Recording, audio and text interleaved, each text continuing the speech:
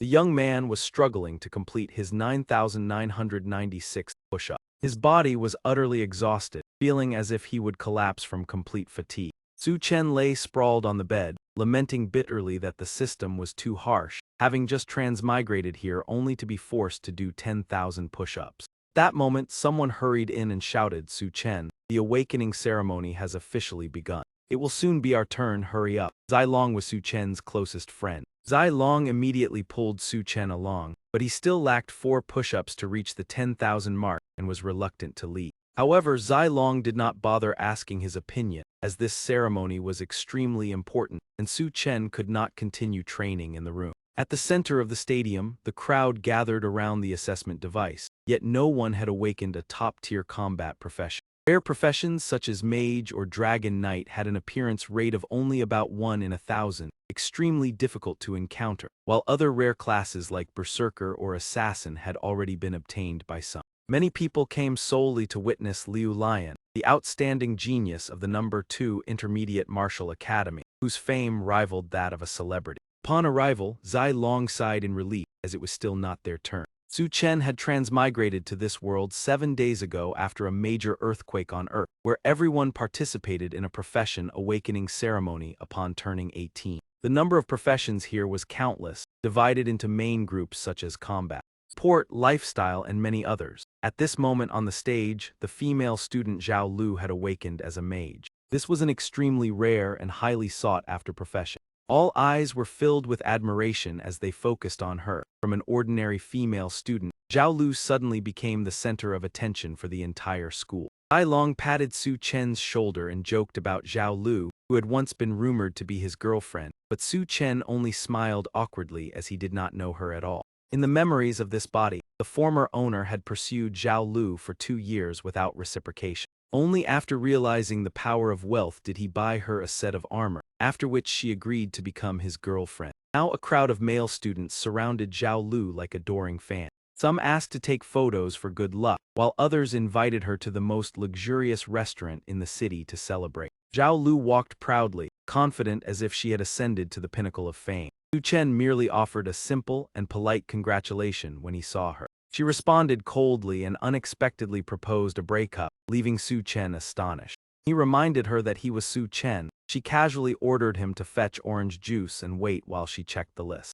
Zhao Lu took out a thick notebook and began flipping through the pages. Upon finding Su Chen's name, she decisively closed the notebook and declared the relationship over. Su Chen felt uncomfortable, although he no longer had feelings. Being discarded still made him frustrated. Zhao Lu sneered arrogantly, implying that someone like Su Chen had no value. A blonde-haired young man approached and confidently boasted that he was about to awaken as a lancer.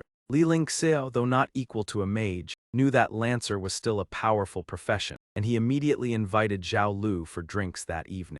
Zhao Lu instantly softened her tone, saying she preferred an elegant seafood banquet. Li Lingxiao held her hand and confidently agreed to fulfill all her wishes that night. Afterwards, he turned to mock Su Chen, sarcastically asking if he wanted to serve them as a waiter. Zai Long became angry on behalf of his friend, asserting that Su Chen had not yet awakened, so no one knew who was superior. Li Lingxiao sneered, claiming that miracles existed only in imagination, as the probability of awakening a combat profession at the academy was less than 20%, mostly belonging to nobles like him. He disdainfully stated that commoners like Su Chen could only become ordinary.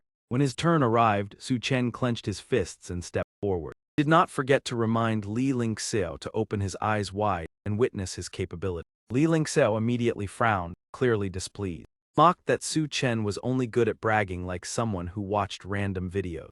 However, Su Chen was confident because he was a transmigrator. He firmly believed that he would awaken a top-tier profession that would astonish everyone. The testing device began to operate. Su Chen loudly declared that he was ready to receive the admiration of everyone. But the results showed that he failed to awaken any profession. Stands fell silent for a few seconds before erupting in laughter, especially from Li Lingxiao. He laughed uncontrollably, mocking that Su Chen was even worse than he had imagined. Many others were stunned because everyone was supposed to awaken a profession, even the weakest, making this result unbelievable. Su Chen looked up at the sky, feeling aggrieved, hoping that his transmigrator identity would be treated fairly. Li Lingxiao loudly told him to hurry down and stop making a fool of himself. Suddenly, the sky was covered by thick dark clouds. The crowd buzzed with excitement, thinking this was a special sign of a rare profession. Su Chen laughed loudly, believing this phenomenon proved he was about to awaken extraordinary power. Li Lingxiao forced a smile, still unwilling to believe that an ordinary person like Su Chen could cause such a strange phenomenon. Xiao Lu began to worry, fearing she had just broken up with someone who possessed great potential. Su Chen pointed at Li Lingxiao and challenged that he would soon have to address him with respect. The dark clouds grew denser, turning into a terrifying crimson-purple hue. A gigantic foot slowly emerged from within the clouds, descending downward. Everyone panicked and fled in all directions. Some people were swept away by the creature's force amidst the chaos. Someone shouted that it was a demon creature, not an awakening phenomenon. This made everyone realize the situation was extremely dangerous. While running, Su Chen stumbled over the creature's gigantic foot. Level 1 system alert immediately sounded. Emergency notification, demon dragon invasion, evacuation required immediately. Su Chen sat down helplessly, thinking this was truly a special transmigrator experience. Two brave youths rushed forward intending to stop the monster. Unexpectedly, the demon dragon exhaled a powerful breath. Both were blown far away, while the monster continued wreaking havoc. The crowd anxiously wondered why Liu Lion had not yet appeared. Because this demon dragon was at least B-ranked, and only Liu Lion had the strength to hold it back. While running, Zai Long suddenly realized something was missing. He remembered that Su Chen had not escaped and hurriedly called out his name. Li Lingxiao seized the chance to mock, saying Su Chen had brought trouble upon himself. At this moment, Su Chen was so frightened that his face turned pale.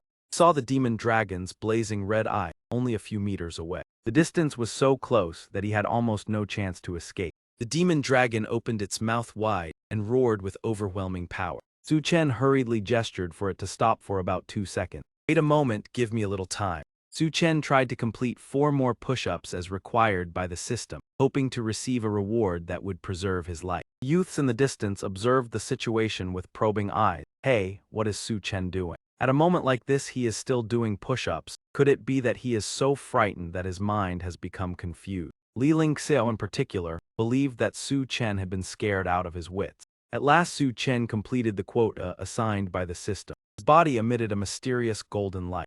The system announced congratulations to Su Chen for receiving 1 additional physique point and the skill charged force punch. The power of the technique depended on the accumulation time before it was unleashed. The longer the charging time, the greater the destructive force of Su Chen's punch. To help Su Chen clearly feel its might, the system allowed him to freely test charged force punch once with 10 years of accumulated power. At this moment the demon dragon had completely lost its patience. It could not wait any longer and roared in fury. A red-haired girl rode in on a flying sword, recognizing the critical situation and scolding the demon dragon. "Hey, stop immediately, do not harm others." Su Chen had no other choice but to risk everything and try his luck. At the same time, the red-haired girl also made her move. Her sword strike merely grazed the demon dragon's scale, leaving a small wound. The demon dragon opened its mouth wide. Its mouth was aimed directly at the punch Su Chen was preparing. The girl noticed something unusual. She immediately moved away from the demon dragon. A violent explosion erupted from its mouth and spread throughout its body, ending its life in an instant. The onlookers widened their eyes and shouted in astonishment. "It is over, the demon dragon has fallen. Look, that is Liu Lion." Everyone cheered for the goddess Liu Lion, truly worthy of her reputation as a genius, defeating the demon dragon with a single move. However, Liu Lion felt that something was not right because that strike had not been executed by her. Her gaze immediately turned toward Su Chen. On the ground, Su Chen was extremely excited, thinking that charged force punch was incredibly powerful, while also thanking the system and hoping for more missions. Li Lingxiao looked at Liu Lion with eyes full of admiration. Because she was the legendary student of the academy, capable of defeating a B-rank beast with a single move.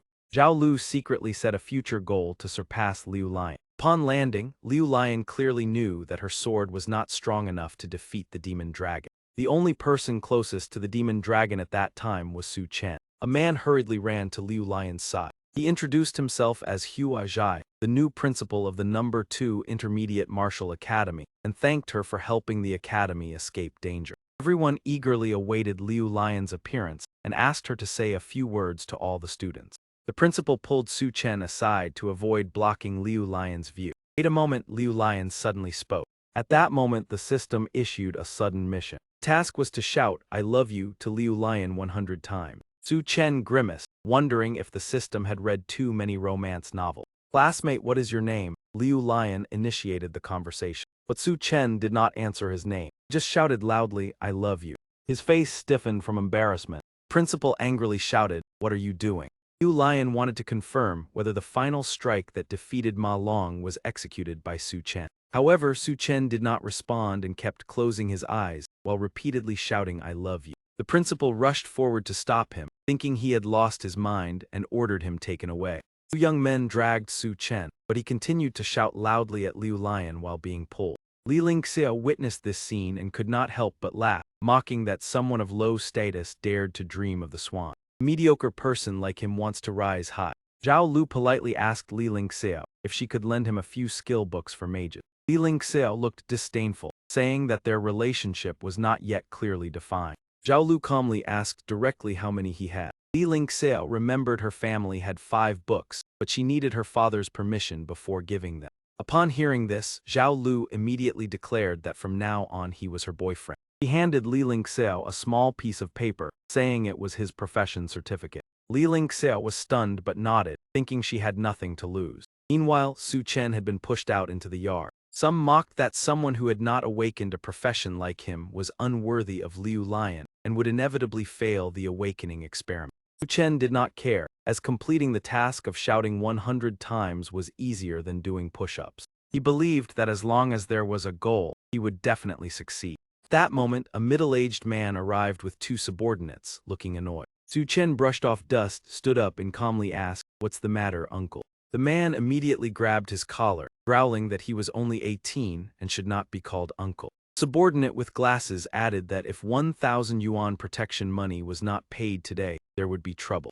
Su Chen recognized Li Lei, notorious in the academy for bullying the original owner into paying money. The original owner's background was pitiful, with parents lost early, living with relatives, and often bullied without protection. Li Lei's voice pulled Su Chen back to reality, threatening that if he did not pay, he would suffer. Su Chen was no longer weak like before. He would not tolerate bullying. He clenched his fist and struck Li Lei in the face, determined to repay past grievances.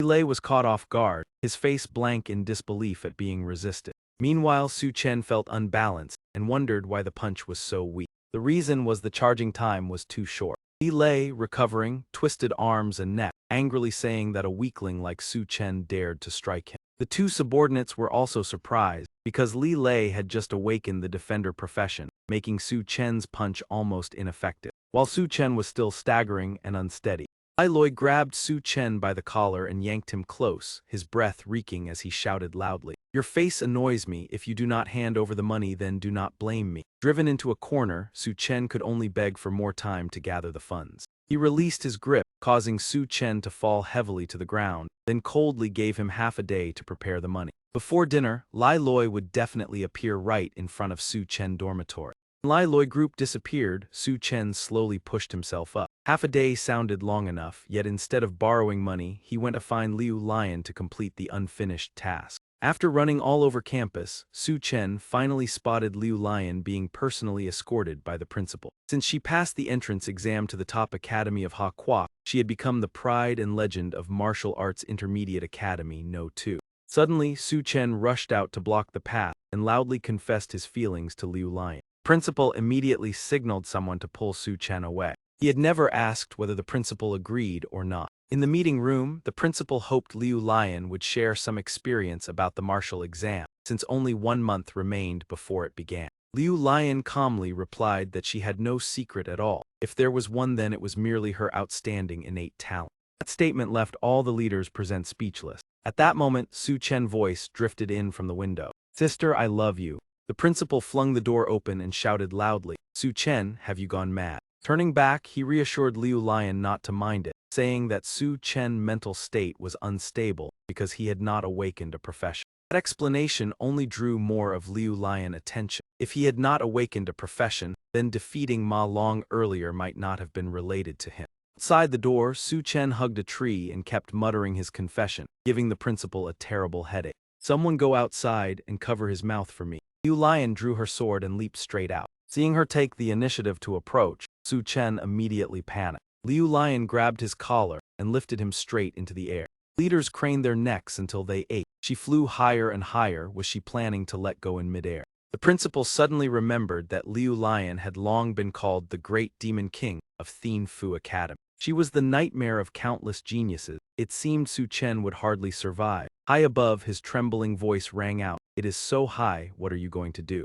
Do not say you loved me. If before hitting the ground you can say you love me 50 times, I will believe you. The corner of Su Chen's mouth twitched slightly as he thought this joke had gone too far. Liu Lion did not hesitate and released her hand. She even called out for him to make sure he said it enough time. Otherwise, you will bear the consequences yourself. While falling, Su Chen could not help cursing her as a lunatic. Yet he still had to grit his teeth and comply. He had never shouted love so many times in his life. His mouth turned dry. Leaders stared in shock. He was really falling. Miss Liu Lion was truly ruthless. Su Chen opened his eyes slightly and saw the ground only a few meters away. He cried out for help in terror. Liu Lion instantly appeared and pulled him up. Consider yourself lucky, I believe your words. Nearly experiencing the feeling of leaving this world again, Su Chen broke out in cold sweat. You truly are a devil. Liu Lion laughed and said she had long grown used to that nickname.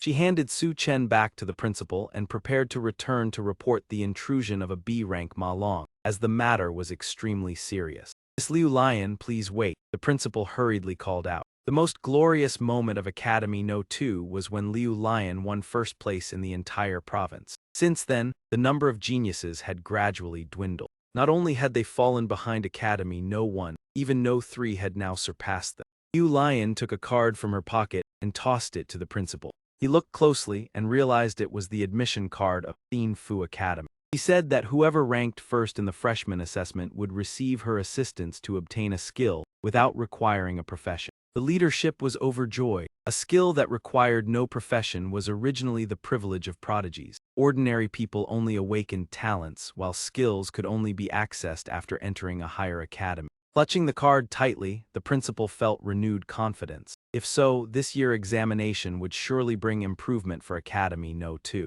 On the way back, Su Chen's heart was still pounding. Liu Lion looked gentle yet was fierce. At a height of 1,000 meters, she let go without hesitation. Fortunately, his quick tongue saved him.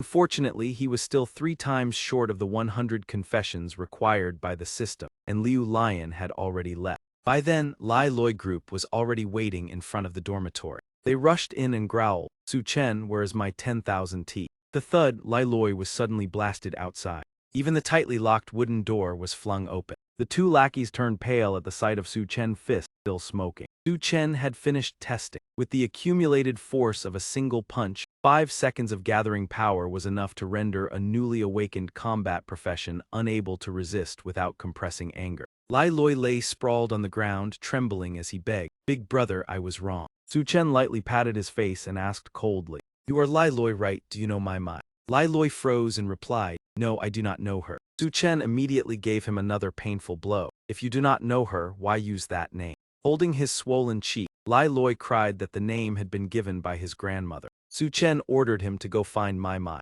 Only when he found her would he be spared. Next day, after receiving the powerful card from Liu Lion, the principal personally addressed the entire school. Today is the first assessment of your student life. The result this time will directly affect your martial exam performance 1 month later. The special feature of this assessment is that academies No. 1, 2, and 3 will participate together. The principal reminded them not to cause conflicts. I will not say more. Form teams of 3 to 5 and set off. Teams quickly formed. Someone declared they must reach 1-star knight, aiming for Military Academy No. 1. The rumor that the top ranker would receive a special reward from Liu Lion spread rapidly and became the target of many students. Amid the crowd, Su Chen was left behind and could only hold a loudspeaker and complain, You heartless people, does no one want to form a team with me? Ai Long suddenly called his name. Su Chen thought he was also alone like him and was overjoyed. Unexpectedly, that man chose to stand alone on his own, not because he was shunned like him. Seeing Su Chen still chatting,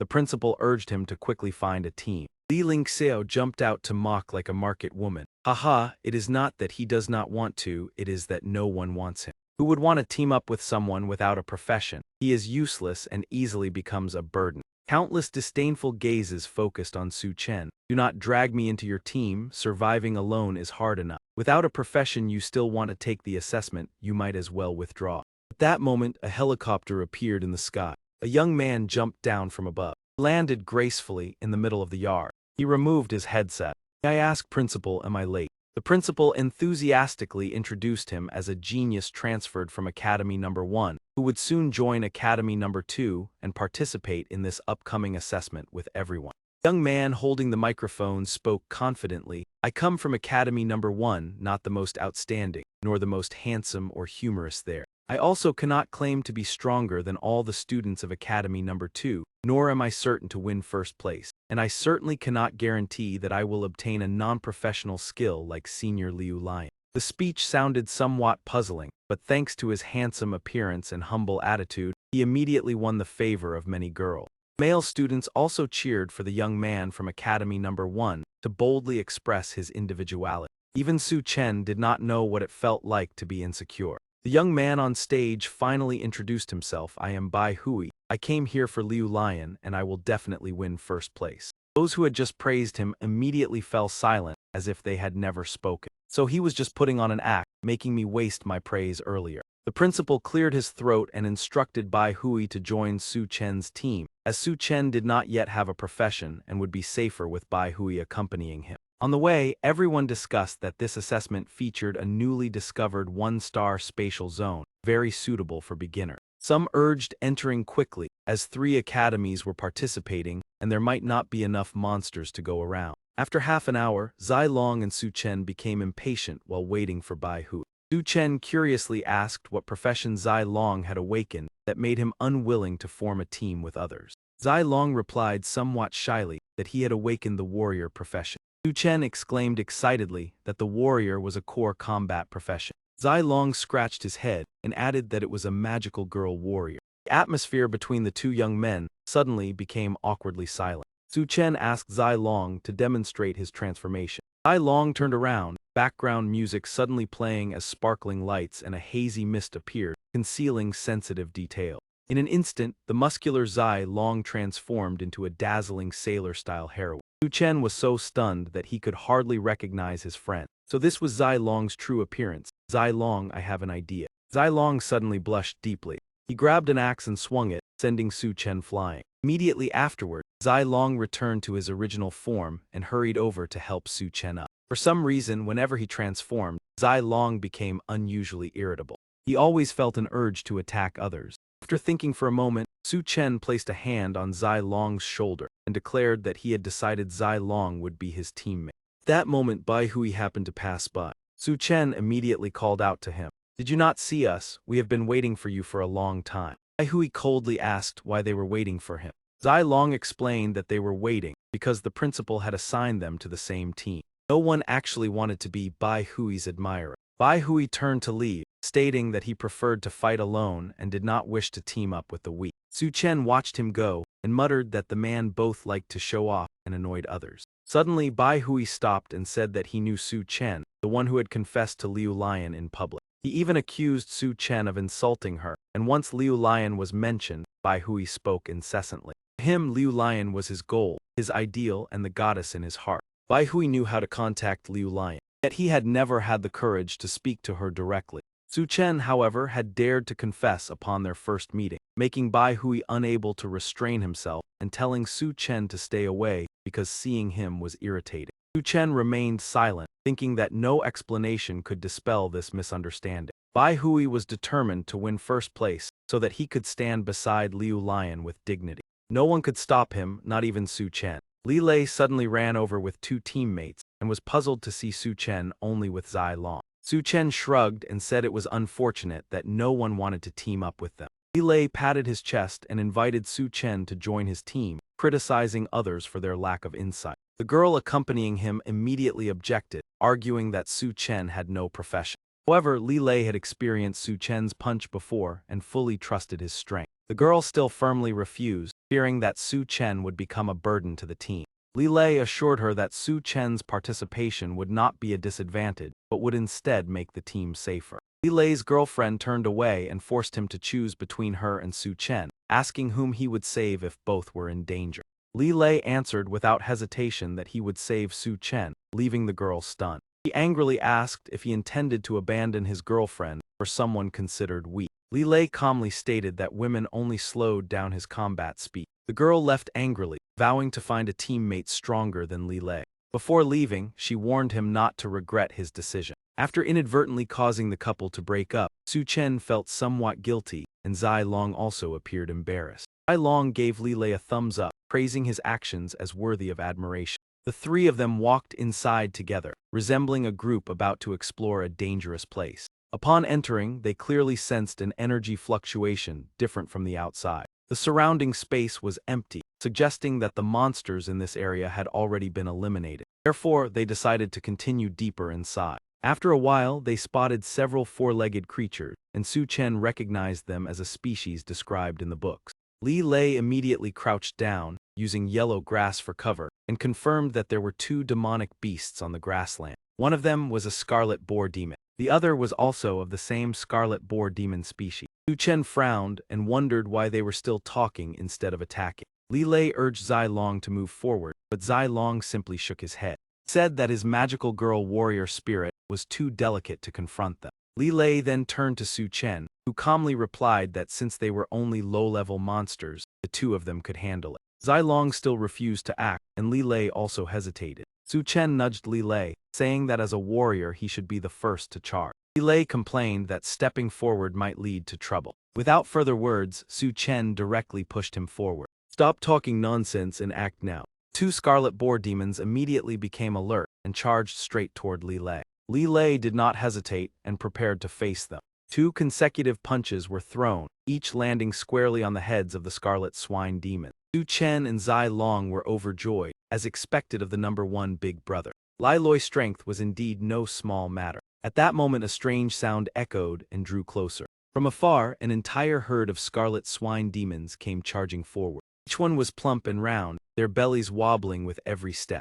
Zai Long was so frightened that he fell to the ground, his limbs going weak. Only then did Li Lei explain that although he was a tank-type warrior, he possessed a special physique that attracted demonic beasts. That means whenever I attack one kind of beast, all of its kind will be drawn in and rush over to attack. Su Chen blurted out a curse, blaming him for not saying it earlier. At present, the only option left was to retreat as quickly as possible. In another area, Zhao Lu and Li Lingxiao group were fighting three scarlet swine demons. She swung her staff and launched three blazing fireballs. However, the scarlet swine demons suddenly made a strange move. They abruptly changed direction and fled, leaving Li Lingxiao utterly confused. Someone pointed into the distance, where the entire herd was gathering and rushing off. Zhao Lu did not want to miss the chance, since scarlet swine demons were the most numerous and easiest targets, directly affecting their leveling speed. Seeing the number of scarlet swine demons increasing, Zai Long realized running endlessly was not a long-term plan. Su Chen immediately headed toward the rocky mounds in the distance. He intended to gather all the scarlet swine demons in one place and deal with them cleanly. Zai Long hurriedly stopped him, advising Su Chen not to act recklessly. The numbers were too great, it would be hard to handle. After a day of accumulating strength, Su Chen ordered everyone to fall back. He stood alone facing the entire herd of scarlet swine demons. Concentrating all his power, Su Chen unleashed a punch of astonishing force. The accumulated strength exploded, sending the fat pigs flying in all directions. Outside, the teachers were intently watching the rankings board. In the top 10, only Bai Hui and Zhao Lu were from Academy No. 2. Principal Lai Zhu Dai of Academy No. 1 kept applying psychological pressure on the principal of Academy No. 2. The scoreboard, our Academy No. 1 completely dominates, and the highest number of demonic beasts defeated also belongs to us. The genius Huo of Academy No. 3 was also holding second place. Principal Huang Lin of Academy No. 3 stepped forward and asked why Principal and remained silent. Principal enforced a smile and replied that their Academy No. 2 was still holding third place. Huang Lin sneered, reminding that Bai Hui had originally transferred from Academy No. 1, not a native of Academy No. 2. Principal Lai also mocked that Academy No. 2 lacked talent and had to recruit from her academy. Such an approach was not admirable. Principal N placed his hands on his hips and retorted that if they were capable, they could try to lure people from Academy No. 2, he would not stop them. Principal Hein stepped forward and sarcastically remarked that he truly knew how to praise himself. She asked whether Academy No. 2 had any talent worthy of their attention. Without Bai Hui, Academy No. 2 would have been left far behind long ago. Huang Lin believed that this year resources should be allocated more to Academy No. 3 than to Academy No. 2. Principal N could not refute and could only claim that the trial assessment had not yet ended. Principal Li, with his extensive experience, concluded that the situation had already been determined. The more demonic beasts eliminated, the stronger the students would become and the gap would continue to widen. Suddenly, the scoreboard showed a dramatic fluctuation. Su Chen unexpectedly rose to the top position across the entire server, with 98 points. Principal Li was extremely astonished, wondering who this person was to gain 98 points at once, surely having defeated countless demonic beasts. Even Principal N could hardly believe what he was seeing. However, he still seized the chance to boast, laughing loudly that Academy No. 2 had taken the lead and asking whether Huang Lin was now convinced. Principal Huang suspected a system error, while Principal N ignored it and chose to enjoy the victory first. Huang Lin stepped toward the control panel, shocked to see an unfamiliar name like Su Chen leading with such a large score gap.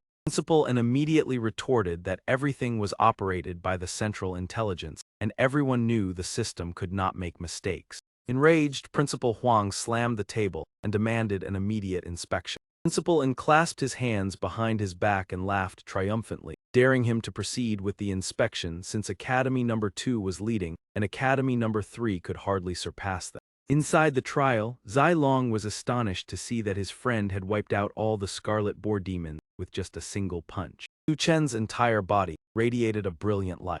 He himself did not understand what was happening to him. Zai Long realized that Su Chen was breaking through, becoming a one-star profession at the very beginning of the trial, a speed surpassing even the geniuses of Academy No. 1. However, since Su Chen had not yet officially obtained a profession, he could hardly perceive the changes. Another canyon at this moment. Two bald men were dealing with lone wild wolves that moved in small groups. One of them spoke with disdain, believing that one-star demonic beasts were too weak, and that with their strength no one in this trial could be their opponent. The other reminded him not to bother with the one-star demonic beasts and to focus on their main objective. The bald man opened a suitcase and confirmed that this was the place they were searching for. Although the spatial point had only recently appeared, traces of it dated back thousands of years. He activated a blue stone, causing the ground to tremble violently. The canyon ahead split apart, revealing a mysterious door. This disturbance also drew the attention of the surrounding demonic beast. Their eyes simultaneously turned a blazing red. The thick-lipped man realized that the strength of the demonic beasts was increasing significantly. The other attempted to open the door but was unsuccessful. A demonic beast suddenly lunged forward to attack. He realized that the creature had evolved into a 2-star demonic beast. He was shocked, unable to understand why their levels had surged in such a short time. Only then did both of them realize they had made a grave mistake. Activating this place had caused the spatial point to transform. From a 1-star trial area, it had now been upgraded to a 2-star level. Meanwhile, Li Lei, who was accompanying Su Chen, felt that this was the most relaxed trial he had ever experienced, as half a day had passed without encountering any monsters.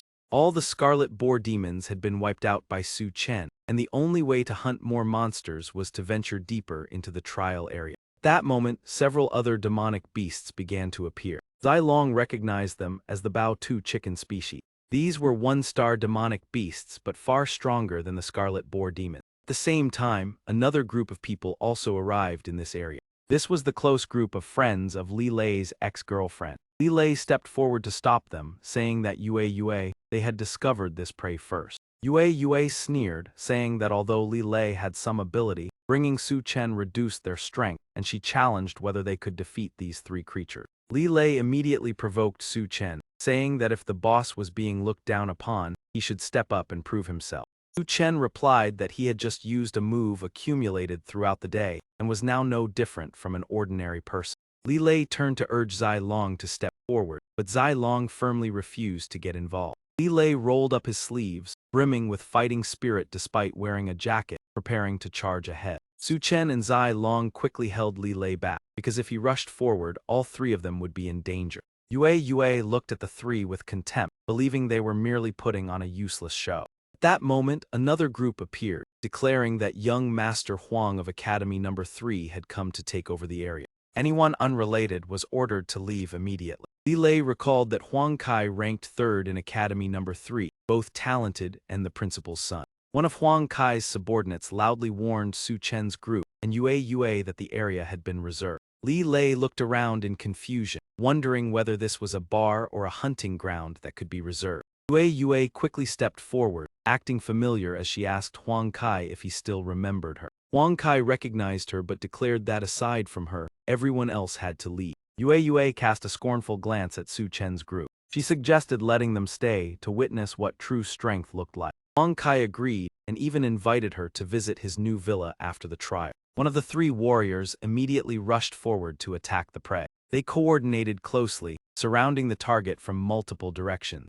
Ai Long realized that all three were armored warriors, astonishing Li Lei as their physiques were like tanks. Yue lifted her chin proudly, declaring that Li Lei's decision to leave her was the greatest mistake and that he would soon drop in rank during the assessment. Huang Kai stepped forward and introduced himself as a swordsman, asking everyone to move aside so he could demonstrate. He cheered for her teammates to advance together and quickly eliminate the target. Suddenly the ground shook violently, startling everyone. Huang Kai asked in surprise what was happening. The three monsters suddenly transformed into fiercer serrated beasts. Huang Kai exclaimed in shock upon witnessing this sudden change. One of the beasts swung its sharp serrated blade, sending him flying. Three armored warriors were also caught off guard by the dangerous situation. Zai Long recognized them as second-tier serrated beasts and could not understand how they had evolved so quickly. Huang Kai wiped the blood from the corner of his mouth, bewildered by the situation. Two teammates urged him to retreat immediately, as the enemy exceeded their ability to handle.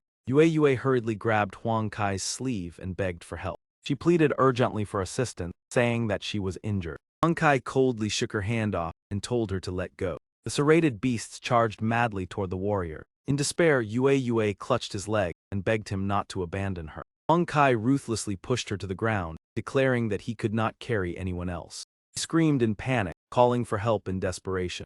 Huang Kai immediately turned and ran away. In the blink of an eye, the monster appeared right in front of them. His teammates anxiously asked Huang Kai how to deal with the overwhelming power difference. He took out a small orb and reassured them that it was a life-saving item prepared by his father. Huang Kai threw the orb toward Su Chen's group with malicious intent. Su Chen curiously caught it and asked what it was.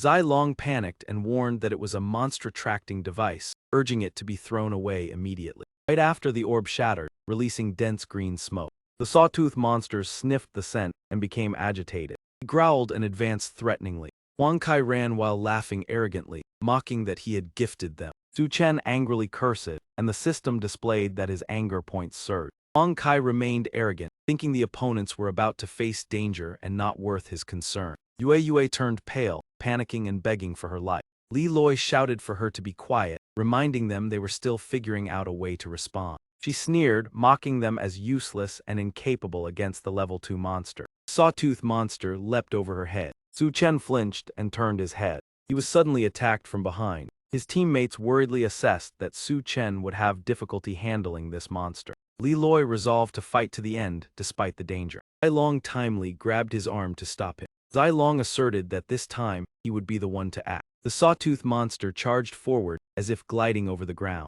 Zai Long accelerated, rushing ahead with strong momentum. His figure gradually blurred amidst the thick smoke. Zai Long transformed into a graceful and majestic female hero. Li Loi widened his eyes in astonishment at this strange scene. The monster swung its sharp saw-like tongue in a fierce attack. Zai Long calmly instructed everyone to retreat, promising to hold the monster off. Yue hurriedly agreed, urging everyone to leave quickly. She weakly relied on Su Chen and Li Loi to help her escape. However, the sawtooth monster broke through the blockade and continued the pursuit. Zai Long sensed the danger and immediately fell back to defend. Yue kept tugging at Su Chen's sleeve, urging him to leave quickly. He gently removed her hand, saying that whoever wanted to go could go, he would stay.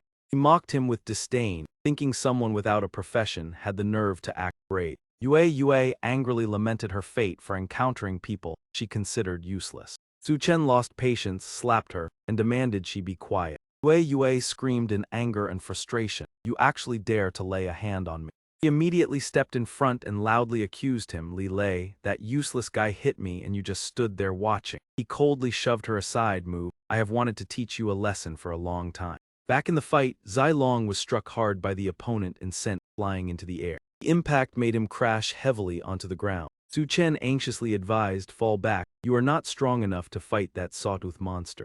Zai Long frowned tightly and retorted, Su Chen, do not push yourself, you were just taken down by that sawtooth monster. Su Chen clutched his chest in fury, you dare to hurt my brother, this is not over. He ground his teeth and roared, I will never let you off. Seeing his blazing momentum, the crowd began cheering in unison. Su Chen poured all his strength into his ultimate move, force-gathering punch, his rage burning like fire. He tightened his grip on his weapon, the explosion resounded and shook the space around them. Li Lei widened his eyes in admiration, that is truly my brother, one strike took down two monsters, what kind of move was that? Su Chen muttered as he recalled the system reminder, the power of force-gathering punch depends on the charging time and the user rage level. Now thanks to the rage value activation, it has been successfully verified. Meanwhile Yue trembled, how could this be, how could Su Chen possess such power? It must be because we weakened the sawtooth monster first, so he benefited. She stepped back in horror, we are done, more and more sawtooth beasts are coming. Yue worriedly lamented, if this continues even with someone holding them back it will be hard to escape. Su Chen said frankly, that strike just now consumed more than half of my rage. Right after that, Su Chen resolutely adjusted himself, he had to quickly restore his full rage value. He gritted his teeth and cursed Huang Kai under his breath, your ancestors, rage increased by 100. The increase was insignificant, Su Chen felt annoyed, even that Huang Kai was not enough to let him accumulate full rage. Sawtooth monsters grew more and more ferocious as they roared. The two teammates anxiously shouted, Brother Su. He channeled energy into both fists, his aura soaring, the great blade swept straight ahead, rage value increased by 1086. Seizing the opportunity, Su Chen counterattacked and swept away the enemy. As he struck, he loudly recounted history, 14 years of resistance, aid to Korea. His rage surged, points increased by 1086. The surging anger made Su Chen feel as if he would explode. Passionately mentioned historical upheavals, the Jingkang incident, the Manchu entering the pass, the Battle of Yashin, the unyielding spirit of China. Then he threw a powerful uppercut, the chaos of the 5 barbarians, the defense of Tumu Fortress, the Opium War, the burning of Yuanminjuan, all engraved as rage that would erupt at the slightest touch. Lei exclaimed like a fanatic fan, Brother Su is truly too passionate. Immersed in his fury, he charged forward with extraordinary strength. I have one punch enough to carve hatred for a lifetime. Su Chen shouted before the finishing blow, for the rise of China. When everything calmed down, he let out a breath, finally done, what luck. Yue trembled in fear. A person without a class defeated a group of 2-star monsters. Is this a miracle? Su Chen raised his head and declared, this world is full of dangers, but since I have come here, I will fight and protect it as I once loved the old world. The other person asked curiously, Brother Su, could you be a mage? What incantation were you chanting just now that made you stronger the more you spoke? Li Lei sighed helplessly when he saw Zai Long return to normal. I do not understand anything, I only know it was shocking. Outside the main hall, the ranking board appeared. Rank 1 Shuangyan Academy 1 with 106 points. Rank 2 Huo Academy 3 with 99 points. Rank 3 Su Chen Academy 2 with 98 points. Followed by Bat Lap 94, Bai Hui 90, Bat Fam 81, Sohin 76, Tiu Thuan 65, La Feng 53 points at rank 10. Zhu Dai beamed with joy, Shuang Yan has taken the lead, the genius has finally shown. Hin Lam Koi Tri turned to mock, why so silent, your Su Chen from your school has dropped to 3rd place. He frowned and retorted, so what if he is 3rd, it is still an impressive achievement. The other person sneered, stop consoling yourself, that Su Chen has not gained points for a long time, clearly just mediocre. Huang Lin confidently pointed at the board, the other geniuses have revealed their true strength, soon Su Chen will fall out of the top 10. At that moment the ranking board suddenly changed. He cried out in shock, what Su Chen rank 1 with 208 points, how did he leap to the top and leave everyone else so far behind? Yuezhai laughed heartily in delight, while Zhu Dai stood stunned in disbelief. He even slapped the other person's face several times as if teasing, the smacking sounds echoed. Furious, he said suspiciously, Director Lai, there must be a problem, either that brat cheated or the trial malfunctioned. Yuezhai waved his hand and laughed coldly, enough, stop embarrassing yourself. Just then, the screen suddenly displayed a severe warning. Wang Lin asked in alarm, "What is happening? This is a level 1 warning. Something has happened in the trial." He seized the chance to sneer. "See, I told you the trial encountered an accident. Su Chen rank 1 does not count." Hao Lam hurried over to report, "3 deans, something major has happened." Urgently explained, the spatial node in the student area suddenly changed, from a 1-star training ground to 2-star. The 3 exclaimed in unison, "What?" Wang Lin asked blankly, "How could such a thing happen?" Yu Dai urgently questioned the cause. Hao Lam replied, "It has not been found yet, but after upgrading to 2-star, all 1-star monsters became 2-star monsters, extremely dangerous." She clenched her hands and said in despair, "This is big trouble. 2-star monsters are not something students below 1-star can handle." He worriedly judged, even the genius Shuang Yan can only barely protect himself. Yuezhai still held hope as he asked, "Can we enter the trial area now?" Hao Lam shook his head regretfully. "No, even though it has become 2-star, the entry condition has not changed. Only class holders below 1-star can enter. All teachers exceed it and cannot enter." Wang Lin turned pale with worry. "Then this is bad. 2-star monsters will rampage inside." Yuezhai frowned and objected, "Not necessarily." He said irritably, "Not necessarily. What? The second academy is the weakest. At that time the greatest losses will be yours." Yuezhai calmly pointed at the board, his gaze profound. "Su Chen points just soared. What does that indicate?" He analyzed firmly. "It means Su Chen has slain 2-star monsters. Only then could he gain such a large number of points and jump ranks so dramatically." Wang Lin could not believe it. How could the second academy produce such a formidable student? He nodded in agreement. "It sounds unbelievable, but it is the most reasonable explanation." In anger, he grabbed a slipper and smacked it straight onto the other person's face. Wang Lin angrily shook off his hand. "Why are you hitting me?" Yuezhai replied irritably, "Who told you to keep looking down on our second academy?" He even grabbed the other person's hand and smiled cunningly. "Consider it helping you save face, giving you something to cover it." At the same time, Su Chen said urgently, "The trial must have changed. If 2-star monsters appear, we must leave immediately." Zai Long quickly calculated, "The teleportation gate is at the end of the secret realm. There is still some distance." Yue hurriedly pleaded sweetly, "Kaka, let me go with you." He frowned and replied bluntly, "Calling me brother is useless. Do not even think about it." Suddenly she knelt down and burst into tears. Yue pleaded with sparkling eyes, "Dad, accept my worship." Su Chen was startled by the scene. Is it really that intense? This time Min Kao anxiously searched for a way out. "What should we do? The bronze gate cannot be opened and we are surrounded by 2-star monsters." Lu Tam analyzed, "The 1-star training ground turning into 2-star has never happened before. It must be related to what Luo Xiao wants. This place was originally only for class holders below 1-star. He spent a lot of money using special items to let the 2 of us 1-star enter, enough to show that item is extraordinary, just did not expect it could change the level of the spatial node." The other person impatiently interrupted, "What use is talking about that now? The key is how to get out. The only way is the teleportation gate inside the bronze gate. Whether to take the item or leave, we must open." Min Kao sighed in despair. "Then are we finished? The trial has become 2-star. The bronze gate requires a 2-star class holder to open. Facing 2-star monsters is perilous. How could anyone immediately advance to 2-star?"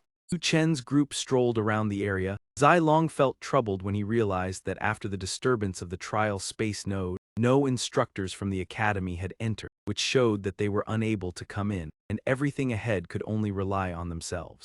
Lai Loi sighed in frustration, concluding that the road ahead was filled with 2-star monsters. Reaching the end of the secret realm would be extremely difficult, and it was unknown how many people would lose their lives here. At the same time, near that area, Li Lingxiao ran about in panic, continuously warning that that thing was chasing after them. He revealed a courageous smile, turned around and fired continuously, each gun holding 16 rounds, unleashing all his firepower in just 3 seconds. However, those powerful shots caused absolutely no harm to the one-horned wolf. Li Lingxiao fled in terror, despairing as he realized that his bullets could not injure the 2-star monster. At this moment, Zhao Lu stepped forward and said that she would handle it. She turned and cast a spell, summoning the power of the earth and transforming sand into a trap. Immediately, the one-horned wolf became trapped in the quicksand, and showed admiration and praised Zhao Lu as a truly powerful mage. She reassured everyone and approached the beast, telling them to retreat because she could only temporarily restrain it. He pointed in astonishment toward Su Chen's group. They were facing a ferocious 2-star one-horned wolf. Hearing the familiar voice, Li Lingxiao turned back and mocked, "So it was Su Chen. a person without a class who still managed to survive, truly a rare stroke of luck. Zhao Lu coldly decided to ignore him, suggesting that they split paths, and the group quickly separated to avoid being implicated. He gently reminded Su Chen that there was no longer any connection between them, asking him not to follow and not to expect any help. He remained silent, only quietly watching as their figures gradually disappeared into the distance. Lai Loi felt indignant on Su Chen's behalf, believing that no one had asked for their help, yet they still showed such an attitude. Yue placed her hands on her hips in anger, unable to accept such foolish and heartless people, which reminded her of her former self. She did not understand why Su Chen had once liked such a person. She was not even worthy to stand beside him, leaving Zai Long to helplessly scratch his head. After hearing this, Su Chen became angry and decided to go eliminate a few two-star monsters to vent his frustration. He rushed forward and delivered a powerful punch to the one-horned wolf. Everyone was astonished by that strength, unable to understand what class Su Chen truly belonged to. One person nodded in agreement, affirming that although it was hard to believe, Su Chen indeed had no class. Suddenly, a brilliant beam of light descended from above onto him. When the light dissipated, Su Chen raised his head in confusion, not understanding what had just happened. Lai Loi excitedly explained that it was the sign of advancing to the second star. Su Chen had moved closer to reaching 2 stars. He asked in surprise whether advancement could happen so quickly, leaving others astonished. Lai Loi carefully explained that reaching 1 star was quite easy, because after awakening one already had an equivalent foundation. But from 1 star onward the difficulty increased dramatically, and many people could never reach 2 stars in their entire lives. Zai Long added that from the 2-star level onward, each advancement required passing a class advancement trial, eliminating a great number of people. Su Chen curiously asked about the class advancement trial. Someone asked in surprise whether he had attended the lectures, then briefly explained it for him to understand. Yue confidently stated that every class had its own star tower, and to advance one had to pass the trials there. However, the star tower was extremely dangerous, and every year countless geniuses lost their lives or were severely injured, becoming a massive barrier. Zai Long mentioned that people who reached high star levels were very rare, and Su Chen's rapid advancement was because he could defeat monsters above his level, something almost unimaginable. Su Chen wondered where he would participate in the trial if he had no class. Lai Loi awkwardly admitted that he did not know the answer. After thinking about it, everyone believed that there was no star tower for people without a class. Su Chen happily deduced that this meant he could advance without needing any trial. Lai Loi remained hesitant, while Zai Long believed it might also mean that he would be unable to advance. During this, Su Chen enthusiastically decided to continue hunting 2-star monsters to verify it. The group moved toward the gathering area. Su Chen stopped on a cliff to observe the situation below. Zai Long exclaimed in admiration when he saw that someone was actually battling a 2-star monster. At this moment, the serrated beast was frenziedly attacking. Shuangyan immediately counterattacked with an assassination skill. In the blink of an eye, she disappeared from sight. From above, Shuangyan suddenly unleashed a finishing strike. Her blade stabbed fiercely into the monster's neck. The serrated beast reacted quickly and swung its arm, knocking her away. Both of them staggered backward. Shuangyan gritted her teeth and endured the pain. Although she had found the weakness, her 1-star strength was still insufficient to cause real damage to the 2-star monster. The crowd discussed in astonishment, recognizing that she was Shuangyan, the Academy's #1 genius. Another person spoke with admiration, saying that her Phantom Assassin class was extremely rare and powerful. Everyone regarded Shuangyan as the final hope, admiring her ability to confront a 2-star monster on equal footing. Lai Loi was unconvinced, believing that someone could even eliminate a 2-star monster instantly. Huo sneered, mocking that such words were hard to believe. The crowd burst into laughter, thinking it was merely a fanciful claim. Lai Loi asserted that they were only limited by their own vision. He suggested that Su Chen take action to prove it, but he merely calmly said 2 words, remaining humble. Huo angrily questioned him, not believing that anyone would dare to look down on him. He introduced himself as the #1 genius of the 3rd Academy, second only to Shuangyan. Huo did not believe that anyone could defeat a 2-star monster as easily as rumor. He declared that if such a thing happened, he would call that person father. Yue immediately shouted, demanding that he shut up. Huo asked in surprise who she was and what it had to do with her. Yue stubbornly told him not to compete with her for the title of father. Huo was bewildered and did not understand the meaning. Immediately afterward, he suddenly realized the mockery. Irritably retorted that no one was competing with her. Su Chen hurriedly explained, asking Yue not to speak nonsense. Huo felt satisfied, believing that Su Chen knew his place. Su Chen mocked that he was being taken advantage of. Yue nodded innocently in agreement. Huo became so angry that his words turned incoherent, unable to control his emotion. He was furious to the point of suffocation, almost going mad. Huo clenched his fists and declared that he would teach them a lesson.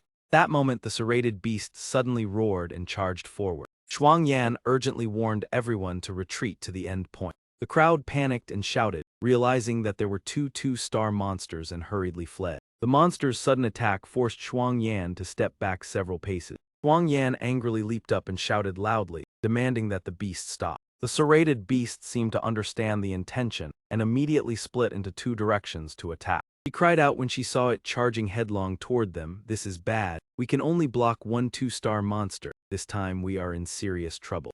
Huo snarled in anger, "Kid, consider yourself lucky. If that two-star monster had not suddenly appeared, you would already be lying flat. I will settle this with you later." He returned to his original position and shouted in panic, "The two-star monster is rushing over. Retreat quickly." While running, Shuangyan urgently announced, "Classmates, who can help me hold back the sawtooth monster ahead? If it breaks into the academy, the consequences will be unimaginable." Su Chen laughed teasingly, almost making him stumble. "Look, Huo is calling for help." He shouted angrily, "Shut your mouth." He refused to back down and raised his voice. "Shuangyan, the #1 genius of the 3rd Academy, Huo says he is strong enough to block a two-star monster." Hearing the slander, he turned and scolded furiously. "Su Chen, do not make things up. When did I say that?" He slyly refused to let it go, continuing to push him into a difficult position. Seeing this, Shuangyan decisively ordered, Huo, hold that sawtooth monster for me. Once I finish here, I will come immediately." He stammered in panic, I cannot do it." Su Chen added fuel to the fire. Could it be that Huo is so scared he does not dare? He took a deep breath and declared, "Who says I am afraid? I am the top prodigy of the 3rd Academy."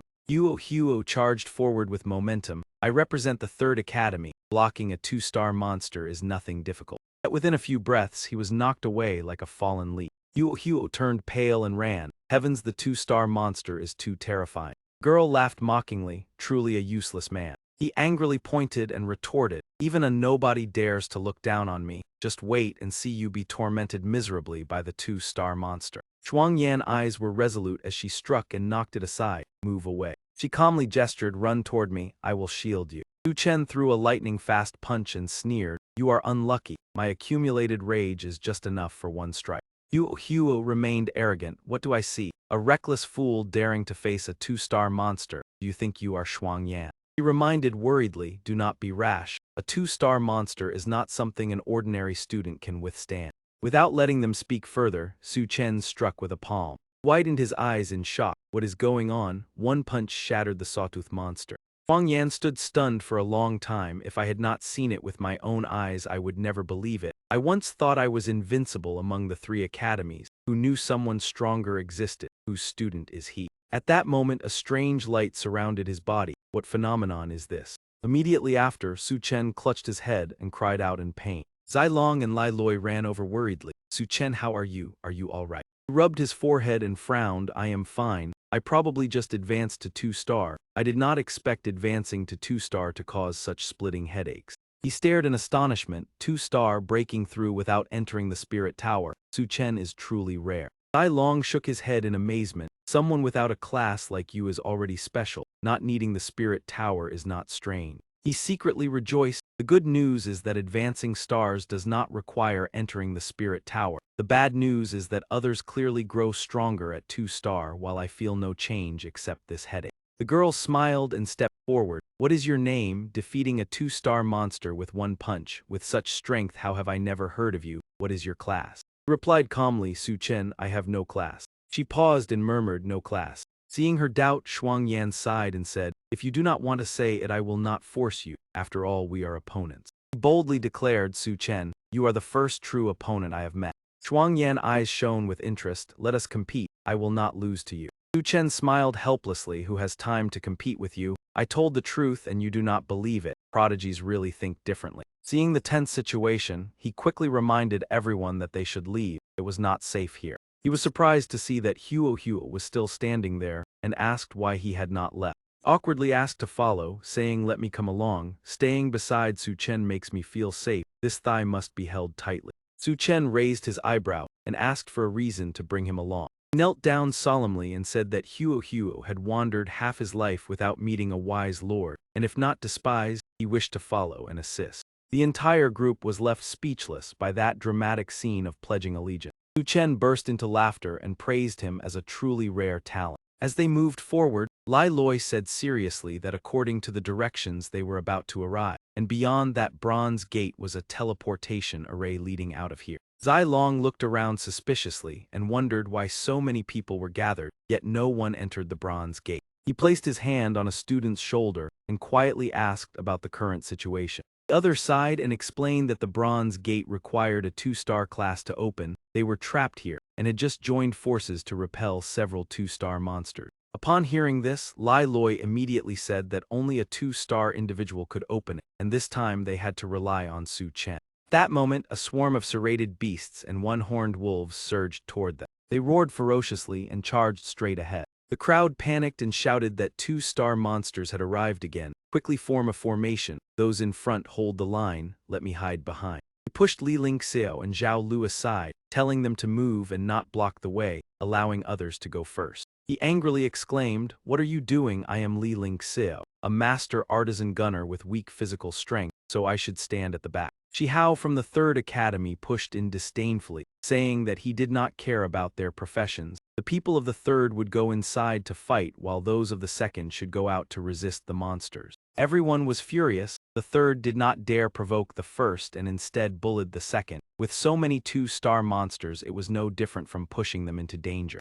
Zhao Lu stepped forward and introduced herself as Zhao Lu, noble mage and the #1 genius of the 2nd, hoping he would show some respect. Shihao sneered and told her not to waste words. He was the 2nd prodigy of the 3rd, she had no say here, the 3rd was stronger so they would decide. She gritted her teeth and memorized his name, Shihao, vowing to remember his face. Su Chen spoke loudly, telling them to move aside so he could pass. Li Lingxiao frowned and muttered that it was Su Chen's group again, wondering how they were still safe. Shihao shouted that they should listen to him, and that the students of the 2nd should go outside immediately. Su Chen calmly replied, "Move aside and let me try to open this bronze gate." Shihao burst into mocking laughter, saying that he must be joking since the gate required a 2-star class to open. He crossed his arms and declared that their hope was Shuang Yan, the #1 prodigy of the 3rd, and everyone was waiting for her. He arrogantly said that if Su Chen could open it, he would call him father. Su Chen frowned in confusion, and asked whether their academy enjoyed randomly acknowledging fathers. He roared in anger, saying that trash from the 2nd also dared to provoke him. Shihao lifted his chin and said that a mediocre person like Su Chen was not worthy of speaking with their prodigy. Su Chen calmly retorted, asking whether he never brushed his teeth since his speech was so unpleasant. Li Lingxiao questioned Su Chen, asking who he thought he was to dare act so rudely toward Shihao. Zhao Lu smugly speculated that he was probably trying to impress her, which was why he appeared overly confident. Shihao became furious and reached out, saying that Su Chen must be tired of living and that today he would teach him a lesson. Someone whispered that this time he had encountered great trouble. Suddenly Huo stepped forward and slapped him, telling him to move aside. Shihao staggered and fell toward Li Lingxiao. He clutched his face and shouted angrily, asking who dared to strike him. He ground his teeth and threatened, "Shihao, you fat pig, do you not recognize me?" That man immediately lowered his head respectfully. "Huo, I did not expect to meet you here." Everyone buzzed with discussion. That is Huo, the #1 genius of 3rd Academy, rumored to be on par with Shuang Yan. Without letting him finish, he struck while shouting, "Who allowed you to attack that person? How should I deal with you now?" Shihao once again fell flat onto Li Lingxiao. That man hurriedly explained, "Huo, that guy is just trash from 2nd Academy. He even forced me to call him father, so I struck." After hearing this, Huo coldly slapped him, "You are worthy of calling him father." For the 3rd time, Shihao collapsed onto Li Lingxiao. The man raised his head blankly and asked, "I truly am not worthy." Li Lingxiao quickly stepped back and whispered, Lu, why is Huo helping our 2nd Academy?" She smiled proudly and said he surely wanted to save face for her. He immediately showed admiration. "That is right, only you could make a genius like Huo show such regard." After finishing, Huo scratched his head and asked, "Are you satisfied with this resolution?" Zhao Lu adjusted his glasses, claimed the credit, and replied that he was very satisfied. Li Lingxiao happily expressed thanks. Huo Ji is truly courteous. On behalf of the students of Second Academy, I offer gratitude. Huo irritably pushed the two aside. Who asked you move away? He slowly walked toward Su Chen. The two were stunned, red-faced, unable to understand what was happening. Huo stood straight and respectfully said, "If there is anything unsatisfactory, please speak."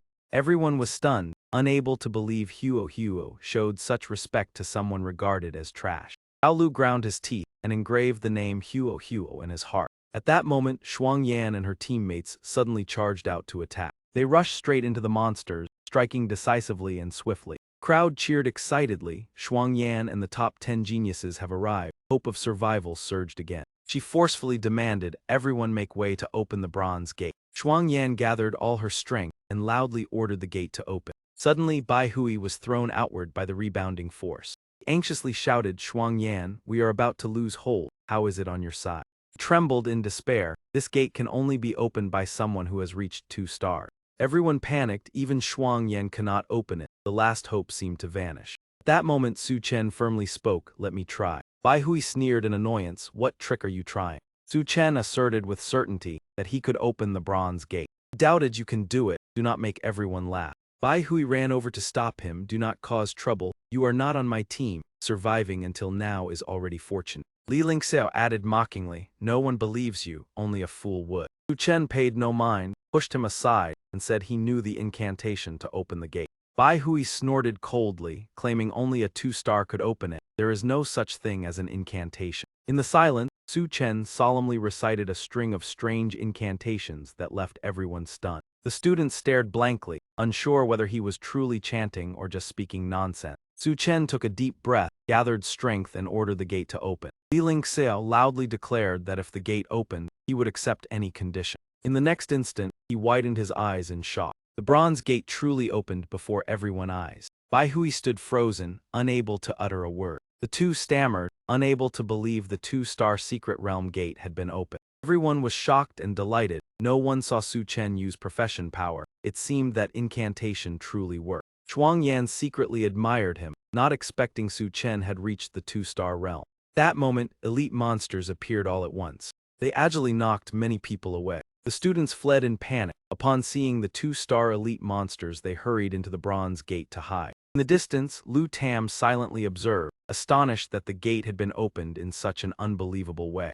Min Kao urged them to quickly enter and complete the mission assigned by Luo Xiao. The group successively advanced deep into the cave. Huang Yan exclaimed in shock at the sight before her. Before them stood a massive queen spider, exuding overwhelming pressure. It emitted a craving sound, viewing humans as tempting food. The students panicked upon realizing it was a 2-star spider queen boss, something that should not appear in a low-level dungeon. The monster raised its fierce claws, ready to strike its prey. An unfortunate student was targeted. The person cried out desperately for help. The spider queen did not hesitate and swiftly restrained the target. In just a moment, the victim was slain, leaving the monster extremely satisfied. Crowds screamed in despair, realizing they were in an even more dangerous situation. Shuang Yan decisively ordered everyone to retreat immediately. Bai Hui reported that the exit had been completely blocked by 2-star monsters. She proposed a risky plan to join forces against the Spider Queen. The monster sneered disdainfully and easily knocked her away.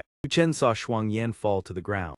He hurried to help her up and asked about her condition. Shuang Yan wiped the blood and admitted that the boss' strength far exceeded their ability. The Spider Queen excitedly muttered about the enticing human menu. Shuang Yan urgently warned everyone to avoid its claws. The students looked around in despair, unsure where to hide. The monster's massive claw slammed down at the two. Su Chen grew angry at the contempt, unwilling to be treated as weak prey. He unleashed his will, poured all his emotion into strength, and declared a counterattack. Shuang Yan urgently warned that confronting a 2-star boss head-on was extremely dangerous. Su Chen did not hesitate and launched an attack at the monster's leg. Immediately after, he was blasted away by the rebounding force. The Spider Queen laughed with delight at the prey's futile resistance. At that moment, cracks suddenly appeared on her legs. The Spider Queen screamed in terror, wondering what was happening. She was astonished by that unimaginable power, never expecting it could injure the Spider Queen. Clearly, Su Chen was even stronger than herself.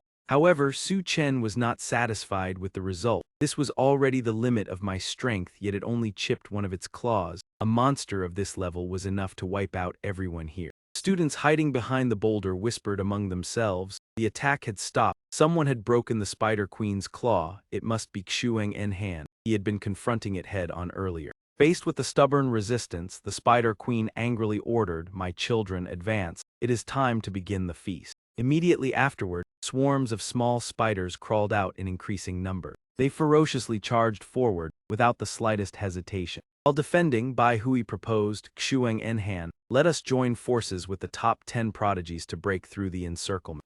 Li Lingxiao pessimistically objected, "It is useless. The outside is blocked by 2-star monsters. Rushing out now is no different from pushing ourselves into danger." He worriedly said that taking a risk was better than waiting. But the other calmly replied that waiting could still buy time, while rushing out would bring immediate danger. Su Chen irritably interrupted, "Everyone be quiet for a moment, let me say a few words." As soon as he finished speaking, the entire group immediately fell silent. Su Chen stepped forward and said, "Bai Hui, give me Liu Lion's contact number." Hearing this, everyone was stunned, not understanding what was happening. Someone angrily questioned, "What is wrong with you? In such a critical situation you are still thinking about that." At the same time, at the Tianjin Advanced Martial Academy, Liu Lion was battling a boss with the grotesque appearance of a clown. She calmly realized that this was the legendary boss that made many people wary during the 4-star class advancement. The monster did not hesitate and charged forward at a frenzied speed. Liu Lion immediately activated the skill Half-Blade Slash. After a decisive strike, she lightly mocked that it seemed he was only capable of this much. Suddenly, ancient glowing characters appeared on the ground. Witnessing this scene, Miu Miu excitedly exclaimed that the 4th floor had been illuminated, truly the person of her dreams. Liu Lion maintained her calm expression and stepped forward. Miu Miu spread her arms enthusiastically, congratulating her on advancing to the 4-star Great Blade Master and urging her to allow a celebratory hug. Liu Lion raised her hand to stop her and sternly warned Miu Miu, "Do you want to be reminded again?" Miu Miu mischievously replied, "That is right, hurry and make your move, I am waiting." Liu Lion casually avoided her and said to leave her alone. She still had to convey knowledge to the entire academy on behalf of their teacher. In her heart, she secretly complained that the teacher was truly something, assigning this task to her when she was clearly not an instructor. Miu Miu acted coquettishly and ran after her, calling out, "Wife, wait for me, I will go with you." Returning to the scene, Su Chen anxiously urged, "Quickly make the call for me, I already have a way to resolve this." Bai Hui disdainfully shouted, "What solution could you possibly have? Do not dream of disturbing my goddess." Su Chen sighed wearily, "I am trying to save everyone." Bai Hui analyzed that Senior Liu Lion was at the Tianjin Academy. Even if they called, she could not appear immediately, so how could he possibly save everyone? Su Chen firmly replied that, "When I opened the bronze gate you also said it was impossible." He impatiently shouted, "Stop talking and give me the phone." Bai Hui reluctantly handed over the phone and warned, "Take it, but absolutely do not disturb my goddess." At the same time in the auditorium, Liu Lion was preparing for her speech. Below, the students discussed excitedly about listening to Liu Lion's lecture. Many admired her beauty and temperament. Miu Miu frowned upon seeing a pile of love letters stacked up. After placing them down, she asked in surprise what these were. Miu Miu replied frankly that they were all love letters sent to her. Liu Lion sternly stated that according to regulations, the students who wrote these letters would be assigned to the alchemy secret realm to collect materials, and they would not be allowed to return until they achieved 100 points. They were far too idle and unaware of how tense the situation was. She irritably slammed the table, believing that these male students needed disciplinary training. At that moment her phone suddenly rang. Miu Miu picked it up and saw a string of unfamiliar numbers. He asked whether she should answer it. Liu Lion nodded, thinking it was probably their teacher calling. Miu Miu immediately pressed the answer button. She then handed the phone back to Liu Lion. Su Chen calmly spoke, "Liu Lion, I am Su Chen, listen to me." Liu Lion exclaimed in surprise, "How could it be you?" Miu Miu looked at the screen in confusion and softly asked who this person was. Su Chen declared loudly, "Liu Lion, I like you." The entire auditorium immediately fell into silence. All the students froze, unable to utter a single word. Bai Hui shouted in shock, "Su Chen, have you truly lost your mind to say such words?" Su Chen firmly repeated, "I like you." Liu Lion angrily called out, "Su Chen." After speaking, Su Chen let out a sigh of relief, finally completing his confession. The crowd erupted in furious discussion. Many criticized this bold act and demanded to find Su Chen. Miu Miu angrily stated that this action was too arrogant, but immediately afterward Liu Lion stood up and calmed everyone, urging them to maintain order. Students immediately fell silent at her command. Liu Lion calmly announced that the person who had just called was named Su Chen. Everyone whispered among themselves, asking who Su Chen was and which class he belonged to, as they had never heard this name before. She continued indifferently, "He is my boyfriend." The entire auditorium was shaken, as if struck by thunder. Miu Miu was stunned inwardly, unable to believe that Liu Lion had admitted to having a boyfriend. After speaking, Liu Lion immediately left the auditorium. As she walked away, she smiled mischievously, thinking that with Su Chen acting as a shield, her life would become much more peaceful. The male students angrily discussed their determination to find Su Chen, believing that he was unworthy of Liu Lion. Lan Kong too ordered that within 10 minutes, they must obtain all information about Su Chen. System suddenly announced, "Congratulations to the host for completing the mission of confessing 100 times, reward granted with an increase of 1 physique point and 10,000 huojai." Su Chen was bewildered upon hearing this, suspecting that the system was teasing him again. System repeated the reward, causing Su Chen to feel frustrated, because in this critical situation, huojai seemed to be of no help. Su Chen helplessly held his head when the system reminded him that 10,000 huojai possessed a special skill. This skill had a wide area of effect, capable of strongly impacting multiple targets simultaneously. Elsewhere, Lu Tam worriedly asked whether they could escape this dangerous situation. Min Kao took out a sphere and said that he had a solution. He was astonished to realize that it was a forbidden item, capable of attracting monsters within a large radius. He lowered his voice to explain that, in case of unforeseen circumstances, he had prepared quite a few of these items, causing Liu Tam to be shocked to realize they intended to use the students as bait for the monster. Min Kao coldly confirmed that they had to sacrifice those students in exchange for a chance to escape. He pondered for a moment, then agreed. After using the lure items, they would circle behind the Spider Queen to retrieve what Luo Xiao needed near the teleport gate. Just then, a wave of green energy suddenly spread across the area. The trainees panicked and screamed, recognizing it as the monster-attracting energy and despairing at the threat of being cornered to death. Immediately, a series of level 2 monsters appeared, blocking both escape routes. Everyone screamed in despair as the monsters became more ferocious, realizing there was nowhere left to flee. They exerted all their strength to use their most powerful skills to resist. One person was attacked by the spiders in pain, desperately pleading for a quick release. The Spider Queen laughed mockingly, delighted to see her prey driven into a dead end. Min Kao seized the opportunity, immediately shouting orders for everyone to retreat quickly. Li Lingxiao roared in anger upon realizing a traitor had appeared at such a critical moment. Bai Hui mocked Su Chen, saying it was time for him to act, but ridiculed him for only speaking empty words. Su Chen seriously demanded everyone be silent, asserting that he already had a plan. As he advanced, Su Chen considered that he could not use a wide-range skill because it would endanger those around him. Li Lingxiao sneered, thinking Su Chen was merely courting danger and should serve as bait for their escape. Su Chen recited his familiar incantation, turning the mockery into a source of power for himself. At that moment, the swarm of baby spiders surged forward like a wave. Su Chen looked up and laughed loudly, calling for reinforcements. Some people appeared disheartened, thinking he was still joking in the midst of danger. Suddenly from above, a swarm of huojai rained down. The huojai eagerly charged, trampling the spider ranks. Bai Hui was stunned, unable to believe what was happening before his eyes. Everyone was amazed to see the huojai pursuing the spiders without harming humans. The Spider Queen was bewildered, unable to understand why a strange creature appeared in her domain. Seeing the huojai swarm approaching, she panicked, realizing the situation had gone out of control. Lead huojai unleashed a powerful signature kick. The entire swarm trampled the Spider Queen, leaving her no time to react. Spider Queen angrily could not understand why these creatures had turned to attack her. The huojai continued attacking in succession, with relentless kicks. Min Kao joyfully announced that the item Luo Xiao needed was finally in their hands. He hurriedly urged everyone to leave quickly to meet Luo Xiao outside the teleportation formation. At that moment, the ground shook violently, causing Liu Tam to ask in confusion what was happening.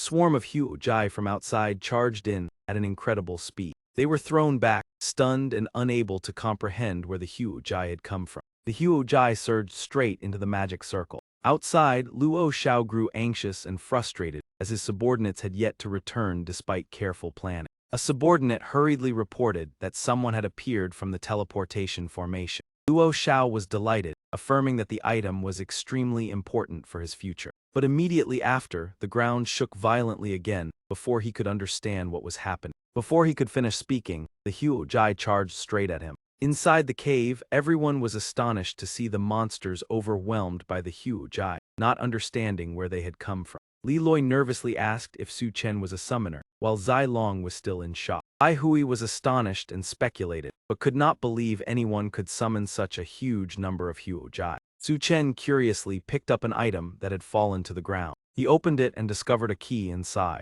Su Chen was surprised as the key automatically merged with his body, seemingly a device to unlock a secret. Zhuang Yan approached the Spider Queen's corpse to observe. She could not help but be amazed that such a powerful boss had been easily defeated by the Huo Jai. Above, Luo Xiao struggled to stand after being trampled by the Huo Jai. He panicked, demanding an explanation for the unbelievable situation. Inside the cave, everyone rejoiced at being saved, simultaneously speculating that Su Chen was the one behind the miracle. They excitedly recalled the strange incantation and decided to remember it for future use.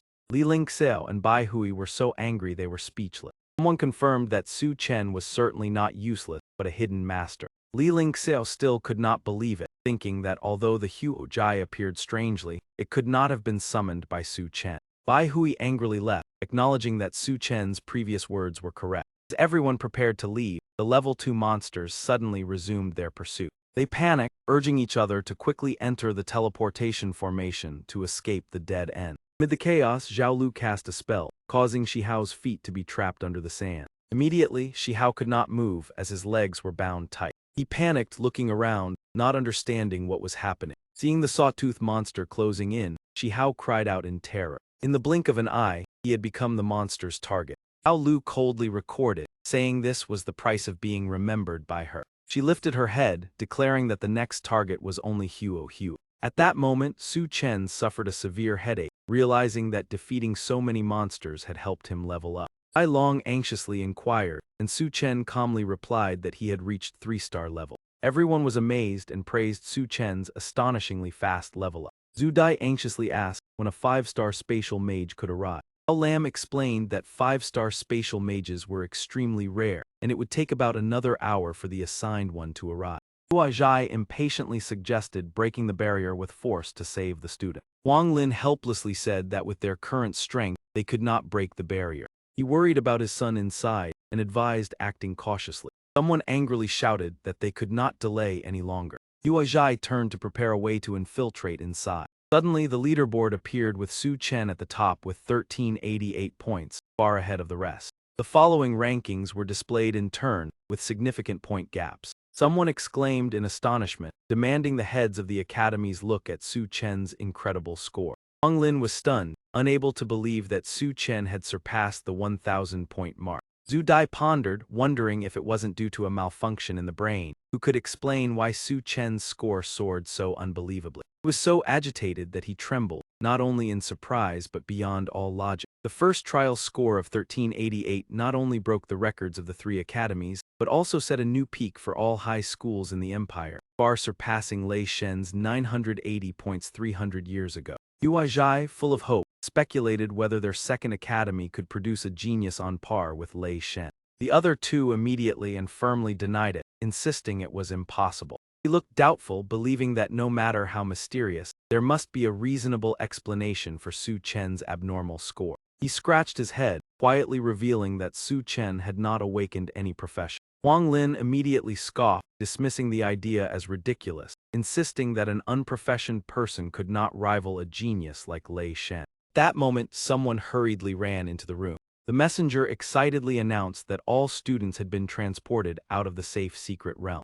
3 academy heads were astonished, stammering and repeatedly asking to confirm the truth of the information. The messenger affirmed firmly that he had seen the students emerge from the formation one by one. Immediately after, the teleportation formation was activated. Su Chen and the other students stepped out of the teleportation gate simultaneously. Everyone was overjoyed to know that all had safely exited the secret realm and that the rewards were being tallied. Su Chen was enthusiastic, finding the secret realm experience like a vivid game world that grew more fascinating the more he explored. Upon hearing the achievement announcement, he was rated S rank for his outstanding role in the secret realm and received god-slaying points along with the Spider Queen's sleep potion. Huajai happily rushed to check on the students, while Huang Lin curiously asked who had saved them all. Zhu Dai firmly confirmed it was Shuang Yan, the top genius of the three academies, while others thought Huo might have also performed a miracle. Another hypothesis suggested that Su Chen might be the achiever, based on his exceptional score.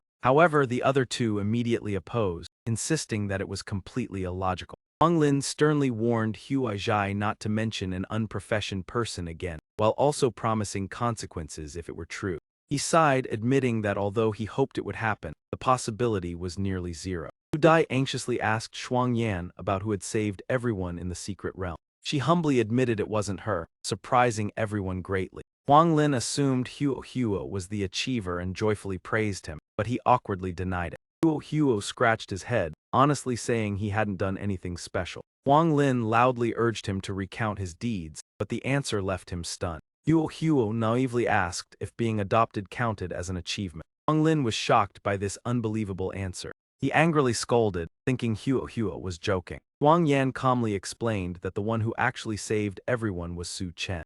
Huajai turned in astonishment to look at Su Chen, unable to believe his ears. He was so flustered that his palms were sweaty, feeling that everything was too incredible. Su Chen calmly asked about the reward for saving others, and was promised recognition by the Mage Alliance. During this, he immediately confirmed he was the one who rescued everyone. Huajai was overjoyed, as this achievement helped the second academy surpass rivals in total score. Huang Lin still could not believe it, thinking an unprofessional person could not accomplish such a feat. Su Chen said little, quickly throwing a punch to prove his strength. Everyone around was stunned for several seconds at the unexpected scene. Huajai laughed heartily, demanding Huang Lin keep his promise to allow Su Chen into the Wu Xiang secret realm. Zhu Dai sternly asked everyone to stay calm, as the situation was unprecedented and required the Mage Alliance's decision. Su Chen curiously asked what god-slaying points meant. Huajai explained they were extremely rare points, awarded only to individuals with exceptional performance. Zhu Dai asked in astonishment whether Su Chen had truly earned this special point. Su Chen calmly replied that he had only received 1 point. Mrs. Jinghai was astonished, emphasizing that even many top geniuses had never achieved this point. Zhu Dai highly praised Su Chen's achievement, declaring him the first mid-level student to gain god-slaying points. He proudly announced that Su Chen was the top newcomer in the trial and would receive great opportunities from the academy. Su Chen thought quietly that Liu Lion would surely be very surprised by his achievement. Shuang Yan proudly declared a challenge, insisting that the upcoming exam would be the real stage and was determined to top the province. Su Chen straightforwardly advised her not to compare with him. She frowned in confusion, thinking he was belittling her. Su Chen casually said he was just idling. Shuang Yan asked bewilderedly if that was a special skill of his. In another desolate place, a bound person panicked and cried for help. He sobbed and begged desperately for mercy. Around him were fanatics worshipping the wild god and pledging absolute loyalty to him. In the sacrificial area, a dark red aura suddenly rose. The sacrificed person screamed in agony. Nguyen Thien excitedly announced that the wild god had responded to their summon. Before them gradually appeared the shadowy figure of a demon. People were terrified yet thrilled to witness the wild god's terrifying power, even as a remnant image. Suddenly the wild god became furious. Nguyen Thien respectfully asked the reason for his anger and pledged absolute loyalty. The wild god roared that his fourth son had been killed while hunting humans, prompting him to descend to investigate. 2 followers angrily vowed to find the culprit and avenge him. The wild god coldly ordered them to immediately investigate the matter. Nguyen Thien promptly obeyed, promising to uncover the truth and report it to the wild god. Before disappearing, the wild god threatened that the perpetrator would pay dearly. In a luxurious mansion amidst the mountains, the atmosphere became tense. Min Kao anxiously asked about Luo Xiao's condition. Luo Xiao irritably replied that being trampled by hundreds of Huajai could hardly be fine. Min Kao reported that the target might be in the hands of a student named Su Chen. Luo Xiao's expression changed, affirming he would retrieve it at any cost and was not afraid to act. Min Kao hurriedly advised against direct action, as it could have serious consequences since Su Chen had drawn the alliance's attention. Luo Xiao coldly declared that he feared no one. Min Kao continued to reassure, emphasizing cautious action to avoid trouble. Luo Xiao ordered the hiring of 2 5-star assassins from the Kinmi organization to retrieve the item.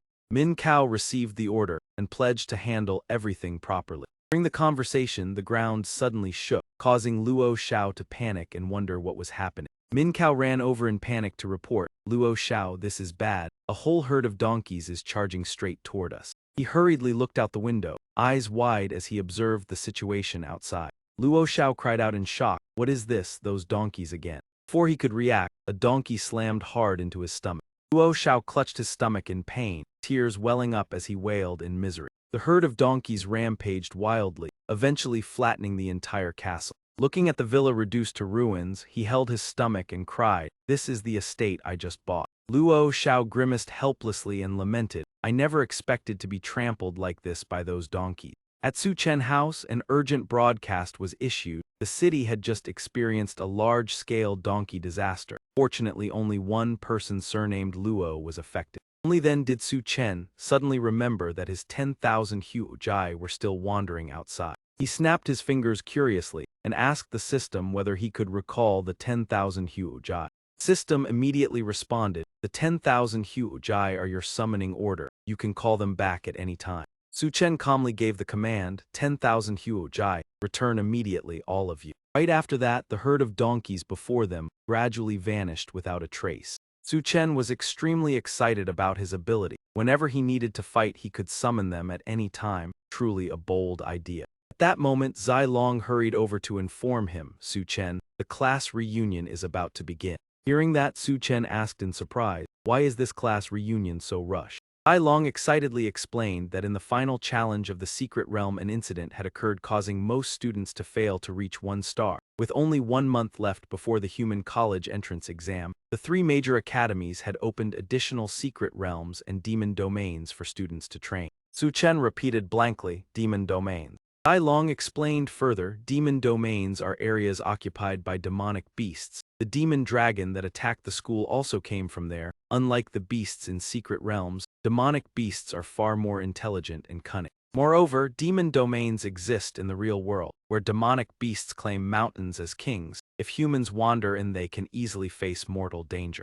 Hearing that, Su Chen wondered, if demon domains exist in the real world, why do experts not eliminate them? Zai Long patiently explained, first, demon domains appear everywhere and continue to form. Second, many demonic beasts are extremely powerful, so high-level experts dare not act rashly to avoid provoking a tide of demonic beasts. If a large-scale outbreak occurs, humanity will face an even more terrifying catastrophe. Over the years, the living space of humans has already shrunk significantly. Su Chen stroked his chin thoughtfully, then where do those demonic beasts ultimately come from? Zai Long shrugged and said some escaped from secret realm instances, others emerged from spatial intersections. To know more, one can only advance to higher academy. Suddenly, the system solemnly issued a mission notification, requiring him to achieve the accomplishment of having many descendants with 3 offspring to help sustain the existence of humanity. Su Chen turned around in shock, "Are you joking?" The system replied coldly, "The system operates seriously and rarely jokes." Su Chen exclaimed in irritation, "What kind of ridiculous mission is this? I am still young and already forced to have children. Quickly change it to another mission." The system repeated that once a mission is issued, it cannot be changed. Complete it as soon as possible. Su Chen blushed awkwardly, "I do not even have a girlfriend. How am I supposed to have children? At least match me with a girl." The system bluntly refused, "There is no such function," even though Su Chen tried to plead. The system still answered firmly, "That truly cannot be done." Finding himself in an awkward situation, he hesitated and turned to Zai Long with a question that even made him feel embarrassed. Zai Long tilted his head, his face full of confusion, unsure what he was about to ask. Su Chen bluntly asked the strange question of whether his female title could give birth. Upon hearing this, the person in front of him was stunned, frozen for a few seconds by the unexpected question. In the classroom, students buzzed with discussions about the incident in the secret realm. Many believed that Su Chen had saved everyone, and although the rankings were still awaiting verification, he was now considered the most outstanding figure in the academy. Bai Hui was furious inside, telling himself that he was the most exceptional and would not let Su Chen overshadow Liu Lion in his eye. Meanwhile, Su Chen walked into the classroom with a thoughtful expression, feeling that this mission was even more difficult than confessing his feelings. Some students mocked that Bai Hui's performance was nothing remarkable, while Su Chen was the one truly worth noticing. Others speculated that Su Chen was not without a profession, but possessed an incredibly powerful hidden class. Unable to endure the chatter, Bai Hui abruptly stood up and shouted for everyone to be silent. He pointed directly at Su Chen, demanding that he stand up and speak. Su Chen calmly asked what he wanted. Bai Hui arrogantly declared that in his eyes, everyone here was insignificant. Those words made Su Chen pause slightly in confusion. Immediately afterward, he smiled meaningfully and told Bai Hui to sit down because he also wanted to join the game.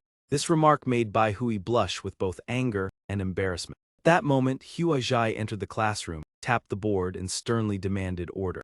He briefly announced that Academy No. 2 had achieved brilliant success thanks to Su Chen, and that he would receive many prestigious rewards. In addition, Su Chen would have the opportunity to visit the Tianjing Academy to meet Liu Lion and receive a skill that required no profession. He reminded everyone that only 1 month remained before the Human Race College entrance examination, the decisive moment for all students' futures. During this period, the Academy allowed students to freely form teams to train in demon zones, and Academy No. 2 was given priority entry due to its leading achievements. Hua Zhai proudly emphasized that this was the first time in many years the Academy had achieved such a position. After the lengthy announcement, Su Chen sighed, complaining that the principal's short speech had lasted more than an hour. From a distance, Li Lei waved enthusiastically, asking when Su Chen would go to train in the demon zone. He replied excitedly that he was ready at any time. Yue raised her hand eagerly, volunteering to join them. She winked playfully, expressing her desire to train together with Su Chen. Li Lei protested in jealousy, but Yue confidently retorted that she had already called Su Chen father, leaving everyone speechless. At that moment, the system notified that Su Chen had gained another descendant, and the mission progress had reached 1/3. Su Chen gritted his teeth helplessly, thinking that this system was truly bizarre. At this moment, Bai Hui approached with a serious expression, wanting to speak privately. He warned Su Chen not to approach Liu Lion again, or he would pay the price. Su Chen quickly explained that he had no intentions toward Liu Lion and would not disturb her anymore. Bai Hui remained suspicious and asked again for confirmation. Su Chen proposed transferring the opportunity to receive the special skill to Bai Hui for 10 million spirit coins. Bai Hui was astonished, believing the opportunity was priceless and unable to believe Su Chen was willing to sell it. Su Chen confirmed he would transfer it, but with a condition that Bai Hui immediately agreed to. Seeing how easily the other party accepted, Su Chen casually draped an arm over his shoulder, grinned mischievously, and asked Bai Hui to call him father. Bai Hui became furious, feeling insulted and believing he was being mocked. Su Chen pretended to be indifferent, saying that if he did not want to, he would withdraw the deal. Bai Hui hurriedly called out to stop him, trying to preserve the opportunity. In the end, he reluctantly called Su Chen father in embarrassment. Su Chen happily patted his head like an elder. The system then announced that the mission progress had reached 2/3. Su Chen joyfully realized how to complete the mission and planned to find Huo to finish it. At that moment, his phone suddenly rang. Seeing that the caller was his uncle, Su Chen was curious, as this was the only relative of the original owner he had never met. He politely answered the call and greeted him. Su Chen's uncle gently told him to come home if he had time. Su Chen immediately agreed to return in the afternoon. His aunt came out and complained to her husband for calling Su Chen so late. His uncle reassured her that he had already called and Su Chen would return that day. His aunt showed disdain upon learning that Su Chen had no profession and wanted to drive him away. Uncle Ming Shuang weakly defended him, worrying that Su Chen would have nowhere to stay if he was expelled. His aunt coldly stated that he could stay in the dormitory or anywhere else, as long as it no longer involved their family. His uncle tried to delay the matter, suggesting they wait until after the college entrance examination to decide. Yu Ting showed contempt, believing that for someone without a profession, exams were meaningless. His aunt agreed, worrying that Su Chen's presence would affect her daughter's relationship with a prestigious family. She then turned gently to ask her daughter about her date with Huang Kai. Yu Ting complained about the incident in the secret realm that prevented many people from upgrading their professions. She proudly said that Huang Kai would take her to the demon zone to level up that afternoon. Su Chen's aunt asked anxiously about the rumors of casualties in the secret realm. Yu Ting replied that she had escaped safely and heard that the one who saved everyone was still being verified by the Alliance. Meanwhile, Su Chen was leisurely walking toward his uncle's house. He accidentally passed by two suspicious individuals. One of them was pleased that Su Chen had left the academy on his own, creating an opportunity to strike. The other sneered, saying that two 5-star assassins handling a mere student would be effortless. He decided to find a secluded place to quickly complete the mission. Not long after, Hu came running over, panting heavily. He respectfully greeted Su Chen as godfather, saying he had rushed over immediately upon being called. The system instantly announced that the descendant mission had been completed. Hu wiped his sweat and curiously asked why Su Chen had called him. Su Chen calmly replied that it was nothing important and told him to return to his work. The system continued to announce that the mission completion reward was the skill escape. Su Chen held his head in disbelief, unable to accept that this was actually a real skill. The system explained that when holding a bucket and using the skill, running speed would increase tenfold. Though helpless, Su Chen comforted himself that it was better than nothing and continued toward his uncle's house. Soon, he stepped onto the familiar street. Observing his surroundings and relying on memory, Su Chen confirmed that his uncle's house was just ahead. At that very moment, Hao Zai suddenly appeared and loudly declared, "Brat, I will deal with you personally." Su Chen was startled and frowned slightly in vigilance. Seeing Su Chen standing still, Hao Zai secretly felt pleased, thinking he had been frightened and could not even react in time to dodge. However, Su Chen said nothing, and immediately unleashed the powerful charged force punch. Hao Zai shouted in shock, "What is happening?" His face turned pale as he felt the immense impact spreading throughout his body. Hao Zai staggered backward in pain. Both furious and suspicious, he gritted his teeth and demanded to know how Su Chen possessed such strength. Su Chen withdrew his force, surprised to see that the opponent was still standing firm, his strength even surpassing that of a 2-star monster in the secret realm.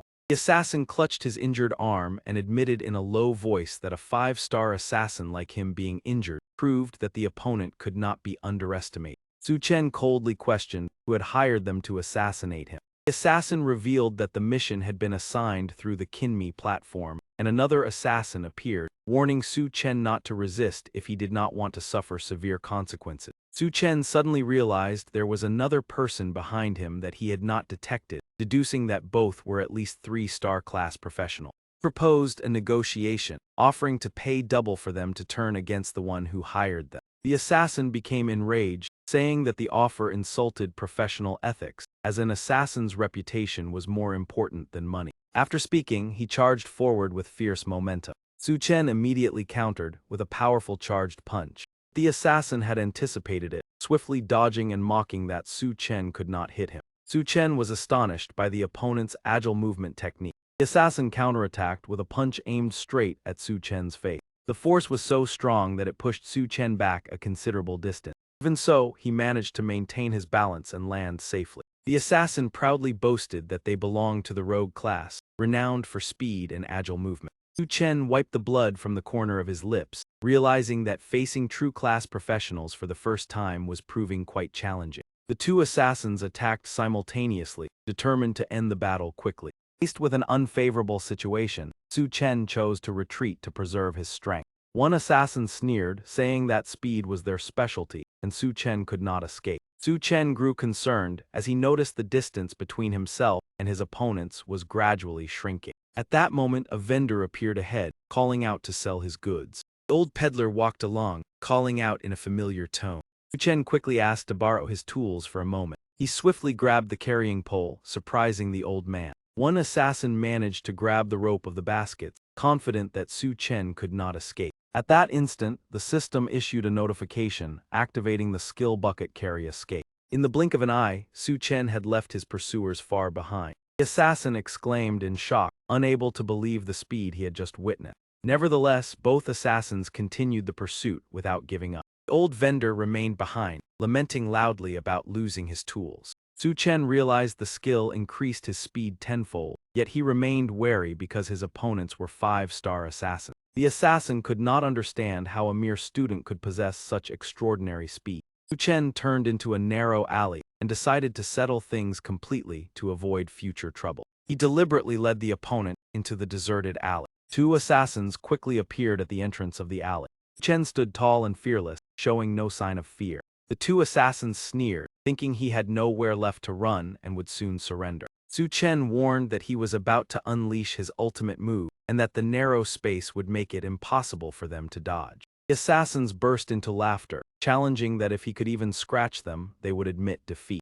Without hesitation, Su Chen immediately unleashed his special technique. A herd of donkeys suddenly charged forward, terrifying the two assassins as they realized this was the infamous donkey disaster. One donkey leaped high into the air as it approached its target. The ones behind surged forward with overwhelming momentum. The old vendor was also caught in the chaos, crying out in panic. One donkey even ran straight toward him. The old man hurriedly pressed himself against the wall, terrified by the chaotic scene. In just a few minutes, the two assassins were completely incapacitated. Su Chen observed with his arms braced, then sighed in regret as there were no clues left about the mastermind behind the assassination. He turned and left, deciding to quickly return to see his family. As soon as he stepped out of the alley, the old vendor called out to him. Su Chen was startled to see the old man clutching tightly onto his leg. Embarrassed, he returned the bucket he had borrowed earlier. The old man angrily said the problem was not the bucket, but the trouble caused by the herd of donkeys.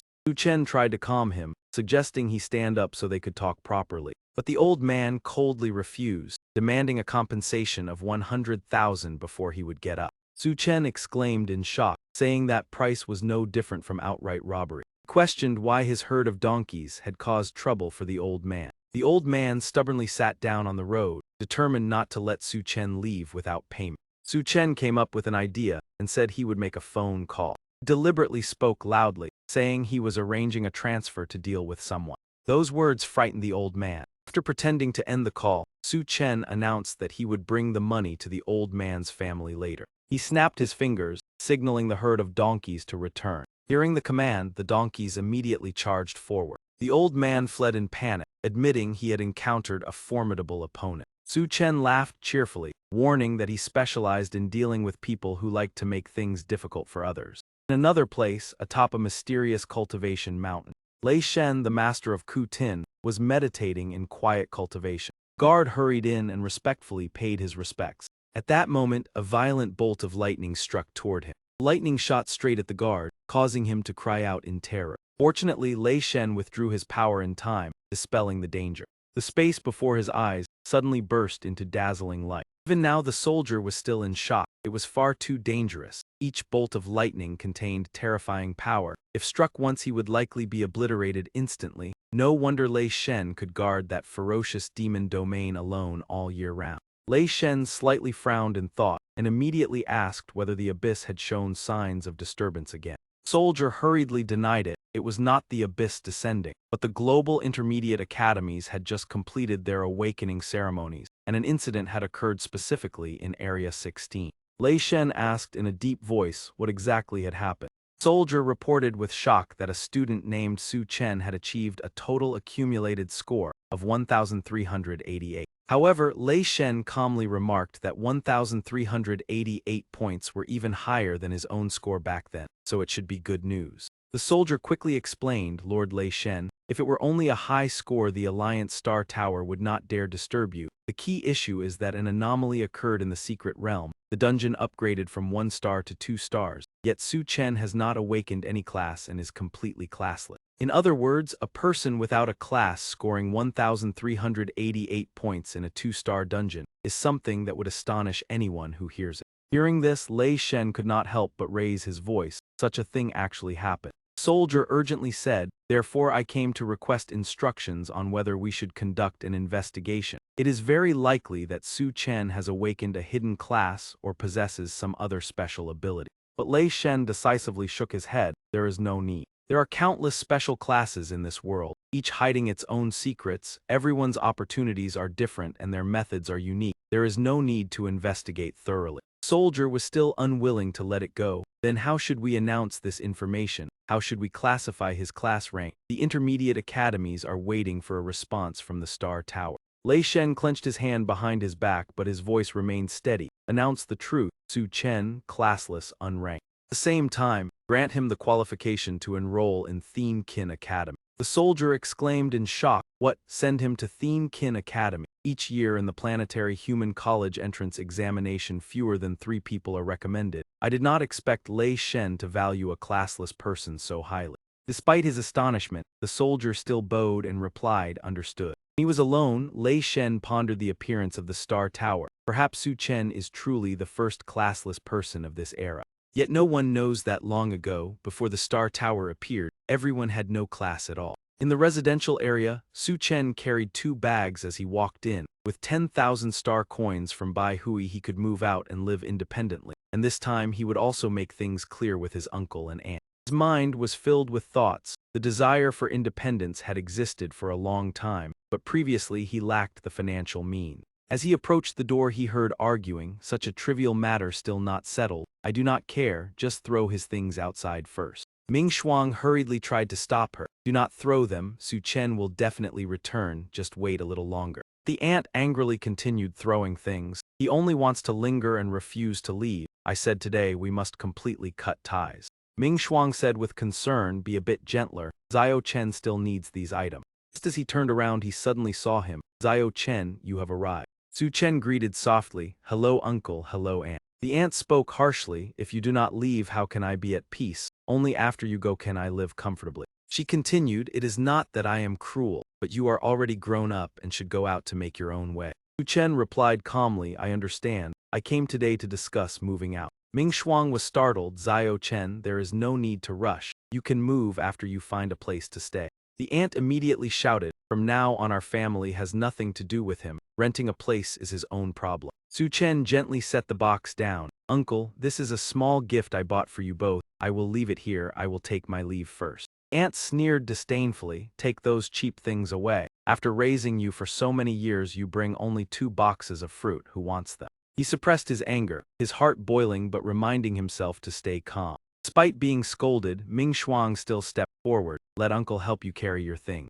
Secretly handed Su Chen 1,000 yuan, "Take it in case you need it. This is money I saved over half a year." Su Chen quickly refused. "I do not need it," but he insisted and pressed it into his hand. "Take it. Do not let your aunt see it. I am useless for failing to protect you." Ming Shuang sighed, "You must work hard in the future."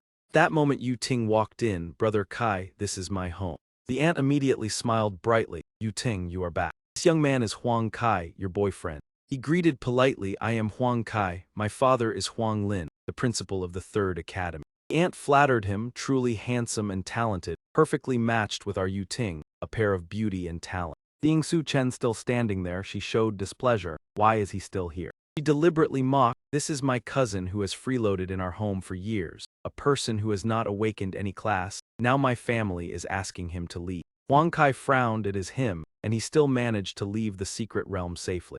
Aunt warmly invited, "Huang Kai, stay for dinner. Today I will prepare a lavish feast." Su Chen looked at him. So it was this man again, the one who played tricks in the secret realm, and he happened to be someone Su Chen wanted to find. Yu Ting coldly drove him away. "Leave quickly. Seeing you makes me uncomfortable." Su Chen ignored her and repeated his earlier words. "Last time I said I would remember you, did I not?" The aunt sneered. "Wanna cling to Huang Kai? Keep dreaming. He is Yu Ting's boyfriend and would never pay attention to you." She continued to mock, "Look at yourself in the mirror. Are you on the same level as Brother Kai?" Huang Kai sneered, "So what if you remember? What can you possibly do to me? In front of me you are nothing." Before he finished speaking, Su Chen struck him, leaving him dizzy. "Stop being so arrogant." Everyone around was stunned. "What is happening?" The aunt pointed and shouted, "Su Chen, are you crazy? You even dare to lay a hand on young Master Huang." Huang Kai growled, "You dare to attack me. You have brought disaster upon yourself." Su Chen clenched his fists and stepped forward. "I need to vent, and you arrived at the perfect time."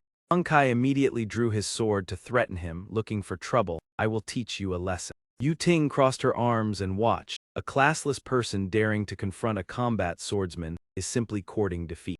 Ming Shuang stepped forward anxiously. "Zio Chen, do not be impulsive." But before he could finish speaking, Su Chen blocked the blade with his bare hand. Huang Kai's eyes widened. What is going on? Just one hand, Su Chen pushed him to the ground. All 3 witnesses were stunned. How could this be possible? Her initial arrogance vanished. Brother Kai was completely overpowered by Su Chen. Why was this happening? Su Chen calmly walked closer after subduing him. He grabbed the opponent's collar and asked coldly, "Are you convinced now?" Ming Shuang looked at him with pride. Zhao Chen is completely different today. Seeing the situation turn unfavorable, Yun Rong shouted loudly, "Release young Master Huang, his background is powerful. Have you considered the consequences?" Hearing this, Huang Kai regained some confidence. "You dare offend me, kneel and apologize immediately, otherwise my family will make you pay the price." Su Chen did not bother to listen and continued striking decisively, still daring to boast, "Let us see whether your words are tougher or my fists are stronger." She cried out in panic, "That is enough, quickly tell your nephew to stop." Ming Shuang ignored her and said to Su Chen, "The road ahead is long, live according to what you believe in. Do not end up full of regret like your uncle." She said in shock, "Ming Shuang, what are you saying? Have you also lost your composure?" He continued encouraging him, "A man must live with dignity. When I was young I dreamed of going to war for humanity, but I awakened a life class instead.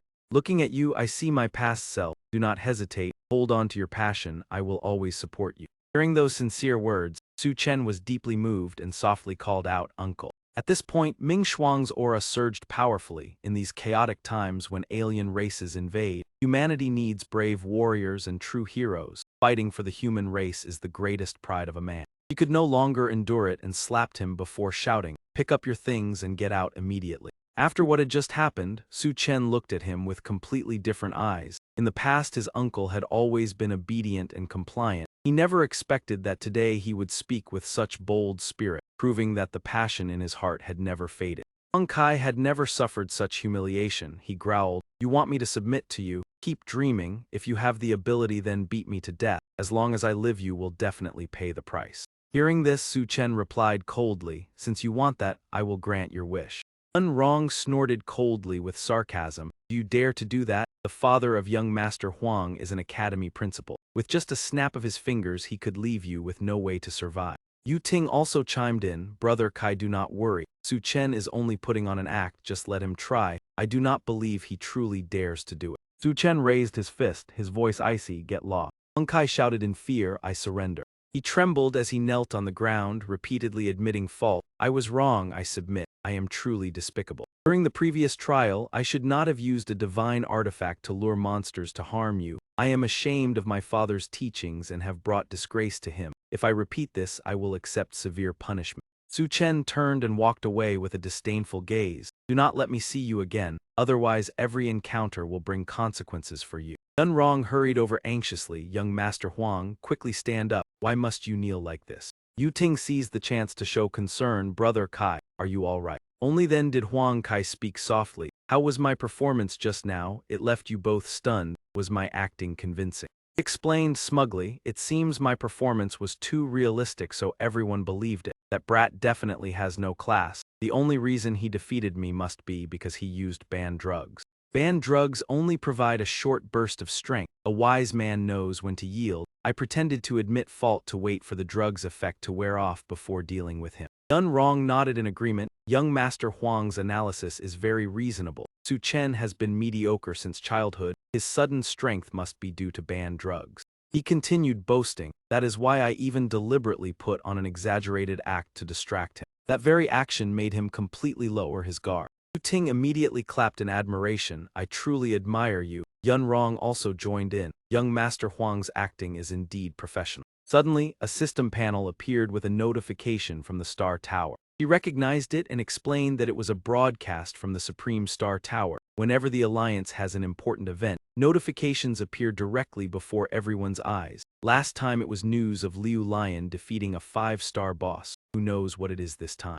The content of the notification was the trial ranking of the 3 intermediate academies. Huang Kai laughed smugly, "Perfect timing. The rankings will make everything clear. Banned drugs cannot be used in the trial because the Central Intelligence will detect them. Su Chen's ranking must be miserable. While I collected many spirit creatures before the incident, so I will definitely be in the top 50, perhaps even the top 20. Yu Ting excitedly added, "The Star Tower ranking truly reflects real strength. I am very curious how many ranks Brother Kai surpasses that useless person by." As soon as she finished speaking, the ranking list appeared clearly. Looking at the list, everyone was stunned. First place was Su Chen. How could this be possible? Huang Kai had not yet understood, so So when he saw the name at the top he proudly said, as expected it is him, my father once mentioned him. It was because of him that our third academy could not surpass the second academy, creating a historic milestone. Yunrong could not believe it and asked again, young Master Huang, could there be an error in this ranking? He replied in surprise, what are you saying? The ranking is compiled by the Star Tower's Central Intelligence and is absolutely accurate, that is basic knowledge. He looked at the ranking with hesitation, but Su Chen's score is far too high.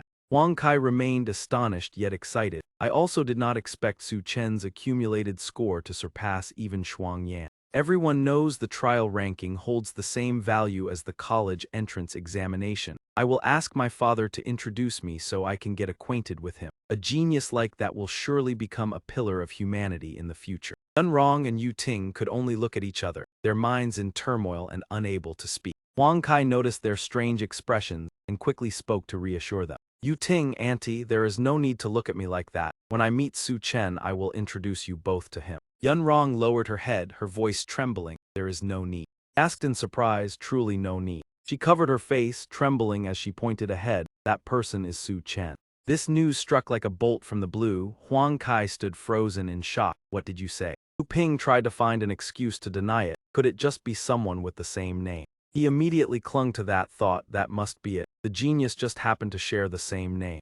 The arrival of Hua Zhai shattered all illusions. Su Chen, I finally found you.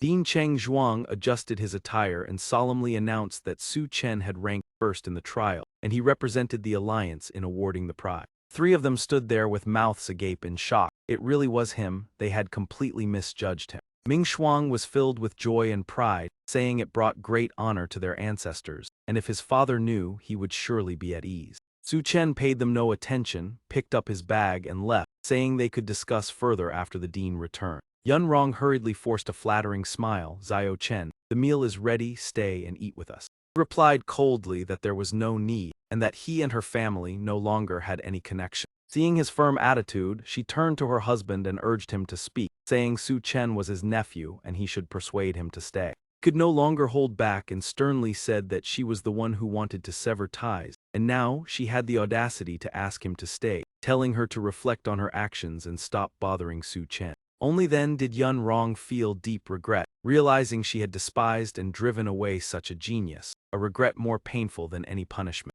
Elsewhere, Hua Zhai walked while asking Su Chen if he knew why he had been urgently summoned, and he calmly replied that it certainly was not for emotional reasons. Mr. Rong Yu spoke seriously, telling him not to speak nonsense. The reward this time was a direct admission slot to Tianqing Academy. This was a historic achievement for the three academies in Hedong province, and being directly admitted brought great pride to the academy. Su Chen responded indifferently, asking if that was all and whether there was any more tangible reward, such as a villa. Hua Zhai ignored the joke and excitedly explained how valuable a direct admission to the top academy in the Long region was, with no more than 3 recipients each year, a tremendous honor. He added that even many provincial top scorers could not gain admission, and with this slot, Academy No. 2's university entrance results were secured. Moreover, Liu Lion was at Tianqing Academy, and Su Chen would have the chance to meet her again and receive the special skill she had promised. During this, Su Chen firmly stated that he probably would not be able to meet her again. Hua Zhai asked in surprise what he meant, and he calmly replied that he had already sold that item. Hua Zhai immediately became furious, saying that the skill was extremely precious and desired by many, yet Su Chen had sold it, which was unbelievable. The system suddenly issued a new mission: complete an achievement within 10 hours and clear a 2-star dungeon 10 times, and Su Chen realized that by completing missions he could continuously obtain skill. Hua Zhai was still angry, saying Liu Lion was a legend of Tianqing Academy and destined to stand among the 9-star elite, and what she offered was not just a skill but a future. Su Chen did not want to hear more and tactfully changed the subject, saying he had a question to ask. Hua Zhai was still irritated and spoke loudly. Su Chen asked somewhat awkwardly whether the direct admission slot to Tianqing Academy was easy to sell. This question shocked everyone present. Hua Zhai became so furious that he lost composure and told Su Chen to get out immediately. In another luxurious apartment, Luo Xiao stood with arms crossed by the window and coldly demanded an explanation for why 2 5-star assassins failed to deal with that boy. Mingao reported seriously that the assassins were highly professional and must have encountered an unfavorable situation, and Liu San nodded in agreement. Luo Xiao turned decisively and declared that he would personally find Su Chen, as the ancient ruins were about to open and he had to reclaim the key. Tian Shu spoke from the corner, advising that the college entrance examination was approaching and Luo Xiao should focus on winning at Tianqing Academy, leaving this matter to him. Luo Xiao adjusted his attire and respectfully acknowledged Tian Shu's presence, expressing confidence that a 4-star spiritual archmage like him would not fail. Elsewhere, Su Chen stood at the school gate, his gaze focused as if waiting for someone. Li Lei ran over and called out that the 3 demon realms had opened and asked which place they should choose for training. Su Chen calmly replied that there was no need to go far, and they would continue with the same 2-star dungeon from before. Thinking of that place, Li Lei felt uneasy, saying the 2-star area was very dangerous and that it would be too risky for just the 3 of them. Just then, he accidentally saw Bai Hui passing by ahead. Su Chen immediately came up with a new idea. There were fewer people on the other side. Bai Hui was there. He could invite him to join. He quickly called out to him and friendly suggested, "Do you want to enter the dungeon with us today?" However, he coldly refused. "No need, you guys go ahead. I have my own matters to handle." As he walked away, he calculated that going with them would only waste time. It was better to go to Tianqing Academy to find senior sister Liu Lion. As long as he learned a class skill, he would definitely rank first in the upcoming college entrance exam, and Su Chen's selling skills was truly short-sighted. After a while near the dungeon gate, Su Chen asked in surprise why this place was so crowded. Li Lei explained that the entrance to the demon domain was right next door. These were people preparing to enter trials or who had just returned. The demon domain was dangerous but full of opportunities. As the 3 prepared to enter the secret realm, the people around them began whispering. "Where are they going? The demon domain is over there. Isn't that the mutated 2-star dungeon? It seems the leader is Su Chen." At that moment, the system displayed a notification about the 2-star dungeon Spider Queen's nest, requiring a large team of 40 people. Looking at the information panel, Su Chen was confused. Previously, when entering dungeons, there were no such detailed prompts. Dai Long speculated that this information was provided by the Supreme Tower to warn class holders of the level of danger. The fact that this dungeon had become a 40-person scale proved that its difficulty and danger had increased significantly. Li Lei felt a bit worried, but Su Chen remained determined to enter. Because he wanted to become stronger than everyone, there was no need to hesitate. Outside, people were both shocked and skeptical. Some said Su Chen had no class, others believed he was only lucky because Huo Jai fell from the sky. Many believed that the 3 attempting to conquer a 2-star dungeon designed for 40 people was unrealistic, and that they had little chance of returning safely. Upon entering, they were teleported to a random area within the secret realm. Su Chen immediately gave familiar instructions. "Li Lei, use your special attribute to attract monsters." Li Lei followed with confidence and joked that his life was entirely in Su Chen's hands. Before long, a massive horde of monsters surged forward, their sheer numbers causing the ground to tremble with every step. Li Lei panicked, ran away, and loudly called for Su Chen's help. Su Chen smiled in satisfaction, remarking that Li Lei's monster-attracting physique was even more effective than specialized divine equipment. Then he declared that the moment to create a miracle had arrived. As soon as he finished speaking, he raised his hand and controlled a large number of monsters from the opposite side to charge over. 2 groups of monsters quickly collided, overwhelming each other in a short time. Li Lei watched in astonishment as hundreds of 2-star monsters were swept into chaotic battle. It was truly a miracle. Deep inside a cave, the tremors outside awakened the sleeping monster. The Spider Queen awoke, calmly thinking that new prey had likely appeared. Powerful vibrations from above caused many young spiders to fall around her. The Spider Queen sensed something unusual. This sound was not like usual. A massive door burst open, and a swarm of monsters flooded inside.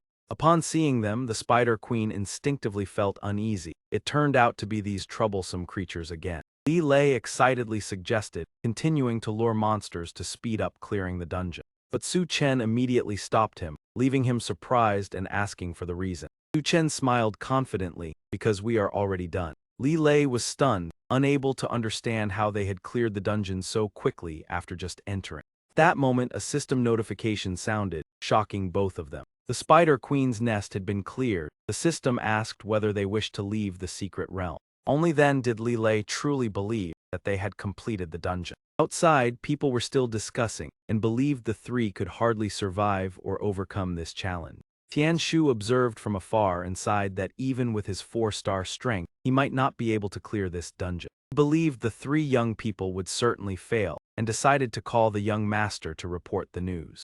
On the other end of the line, Luo Xiao calmly asked whether everything had been handled. Tianshu confidently affirmed that everything was settled and prepared to retrieve the key for Luo Xiao. Luo Xiao happily praised him and promised to celebrate when he returned. Tianshu humbly replied that serving the young master was his duty. He only requested the agreed reward of 1.8 million and did not dare to ask for more. However, when Luo Xiao looked at the screen and saw Su Chen's group appear, he immediately became furious. Tianshu was surprised and did not understand why the young master's attitude changed so suddenly. Luo Xiao sighed and told him to look behind. When he turned around, Tianshu was shocked to see Su Chen and his companions already outside. The surrounding crowd was also extremely surprised and curious about how they exited the dungeon so quickly. Someone speculated that they had used a skill stone to escape, an item that allowed them to end the trial and teleport out of the dungeon. Many believed this theory and thought that Su Chen had wasted a valuable item. Suddenly, the system announced congratulations to Su Chen, Li Lei, and Zai Long for completing the Spider Queen's nest. At the same time, they broke the clearance record with a time of only 7 minutes and 28 seconds. This news left everyone stunned. No one could believe the dungeon had been conquered so quickly. The crowd buzzed with discussion because the time was too unreasonable. Even running across the entire map would take longer than that. The person who had made the earlier speculation became embarrassed, not knowing how to explain it. Li Lei proudly declared that breaking this record was extremely easy for them. The system rated their performance as S rank and awarded the item Spider Queen's tier, causing Su Chen to wonder why there were no body/points this time. Li Lei explained that each dungeon only granted body/points once when achieving an outstanding result on the first clear. Immediately afterward, both of them clearly felt their strength increasing. Zai Long happily announced that he had easily advanced to 1 star. Li Lei was also excited to reach 1 star and remarked that it was a pity by who he had missed this opportunity. As for Su Chen, he remained calm, as if everything had been within his expectations. He smiled in satisfaction, believing that at this rate, completing the 2-star side quests would be very quick. Elsewhere, Tianshu continued to beg for another chance to make amends and promised to handle things cleanly. Luo Xiao agreed, trusting in his abilities and believing that dealing with 1-star individuals would be easy. Tianshu regained his confidence and even promised to livestream the process of taking action. 5 minutes later, the situation had not changed as he had hoped. The Spider Queen was still being trampled endlessly by the monster horde, pushing everything beyond control. 3 of Su Chen walked out calmly, and at the same time, the system announced victory once again. They once again completed the Spider Queen's nest and set a new record with a time of 6 minutes and 18 seconds. The crowd gasped in admiration. Some even respectfully called Su Chen To th1e7n. Even so, some people were still jealous, but they had to admit that continuously conquering large dungeons provided abundant experience, even though the current maximum rank was only 2 stars. At that moment, Tianshu rushed over at high speed, preparing to act according to the plan. But before he could do anything, the 3 of Su Chen were teleported into the dungeon again. Tianshu stood frozen in shock, unable to comprehend what had just happened. On the other end of the line, Luo Xiao also grew impatient with this unexpected situation. People around were utterly puzzled as Su Chen continued entering the dungeon despite reaching the experience limit. They could only sigh that the world of geniuses was truly unpredictable. Inside the cave, the Spider Queen trembled in fear as this situation had continued for 2 full hours. She clutched her head and shivered in anguish. This was already the 10th time today she had been tormented by the Huo-Jai swarm. She was unwilling to endure and remember this chain of painful memory. Huo-Jai swarm trampled relentlessly, leaving her utterly exhausted as dust filled the air. Even Li Lei could not help but marvel at witnessing a 2-star boss being tormented to such an extent for the first time. Zai Long noticed something unusual, because under normal circumstances monsters in a secret realm would not retain old memories after being defeated. He speculated that this phenomenon might be related to the previous mutation of the secret realm.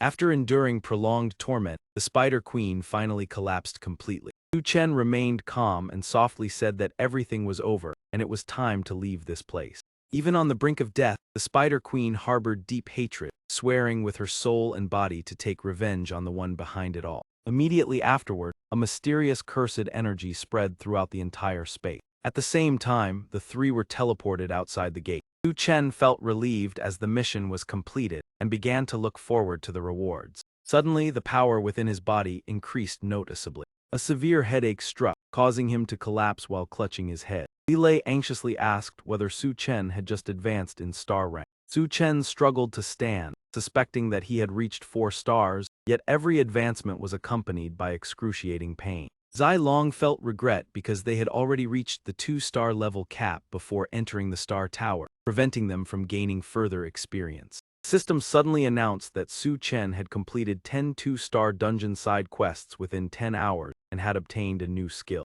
The system explained that the skill Benevolent Disassembly Garment allowed him to instantly remove an item from an opponent and claim it as his own.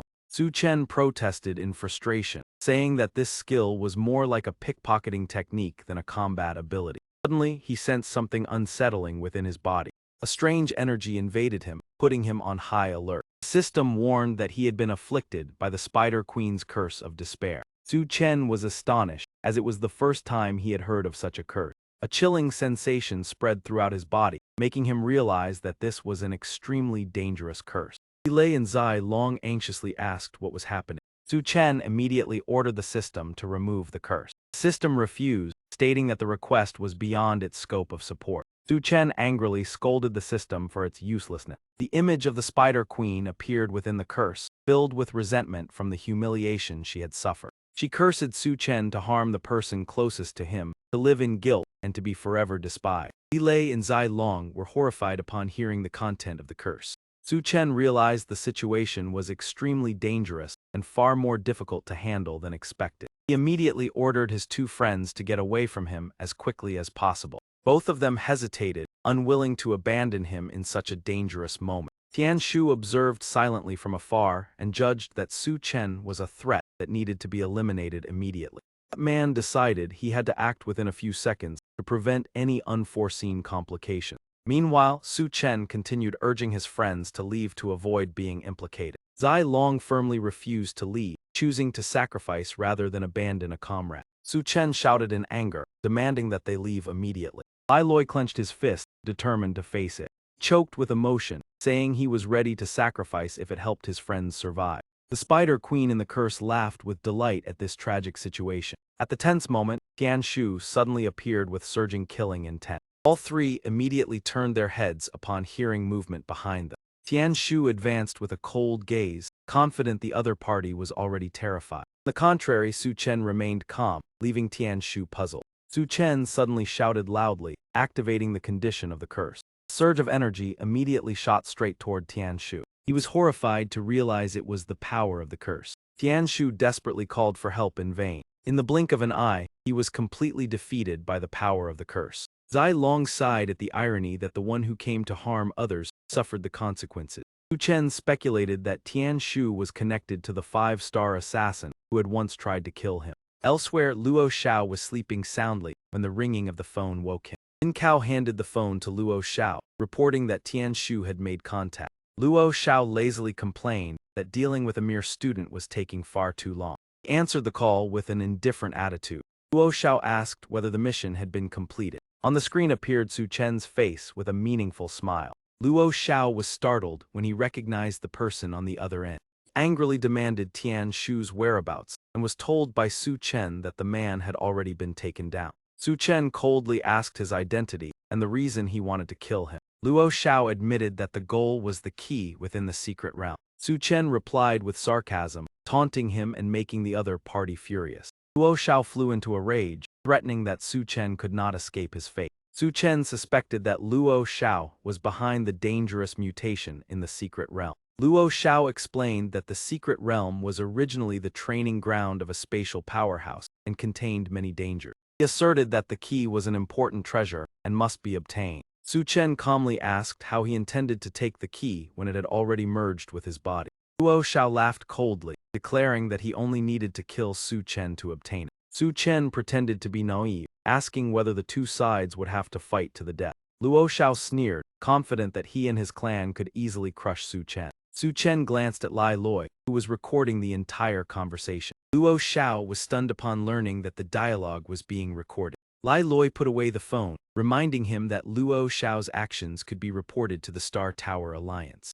Luo Xiao realized he had been trapped and shouted angrily. Su Chen responded with mockery, declaring that he would teach him a lesson. Immediately after, the call was suddenly cut off. Zai Long worriedly reminded that the Luo family was a major power. Even with evidence, it would be very difficult to confront them. He lightly snapped his fingers, the crisp sound echoed in the air. At least they would not dare to act against me openly anymore. We can leisurely toy with that, nephew. On this side, fury surged as he violently hurled the glass to the floor. The sound of shattering glass echoed throughout the room. Luo Xiao's entire body trembled with grievance, each word bursting out with hatred. I have lived this long and have never suffered such humiliation as today. The man beside him broke into a cold sweat and cautiously suggested, "Young master, how about hiring assassins from the Bloody Guild? They have been active recently. A 6-star assassin has just appeared. We can use their services as long as we register as members." Behind them, Hao Ran leaned against the wall and shook his head in frustration. That will not work. If Su Chen releases the evidence, the Alliance will definitely investigate. Laza will also be implicated. Even if it can be resolved in the end, we cannot openly act against him for now. Ming Gao quickly interjected, his voice full of worry. Then what should we do? The relic may open after the human college entrance exam. If we cannot obtain the key this time, we will have to wait another 100 years. He pointed forward and ordered, "Go make contact immediately. Tell the family to handle my transfer procedures. I want to take the human college entrance exam here, under everyone's watchful eyes. I will personally deal with that brat. Casualties are unavoidable during the exam, and the Alliance will have no grounds to question." Elsewhere, Gao Yang held a tablet and turned to ask Liu Lion, "Where did this photo come from? When was it taken?" Her expression immediately turned serious. 10 days ago, I encountered a magical beast at the middle school. I intended to show it to Master earlier, but you were not at Tianqing Academy, so I am only presenting it now. He stared intently at the demonic dragon on the screen and asked, "What about this magical beast?" Liu Lion maintained a calm expression and replied briefly, "It has been dealt with." Hearing this, Gao Yang was so shocked he nearly dropped the device in his hand. He exclaimed, "What?" Seeing his disbelief, she asked anxiously, "Master, what is wrong? It is just a magical beast. Why are you so tense?" Gao Yang spoke in a deep voice, his eyes darkening. "That was not an ordinary magical beast. If my guess is correct, it was the 4th offspring of Jia Shen, the one who has plagued the human race for many years on the primordial battlefield." Liu Lion nodded in agreement. No wonder its aura was so unique, and it was my first time seeing it, so it turns out to be of Jia Shen's bloodline. Frowned slightly with concern, Jia Shen is extremely vengeful. Killing his offspring is something he will not easily overlook, but you are my disciple. I will not let him have the chance to harm you. Liu Lion hurriedly waved her hands and said awkwardly, "It was not me who acted." He froze. "If not you, then who?" Even the middle school principal might not be able to defeat it. After all, it was a B+ magical beast. Liu Lion suddenly recalled the figure of someone in her mind. If I am not mistaken, it was a middle school student named Su Chen. Gao Yang pondered as if searching his memory. Su Chen sounds familiar. A few days ago he ranked first in the provincial secret realm mock exam in Hada. She continued, "Moreover, he broke the record once set by Lei Shen. The Star Tower even reported this news." He lowered his head and said slowly, "Breaking Lei Shen's record proves his aptitude is not bad, but..." Gao Yang looked up at her. In a time when the human race is surrounded by enemies, he killed Jia Shen's offspring. Retaliation is inevitable. Not only the Jia Shen cult, but also the forces that worship him have never been completely eradicated. Su Chen's future is truly fragile. Miu Miu skipped in cheerfully and shouted, "Sister-in-law, someone is looking for you." Liu Lion asked in surprise, "Looking for me? Who is it?" The little girl shook her head cutely. "They did not say their name. They only said they wanted to meet you to request an unclassed skill." Liu Lion silently guessed that the person was Su Chen. It seems he has arrived. As soon as she stepped out, she encountered someone. He adjusted his clothes and smiled as he introduced himself. "Senior sister Liu Lion, I am Bai Hui. I have finally met you." He frowned in displeasure and asked directly, "Then where is Su Chen?" Bai Hui smiled ingratiatingly. "He did not come. I came here on his behalf." She placed her hands on her hips and narrowed her eyes suspiciously. "On his behalf? As far as I know, only the top-ranked person can receive the skill, and first place was Su Chen." He scratched his head awkwardly. "It is true he ranked first, but he did not want to come, so he transferred the quota to me."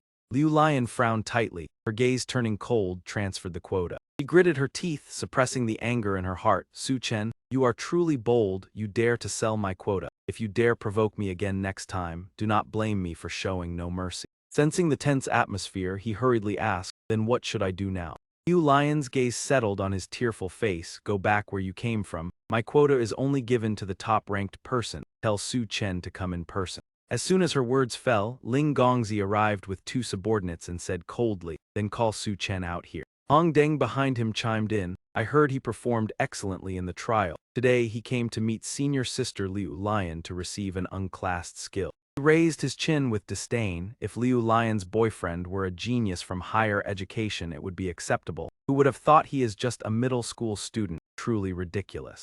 Ling Gongzi gritted his teeth. He may not even become a human elite after passing the exam. What makes that brat worthy? He suddenly pointed ahead and shouted, Ling Gongzi, there is Su Chen. The 3 of them looked over, but the person approaching was Bai Hui, walking with a weary posture. He shouted loudly and ordered his subordinates, go, teach him a lesson. 2 men eagerly rushed forward. Leave it to us, brat, let us see how long you can stay stubborn. Kick swung straight toward him. Bai Hui widened his eyes in shock. Before he could react, Hong Deng's kick struck his face directly. Touching his reddened cheek, he stammered, what are you doing? Before he could finish speaking, the 2 men rushed in and punched and kicked him repeatedly. Bai Hui cried out, who are you? Why are you attacking me? Ling Gongzi coldly looked at him lying on the ground and stepped down hard on his leg. His face bruised and his body trembling, Bai Hui still struggled to ask, I have taken the beating, but at least tell me the reason. Ling Gongzi crossed his arms, his gaze icy. Su Chen, are you still pretending not to know at this point? Hearing that name, he struggled to his feet and pointed at himself. What Su Chen? Open your eyes and look, I am Bai Hui. He paused in surprise and asked, you are not Su Chen. Vin handed him the phone. Ling Gongzi, it seems we made a mistake. This person does not look like Su Chen in the photo. Realizing they had beaten the wrong person, he turned and left in frustration, saying, what a waste of time, disperse. Bai Hui lay on the ground choking with sobs. I spent so much money to buy this quota. I learned nothing and got beaten instead. I should never have bought this slot. Elsewhere, the 3 of Su Chen walked forward slowly, their eyes constantly scanning the surroundings. From afar, 3 men in black watched them closely. So it really is these people. One of them said coldly while pointing ahead, everyone thought Liu Lion defeated the 4th prince, but reviewing the footage shows she had not acted yet. The one who truly acted was Su Chen. The man beside him smiled with ambition. If we deal with him, it will be a great achievement. Jia Shen will bless us. The scene shifted to Gao Yang's home. He leaned back on the sofa sipping wine. The brewing technique of the Mu Hu clan truly surpasses that of humans. Seeing Liu Lion preparing to leave, he asked, my disciple, where are you going in such a hurry? He replied calmly, I am going to find Su Chen. He raised his glass and said leisurely, why look for him?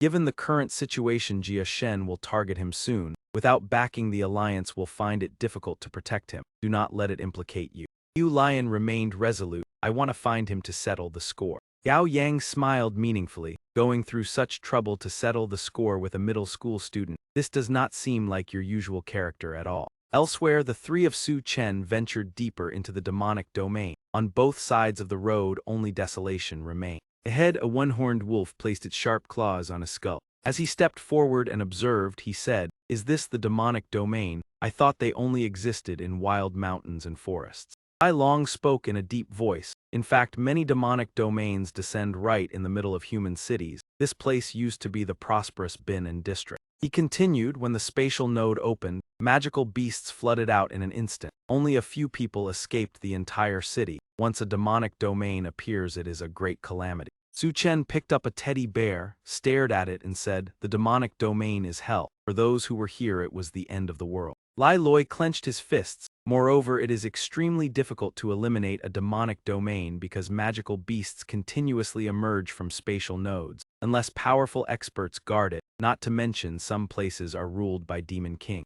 Su Chen turned around and said, let us go back. With our current strength, we will not gain much progress here. A sense of unease rose in his heart, witnessing the devastation and the lives buried here. He finally understood the cruelty of the battle for survival. 3 men continued to follow silently. Min asked anxiously if they should act. Nguyen Thien shook his head. Wait, many students are training nearby before the exam, so there are quite a few teachers around. We will act after they leave. The three quickly departed to find a more suitable location. One of them urged impatiently, "If we hesitate any longer, they will return to the academy. It will be even harder then," he ordered. "Act now." Zai Long sensed danger and turned back shouting, "Be careful, there is an ambush."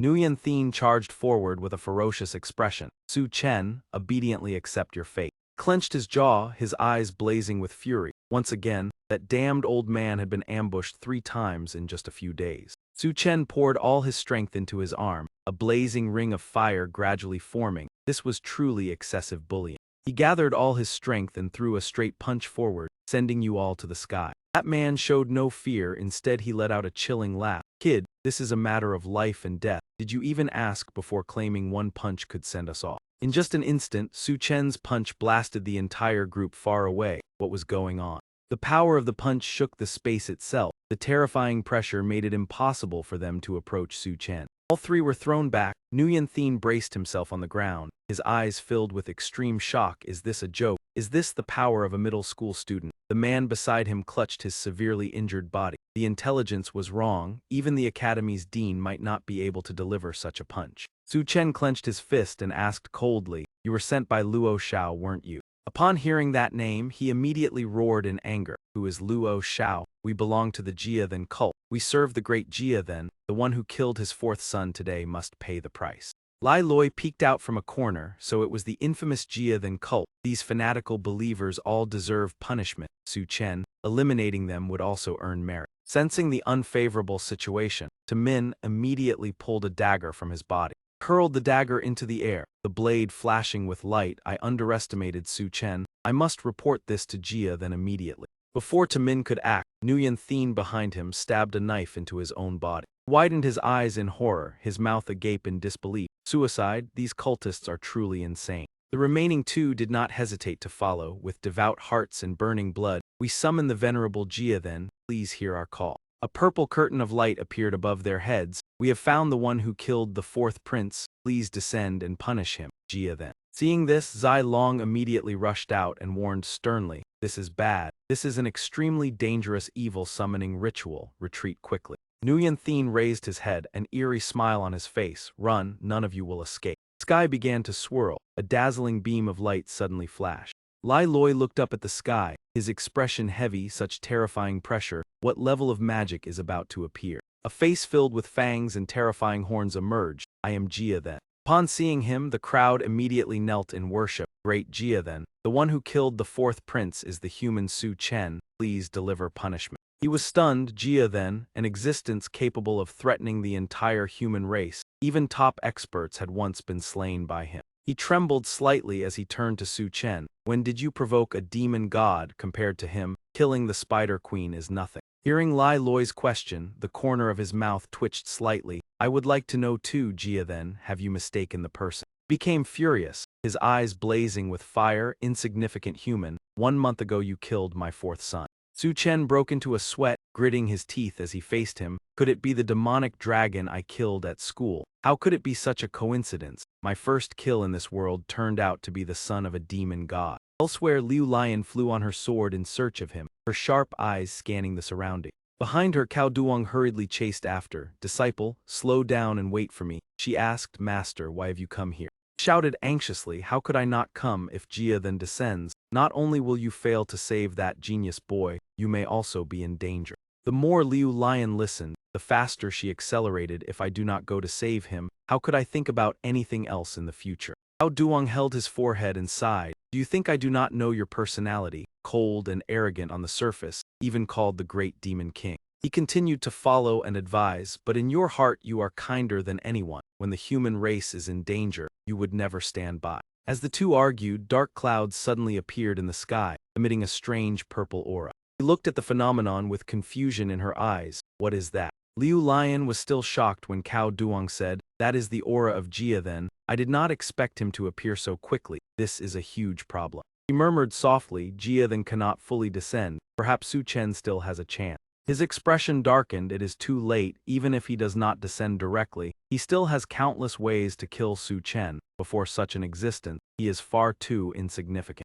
On Su Chen's side, he gritted his teeth. "Zai Long, is there any way to escape?" He shook his head anxiously. "If Jia Then personally takes action, we have no chance of survival. He snorted coldly, his face gradually fading. Lowly humans, you are too arrogant. You are not worthy of my personal action. After that, Jia then vanished, leaving only his voice echoing, I will deliver divine punishment. This entire city will pay the price. All humans will be buried with my son. Behind them, a black spatial crack appeared, releasing a bone-chilling aura. He frowned, sweat forming on his forehead. What is this thing? Lai Loi trembled. That is a space-time rift, also known as a spatial node. Jia then wants to turn this place into a demonic domain. Zai Long's face turned pale. When the spatial node is complete, countless demonic beasts will pour out. The entire city will face a catastrophe like Binan County in the past. Su Chen's aura erupted, surrounding his body. Is there any way to stop it? He replied sternly, the only way is to destroy it before it stabilizes, but with our current strength, it is nearly impossible. From the rift, a succubus stepped out with a bizarre laugh. I have arrived, this is the place. Surviving cultists cheered, a C-rank or higher succubus. Her abilities are extremely difficult to deal with. The power of Senzama is terrifying. Only destruction brings rebirth. Jia then will rule the world. She crossed her arms, her expression cold and confident. Great Jia then, I will obey your command to guard this place. Looking at the sky filled with purple aura, they shouted, kill them, then destroy the entire city. Liu Lion took the lead, charging with Cao Duong straight toward the surging black aura. Worry flashed in her eyes, master. Could it be that I was wrong? Cao Duong nodded, that is right. Jia then has gone mad, expending power to open a new spatial node. He wants to turn this place into a demonic domain. Hearing this, she gritted her teeth. At this speed, by the time we arrive, the spatial node will likely be complete. Everything will be too late. He remained calm. I have already sent a distress signal to the Alliance. Now we can only save as many people as possible. In an instant, both of them accelerated, rushing forward at astonishing speed. Over here, the Engai Ma swung its sharp claws at Su Chen. The will of Jia then cannot be resisted. You and all the humans here must die. After that, I will enjoy my spoils of war. Hearing this, Zai Long and Lai Loi broke into cold sweat, their hearts pounding with fear. In contrast, Su Chen's anger surged fiercely. I will absolutely not let that happen. She calmly walked up to Su Chen. You will not allow it. What are you to say such a thing? Before she finished speaking, he roared, his muscles tensing as he charged straight at the succubus. Get lost. His punch struck directly at her face, causing the surrounding air to tremble. The blow sent the succubus flying, her body staggering before slamming heavily into the ground. She covered her face and stood up, roaring in fury, damnable human, you dare strike my face. Regaining her footing, the succubus unleashed a technique, bewitching art, twin bone, enchanting smile. She laughed eerily, the sound tearing through the air. I will make you sink into the most painful death. Recognizing the technique, he immediately warned, do not look at her, or you will lose control. Succubus smiled seductively. I have reached perfection. Just hearing my voice or smelling my scent is enough for men to be unable to resist. He clutched his chest, his face flushed, struggling to stay conscious as he saw Lai Loi already enchanted. Zai Long, we cannot hold on much longer, we are counting on you. As soon as he finished speaking, heart shapes appeared in Su Chen's eye. Seeing this, she slowly approached, offending Jia then, not even immortals can save you, I will take you as the first sacrifice. The succubus raised her sharp claws, preparing to deliver the final blow. Suddenly, a knife appeared in his hand from nowhere. Zai Long transformed into a female form, leaving her stunned. What is going on? Succubus gritted her teeth in disbelief as her charm failed. Impossible. You are a man yet you remain conscious. Zai Long smirked. Sorry about that. He smiled with full confidence. Whether male or female does not matter to me. As soon as he finished speaking, Zai Long swung the knife with precise speed, aiming straight at the succubus. Finish. He spat out a mouthful of black fluid, screaming in unwillingness, I cannot accept dying like this. The group led by Ngai Thien was stunned when they witnessed the succubus being defeated so quickly. They could not believe that a middle school student had defeated a high-level magical beast. After the opponent was eliminated, the remaining two regained their composure. Su Chen patted Zai Long on the head and praised him for responding excellently in the dangerous situation. He thoughtfully concluded that this victory was largely due to the element of surprise, because in a direct confrontation there would have been almost no chance. Above, an enraged voice echoed. The one who called himself a deity declared that he would punish everyone for daring to oppose him. Su Chen remained unfazed, bluntly provoking and challenging the opponent to descend and face him directly. Vo Vong angrily pointed at Su Chen, scolding him for daring to insult a deity, while Min gritted his teeth in hatred. Su Chen continued to mock them, saying the opponent only dared to threaten from afar and could not act personally. The self-proclaimed deity replied coldly that although he could not descend, the demonic domain had already formed and humanity would soon be destroyed. In the spatial crack, a gigantic two-headed demonic hound emerged. Seeing this creature, everyone was horrified. If it was not stopped in time, the entire city would be in danger. Su Chen immediately stepped forward, his aura surging as he resolved to destroy the spatial node. A scornful laugh echoed from the spatial vortex, ridiculing a weak human for daring to oppose a deity. Su Chen clenched his fists and launched a powerful punch at the spatial crack. The crack immediately shrank after the forceful blow. One behind it was astonished to see the spatial node significantly reduced and began to view Su Chen differently. Flames of fury ignited around Su Chen as he declared that he would not allow a catastrophe to occur. He unleashed another, even stronger strike, the power spreading violently. The spatial crack continued to contract, gradually being drawn into the void. Seeing the critical situation, the one behind it immediately ordered the magical beasts to stop Su Chen. The pack of demonic hounds charged forward like a storm to attack him. Su Chen calmly launched a counterattack, clearing a path forward.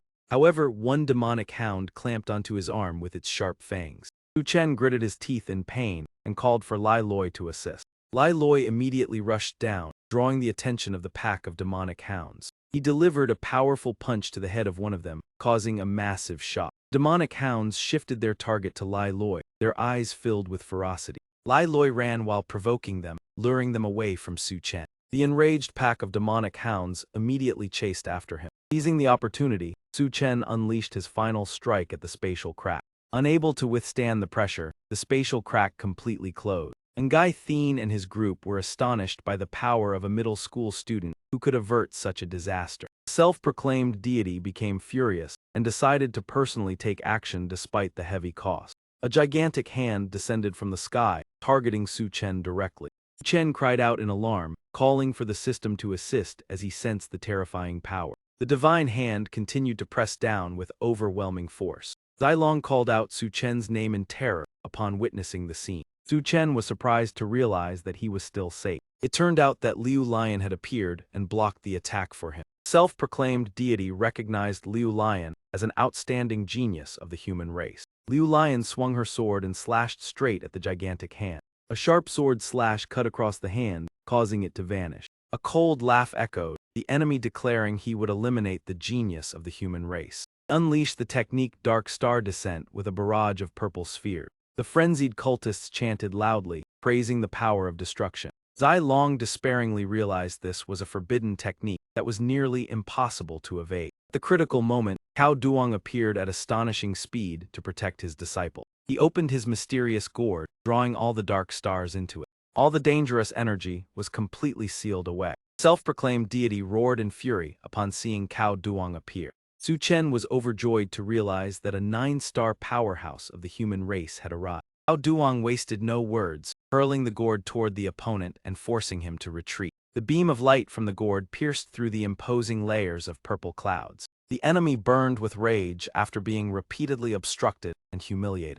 Cao Duong declared that the human race was growing stronger and would drive back gods and demons. The sky returned to calm. Su Chen was exhausted yet relieved as everything came to an end. Suddenly, Cao Duong sensed something unusual. A streak of purple light shot straight into Su Chen's body. Su Chen panicked and checked himself. Cao Duong quickly held him steady to examine his condition. He confirmed that Su Chen had been marked with a divine sigil. This mark allowed the opponent to sense Su Chen's location anywhere. Su Chen anxiously asked if that meant he would always be in danger. Cao Duong explained that deities found it difficult to descend directly due to the restrictions of the world's will. Su Chen asked whether there was any way to remove the mark. Cao Duong stated that only upon reaching the 8-star level and undergoing a soul transformation could he dispel it himself. He concluded that only individuals with great potential would be marked in such a way. Su Chen sighed, guessing that killing the opponent's son was the cause. Cao Duong believed the main reason was Su Chen destroying the spatial node. Su Chen nodded, admitting that he had done so. Cao Duong was astonished to learn that the demonic domain had been stopped before it could form. Looked around and confirmed that all signs of the demonic domain had disappeared. Cao Duong reflected, concluding that this was a rare achievement in history. Su Chen remained humble but did not deny his contribution. Cao Duong was delighted, affirming that Su Chen had rendered great merit. In the distance, Lai Loi was still being chased by a pack of demonic hounds and crying for help. Zai Long immediately rushed over to assist with a powerful kick. Drew his axe, preparing to fight as he was surrounded. The Blood Corps squad arrived just in time, rescuing everyone from danger. They quickly joined the battle, creating an overwhelming advantage. Precise sword strike finished off the demonic beast, ending the fierce battle. He unleashed his full strength in attack, knocking the demonic hound flying away before finishing it off in an instant. He braced his hands on his knees, breathing heavily as he told Toka that the Alliance's combat team had arrived to assist. It was the renowned Blood Corps squad known for halting the tide of beast hordes. From behind, Liu Lion loudly called his name, startling Su Chen. Li Lei stood close to Su Chen's ear and whispered that the way Liu Lion was looking at him was very unusual. Su Chen shivered, feeling that gaze was cold enough to pierce through him, impossible to hide from. He stiffly turned around, raised his hand in greeting, and forced a smile, greeting senior sister Liu Lion. It has been a long time. As soon as he finished speaking, Su Chen immediately received a hard slap from her. Liu Lion grabbed his collar and demanded to know why he said he loved her, yet avoided her, and even transferred the quota. Knowing he had been exposed, Su Chen trembled as he begged to explain, hoping she would calm down and listen. Liu Lion gave him no chance, and immediately dragged him away without listening further. Su Chen cried out in panic, "Senior sister, do not do this, everyone is watching." He dragged him into a secluded corner, leaving only Su Chen's desperate cries echoing in despair. Those standing outside turned pale at the scene, feeling extremely frightened. On the other side, Zai Long was fiercely sweeping through the demonic hound. After clearing them out, he planted his axe on the ground and let out a relieved breath. As Lu Wuqian turned back, he saw Zai Long and was filled with astonishment at her aura. A subordinate stepped forward to report the mission was complete and wondered why the captain was still standing still. Lu Wuqian stared intently at Zai Long and remarked that her strength was impressive despite being only an intermediate student. A mischievous subordinate teased that if he liked her, he should boldly pursue her. Lu Wuqian blushed and awkwardly asked whether he really should do that. The subordinates encouraged him, saying that with his status and strength, his pursuit would surely succeed. One even advised him to be more proactive, since he had always been too shy around women. A subordinate patted his shoulder and encouraged him, saying strong women often admired men with strength like his. Lu Wuqian took a deep breath and told himself he would be brave just this once. He stepped in front of Zai Long and introduced himself as Lu Wuqian, captain of the Blood Corps squad. He confidently invited her to a meal and expressed his wish to pursue her. Zai Long placed her hands on her hips and coldly replied that if they compared that aspect, she surpassed him. Her blunt words left Lu Wuqian stunned as if struck down. He walked away in a daze, feeling the urge to hide somewhere out of embarrassment. The subordinates murmured in surprise, not expecting that girl to actually be a man in disguise. Seeing their captain sitting in a daze, they silently regretted that his rare initiative had ended in failure. On Su Chen's side, his cries grew more miserable as he begged Liu Lion for forgiveness. Li Lei shivered at the sound and considered offering help, but Zai Long challenged whether he truly dared to do so.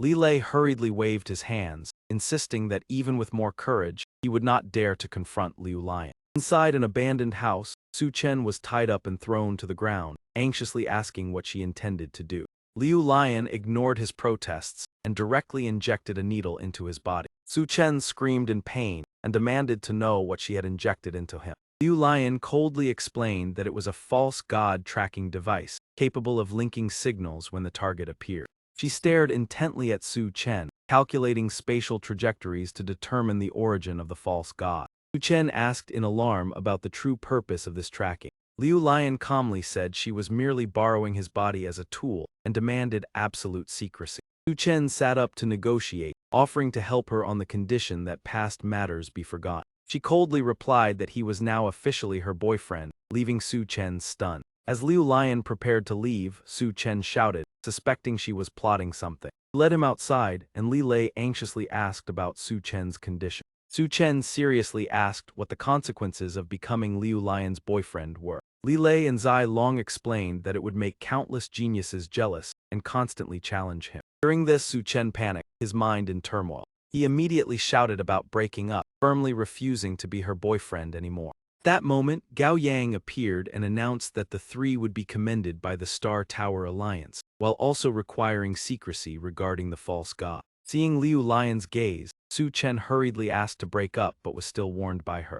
In his heart, he lamented that studying at the same academy as her would make life extremely miserable. 3 days later, at a vast plaza, the entrance examination for the National University officially began. The host announced that millions of candidates were participating and wished everyone outstanding results. The students below discussed the exam excitedly and worried about this year's difficulty. Su Chen and his friends stood quietly, sensing an atmosphere similar to the college entrance exam in his previous world, but on a global scale. Suddenly, a towering star tower descended from the sky before everyone's eyes. Zai Long recognized in shock that the assessment was about to begin. Su Chen observed closely and realized the star tower played a crucial role in human civilization. Li Lei explained that this was one of the subsidiary towers of the Supreme Star Tower, and that the exam was the starting point on the path to becoming a powerhouse. Su Chen clenched his fists, determined to grow stronger to face the danger posed by the false god. The system suddenly issued a mission to break 3 historical records during the examination. Su Chen frowned, realizing this mission was extremely difficult. A voice from the Star Tower announced that the exam consisted of 3 stages: scoring, elimination, and super confrontation. The student wondered about the super confrontation round that had never appeared before. Someone suddenly recalled information about this special round. Explained that it was an arena for the most outstanding candidates, even allowing competition on an international level. After the students fell silent, the Star Tower announced that the examination had officially begun. Numerous blue spatial gates appeared, radiating brilliant light. The candidates stepped into the gates with determination to pass the scoring round and advance further. Elsewhere, Zhao Lu bluntly declared she was breaking up with Li Lingxiao because he did not meet her standards. During this, Li Lingxiao collapsed to his knees in agony. He clutched Zhao Lu's leg, crying and begging, but she left without looking back. Li Lei witnessed the scene and felt that something was not quite right. Su Chen paid no attention and urged everyone to enter the spatial gate. The moment they stepped inside, the 3 were separated, and Su Chen appeared in a desolate castle. He looked around and realized this was the individual scoring test area. A cold voice from the Star Tower echoed, ordering the destruction of combat turrets. A combat turret immediately appeared before him. It resembled a 4-legged mechanical creature, designed to support combat in brutal battlefields. Before he could think it through, the turret suddenly opened fire, launching a missile accompanied by billowing smoke and flames. The missile shot straight toward Su Chen, and although he kept retreating, it relentlessly pursued him. Suddenly, the missile streaked past his head and curved behind him with an unpredictable trajectory. Su Chen gritted his teeth, his eyes turning sharp as he muttered that this weapon could even track its target. In a flash, he pulled out a familiar bucket from his belongings. The attack continued, forcing him to dodge repeatedly while using his escape skill. A thunderous explosion erupted behind him, with smoke and dust surging violently. After evading the attack, Su Chen stared at the turret, thinking that without the bucket, he would have been in serious trouble. Without giving him a moment to rest, the turret launched another barrage of missiles. Projectiles came from multiple directions, all targeting his position.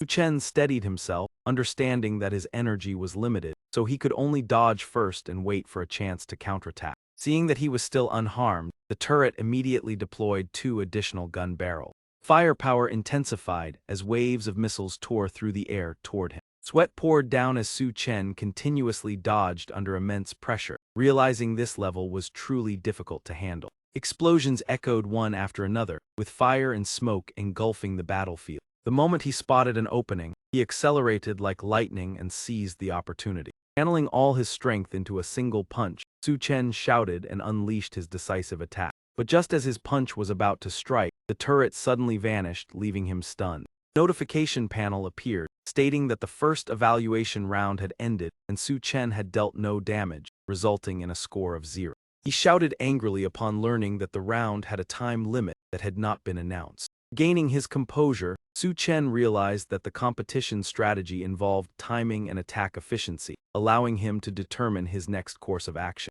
Outside, many people were watching the large screen, waiting for the rankings of the first round. The scoreboard displayed the top positions with Shuang Yan in first place, followed by Huo, Huang Kai, and other prominent students. Zhu Dai and the other 2 deans were surprised as they looked at the list. Yua Zhai frowned when he did not see Su Chen's name, not even within the top 20. Huang Lin laughed, claiming that Su Chen's previous performance had only been a stroke of luck. Yuezhai disagreed and asked the Spirit Tower to recheck Su Chen's score. The results showed that Su Chen ranked 7726 with a score of 0. Yuezhai widened his eyes in shock, unable to believe the result. Huang Lin sneered, saying that the second academy would be surpassed after such a disappointing outcome. Meanwhile, Su Chen received a notification that the second evaluation round had begun, with the task of eliminating 3 wind demonic beasts. 3 wind demonic beasts immediately appeared, growling menacingly. One of them charged forward at incredible speed. Su Chen observed closely, realizing that their speed truly matched their name as wind demonic beast. The creature opened its mouth wide, revealing sharp fangs as it lunged straight at him. Su Chen swiftly dodged to the side, confident that he was still faster than his opponent. Suddenly, a Huo-Jai delivered a powerful kick that left the wind demonic beast dazed. After the blow, its body staggered as it struggled to regain balance. Seeing their companion attack, the remaining 2 beasts charged forward with ferocious eyes. At that moment, a swarm of Huo-Jai appeared and launched a fierce assault on the enemy. They surrounded the beasts and struck continuously, leaving the wind demonic beasts unable to react. Spirit Tower announced the end of the second round, stating that Su Chen had dealt massive damage within 56 seconds and achieved a record-breaking score, which was being calculated by the system. At the same time, the system notified that his mission progress had reached 1/3. One of his Huo-Jai, after defeating numerous monsters, evolved and had its attributes enhanced.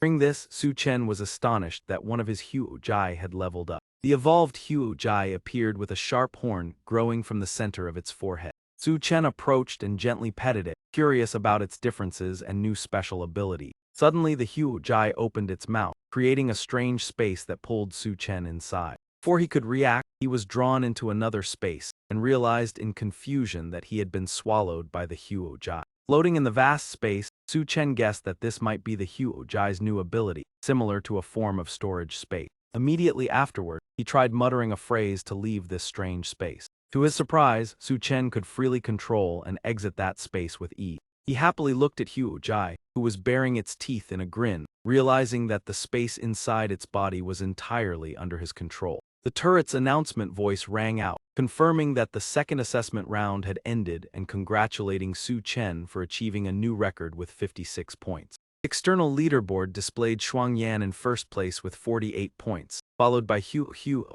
Huang Kai, Han Buli, Bai Hui, Deep Bat Pham, and Zhao Lu. Zhu Dai crossed her arms thoughtfully, noticing that the rankings after the second round had not changed significantly. The person beside her quietly worried, unable to understand why Su Chen had not yet appeared on the leaderboard despite this being an important competition representing the Academy's reputation. Huang Lin looked smug, believing that Su Chen's absence from the rankings after 2 rounds proved he was all talk and no substance. However, just as the mockery ended, the leaderboard suddenly changed, with Su Chen soaring to first place with 56 points. All 3 were stunned, their mouths agape at this astonishing leap. One person covered his mouth in shock, exclaiming that the familiar scenario had repeated itself as Su Chen made another spectacular breakthrough. Yuezhai immediately turned to mock the other party about the clear gap in scores. Huang Lin shook his head in disbelief, saying that going from 0 points in the first round to leading in the second was unreasonable. Yuezhai excitedly affirmed that Su Chen breaking the record was entirely well-deserved. At that moment, Alliance Supervisor Qing Sheng suddenly appeared with a cold expression, asking about the commotion. Yuezhai greeted him respectfully, while Huang Lin quickly explained that everyone was simply surprised by a student's outstanding performance. Qing Sheng glanced at the scoreboard and scoffed, saying that this achievement was still not remarkable compared to stronger regions. Yuezhai hurriedly explained that although District 16 was weaker, it still had outstanding students. Qing Sheng laughed loudly, stating that geniuses in other districts were far superior and that he was merely speaking the truth. Zhu Dai could not hold back and spoke up, emphasizing that the competition was not over yet, so no conclusions could be drawn. Qing Sheng maintained his disdainful attitude, saying that District 16 consistently failed against other districts. Outside the arena, the broadcast announced that the third evaluation round had begun, with the task of eliminating as many demonic beasts as possible. Rings of light appeared before Su Chen, signaling the imminent arrival of monsters. A Shihao stepped out from one of the glowing circles. Watching the approaching group of Shihao, Su Chen realized that this round focused on eliminating large numbers. He waved his hand to give the command, deciding to go all out in battle. Immediately, his army of Hu Jai surged onto the battlefield at his command. They charged into the group of Shihao and quickly overwhelmed their opponents. In other examination rooms, the situation was extremely tense. Shuang Yan was surrounded on all sides, realizing that the rapid appearance of Shihao made it difficult to eliminate them all. Huo also complained in exhaustion that the monsters seemed to be appearing more and more frequently. Li Lei was being chased everywhere, gasping for breath due to his physique that easily attracted monsters. Some Shihao fell, accidentally obstructing the advance of those behind them. Noticing this weakness, Li Lei was astonished to see the monsters trampling over each other due to their lack of coordination. Returning to Su Chen, his Hu Jai squad had nearly finished off all the Shihao. He remarked with satisfaction that the Hu Jai were eliminating enemies faster than the monsters could appear. Broadcast announced that Su Chen had eliminated 100 demonic beasts in 5 minutes, breaking the historical record and earning 50 points. The system simultaneously notified that he had completed 2/3 of his mission. In the monitoring room, Qing Sheng looked bored and prepared to leave to inspect other areas. At that moment, the scoreboard updated, showing Su Chen leading with 106 points, far ahead of the others. Qing Sheng was stunned, unable to believe a student from Area 16 had scored over 100 points. Yuezhai laughed loudly, proud of this outstanding achievement. Su Dai took the opportunity to tease Qing Sheng for underestimating Area 16.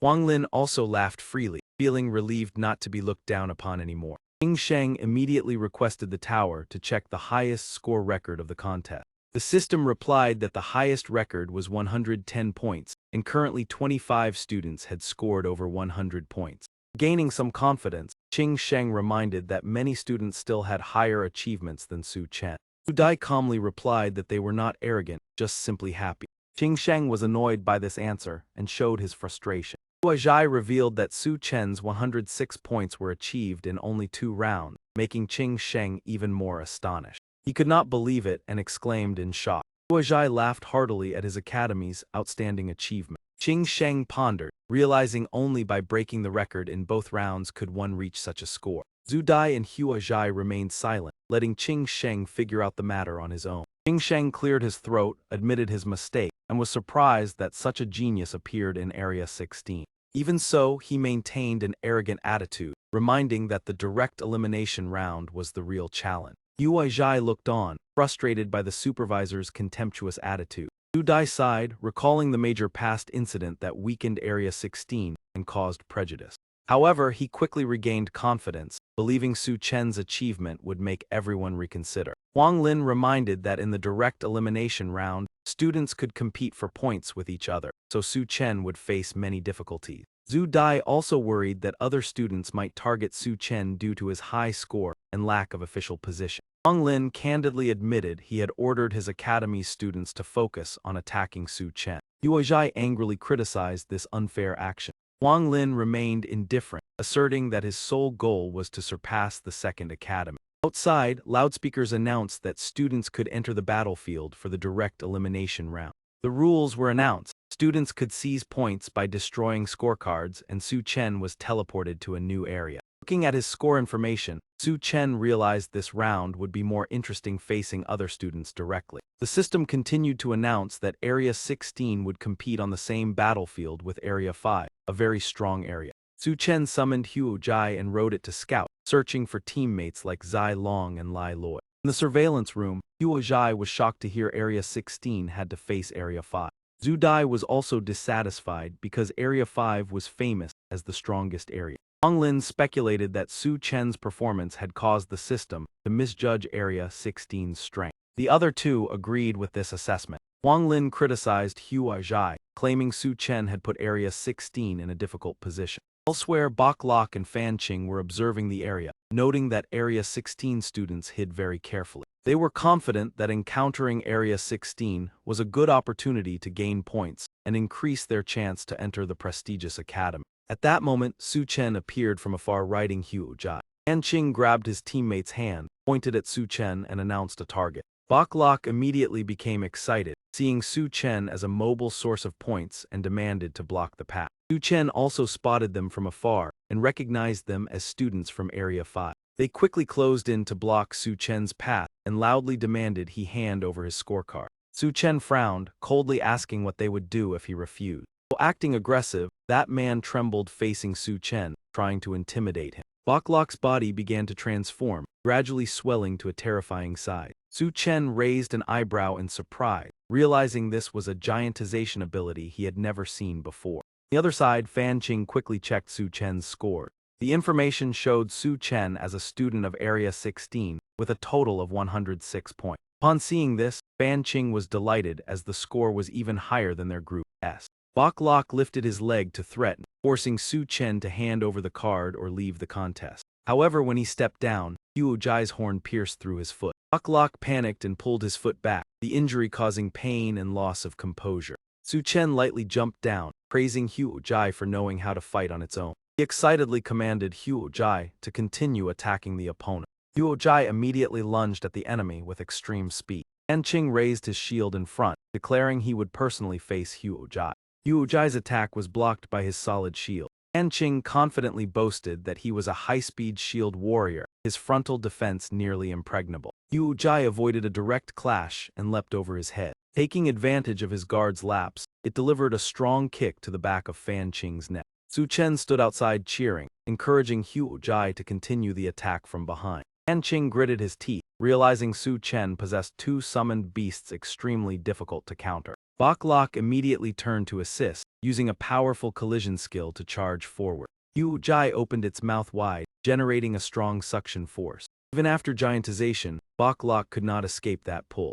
Huo Jai swallowed Baklok, making Su Chen pleased to realize its special spatial ability. Immediately after, the system warned that life energy was being converted into pure energy for the beasts to absorb. Su Chen hurriedly ordered a stop as elimination rules forbade harming contestants live. He understood that if fully converted, the opponent would have no chance to recover. Fan Qing asked in astonishment whether Su Chen was a summoner or a spatial mage. Su Chen calmly replied that he was just an ordinary player. Afterwards, he lightly handled the situation, leaving the two opponents unable to retaliate. The system notified that Su Chen eliminated 2 Area 16 students and gained 32 points. He felt slightly disappointed, realizing their total score was too low. Insulted, the opponents angrily warned that Area 5's genius Yang Bash would take revenge.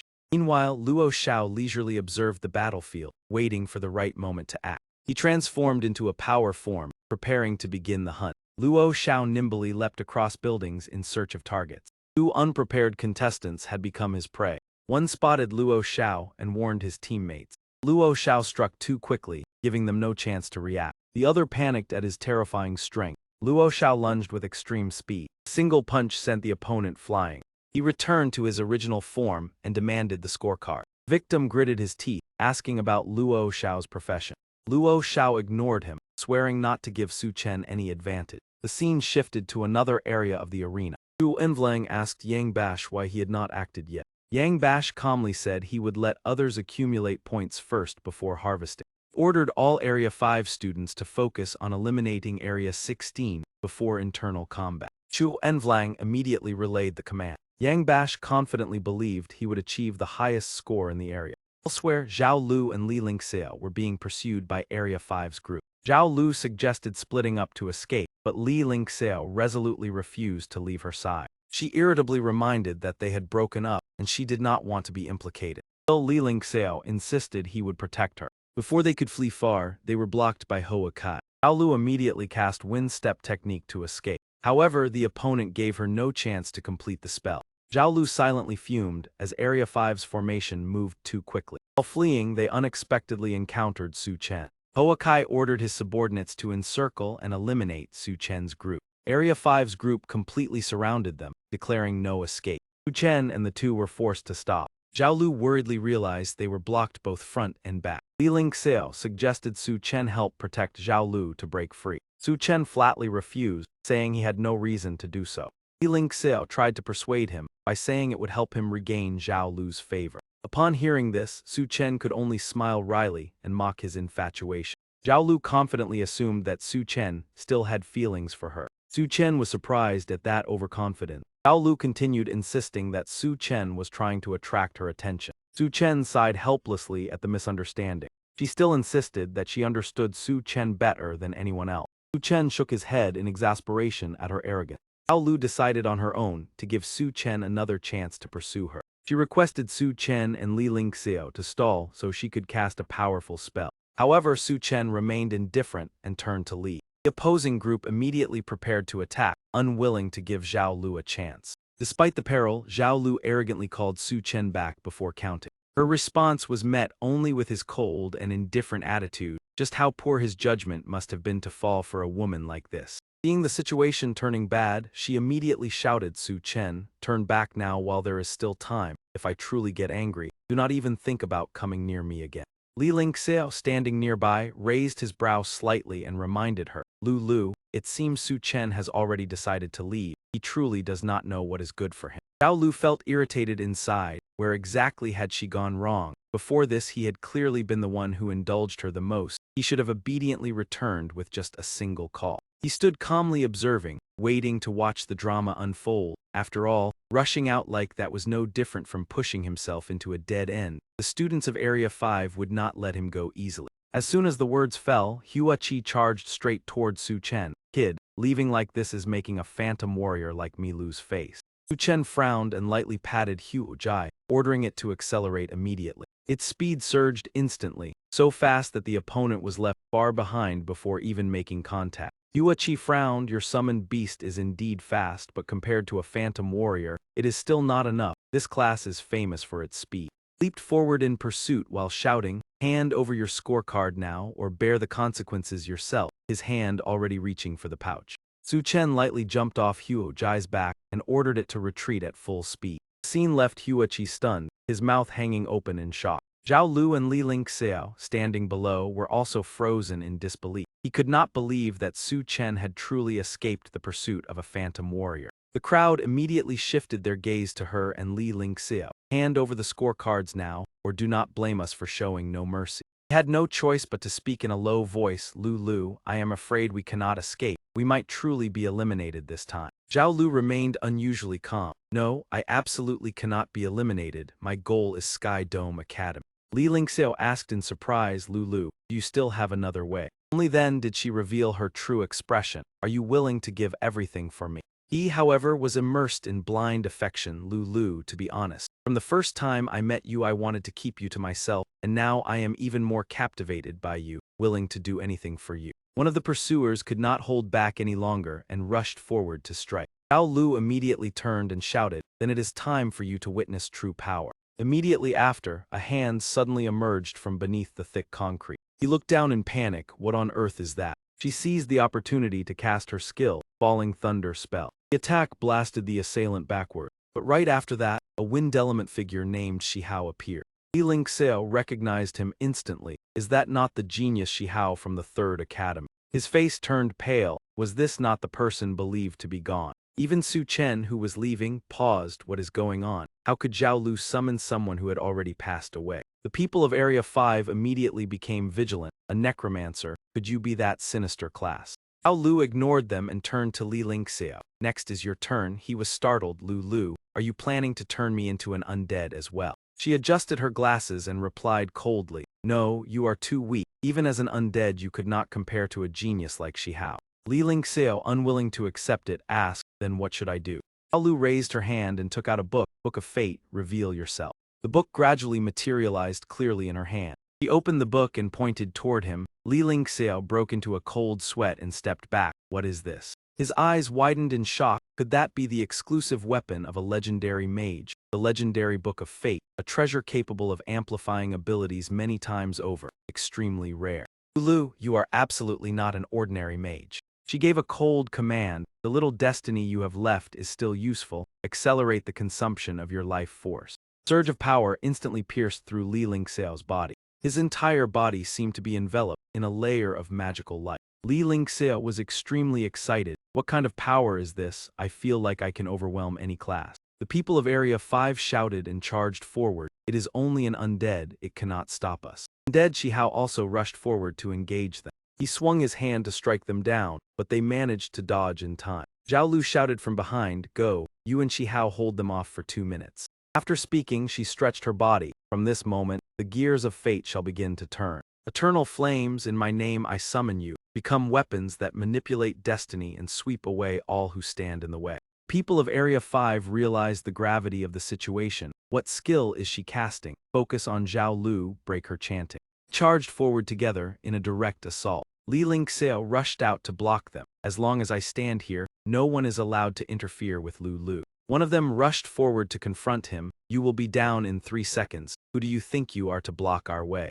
Li Lingxiao let out a cold laugh and immediately opened fire. The explosion blasted the opponent into the air. The other two were stunned. Is he a rapid shooter? How can his shots have the power of artillery? He laughed wildly in excitement. This power is truly astonishing. My class has been enhanced more than tenfold by Lulu. Li Lingxiao continued firing repeatedly. Now call me handsome. Above, Zhao Lu continued chanting without pause. Fiery particles gathered in her hands and, following the arc of free wings, formed a blazing red fan of flames, offering to the heavens, severing the earth. 2 individuals secretly approached her, intending to strike. Zhao Lu merely raised her hand toward them. At this moment, I am the one who rules you. The 2 were instantly blasted far away. They staggered and coughed up blood. This power is terrifying, but something still feels off. One of them wiped the blood from his mouth and stared at her. She is indeed far stronger than a typical 1-star mage, but after such a long chant, is this really her only move? Perhaps we worried too much. Zhao Lu smiled and pointed to the sky. Only one move, look up there. Immediately, dozens of fireballs descended from the sky. The crowd was stunned. What kind of skill is this? One of them realized that is a fire element forbidden spell. How can a 1-star mage cast a forbidden spell? In the end, they had no choice but to turn and flee, retreat immediately. But before they could get far, they were struck in the back by falling fireballs. Those who were fortunate enough to remain standing trembled. Forbidden spells are meant only for high-level mages. Judging by her aura, she is far from simple. She is very likely a sinister class. One of them shouted in fear, "Stop! Such powerful forbidden magic will prevent many students from escaping. You will be punished by the Alliance." Before he could finish speaking, he was blasted away by an attack. Zhao Lu even summoned more fireballs from above. She looked at them coldly. What does your life or death have to do with me? The Alliance values strength. As long as I am strong enough, I can do whatever I want. They could only try to hide. Forbidden magic is too terrifying. I am withdrawing. Some could not endure it and crushed their score devices to request withdrawal. Others quickly followed. Life is more important than anything. I will not continue the exam. Her system displayed a notification. 11 students from Area 16 eliminated. A total of 210 points obtained. Zhao Lu, filled with excitement, decided to go all out. I will level the entire examination site and eliminate all students. After this assessment, my name will resound across the Dragon region and the entire Alliance. In other areas, fireballs also appeared. Why are there meteors in the sky? Is this also part of the preliminary round? We have never heard of this before. Find shelter quickly. Many participants were suddenly struck by incoming attacks without any chance to react.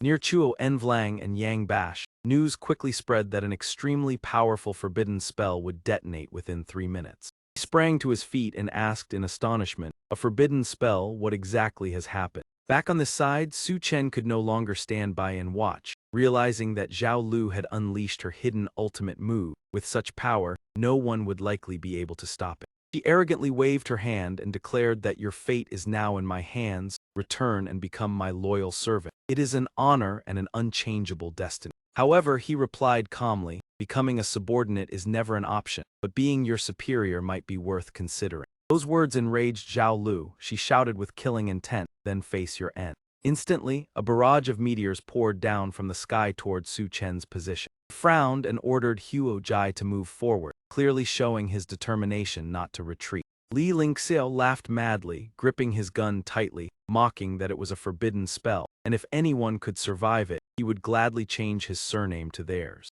Su Chen expanded his field of vision and signaled Huo Jai to prepare for action. Huo Jai immediately opened its mouth wide, aiming directly at the falling meteors. Those who witnessed the scene were horrified, their eyes wide in shock. Su Chen patted Huo Jai's head with satisfaction, praising it for completing the task excellently. He continued advancing, allowing Huo Jai to swallow all the incoming meteors. Zhao Lu was stunned when she witnessed her forbidden spell being neutralized in such an unbelievable way. Su Chen leaned forward and ordered Huo Jai to charge straight toward Zhao Lu to cut off the source of the forbidden spell. Zhao Lu waved her hand to block him, shouting that he would not take another step forward. Before Su Chen's eyes, countless meteors were still continuously raining down. Huo Jai remained calm, opening its mouth and swallowing each meteor as before.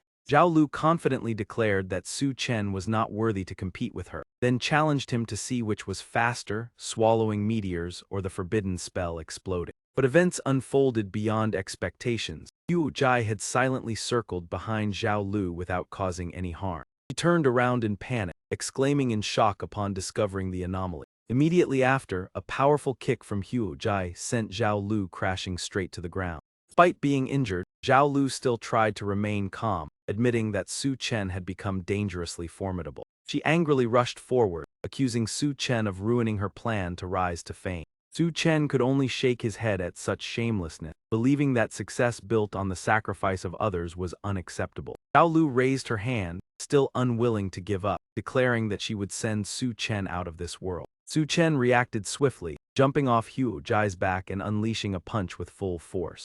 His punch shot straight toward Zhao Lu at extreme speed. Zhao Lu was struck painfully, her body trembling as she staggered backward. Even so, she remained stubborn, admitting that Su Chen was far from ordinary despite his appearance. Su Chen responded calmly, mocking that her identity as a mage was nothing to be proud of. Li Lingxiao, who had been observing from the sidelines, finally could not hold back and called for them to stop. But immediately after, his arm began to tremble abnormally.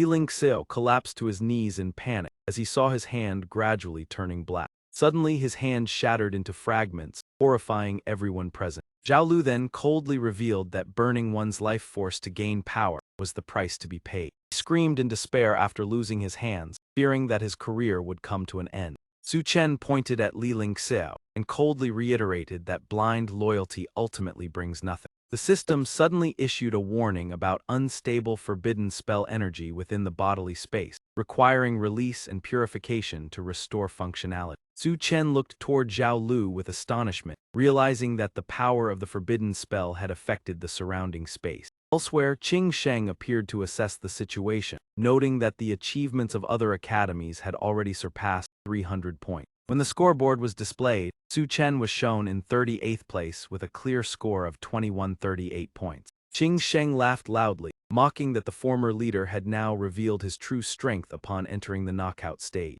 Zhu Dai clenched her teeth, worried about Su Chen's unstable condition. Wang Lin spoke in defense, stating that this result could not yet reflect the true capability of Zone 16. The system announced that Su Chen had eliminated Zhao Lu, prevented a disaster, and saved all the students, qualifying him for an additional 2,000 points. The screen clearly displayed Su Chen's new total score as 3527 points. Zhu Dai breathed a sigh of relief, while Qing Sheng also appeared extremely excited by the impressive achievement. Principal Zhu Dai smiled, remarking that this score matched the top provincial scorer of previous years. Yue Zhai was overjoyed, affirming that Su Chen had created a miracle. Wang Lin could not hide his surprise, admitting that Su Chen had skillfully exploited a mage's weakness in close combat. The Central Intelligence announced that it would disclose the details of the score addition to ensure transparency and fairness. Upon hearing this, he was stunned and exclaimed in astonishment. He sneered, saying that revealing the scores would make Su Chen a target for all examinees.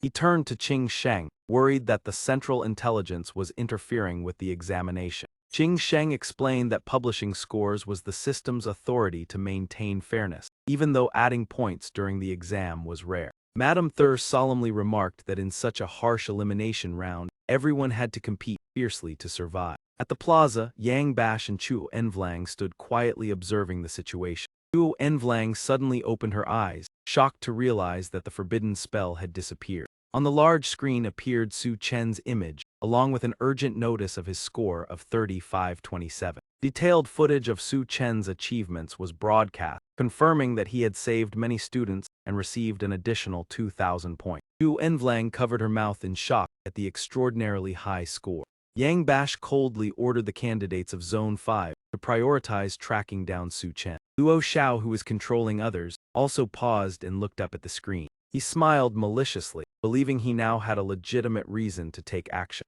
Meanwhile, Su Chen walked leisurely along the road, reflecting on the unexpected bonus points he had received in the exam. Suddenly, a group blocked his path, and Wu Zhai spoke up to confirm his identity. Su Chen calmly replied that it was indeed him. Lin Chui became excited upon recognizing the target and immediately ordered an encirclement. An arrogant man raised his staff and demanded that Su Chen withdraw to avoid conflict. Su Chen merely shrugged, asserting that his high score had not been obtained easily. The group charged forward, confident that the combined strength of 5 people was enough to deal with Su Chen. Suddenly, a large figure blocked the way, startling Lin Chui. In the next instant, he was sent flying by a powerful kick. Seeing Lin Chui knocked away, Yu Jai showed clear disdain. Lin Chui struggled to stand, confirming that Su Chen was indeed a summoner. Wu Zhai immediately raised his staff and proposed a fair summoner duel. At once, Wu Zhai summoned a ferocious black bear that appeared before everyone. Roared fiercely, fixing a savage gaze on Su Chen. Immediately after, he ordered the giant bear to charge forward and attack. With just a swing of his arm, Yu Jai was sent flying several meters away. Seeing this, he sneered, "It seems your Yu Jai cannot hold up. One of my bears is enough to overwhelm 3 of yours." Su Chen remained calm, continuing to summon 4 more Yu Jai and calmly asked, "What about 4 then?" Even with 4 Yu Jai working together, they only managed to push the opponent back a few steps. Wu Zhai grew even more smug, mocking that he did not expect him to summon so many, proving that topping the leaderboard was not just luck. He continued by summoning another spirit beast, laughing as he said that he was no less capable. Su Chen casually waved his hand and calmly asked, "Is there any more?" Wu Zhai paused briefly before letting out a cold laugh. "Since you ask, prepare to feel true despair." Van stood behind and activated a support skill, declaring that his profession allowed a summoner to call 1 more spirit beast. Immediately, a massive crocodile appeared and let out a thunderous roar.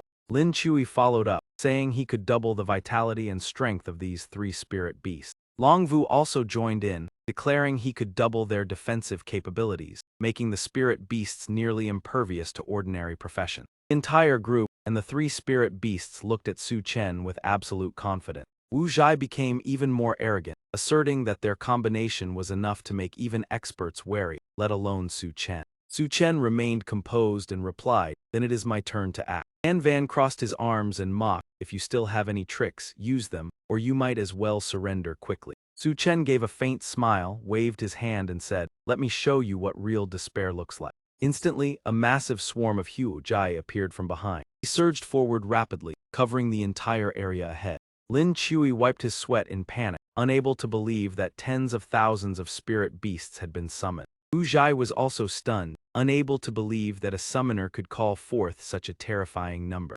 Van was the first to react, shouting for everyone to retreat while running. Long Vu said in despair that there was no escape, as the Yu Jai had completely surrounded them like a storm of fire. He crushed the retreat stone in his hand, accepting defeat. Immediately, the swarm of Yu Jai surged forward and completely overwhelmed them, eliminating the 4 students from Zone 5 and earning a total of 159 points. Su Chen scratched his head and smiled, admitting that the group of 4 was very strong, but unfortunately they had encountered him. Sitting on the back of a spirit beast, he thought that since he had already become the center of attention, he might as well resolve all troubles in one go. Suddenly, he saw Lai Loi being chased and immediately shouted for him to stop. A group behind him shouted loudly, demanding that Lai Loi reveal Su Chen's location. Su Chen immediately spoke up, "I am here." Hearing the familiar voice, the entire group stopped and looked toward him. Lai Loi ran over with joy, confirming that it was indeed Su Chen. Su Chen quickly asked about Zai Long's whereabouts. Lai Loi replied while catching his breath that he had not seen him, and had been relentlessly chased by students from Academy No. 3 since entering. Huang Kai led the group, excitedly declaring that they had finally found Su Chen to settle all grudges. Lai Loi worriedly reminded that all students from Academy No. 3 were targeting Su Chen and advised him to retreat. Su Chen gestured reassuringly, saying there was no need to worry because he had many Yu Jai. Huang Kai pointed directly at him, declaring that Su Chen was surrounded and had no way out. Su Chen let out a cold laugh, raised his hand and said that they were the ones who were surrounded. Immediately afterward, countless Yu Jai appeared and sealed off the entire area. The crowd panicked upon realizing that Su Chen was an extremely rare summoner with an enormous number of spirit beasts. The swarm of Yu Jai charged forward in unison with overwhelming momentum. He quickly subdued all opponents amid the chaos. Su Chen crossed his arms coldly, reminding Huang Kai to recall his previous warning. Huang Kai still tried to remain calm, asserting that he had already prepared a countermeasure. Lai Loi recognized the object in his hand as an instant message orb, capable of sending an urgent signal to allies. Huang Kai smugly said that before long, all students from Academy No. 3 would arrive. After speaking, he immediately crushed the orb. A wave of energy spread out, broadcasting a signal throughout the area. Notifications echoed continuously, calling everyone to quickly gather at Su Chen's location. Students from Academy Number 3 immediately rushed over, determined to eliminate Su Chen and gain the advantage. Huang Kai shouted loudly, ordering the formation of a defensive formation. A pair of twins instantly deployed a defensive array.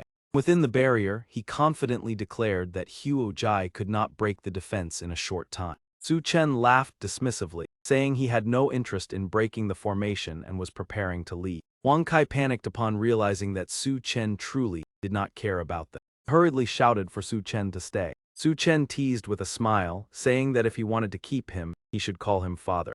After a moment of hesitation, Huang Kai reluctantly called out as told. Su Chen sat on the back of his spirit beast, appearing bored by the opponent's reckless behavior. The crowd from Academy Number 3 surged in, surrounding the area. Onlookers cheered as the forces of Academy Number 3 had fully assembled. Huang Kai proudly believed he had successfully stalled for time to await reinforcement. Lai Loi anxiously suggested that Su Chen break through the encirclement before the enemy gathered in full force. Su Chen calmly replied that he was waiting for them to gather completely. Outside, Huang Lin laughed loudly, believing that his son had captured Su Chen. Yue Zhai mocked, saying Huang Lin's behavior was truly ridiculous. Huang Lin insisted that the instant message orb had been activated, and Su Chen would surely be surrounded and captured. Yue Zhai adjusted his attire and said that it was shameful for an entire academy to gang up on one person, but he still believed in Su Chen. Huang Lin requested the system to project live footage of the scene for 10 seconds. The large screen displayed Huang Kai shouting for Su Chen not to leave. The image then zoomed in on Su Chen's smile as he told Huang Kai to call him father. The moment Huang Kai actually called out left everyone stunned.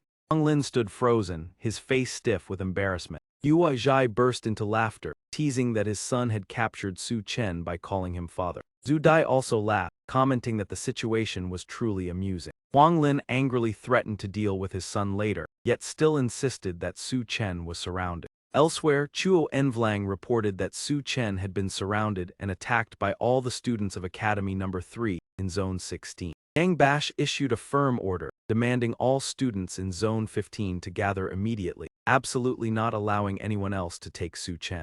The crowd buzzed with discussion, believing that as long as Su Chen was eliminated, the title of provincial champion would surely belong to Academy Number 3. The campus was quickly sealed off, layers of people surrounding Su Chen and the swarm of Huo Jai. Su Chen looked at his hand and realized that his control over Huo Jai had grown much stronger than before. Huang Kai waved his hand, causing the barrier to disappear, confidently declaring that their numbers were enough to overwhelm Su Chen. Standing on the back of a Huo Jai, Su Chen smiled provocatively, ready to show them his true strength. The number of Huo Jai continued to increase, their overwhelming presence spreading outward. Everyone was horrified at the sight of the massive number of Huo Jai surrounding Su Chen. Someone in the crowd pointed to the sky, announcing that the surrounding area had been completely encircled. From afar, hundreds of other students continued to rush over to provide support. The thunderous footsteps shook the ground as the forces from Zone 5 appeared in numbers far exceeding those of Academy Number 3. Huang Kai ordered his people to stand still, declaring that whoever defeated Su Chen would be the victor. Su Chen leaned on his hand and burst into laughter, feeling that everything was unfolding exactly as he had planned. One person was astonished to see that most of the examinees in the area had gathered solely to deal with Su Chen alone. Yang Bash flew to stand before Su Chen, declaring his objective. The crowd murmured about Yang Bash's reputation, a man rumored to have awakened a legendary class. Yang Bash raised his hand and issued a decisive command, demanding that Su Chen hand over his scorecard. Su Chen crossed his arms, wore a provocative smile, and made a teasing remark. Yang Bash grew angry, believing that Su Chen was asking for trouble. Suddenly, a voice called out "Father," causing everyone to turn in astonishment. Yue pushed through the crowd and hurried toward Su Chen. Su Chen narrowed his eyes and asked why she had appeared.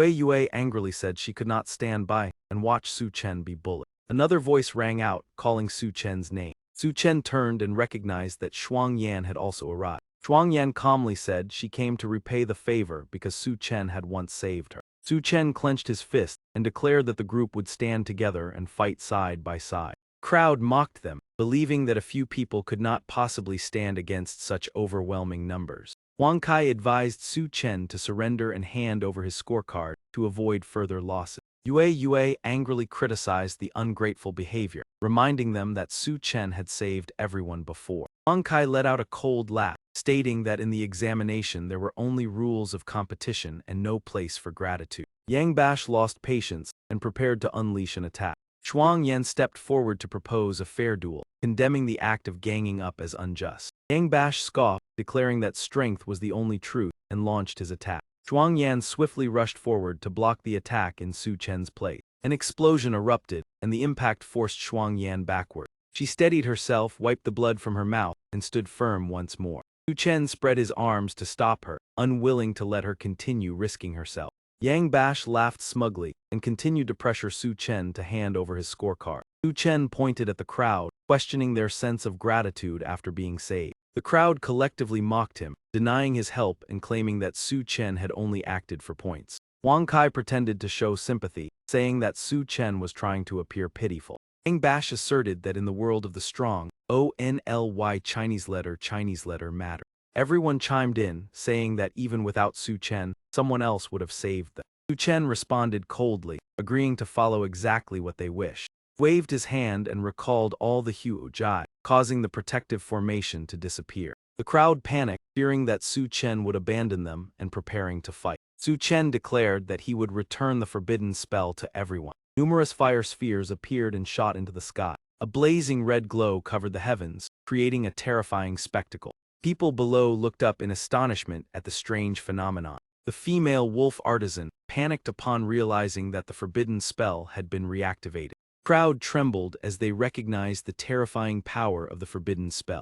Many could not understand why the forbidden spell, which had been removed, had appeared once again. Su Chen decisively ordered the full activation of its power. The fire spheres rained down like a meteor shower. The crowd panicked and begged Su Chen to stop in utter terror. Su Chen coldly mocked them, telling them to prove their own strength. Yang Bash attempted to counterattack, but could not destroy the fire spheres. A fire sphere rushed toward him, causing him to cry out in panic. The crowd ran while pleading for forgiveness, begging Su Chen to stop the forbidden spell. However, the spheres continued to descend, leading to their crushing defeat. Su Chen spoke coldly, reminding them of their earlier claim that they did not need to be saved. Many broke down in tears, regretting their lack of gratitude towards Su Chen. Li Lei laughed loudly, feeling satisfied at the punishment of the ungrateful. Yue looked on with admiration, praising Su Chen for being powerful and imposing. Huang Kai panicked as he was chased by the falling fire spheres. He was quickly blasted away, suffering a humiliating defeat. Some people chose to retreat to preserve their lives in the face of the forbidden spell's power. Jing Sheng was astonished to see Su Chen's score on the screen changing continuously. Huang Lin initially thought that his son had risen to the top of the leaderboard. However, the rankings showed Su Chen firmly in first place with an overwhelming score. Realizing his son had been eliminated, Huang Lin stood stunned in disbelief. Yuajai rubbed his eyes repeatedly, unable to believe the enormous score displayed. Zhu Dai was equally shocked, suspecting she was seeing things. Huang Lin hurriedly demanded a recheck of Su Chen's score. Jing Sheng quickly stepped forward to verify the situation. He maintained a calm demeanor and reproached everyone for overreacting. Huang Lin pointed at the screen, insisting that Su Chen's score was abnormal. Jing Sheng remained confident, believing that other geniuses would soon surpass that score. However, the moment his gaze stopped on the screen and he read the data, top 1 Su Chen of Academy 21 had reached 988 points, while top 2 Zhao Lu of Academy 21 with 389 points had officially been eliminated. Jing Sheng was stunned stiff, his mouth agape. What on earth was happening? Realizing the severity of the situation, he immediately ordered an urgent connection with the Stellar Tower Alliance. His score had shown a massive discrepancy. Turning to the battlefield tense as a drawn bowstring, dust and smoke billowed thickly among the towering building. At this moment, only Su Chen's team remained standing on the ground. In contrast, members of the other teams were all severely injured. Quite a few people could no longer endure and voluntarily withdrew from the match. Shuang Yan was terrified into a daze by the scene before her. No one around was still standing firm. Everything was beyond imagination. During this, Yue also spoke with a trembling voice. Anyone witnessing this scene would panic and call for rescue. He quickly suggested, there are still a few eliminated people on the ground. You three should hurry and collect some more points. Suddenly, Yang Bash descended from above, blocking their path. Su Chen, are you still not stopping? The moment he recognized the opponent, Lai Loi clenched his fists in frustration, and yet he still had not been eliminated. He raised his arm and summoned a cold, gleaming sword. Yang Bash spread his wings aggressively and charged toward Su Chen. You all gather the students, let me handle him. He shouted repeatedly, are you helping me increase my points? As he spoke, he pointed the tip of his sword at Su Chen. As long as I am here, I am number one, charge. He calmly clenched his fist, focusing all his strength into a single strike. With his bare hands alone, Su Chen completely snapped Yang Bash's sword in half. His momentum instantly weakened. It was unbelievable. How could a summoner possess such terrifying martial strength? Before he could finish speaking, Yang Bash was struck squarely by Su Chen's powerful punch. Carried by the force, he was violently flung to the ground. Yang Bash trembled as he looked at Su Chen with fear-filled eyes. Had he truly been defeated by a nobody? Though unwilling, he was forced to retreat. I will remember this grudge. Su Chen calmly watched his figure fade away. Remembering me is useless, because I will always be beyond your reach. Only then did Lai Loi let out a relieved breath. It's over. Our weakest Zone 16 has surpassed Zone 5 and set a record. Before the joy could last, Luo Xiao appeared. How interesting. I just watched a splendid performance. Hearing that voice, Su Chen immediately turned around. He froze when he saw Zai Long being restrained in Luo Xiao's grasp. Zai Long was already covered in numerous injuries. Su Enhao narrowed his eyes in recognition. That was a rare profession. Lai Loi burned with anger and nearly shouted, who are you? Release Zai Long immediately. Luo Xiao remained silent, offering no reply. He slowly retracted his armor, revealing his true appearance. Su Chen, we finally meet face to face. Upon clearly seeing it was Luo Xiao, he exclaimed in shock, so it was you. He did not beat around the bush and immediately demanded, hand over my item. Luo Xiao's shamelessness enraged Su Chen. Release him, otherwise do not blame me. He showed no fear and coldly replied, you dare threaten me, then I will make her disappear right before your eyes. Realizing the critical situation, Su Chen grew tense. Do you dare to do that? Suddenly from above, Hu Jai dove down and delivered a powerful kick to Luo Xiao. Being ambushed only fueled his anger, and this is supposed to stop me. Standing nearby, Lai Loi cried out in alarm, this is bad. From behind, Shuang Yan seized Luo Xiao's moment of distraction and prepared to strike. He quickly sensed the killing intent, a rare profession, shadow assassin. Thinking so, Luo Xiao spun around and used a dagger to block her attack. Shuang Yan swiftly pivoted and delivered a strong kick to his waist. She took the opportunity to support Zai Long to his feet. Hurry and go. Before they could escape, Luo Xiao hurled a dagger from behind. You think it's that easy to take someone from right in front of me?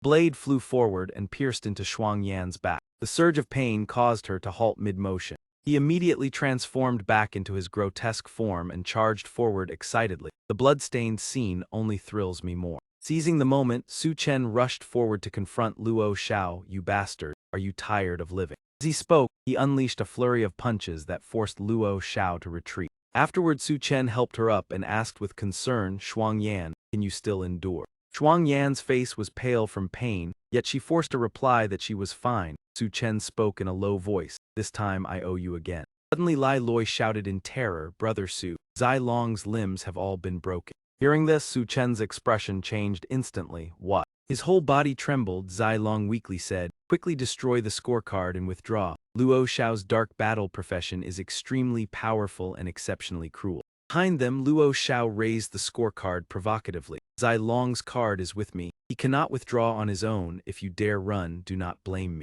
Su Chen resolutely turned back to face him. I will definitely make you pay. Seeing his anger, Luo Xiao became even more delighted. Are you furious? I love watching your helpless expression. Without another word, Su Chen waved his hand and summoned countless Hu Jai. Charge and crush him for me. Following his command, the swarm of Hu Jai rushed forward immediately. In an instant, Luo Xiao vanished from sight. He retreated to the rear, his voice filled with arrogance. These creatures do have strength, but they are still far from reaching me. Hearing that, Su Chen intensified the assault, then launched a full attack. Already prepared, Luo Xiao pulled out a talisman. I have long been waiting to counter you. Seeing the familiar object, Shuang Yan exclaimed in shock, isn't that a sealing talisman drawn by a grand 5-word master? As the Hu Jai were about to strike, he immediately threw the talisman. She urgently shouted a warning. Su Chen dodged quickly. It was already too late. The talisman flew straight and struck him. With his power suppressed, the Hu Jai vanished one after another. Su Chen was utterly horrified. What is happening? All the Hu Jai have disappeared. He tried to summon them again but failed. Moreover, his spiritual power could not recover. Seeing him fall into a disadvantage, Luo Xiao laughed with delight. The sealing talisman can lock all summoning skills. Now you are nothing more than someone waiting to be defeated. Lai Loi gritted his teeth in fury. You are cheating. I will report this to the Stellar Tower Alliance. Luo Xiao sneered and charged forward. Report me. It seems you do not understand my influence, and I will not give you that chance. Elsewhere atop a majestic mountain peak, someone was practicing cultivation. He closed his eyes, focusing all his spirit on his training. Suddenly, a voice rang out from behind as Hyatt then questioned, Lei Shen, you dare interfere in the human race's examination. I will report this to the Alliance headquarters. Hearing this, he let out a faint, disdainful laugh. Hyatt then, are you so idle that you must meddle in my affairs? The old man showed dissatisfaction. The blood deity coldly stated that this college entrance exam had added a combat category against super trainees. My student Ayami possesses a special professional talent. She must shine and bring glory to the human race. I will absolutely not allow anyone to obstruct her. However, he seemed unconcerned, because he clearly understood that when the college entrance exam takes place, the Star Tower will operate automatically. No one can interfere. I merely made clever use of the rules so that Central Intelligence would add the points in advance that would normally only be counted after the exam. Hearing this, the old man glanced over and calmly said that he had also noticed the student named Su Chen, just an individual without a profession yet possessing rare skill. In the end, the blood deity left in frustration, leaving behind a declaration that his Ayami would defeat Su Chen in this exam. As soon as the blood deity left, Lei Shen immediately cursed him as a madman. Shortly after, Gao Yang suddenly appeared. He took a sip of wine and curiously asked why he had done that, whether he particularly valued that young man. Lei Shen slowly stood up and explained that extraordinary individuals must undergo extraordinary trials. Only then can they grow rapidly. Gao Yang became serious, believing that this kind of growth would certainly come at a heavy cost. He softly said that the future of the human race would become increasingly difficult. True prodigies of other races were about to descend from the demon realm, and our time was running out. Su Chen gathered his strength and threw a powerful punch forward. The explosive force sent Luo Xiao staggering back, all the power concentrated in a single strike. He unleashed a barrage of rapid punches, roaring as he vented his fury. No reason was needed to deal with him, daring to harm my brother. You are the first to make me this enraged. Luo Xiao showed no remorse, instead he provoked him. Someone like Su Chen truly surprises me. Aside from summoning abilities, you also possess formidable combat power. Su Chen ignored those words, stopped his attack, and coldly said that such meaningless talk was useless. Luo Xiao laughed loudly, arrogantly pointing at himself and saying of course it was useful, because killing you this way would bring him even greater pleasure. Unable to tolerate it, Su Chen immediately gathered strength and delivered a heavy punch downward, saying if you still have any trump cards, bring them out now. Luo Xiao had no time to react before being struck by Su Chen's heavy blow, activating the divine armor. As soon as the command was given, light flashed around Luo Xiao. Familiar arcs of electricity burst forth and forced Su Chen back. Huang Yan, her face bruised and swollen, stood up and was shocked by the armor that could only be crafted within the Abyss dungeon. Bringing such powerful equipment into the exam was clearly blatant cheating. Luo Xiao snorted proudly, wagging his finger provocatively and saying, well, come and keep fighting. Su Chen frowned, locked onto the target, and charged forward with full force, intending to end the battle. However, the protective barrier was too solid, causing him to be rebounded and thrown backward. Li Lei watched anxiously from behind, admitting that it could not be broken. This armor was of too high a rank, far beyond the capabilities of low-level trainees like them. Luo Xiao crossed his arms and laughed loudly, saying that he had prepared a perfect plan in advance. This was the absolute dominance of the Luo family over a foolish commoner like Su Chen. Finally, he took the initiative to counterattack, leaping forward and declaring that he would kill Su Chen to reclaim the key. Su Chen could not dodge in time and had to take the blow directly to his abdomen. Despite being struck, Su Chen steadied himself, using friction against the ground with his feet to force himself to stop. Zai Long trembled, struggling to tell Su Chen not to worry about him and to leave quickly. Su Chen was also severely injured, clutching his abdomen and coughing blood, yet he still tried to think of a way to turn the situation around. Having lived 2 lives, he could not accept this outcome. Luo Xiao arrogantly approached, asserting that no one could escape. Even if you fled, you could not avoid the Luo family's relentless pursuit. Zai Long struggled to open his eyes and urged Su Chen to retreat, otherwise he would self-destruct rather than become a burden. Su Chen frowned, his voice icy as he told Zai Long not to be agitated and to let him try one more time. He roared, determined to burn all the fury within himself. Luo Xiao continued to provoke, saying that the divine armor could withstand attacks from a 7-star powerhouse. Su Chen's actions were merely seeking death. Ignoring all the taunts, Su Chen mobilized all his strength and charged straight ahead. Luo Xiao also threw a punch in response, calling Su Chen a fool and declaring that he would finish him. Su Chen opened his palm toward the front, activating the skill Heavenly Armor Disassembly. Instantly, the super armor on Luo Xiao shattered into pieces. He screamed in horror as the divine armor was destroyed. Seizing the opportunity, Su Chen delivered a powerful punch to Luo Xiao's chest, causing him to spit blood and collapse. Luo Xiao was blasted far away, still unable to comprehend what had just happened. Zilong's group was collectively astonished, all exclaiming in emotion. Shuangyan could not believe it, pointing forward and asking what kind of skill that was. She had never heard of anyone being able to strip another person's armor like that. Li Lei laughed excitedly, saying they had found a way to survive in a desperate situation, and he had always believed in Su Chen. Su Chen was delighted by his success, realizing that he had finally understood how to use heavenly armor disassembly. Luo Xiao lay trembling on the ground, unable to believe he had failed, not even understanding how he had lost. Gritting his teeth in anger, Luo Xiao took out his phone to make a call, muttering curses under his breath. Suddenly, a powerful kick knocked the phone away, and a cold voice sounded, trying to call for reinforcements. Keep dreaming. Su Chen crossed his arms and looked down, while Luo Xiao still tried to threaten that if the scorecard was handed over, the Luo family would no longer cause trouble. Immediately after, Su Chen delivered a fierce slap that left Luo Xiao dizzy. He stepped down with one foot, his voice full of mockery as he asked if that man was still dreaming. Luo Xiao broke into a cold sweat, shouting whether Su Chen truly dared to kill him. Su Chen did not conceal his killing intent, throwing a punch downward and declaring that he would definitely kill him. Luo Xiao was terrified, his face covered in injuries, hurriedly begging for mercy and apologizing while invoking his status as the young master of the Luo family. Su Chen bluntly refused, affirming that he was not joking at all. With a cold expression, Su Chen picked up a knife and said that for people like him, only death could end everything. Luo Xiao retreated in panic, trying to persuade that killing him would bring no benefit. Su Chen's score was enough to enter Sky Realm Academy, even Heavenly Palace. If he was killed, Su Chen would violate the rules and have all his points erased. Zai Long hurriedly intervened, reminding that intentional killing was forbidden in the preliminary round and urging Su Chen to stop. Huang Yan also agreed, suggesting handing him over to the Star Tower Alliance for handling, as it was not worth risking the future for a piece of trash. Li Lei sighed. Although he truly wanted to punish him, he still advised Su Chen to stop for the sake of the future ahead. Luo Xiao wiped the blood from his face and laughed loudly, saying they needed a future. But for him the future was already within reach. Even without taking the exam he could enter Sky Realm Academy. That was the gap between him and Su Chen. Su Chen frowned, but his gaze was full of confidence, asserting that he had long understood this reality.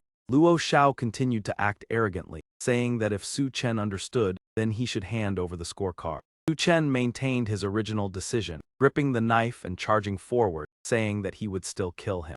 Luo Xiao panicked, frantically waving his hands and begging, emphasizing that if he was killed, Su Chen would never be able to enter Sky Realm Academy. Without the slightest hesitation, Su Chen stabbed straight into Luo Xiao's body. He looked down coldly and said that it was truly unfortunate, because he had already been directly admitted. Luo Xiao was furious and weakly leaned against Su Chen's shoulder, unable to believe what he had just heard. Su Chen turned and walked away, not forgetting to say that he had long received direct admission to Sky Realm Academy. Huang Yan regretfully remarked that the record score Su Chen had created in the human race's college entrance exam was now erased, which was truly a pity. Su Chen smiled, tossing an object over and saying that was exactly why those points could not be wasted. Luang Nha quickly caught it, looking at the phone in her hand with confusion. Su Chen explained that they should start by eliminating him, then proceed to crush everyone's scorecards one by one. Huang Yan asked worriedly what would happen to his top scorer title if they did that.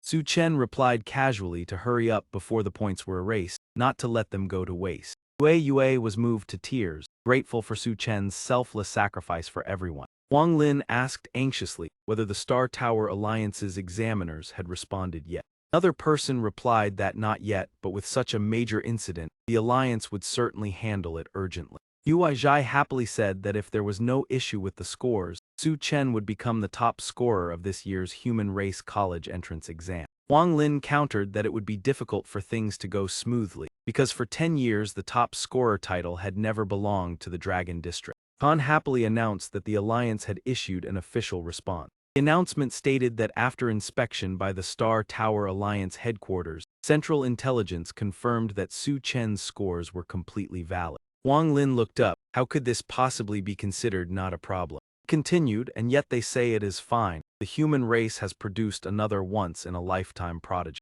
Only Hua Zhai was beaming with joy, leading by such a large margin and still maintaining the #1 position globally. The system issued an announcement. According to the regulations of the Human Race College entrance examination, he would be penalized, all points would be erased, and the penalty would take effect in 1 minute. His joy did not last long before it froze. What did you say?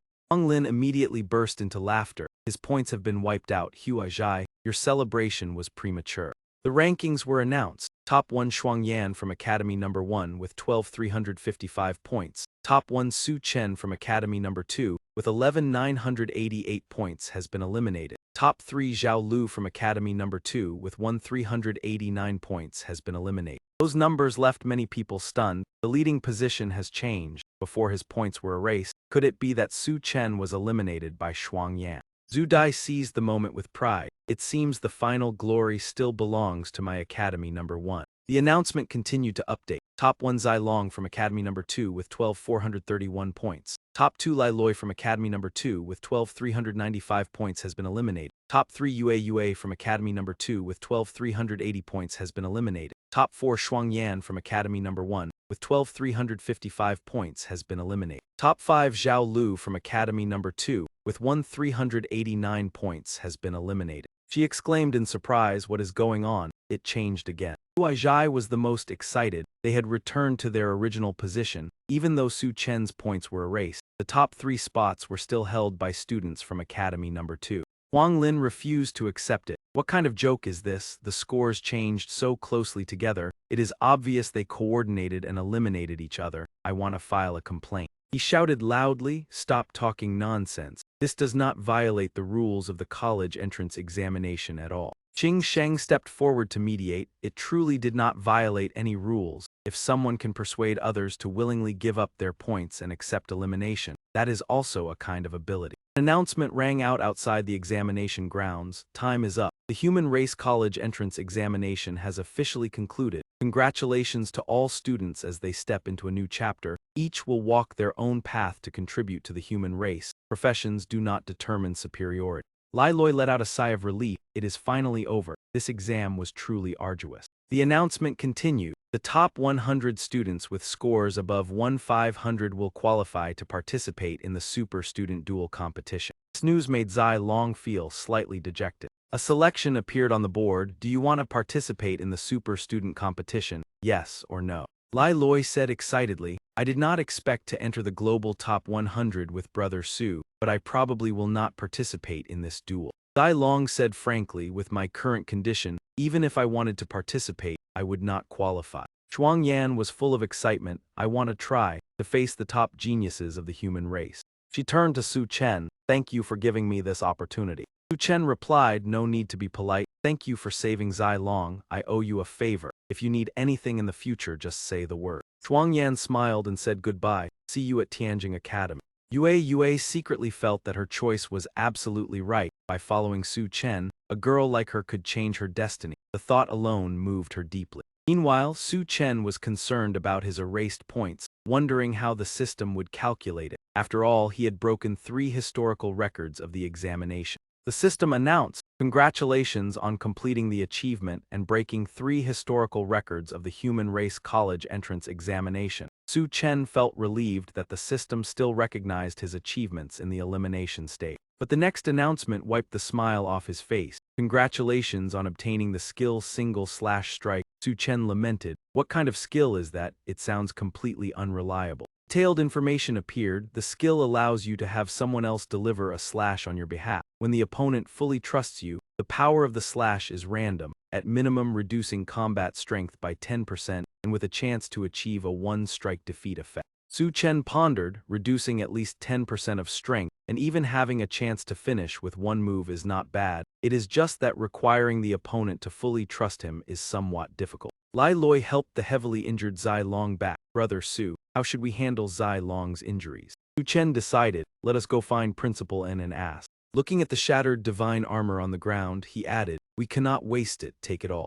Liao Yang observed with confusion, what exactly is this kid doing? He defeated a member of the Luo family and still had his points erased. Lei Shen laughed, I think he handled it very well. He worried, without Su Chen in this super student competition, the results of Long District E may be hard to meet expectations. Lei Shen sighed, distributing points to teammates and eliminating each other to avoid waste. This tactic is truly brilliant. Why did I not think of it back then? Yao Yang nodded, now I understand why you value Su Chen. This kid is like you. He does not like to follow the old paths. After bringing Lai Loi into Principal N's office, Su Chen asked about the situation. He spoke in a heavy tone, the condition is not good. The limbs are not only broken but also poisoned with a difficult toxin. If not treated in time, he may not last 7 days. Su Chen said anxiously, is it that serious? Hua Zhai reassured him, do not worry too much. In the Wuxiang secret realm of Academy No. 3 there is a spiritual herb that cures all poisons. You already have permission to enter. I will go retrieve it immediately. Su Chen took the initiative. Let me go, Principal, please stay and take care of Zai Long for me. Inside the Wuxiang secret realm, he wrote Hua Zhai forward like the wind. Su Chen thought to himself, the end of the secret realm is ahead. I am about to pass the trial.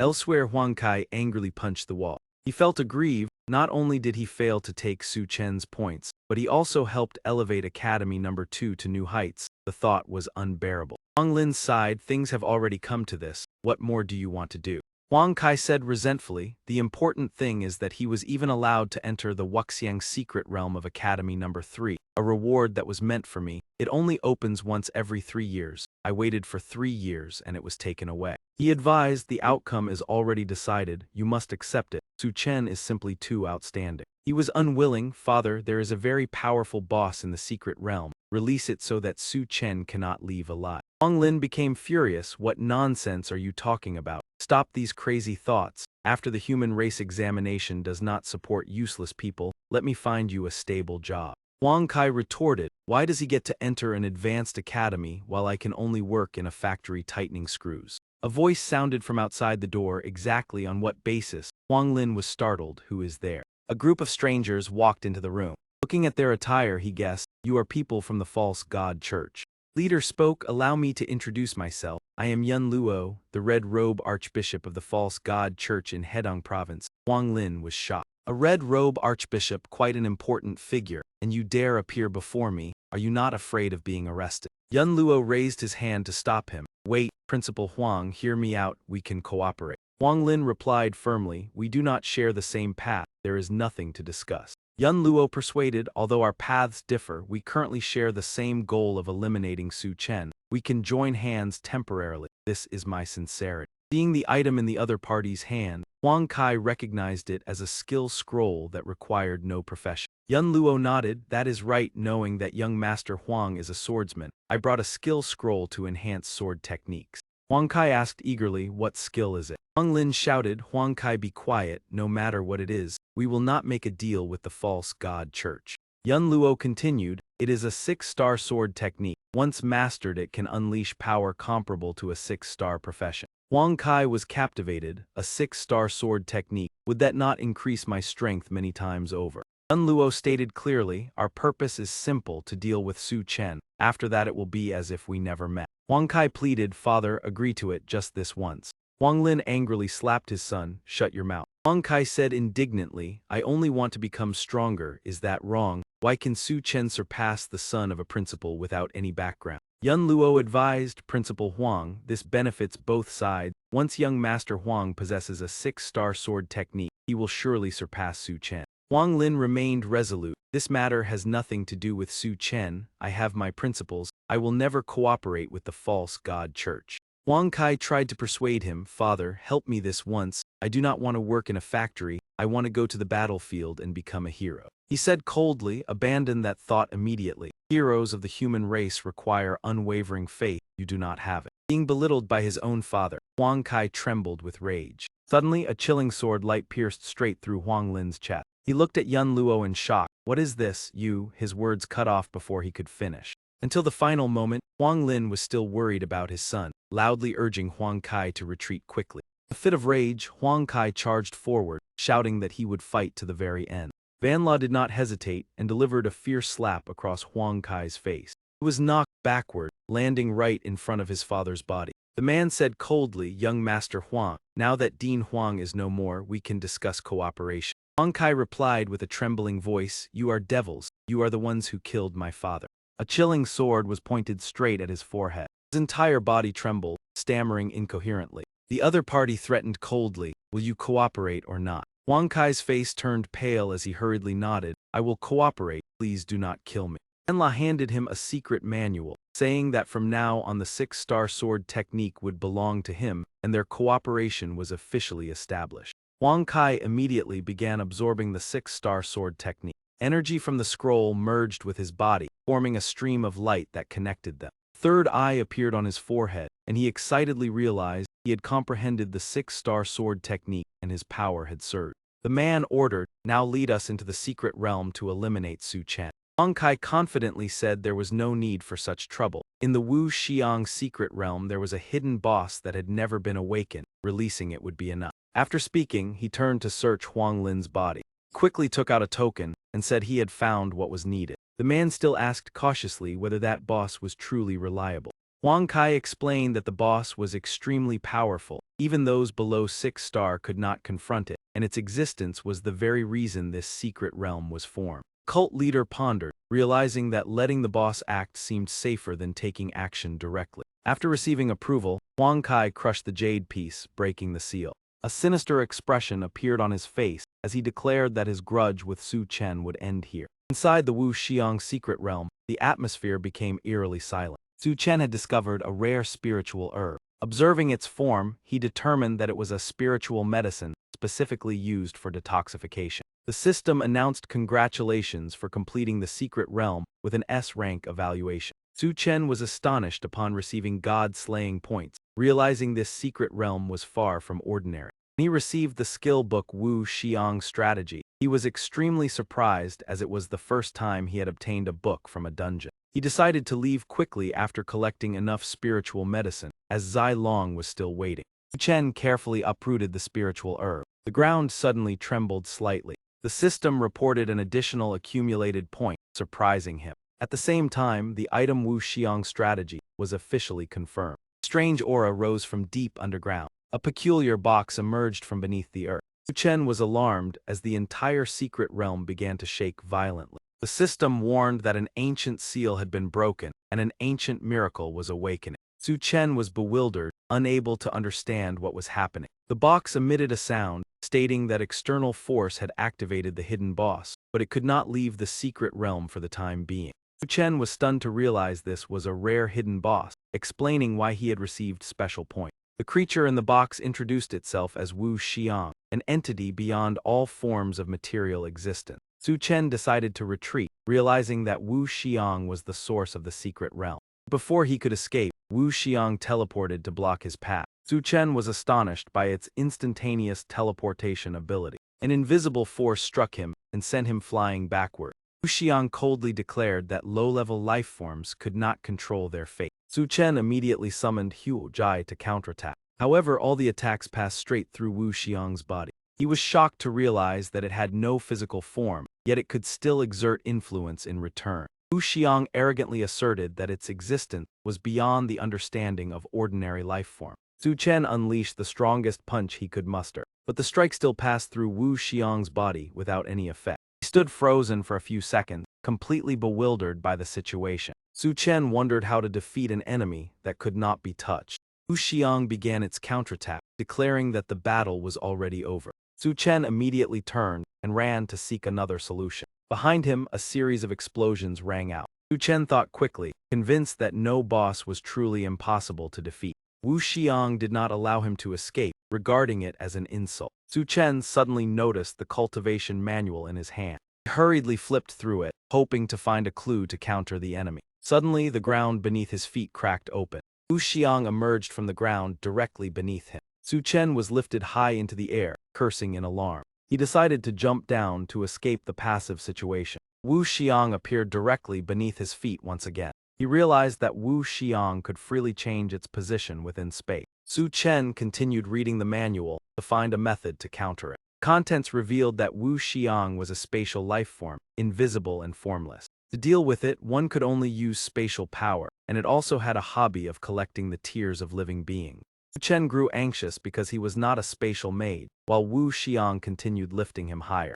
Wu Xiang raised him to an altitude of 25,000 meters, challenging him to survive the fall. As it gradually dissipated, Su Chen could not help but shout in frustration. His body began to fall freely from the great height. Su Chen spread his arms wide, preparing to use a survival skill. From his palms, he summoned a spirit beast. Hu Jai appeared and fell alongside him. Su Chen struggled to maintain balance on the spirit beast's back in midair. He continuously summoned and recalled the spirit beast to reduce his falling speed, and the situation gradually came under control. Perhaps this was the most pitiful Hu Jai anyone had ever seen. Its face clearly showed confusion and bewilderment. After a moment, Su Chen finally landed safely. He let out a sigh of relief as the landing was successful. Wu Xiang asked in astonishment why he possessed so many Hu Jai, as it seemed to defy normal rule. Su Chen reminded him of the earlier promise that if he survived, the other party had to let him go. Wu Xiang immediately denied it, showing no intention of accepting such a condition. Su Chen felt he was being toyed with and questioned his words. Wu Xiang calmly declared that a human's promise held no binding meaning for him. Su Chen angrily scolded that Wu Xiang was shameless and utterly brazen. He continued to command the Hu Jai to join the battle. Su Chen wanted to test whether the space inside a Hu Jai's body could imprison Wu Xiang. Wu Xiang was gradually drawn into the enormous mouth of a Hu Jai. Su Chen felt a surge of joy, believing the plan had succeeded. But immediately afterward, Wu Xiang vanished from the internal space. He suddenly appeared in front of Su Chen and launched a counterattack. Su Chen realized this method was ineffective because Wu Xiang possessed teleportation ability. Wu Xiang lunged forward with the intent to attack, repeatedly demanding that he shed tears. Su Chen was struck, the pain so intense that he spat out a mouthful of blood. He recalled from previous records that Wu Xiang had a habit of collecting the tears of living beings. Wu Xiang explained that not all lives had value, especially the weak. Su Chen took out the Spider Queen's tear he had received as a previous reward. He decided to try using it to distract his opponent. Wu Xiang was startled when he recognized it as a special tear. Su Chen was delighted that the plan was working. Wu Xiang became engrossed in admiring the rare tear he had never collected before. A Hu Jai suddenly lunged forward, attempting to swallow the tear. Wu Xiang hurriedly stopped it, asserting that the item was something he desired to possess. Being overly focused, Wu Xiang rushed straight into the trap set by the Hu Jai. Su Chen waited for the result, hoping to successfully imprison him. He returned to the internal space of the Hu Jai. Wu Xiang asked why he believed he would not escape. Su Chen replied that it was because he was too confident in his own ability. Wu Xiang admitted it and claimed that such a tiny space could not confine him. He continued to attack Su Chen within that space. Su Chen stood firm and asked if he still wished to boast. Wu Xiang immediately used his teleportation skill to escape, but this time he fell straight into a sealed spatial domain. Wu Xiang was shocked to realize that he had truly been imprisoned. Su Chen explained that the power of the system had locked the space completely, far beyond his capability to break. Wu Xiang curiously asked what the Great System technique was. Su Chen smiled and told it to slowly ponder the answer while being confined. Wu Xiang cursed in anger, but was unable to break free. Afterward, Su Chen returned with the spoils. Hu Jai remarked that the spiritual medicine in the secret realm had almost completely detoxified Zai Long. Su Chen reassured that Zai Long's injuries would be fully healed once they entered the advanced academy. Someone arrived to announce that the Alliance had sent representatives to reward Su Chen for his previous contribution. Everyone went to the training grounds and realized that the legendary Team Blood Corps had appeared. Lu Wuqian, representing the Alliance, awarded Su Chen the rank of senior captain in recognition of his contribution. Hu Jai was astonished to see such a young trainee receive such a high military rank. Lu Wuqian presented the medal and congratulated Su Chen. The principal was delighted that the academy had such an outstanding student. Lu Wuqian emphasized that Su Chen was the youngest senior captain in the human race. Su Chen curiously asked if there were any other reward. Lu Wuqian explained that this military rank was the most prestigious reward. Su Chen boldly asked whether the medal could be sold. Lu Wuqian was surprised by the unexpected question. Su Chen repeated the question seriously. Yua Zhai quickly intervened and redirected the conversation. Lu Wuqian declined to rest and expressed his wish to speak privately with Su Chen. Yua Zhai pulled Su Chen aside and reminded him that this rank granted many important privileges and protection. Su Chen realized that the high rank would help him avoid retaliation from the Luo family. Lu Wuqian curiously asked about the girl in women's attire from before. Su Chen pointed toward Zai Long. Lu Wuqian was surprised to see Zai Long in male form. Su Chen asked Zai Long to transform back into her female form. Zai Long immediately transformed into the young woman as before. Lu Wuqian blushed, realizing she was the one who had caught his attention earlier. Su Chen explained that Zai Long was severely injured. Lu Wuqian promised to find spiritual medicine to treat her.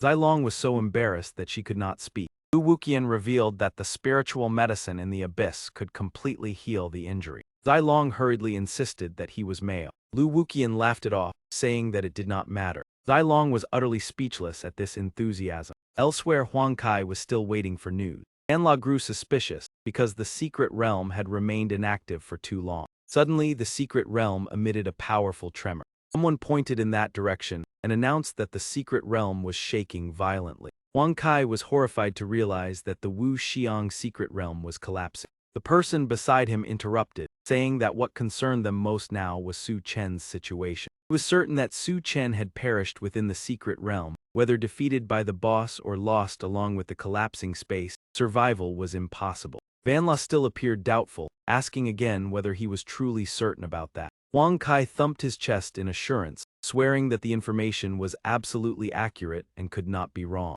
Hearing this, he nodded in satisfaction and immediately ordered preparations for the ritual to report the news to the wild god. One of the companions pointed at Huang Kai and asked how he should be dealt with. Huang Kai immediately knelt down and begged, asking to join the sect and offer absolute loyalty. Meanwhile, Su Chen's group had begun leaving the academy.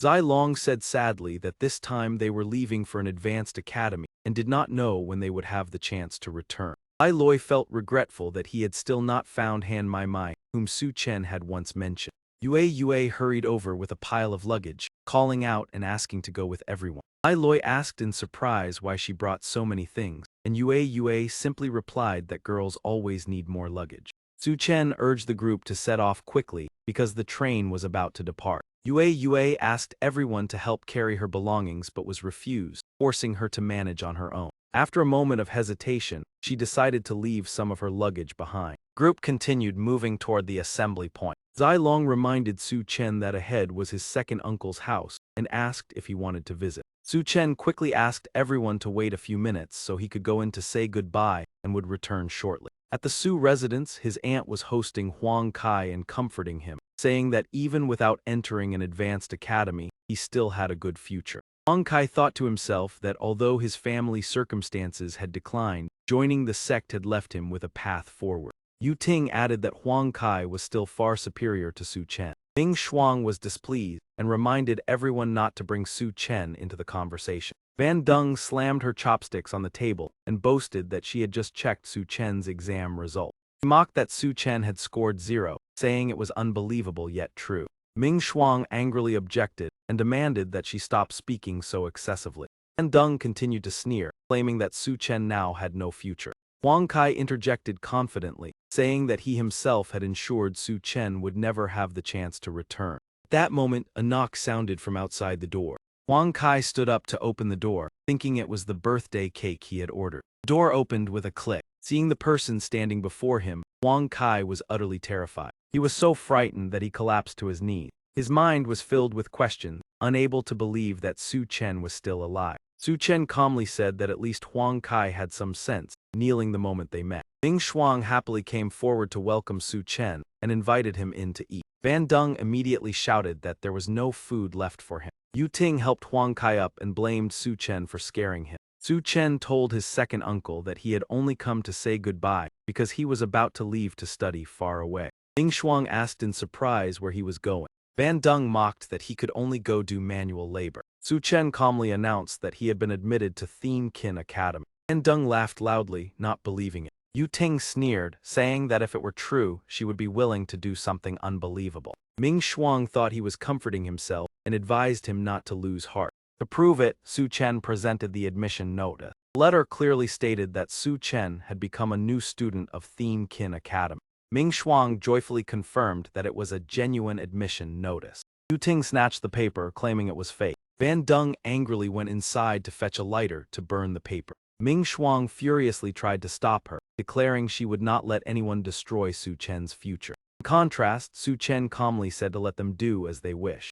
Van Dung lit a corner of the paper with a scornful expression. Flames quickly spread and burned the entire admission notice. At that moment, a system warning sounded repeatedly. Yu Ting panicked upon seeing a level 2 alert from the Alliance activated. The notification confirmed that destroying an admission notice was a serious violation and demanded the perpetrator report themselves. Van Dung collapsed in fear, realizing she could face severe punishment. Yu Ting also turned pale upon realizing the document was genuine. Van Dung turned to blame Su Chen for not speaking up earlier. Ming Shuang angrily refuted her, saying she had brought the consequences upon herself. Van Dung turned to beg Huang Kai for help to avoid punishment. Huang Kai thought to himself that he had no ability to help and did not want to get involved. Yu Ting urged Huang Kai to ask his family to intervene and resolve the matter. Huang Kai then asked Su Chen to tell the Alliance it was merely a misunderstanding. Su Chen coldly replied that he had no reason to show him any favor. Huang Kai clutched his cheek in pain after Su Chen's fierce reaction. Su Chen grabbed his collar tightly and demanded an explanation about the events in the Wu Xiang secret realm. Huang Kai deliberately pretended not to know anything. Su Chen used forceful means to compel him to face the truth. Huang Kai cried out in pain, unable to remain calm. Van Dung panicked and asked what Su Chen was doing. Yu Ting was also frightened, claiming that his actions were against the law. Su Chen turned and warned them, demanding everyone remain silent. He continued to question Huang Kai about the anomalies within the secret realm. Huang Kai still tried to deny everything, advising Su Chen to stay calm for the sake of his future. Su Chen increased the pressure to force him to tell the truth. Huang Kai's face turned pale as he realized the situation was becoming increasingly unfavorable. Van Dung and Yu Ting were so frightened that they did not dare utter a word. Su Chen coldly declared that this was Huang Kai's final chance to tell the truth. Huang Kai attempted to threaten him in return,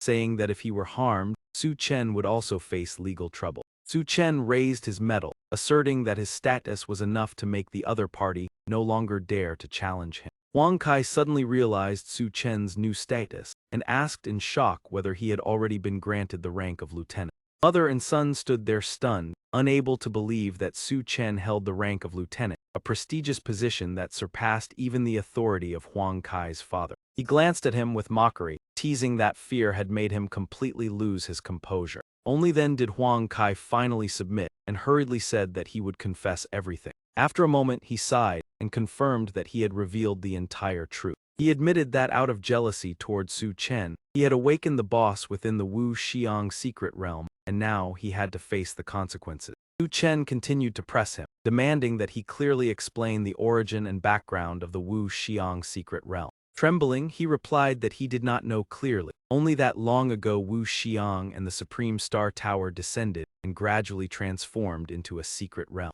After gathering sufficient information, Su Chen turned and left, bidding farewell to his second uncle. Ming Shuang hurriedly called out, asking Su Chen to stop for a moment. He handed Su Chen a small box and said that it was something specially meant for him. Su Chen accepted it in confusion and asked what it was. Ming Shuang explained that it was a relic left behind by Su Chen's parents, previously withheld because his father had instructed it should only be given when Su Chen truly stood out and achieved something worthy of pride. Hearing this, Su Chen was deeply surprised, as in his memory his parents were merely ordinary people who had died years ago during a beast tie. Ming Shuang smiled warmly and said he once thought he would never have the chance to hand over this item, but Su Chen had brought him immense pride. Yun Rong changed her attitude, speaking gently as she invited Su Chen to stay and share a meal with the family. The uncle and nephew shouted in unison, demanding that she leave immediately. Caught off guard by the shouting, she froze in embarrassment. After a while, Huang Kai glared angrily at Su Chen's departing figure. He cursed inwardly, vowing that once he mastered the 6-star sword technique, he would make Su Chen pay and never dare to act arrogantly again. Soon after, the group arrived at the train station to prepare for departure. Li Lei shyly shared that this was his first time leaving his hometown, so he felt quite nervous. Yue said she had checked the map and warned that the journey to Tianjing Academy would pass through many wilderness areas covered by demonic zones, requiring extreme caution. He reassured everyone that the train had operated for hundreds of years under the protection of powerful experts, making it difficult for demonic beasts to pose a threat. Su Chen excitedly announced that the train was arriving at the station. The group patiently waited for the train to come to a complete stop. The train slowly reduced its speed as it entered the platform. Yue remained wary of this train. Su Chen asked her what seemed unusual. She checked the information on her phone and realized the train had arrived about 10 minutes earlier than scheduled. Li Lei casually remarked that arriving early was a good thing and urged everyone to board quickly. Seeing her still observing the surrounding, he called out for Yue to board the train at once. Yue murmured that the station was unusually deserted, with almost no other passengers. Li Lei explained that with demonic zones appearing more frequently, few people dared to travel far. Su Chen also found it strange, as there were far too few passengers for a train bound for a major city. Once all passengers were seated, the train began to move. The train quickly accelerated toward its next destination. At the adjacent table, a passenger enthusiastically asked Qin Than about the information he had just shared. Qin Than confidently confirmed that he was a student of Tianvo Academy in the capital, second only to Tianqin Academy in reputation. Ine praised him with admiration, saying that she and Yue Chan had only been admitted to Tianlin Academy. He continued boasting that his cousin was also a student at Tianqin Academy and would gladly show them around in the future. Ine happily asked again, expressing her dream of setting foot in Tianqin Academy. Qin Than offered his contact information and suggested that Yue Chan add him as a friend for easier communication later. Yue Chan politely declined, wishing to rely on her own ability to gain admission to Tianqin Academy. Qin Than and Ine both persuaded her, saying that having more connections would be beneficial in the future. In the end, Yue Chan reluctantly agreed. Qin Than then turned to Su Chen's group and asked if they were also new students heading to enroll. Su Chen frankly confirmed that they were. Qin Than curiously asked which academy they would be attending. Su Chen calmly replied that it was Tianqin Academy. His answer left everyone nearby extremely shocked. Qin Than burst into laughter, thinking Su Chen was joking. Li Lei firmly stated that all four of them had been admitted to Tianqin Academy. Qin Than mocked them, ridiculing their appearance and age, saying it was impossible. Li Lei angrily refuted him, asserting that he was only 18 years old. Qin Than continued analyzing that since they came from Ha Dong Province, the weakest region, it was hard to believe that all four of them had been admitted.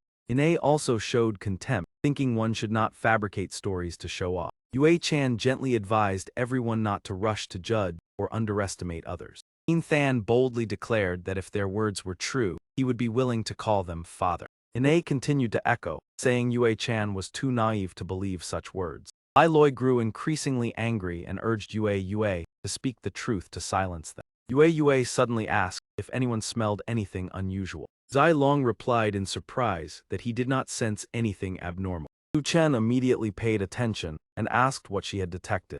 Yue revealed that she smelled the distinctive scent of a magical beast. Qin Than thought she was deliberately changing the subject to hide her embarrassment. Ine explained that the train had been reinforced by a level 7 Grand Mage, so magical beasts could not approach, and if they did, they would be eliminated by the protective formation. Su Chen turned to ask Yue if she was certain about her observation. She affirmed that awakening abilities enhanced the senses many times, making her sense of smell far superior to ordinary people. At the same time, she noticed the scent of magical beasts growing increasingly strong. Meanwhile, the train continued to speed forward. Its movement speed did not diminish at all. However, a magical beast larva appeared on the tracks ahead. The creature slowly crawled out from a gap in the tracks. It slithered into the area near the line.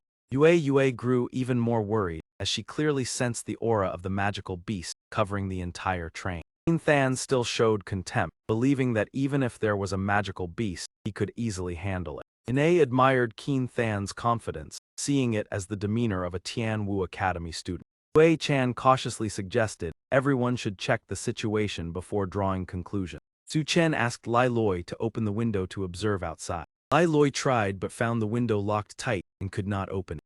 Noticing something unusual, Su Chen immediately ordered the glass to be broken. Lai Loi rubbed his wrist, ready to follow the instruction.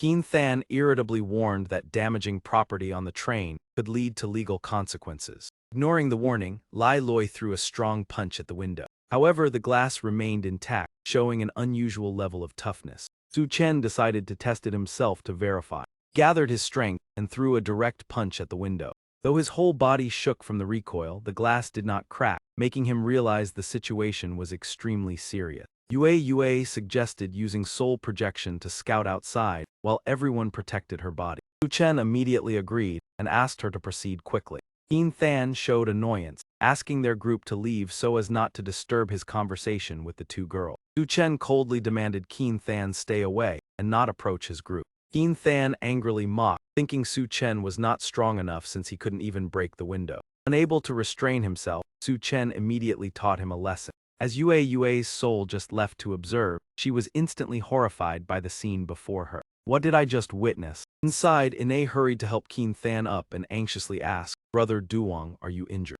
He replied that he was fine, he had only been ambushed by that brat. She angrily scolded him, saying he was too rude, resorting to violence after his lies were exposed. Someone like him deserved to be sent to the abyss battlefield. Keen Than harbored deep resentment and threatened to make Su Chen pay for daring to strike him. Yue returned in panic and burst into tears. Lai Loi anxiously asked what had frightened her so much.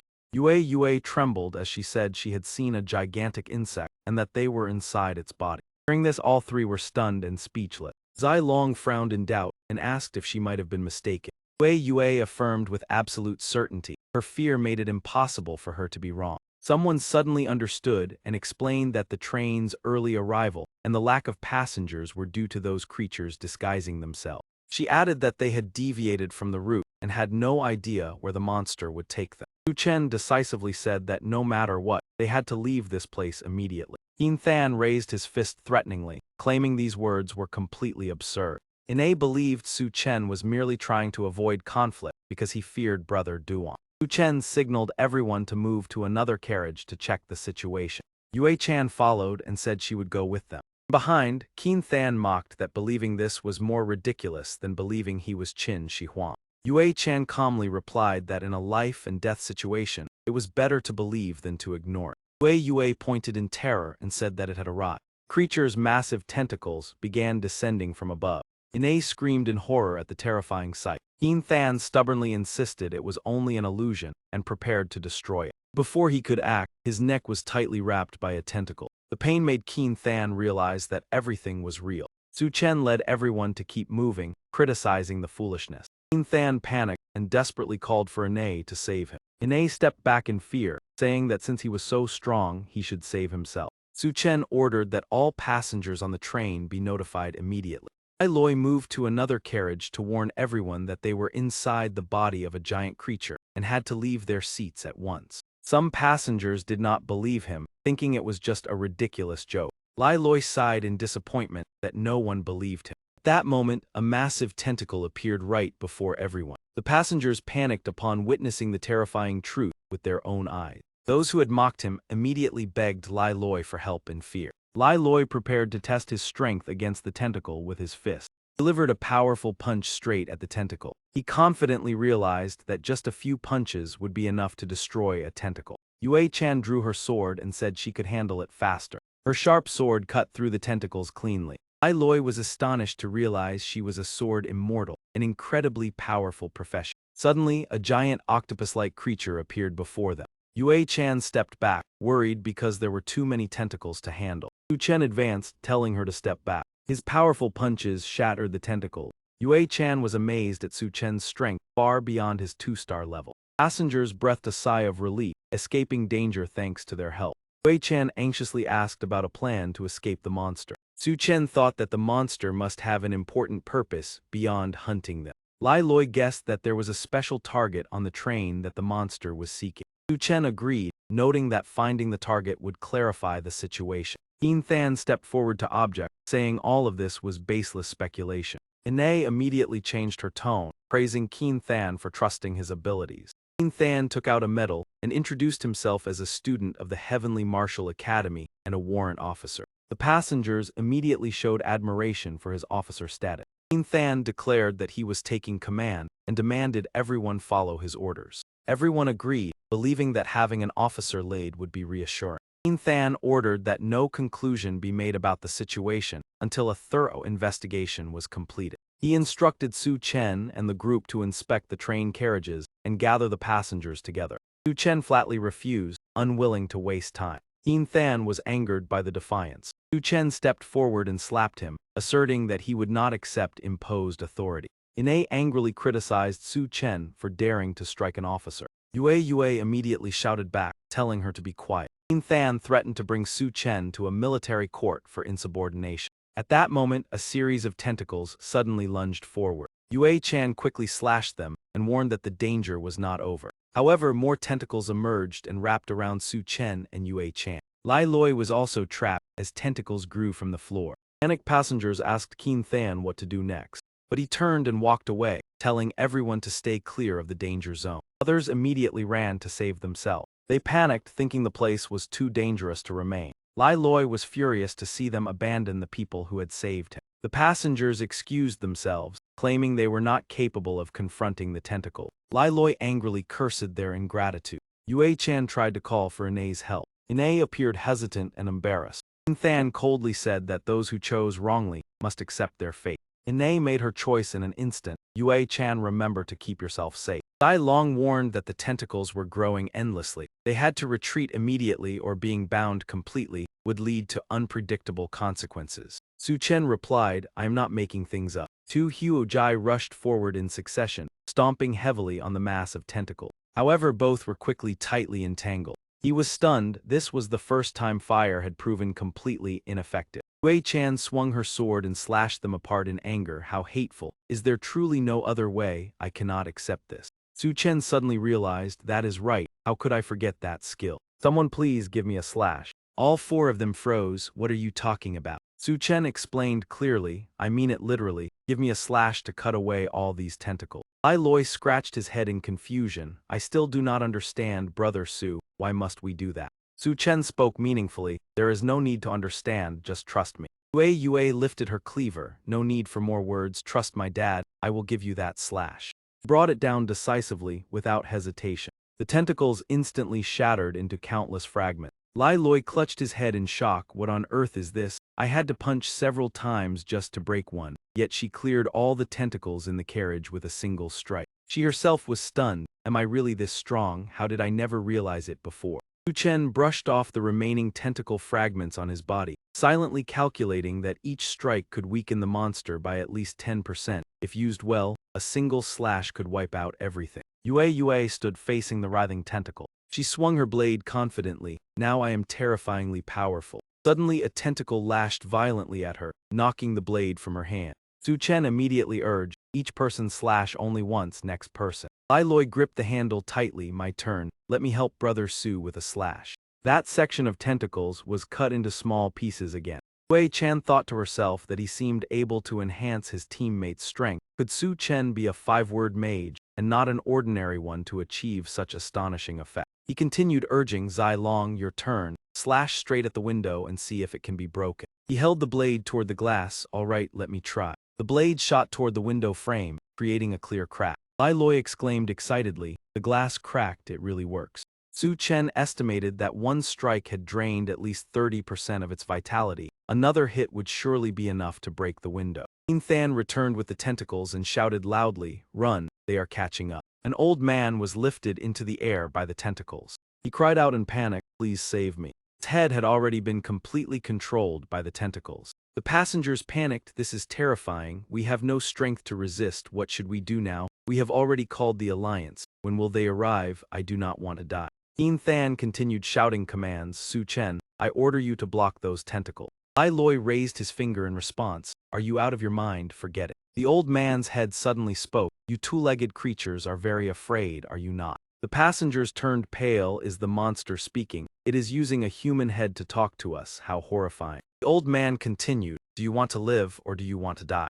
Someone hurriedly replied, of course we want to live. It presented a condition, most of you are useless to me, but I will give you a chance. As long as you deal with those 3 men and women, I will release the rest of you. This demand made everyone hesitate. Tentacle said coldly, I will count to 3, after that you will lose your right to choose. The group of passengers turned to King Than, What should we decide now? Should we ask the warrant officer what he chooses? It began counting 3. He spoke sternly. As an officer, I will never do anything that harms humanity. The tentacle continued counting 2. Someone interrupted, but we do not want to die. Warrant officer, please reconsider. Sacrificing a few to save many is also for humanity. Keen Than went along with it, but Su Chen's group has openly defied my orders. They violated Alliance military discipline and betrayed humanity. Everyone agrees, right? Crowd echoed, that is right, the warrant officer is correct. We testify. They betrayed first, so we are justified in dealing with them.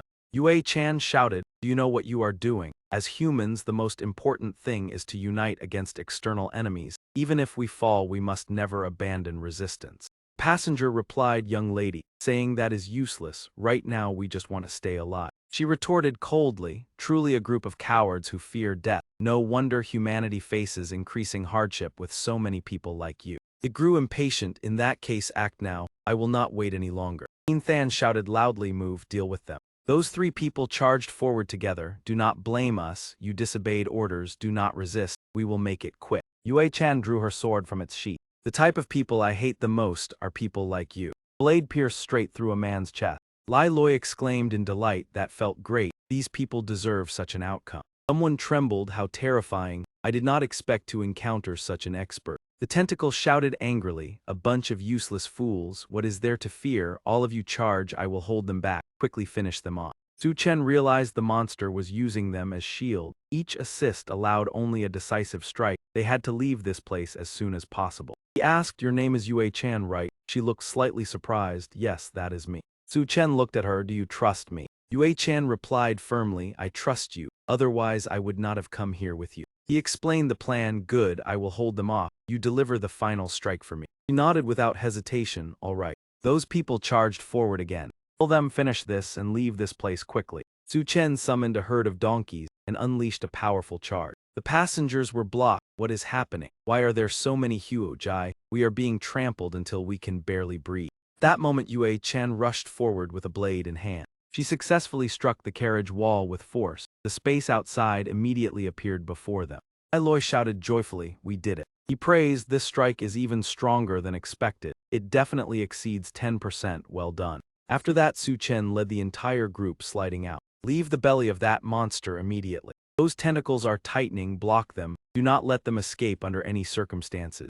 The passengers were both overjoyed and stunned. They did not expect that they had truly escaped. What are you waiting for? Hurry and chase after it. Roared from behind, declaring that it would not spare anyone. After a while, everyone finally recovered from the danger. No one could believe they were still alive. If they had known they could escape, they would not have acted so ruthlessly. Yue turned pale with fear. It is not over yet, that worm is coming back. The giant worm turned its head, aiming straight at them. None of you can leave this place alive. 2 passengers fell into despair. If it attacked at that speed, they would certainly be unable to dodge in time. Yue Chan was also horrified. Could it be that they still could not escape this calamity? Su Chen clenched his fists, determined to give it his all. He signaled for Huojai to act immediately. The worm viciously declared that it would crush its opponents into ashes. Huojai opened its 2 terrifying wide mouths. A powerful suction force suddenly pulled the worm in, causing it to cry out in shock. Its massive body rapidly shrank before being completely swallowed into Huojai's mouth.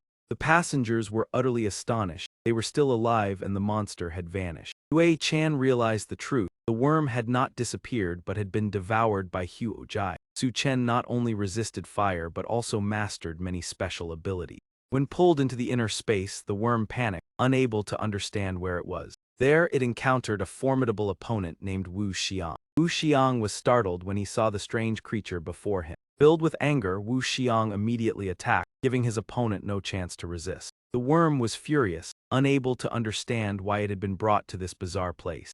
Wu Xiang seized the opportunity to vent his anger, treating it as a chance to release his frustration. Su Chen smiled in satisfaction, leaving Wu Xiang to handle the creature. Lai Loi looked around in confusion, worried that they had been drawn deep into a dangerous wilderness. Wei Chan announced that she had contacted the Alliance and rescue forces would arrive soon. From behind, Keen Than called out loudly, wanting to speak with Su Chen. Su Chen coldly asked what he wanted to say. Keen Than hurriedly explained that everything was a misunderstanding and hoped Su Chen would not report it to the alliance. Ai Loi responded with a contemptuous gesture, showing clear disdain. Keen Than arrogantly boasted about his power, claiming that his words carried more weight than anyone else's present. Ine approached and acted friendly toward Yue Chan, hoping to maintain their previous good relationship. Yue Chan coldly brushed her hand aside, clearly expressing her disgust. Ine was so angry that she was speechless. Some people hurriedly suggested sharing the credit equally, hoping the matter would be overlooked to maintain harmony.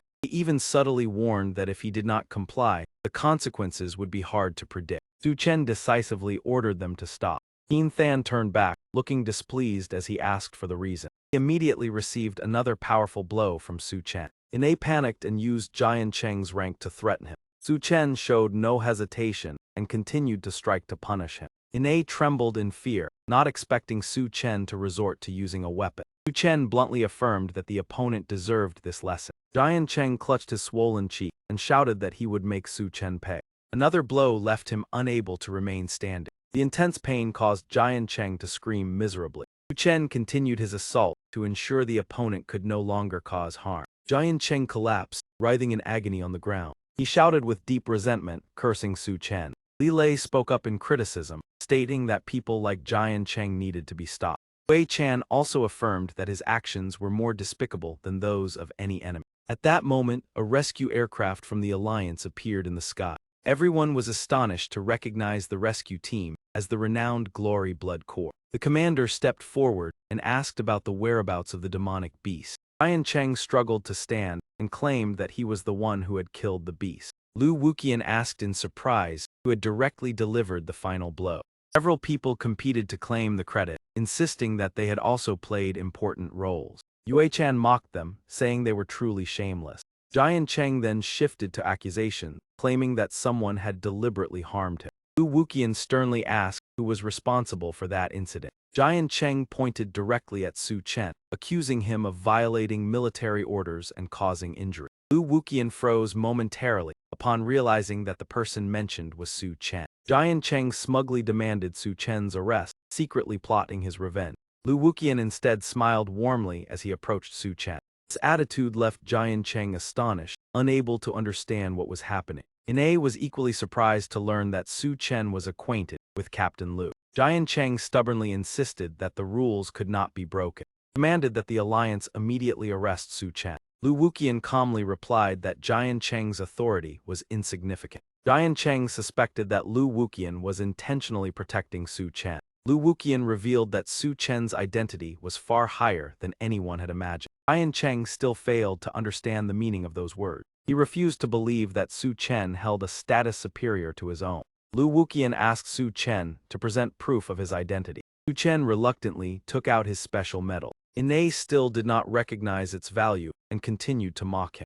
Jian Cheng recognized the prestigious medal and immediately turned pale. Lu Wuqian sternly reminded everyone that Su Chen was a hero of humanity, his status far surpassing that of a mere second lieutenant. She trembled non-stop, unable to believe that a freshly graduated student could reach the rank of high intent. It was beyond imagination. He collapsed to his knees in despair, murmuring that everything was over. After a while, Lu Wuqian spoke up to ask Su Chen that the situation was now clear, so how should these people be handled? After discussing, he announced that those who had stolen military merits would be escorted and await judgment from the alliance. Keen Than hurriedly begged, hoping Su Chen would show mercy for the sake of his cousin who was also a student of Thin Kin, promising they would treat each other like brothers in the future. Ine also turned to ask Yue Chan to plead on her behalf, willing to do anything just to avoid being detained. The remaining passengers all knelt down together to beg for forgiveness, earnestly pleading for leniency and promising never to repeat their actions. Su Chen coldly told Captain Lu to handle these people according to the laws of the alliance.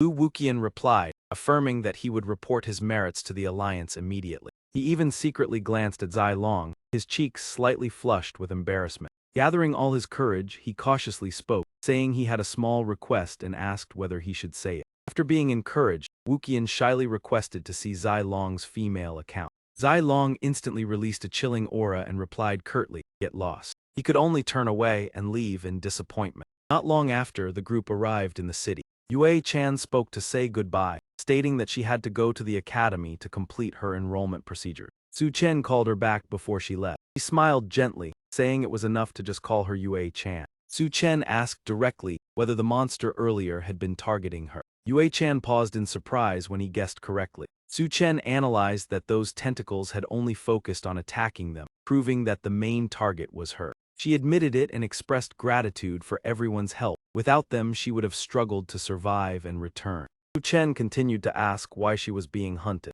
Yue-chan replied that she was the daughter of Long Xiang. Hearing this, Su-chen was extremely shocked by her identity. She left a reminder that interacting with her would bring trouble, then turned and left. Lai Loi scratched his head thoughtfully, feeling that the name Long Xiang sounded very familiar. Zai Long explained that he was Marshal Long Xiang, one of the legendary generals of the human race. He once commanded the Long Xiang Legion on the Abyss battlefield and was renowned for his bravery. His presence struck fear into alien races, and he was one of the most hated by the evil gods. Su-chen pondered deeply, not expecting Yue-chan to possess such a noble identity. Zai Long remarked that it was puzzling how the daughter of a marshal would study at a second-tier academy despite her great strength. Yue held her phone with a hesitant expression, saying something was not right. She handed the phone to Su-chen to show the information she had just received. After reading it, Su-chen could not hide his astonishment at the displayed content. The news reported that Marshal Long Xiang had fallen in battle.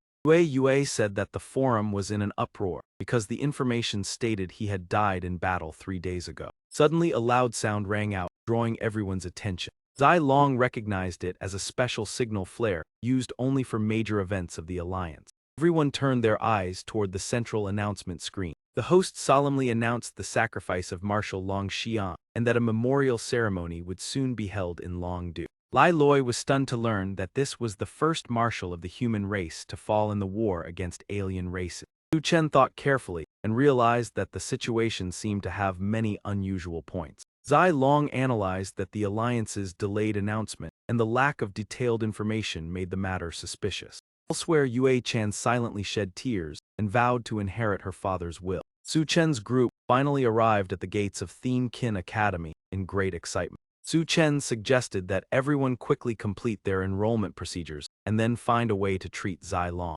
Zai Long pointed into the distance and asked if everyone recognized that guard. Lai Loi recognized him as Bai Hui. The group walked closer and confirmed it was indeed him. Bai Hui felt both embarrassed and annoyed, asking them to stop staring. Su-chen curiously asked why he was working as a guard here. Bai Hui sadly admitted that he had failed the exam and could not become a student of the academy. Lai Loi was surprised because with his strength, entering a second-tier academy was entirely possible. Bai Hui firmly stated that his only goal was Thien Kin Academy, and the person he pursued was Liu Lion. Su-chen did not want to argue further. He simply wished him well in his job and prepared to leave. Bai Hui declared that one day he would rise up and surpass Su-chen. Their group lined up to wait for their turn to register for enrollment. When he saw Yue step forward to the registration desk, Lai Loi breathed a sigh of relief because it was finally their turn. Suddenly, Thien Fai rudely pushed her aside and demanded to be processed first. Yue angrily reacted to that impolite behavior.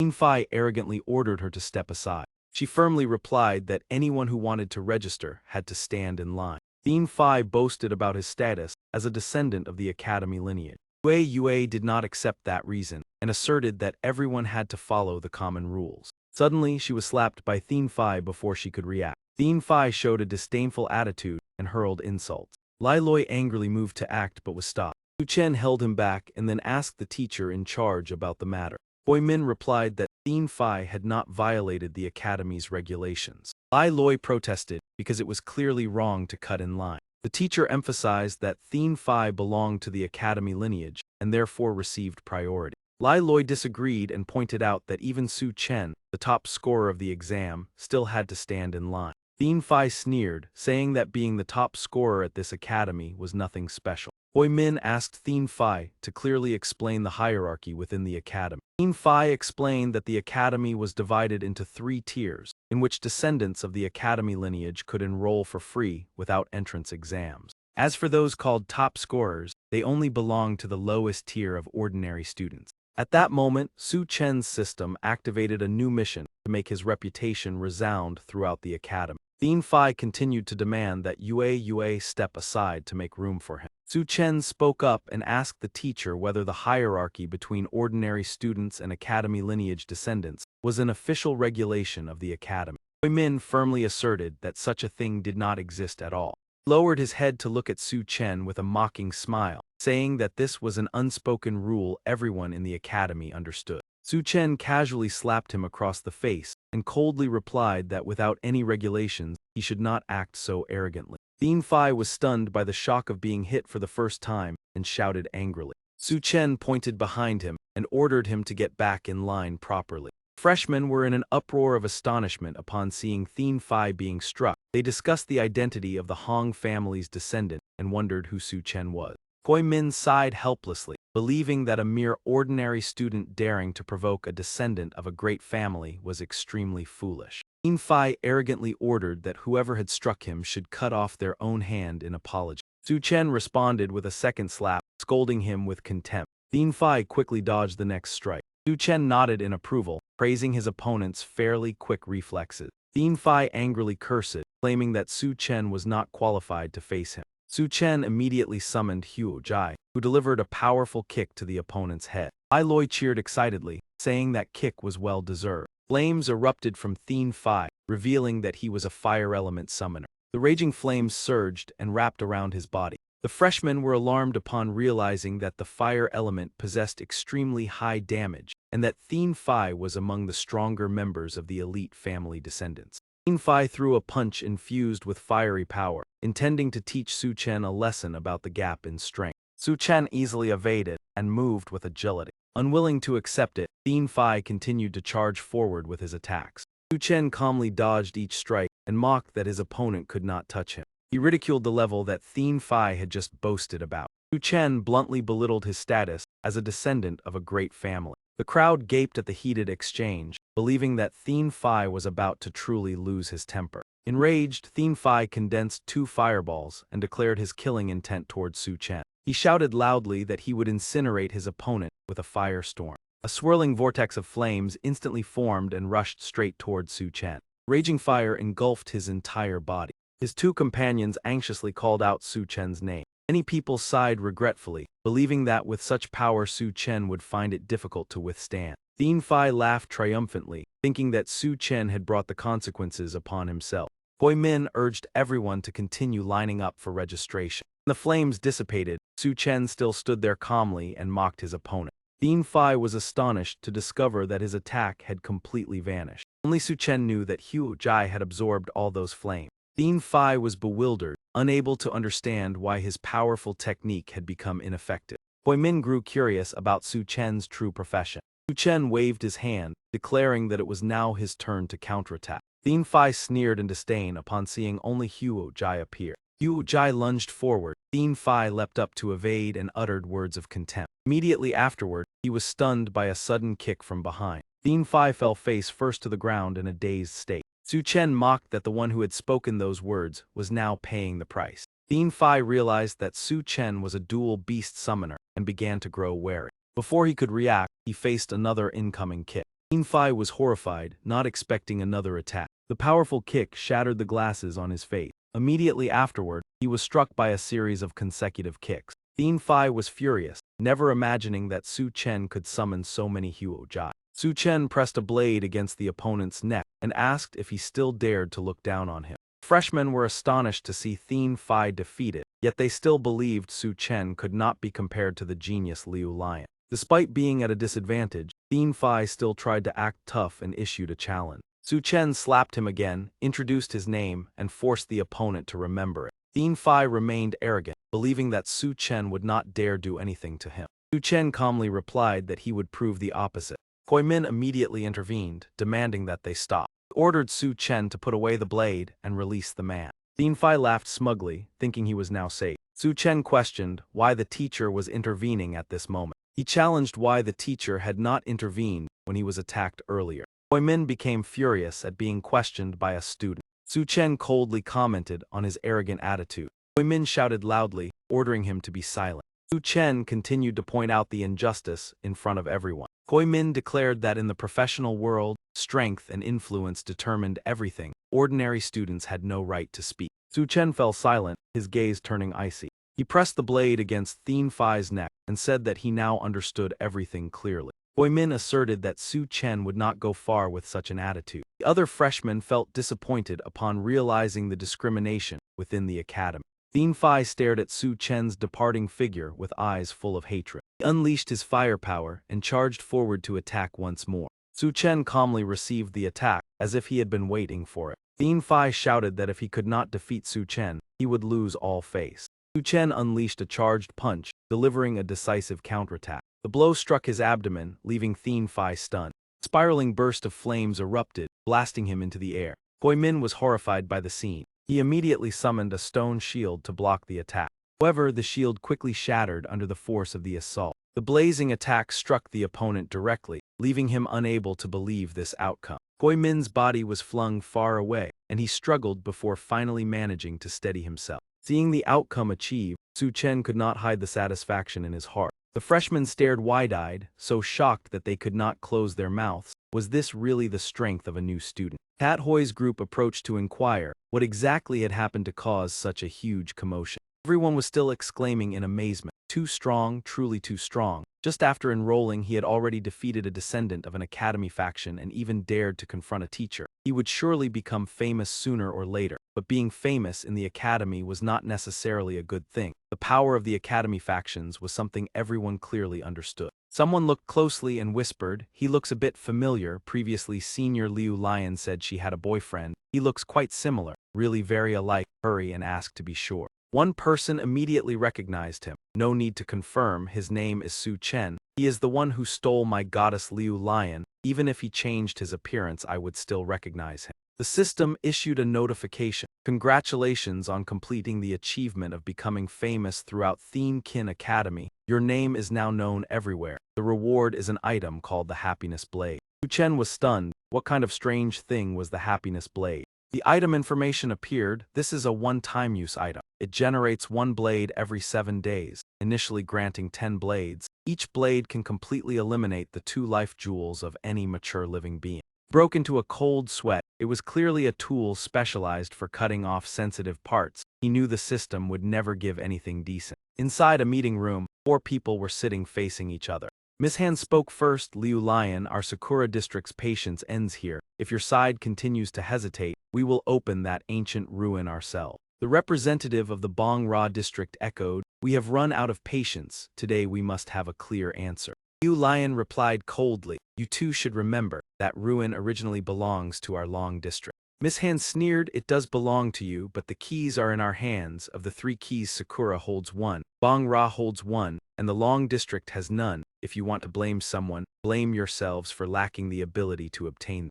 Len asked disdainfully, "How did you obtain those 2 keys? Do you truly not know in your hearts?" Insane gave them an ultimatum. "However we obtained them is our strength. We will give you another half-month. If you still cannot find the final key, I will personally open the secret realm." Before leaving, Miss Han reminded, "Liu Lion, farewell. Remember that half a month is the final limit we give to the Long district." Miu Miu said angrily, "What should we do? Will we really let others interfere with the Long district's ruin?" She continued asking, "Is there still no clue about the last key?" The other person replied, "There is no news yet. It is only said that the Luo family once searched for it, but the young master of the Luo family suddenly died during the human race college entrance exam, so the matter faded away."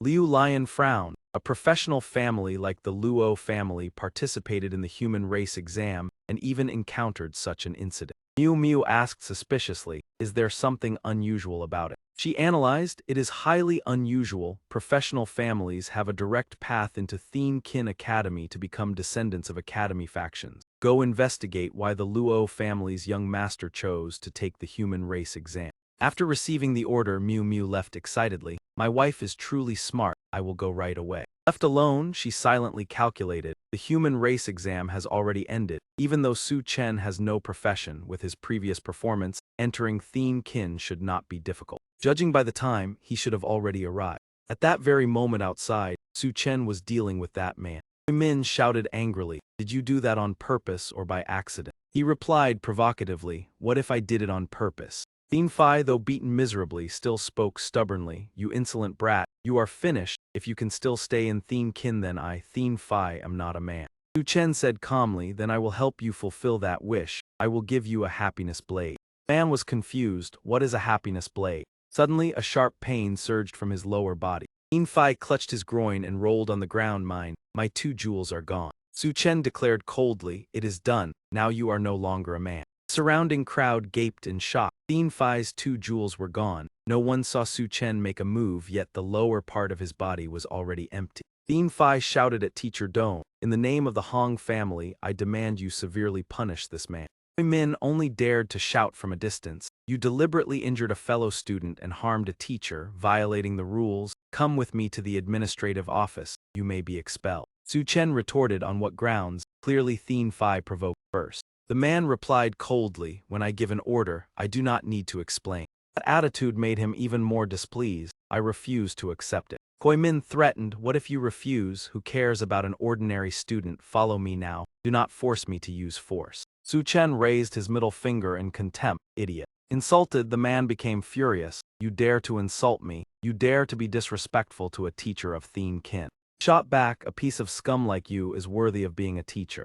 Koi Min rushed forward recklessly. Today I will throw you out of Thien Kin. Just as he was about to act, a voice rang out, stop. The students were stunned. It was Senior Liu Lion. Why had the goddess appeared? Could it be that she truly had a connection with Su Chen? Koi Min snapped, Liu Lion, I am dealing with a freshman. Are you planning to interfere? She replied coldly, you dare to touch my man. Hearing this, Su Chen was speechless. She was truly too straightforward. This news shattered the hearts of countless male students. Did Senior Liu Lion really have a boyfriend? Su Chen was truly detestable. The man reminded her, Liu Lion, do not forget you are a student while I am a teacher. She replied proudly, so what? I am a student of Thien Fu. Koi Min asked again, do you truly intend to take action for Su Chen? Liu Lion admitted frankly, that is correct. Helpless, he could only support Thien Phi and leave. Let us go. Before leaving, Thien Phi threatened, Su Chen, this matter is not over. Let us see how long you can hide behind a woman. Leaving with the senior, he said sincerely, thank you for what happened just now.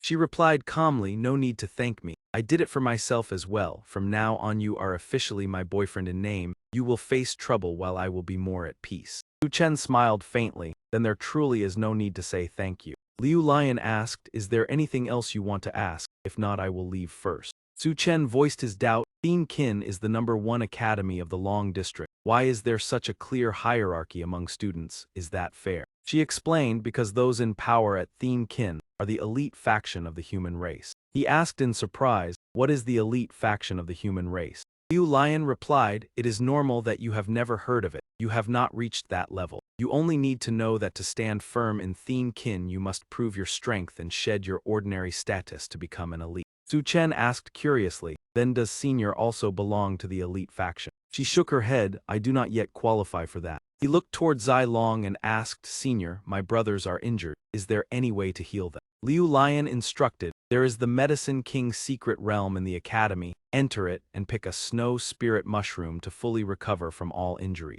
Su Chen immediately became excited, then let us go to the Medicine King's secret realm. He reminded that secret realm is 3-star and classified as difficult. You are only at the early 2nd tier. Entering it would be no different from courting disaster. For now you should go to the profession's star tower to level up. Upon arriving at the mentioned place, the group marveled. This is the star tower for the warrior profession. Truly a major profession, as the crowd coming to advance their star rank is overwhelming. Lai Loi said, Brother Su, the 3 of us are all warriors. Let us go in together. Su Chen nodded and led them. Remember to be careful. After a while, seeing the 3 stagger out, he asked, what happened? Why is everyone injured? Lai Loi sighed, it is too difficult to pass. Advancing a profession star rank is truly life or death. No wonder high-level professions are so rare. Wei Yue added, it is truly dangerous. None of those who entered after us came out. I fear they have already perished inside. He understood very well that the nature and path of advancement in a profession had never been simple. Zai Long said apologetically that if not for him being a burden,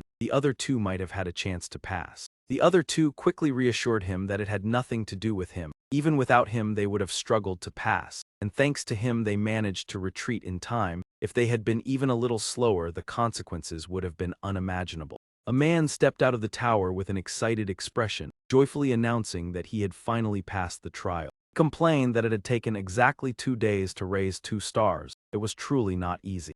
Su Chen stepped forward to inquire, curious to know how this brother had managed to pass the stage. The man shared that he had spent 2 years forging a black metal hammer, which caused his strength to soar to nearly double, allowing him to pass the trial smoothly and advance. Hearing this, he concluded that passing the stage did not seem as difficult as imagined. Su Chen then took out a suit of armor from his storage space. Ai Long recognized it as the divine armor of Luo Xiaosao. Bringing equipment for the trial was indeed a great advantage. He summoned a herd of donkeys and said that this armor was for them, while also giving an additional 30 Hu Jai to support their journey through the trial. Li Lei asked in surprise that armor could be worn, but how could donkeys be brought along? Su Chen explained that the armor and donkeys were merely supportive tools, representing external strength. They should just try and there would surely be no problem. The herd of donkeys leisurely followed the 3 people into the tower. 2 others thought they had taken the wrong path, but this was indeed the summoner's star tower.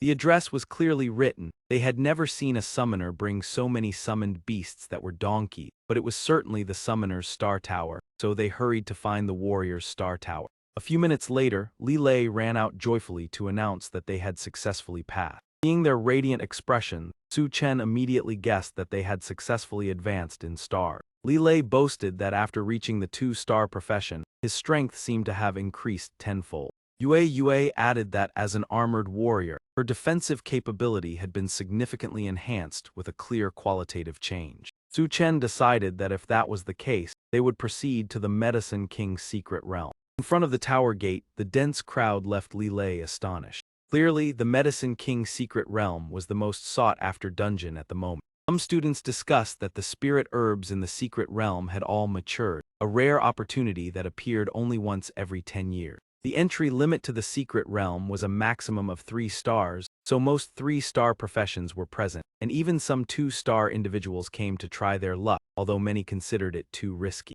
While everyone was still discussing, a team emerged covered in injuries, astonishing the crowd. Someone recognized them as the Tianzhou team that had just withdrawn. This team originally had many core 3-star members and was quite well known. Seeing their condition, everyone understood that they had failed again, and this was already the 3rd time. People began to worry, believing that the difficulty of the secret realm had risen to a nightmare level. Entering at this time was no different from courting danger. Even a veteran team like Tianzhou had not succeeded. Many suggested dispersing. Su Chen judged that the secret realm was too dangerous, so he would enter alone, while the 3 who had just advanced to 2 stars should not take the risk. Li Lei agreed, admitting that going along would only hinder Su Chen. Zai Long advised that if he encountered danger, he must retreat immediately. His injury did not need urgent attention. Su Chen reassured everyone before blending into the flow of people entering inside. Suddenly, someone loudly called Su Chen's name. Huang Yan and her teammates approached, surprised to meet him here, and asked whether he was also participating in the Medicine King's secret realm.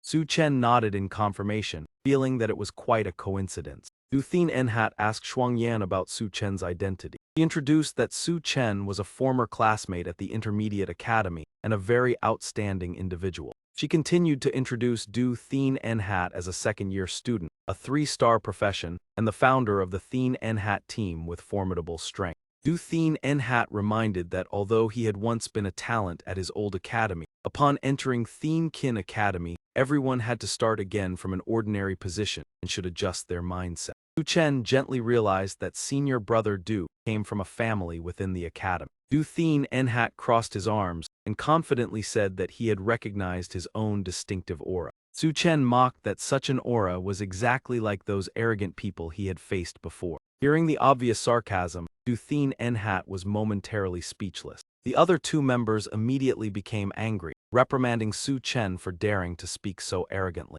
Du Thien Enhat remained calm, believing that newcomers often did not know fear and would sooner or later be taught a lesson by reality. Huang Yan quickly changed the topic, asking whether Su Chen would enter the secret realm. Su Chen confirmed that he had come for that purpose. He further asked about his team. Su Chen replied that he would enter alone.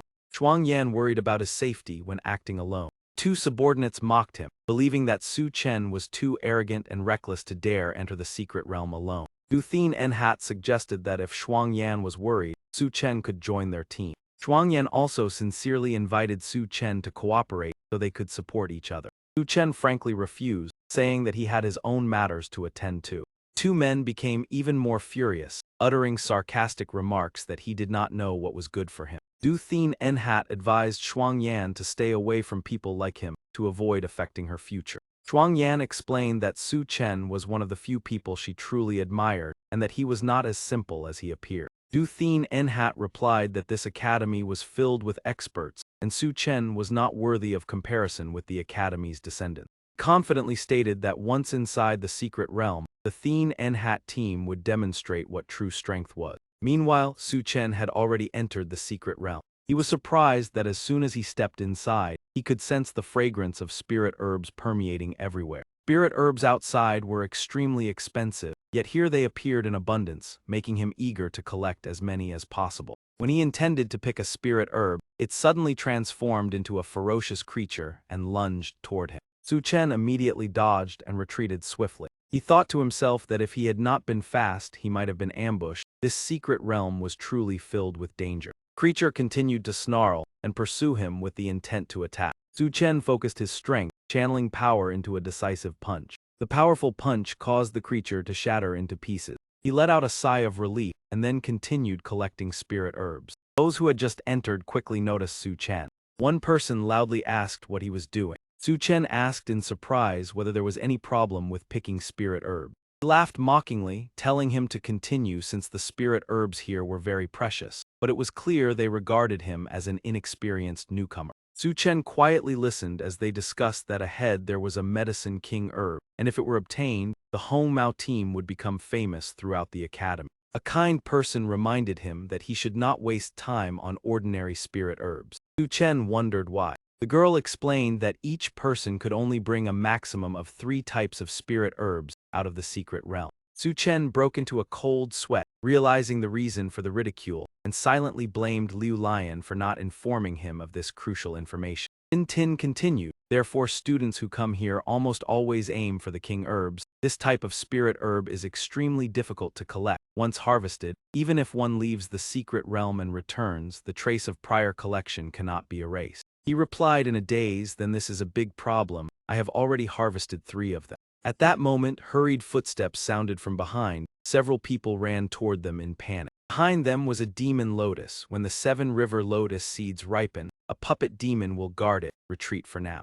One of them was pierced straight through the chest by a lotus stem and collapsed on the spot. The remaining ones turned pale. This thing is too strong. At least a 3-star boss, run. But before they could run far, lotus stems burst from the ground and blocked their path. Someone trembled and cried out, "It is over, the path is blocked." Another gritted his teeth and said, "We have no choice. As long as we obtain the 7 river lotus seeds, the connection with the puppet demon will be severed, and they will disintegrate on their own." 2 immediately charged forward with all their strength. At that very moment, the blue lotus closed tightly into a sealed bud. The sight left him stunned. The lotus petals have already closed. Swords simultaneously aimed at the blue lotus bud. However, the petals were as hard as white steel. Not only did they not break, but they also sent the attackers flying. Both were horrified to realize that its defense was equivalent to 4-star armor, completely impossible to break. From another direction, more lotus stems continued to emerge. They pierced through their chests without hesitation, leaving only echoes of desperate screams.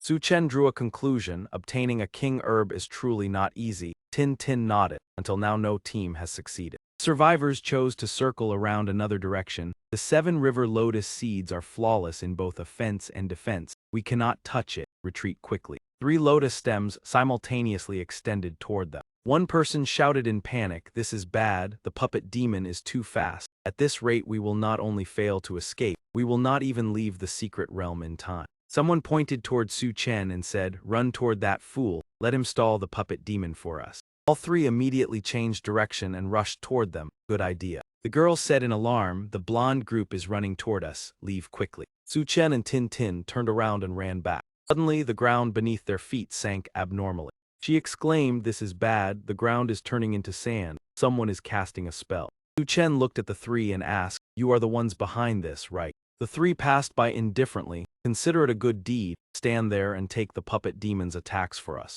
His gaze turned cold. "Scoundrels, you are courting disaster." The girl beside him drew her whip and urged, "Junior, go first." Su Chen was surprised. "I go first, what about you?" Tin Tin replied, "I will stay and hold off the puppet demon. Seize the chance to escape." Firmly shook his head. How can a man let a woman shield him? We fight together. She lashed out with her whip and said, listen to me. You have just enrolled and your strength is still weak. It is natural for a senior to protect a junior. The sand transformation slows movement. If we do not act quickly, both of us will be trapped. Whip struck the puppet demon's stem, but left no mark at all. Tin was shocked. It is too strong. Even this attack did not affect it. Go quickly. Stems grew densely, surrounding them like a wall. The only escape route was the place where the lotus was blooming. Su Chen gritted his teeth. It seems there is no way to retreat now. He also turned pale. This situation is truly dangerous. The three of them decided to stop running and stayed to observe the 7 river lotus seeds to gather information, planning to prepare more thoroughly next time. They quietly hid behind a fallen tree in the distance. The lotus stem suddenly shot forward, charging straight at the target.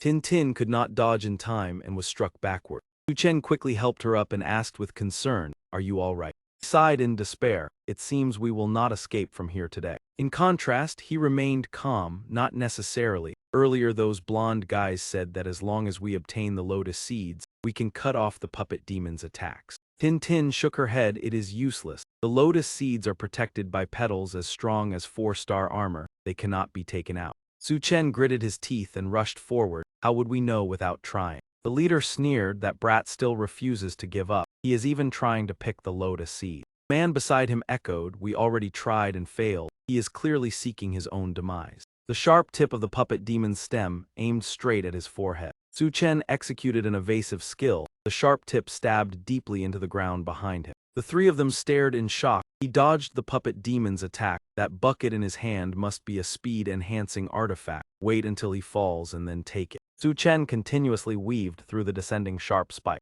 They were stunned. His luck is incredible. He actually reached the lotus, but it is useless. Even senior students like us could not break the petal defense, let alone a freshman. Standing before the lotus, he gathered strength and unleashed his most powerful punch. His fist carried all his force as it struck forward. The punch landed directly on the closed lotus bud. The rebounding force blasted Su Chen backward. He frowned. This is not good. The charging time was too short. I cannot break a defense comparable to 4-star armor. Two hiding in the distance laughed mockingly. Truly a reckless fool, daring to enter a nightmare dungeon alone. It would be strange if he did not die. From behind, Tin shouted loudly, be careful. Facing the dense barrage of sharp spikes, he paused for a brief moment. He made up his mind to take a gamble.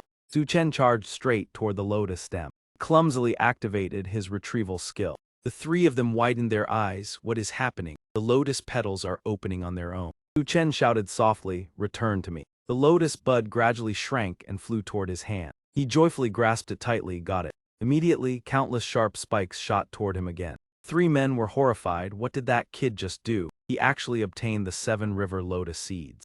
Tin was also stunned. He truly succeeded. Su Chen lifted it to his nose and inhaled the gentle fragrance. It is indeed a king herb. Just a whiff brings a sense of calm. Only then did the others turn red with jealousy. Boss, the king herb was taken so easily by a freshman. I cannot accept this. The leader spoke in a low voice. Go over there and talk to him. She hurriedly reminded, junior brother, quickly put away the 7 river lotus seeds. Su Chen tucked it into his clothes. Done. System announced, you have collected 3 types of spirit herbs. You cannot harvest anymore. He stood frozen, staring intently at the lotus pedestal for a long time yet still achieved no result. The leader approached and mocked him, so you have already picked 3 spirit herbs. It is rare to see someone obtain a medicine king yet be unable to take it away. Truly laughable. Brat, hand over the 7 glow lotus seeds to us immediately. Su Chen coldly refused. Earlier you were still trying to harm me, and now you want to take something from my hands. He sneered, you cannot take the medicine king out. Coming back later is useless. If you do not hand it over, what do you plan to keep it for?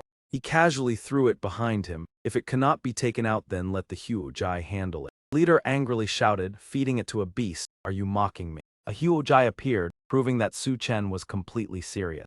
Pointed and scolded, brat, you dare to do this, I will never let you off. Su Chen threw it straight behind him and said with a faint smile, open your eyes wide and see whether I dare or not. Leader panicked and clutched his head while shouting, stop immediately. The Huojai opened its mouth wide and then closed it, swallowing the lotus pedestal whole.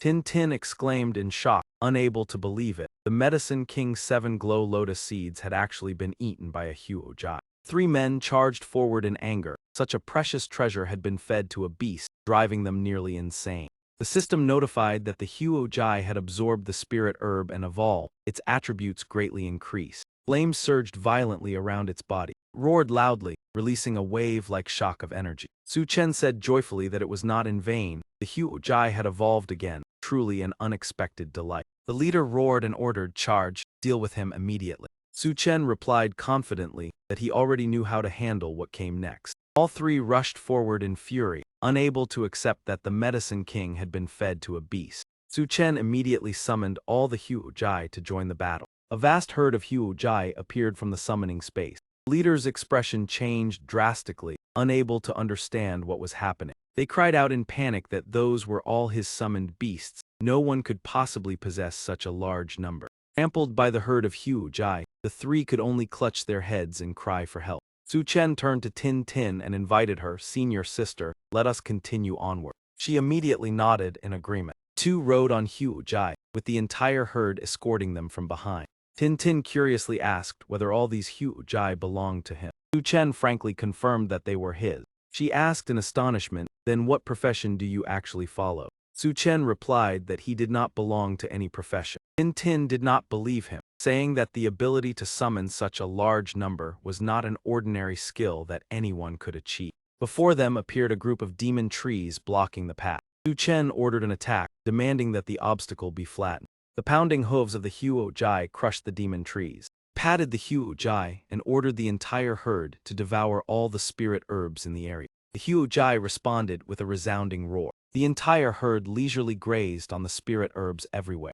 Tin Tin asked in surprise whether he truly intended to let them eat everything. Su Chen calmly said that it would be a waste not to eat, since the spiritual herbs here could still regenerate.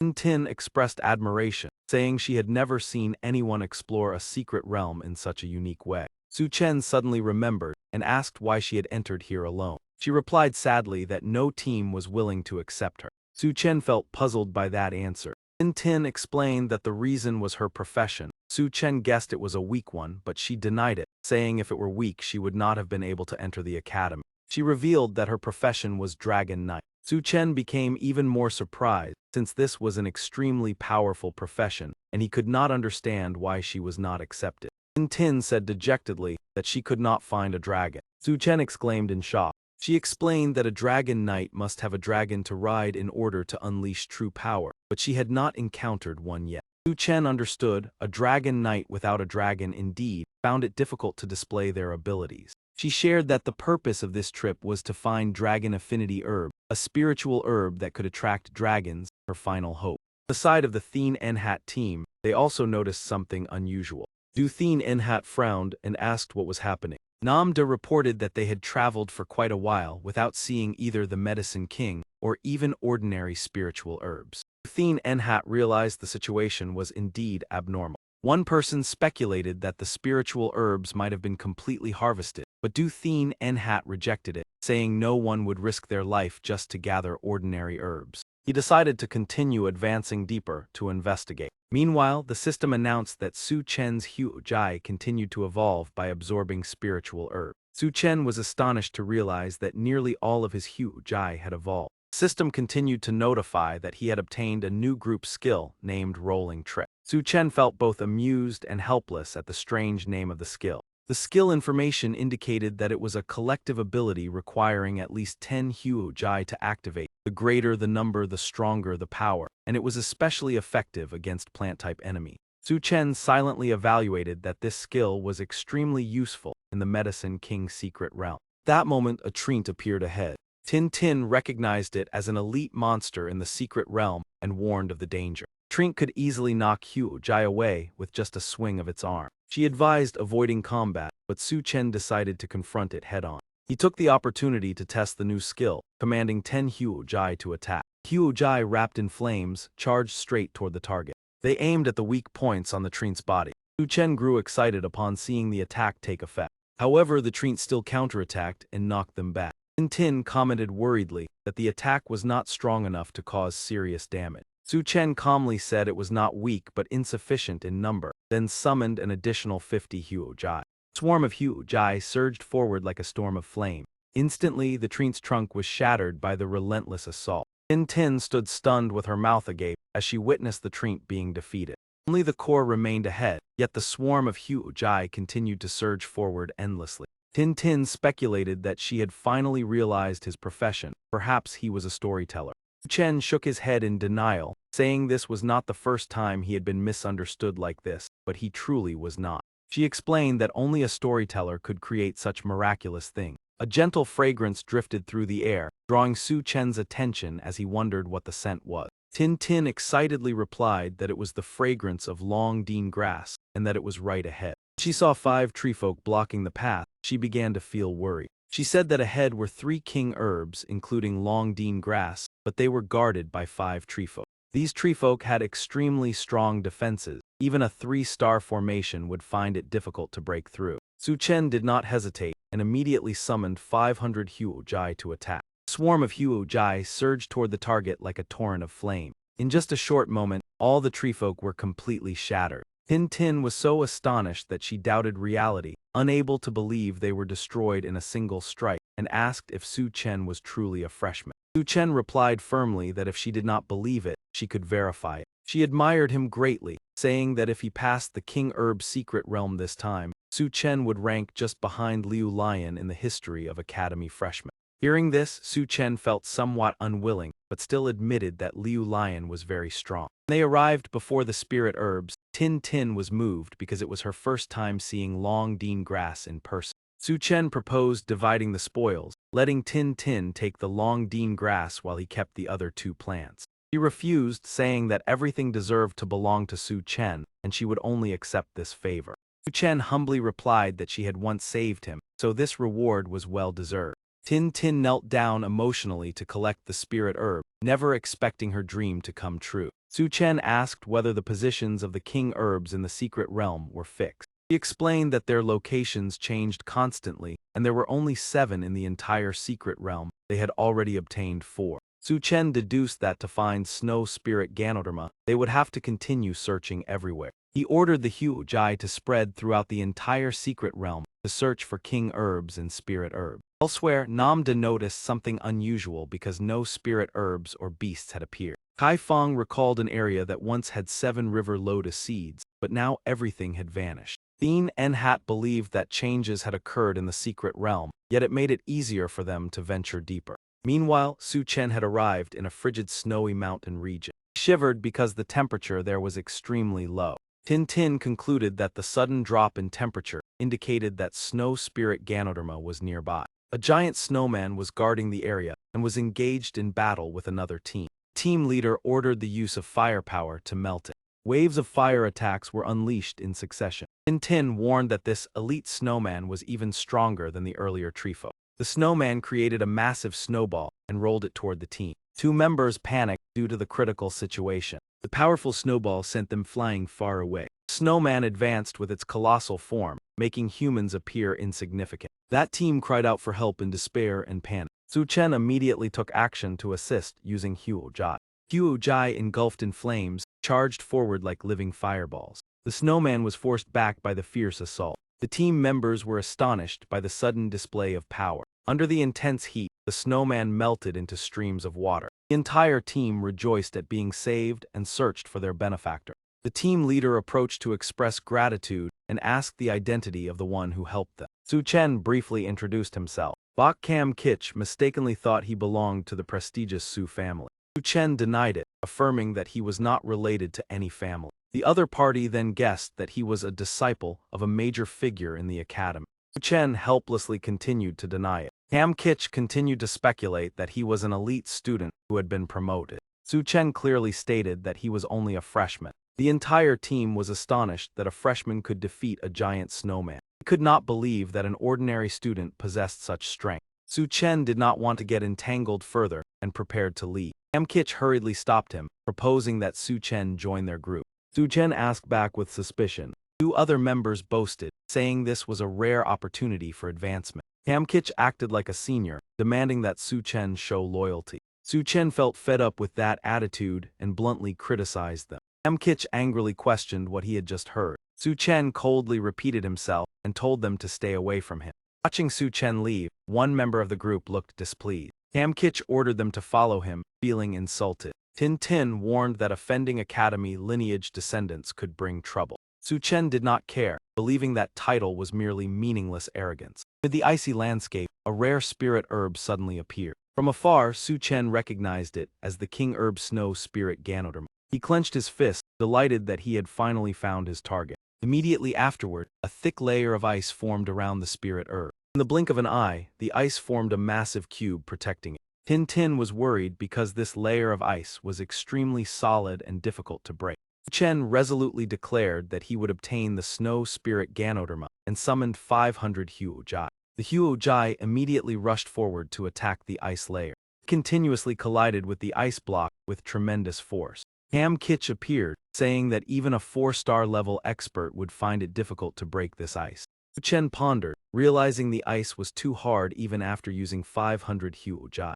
Immediately after, he decided to summon another 1,000 Huojai to continue breaking the ice. Immediately afterward, he turned his head and ordered a search for that brat to show him the might of the academy's descendants. While engrossed in their discussion, the entire group suddenly froze. Tamkich frowned and shouted, asking what sound had just echoed. Instantly, a herd of Huojai charged forward aggressively. Seeing this scene, everyone was terrified and gaped in shock, wondering how there could be so many Huojai. Without hesitation, the herd of Huojai trampled forward, throwing the group into chaos. After that, they continued to concentrate their full force on attacking the block of ice ahead. In the blink of an eye, cracks began to appear on the ice. Seeing this, he exclaimed with joy that it was finally effective. Tin was extremely astonished, remarking that his Huojai herd was truly miraculous. The greater the number, the stronger their attack power. Not long after, the block of ice completely shattered and scattered everywhere. Seizing the opportunity, Su Chen immediately ordered an attack once the ice had been destroyed.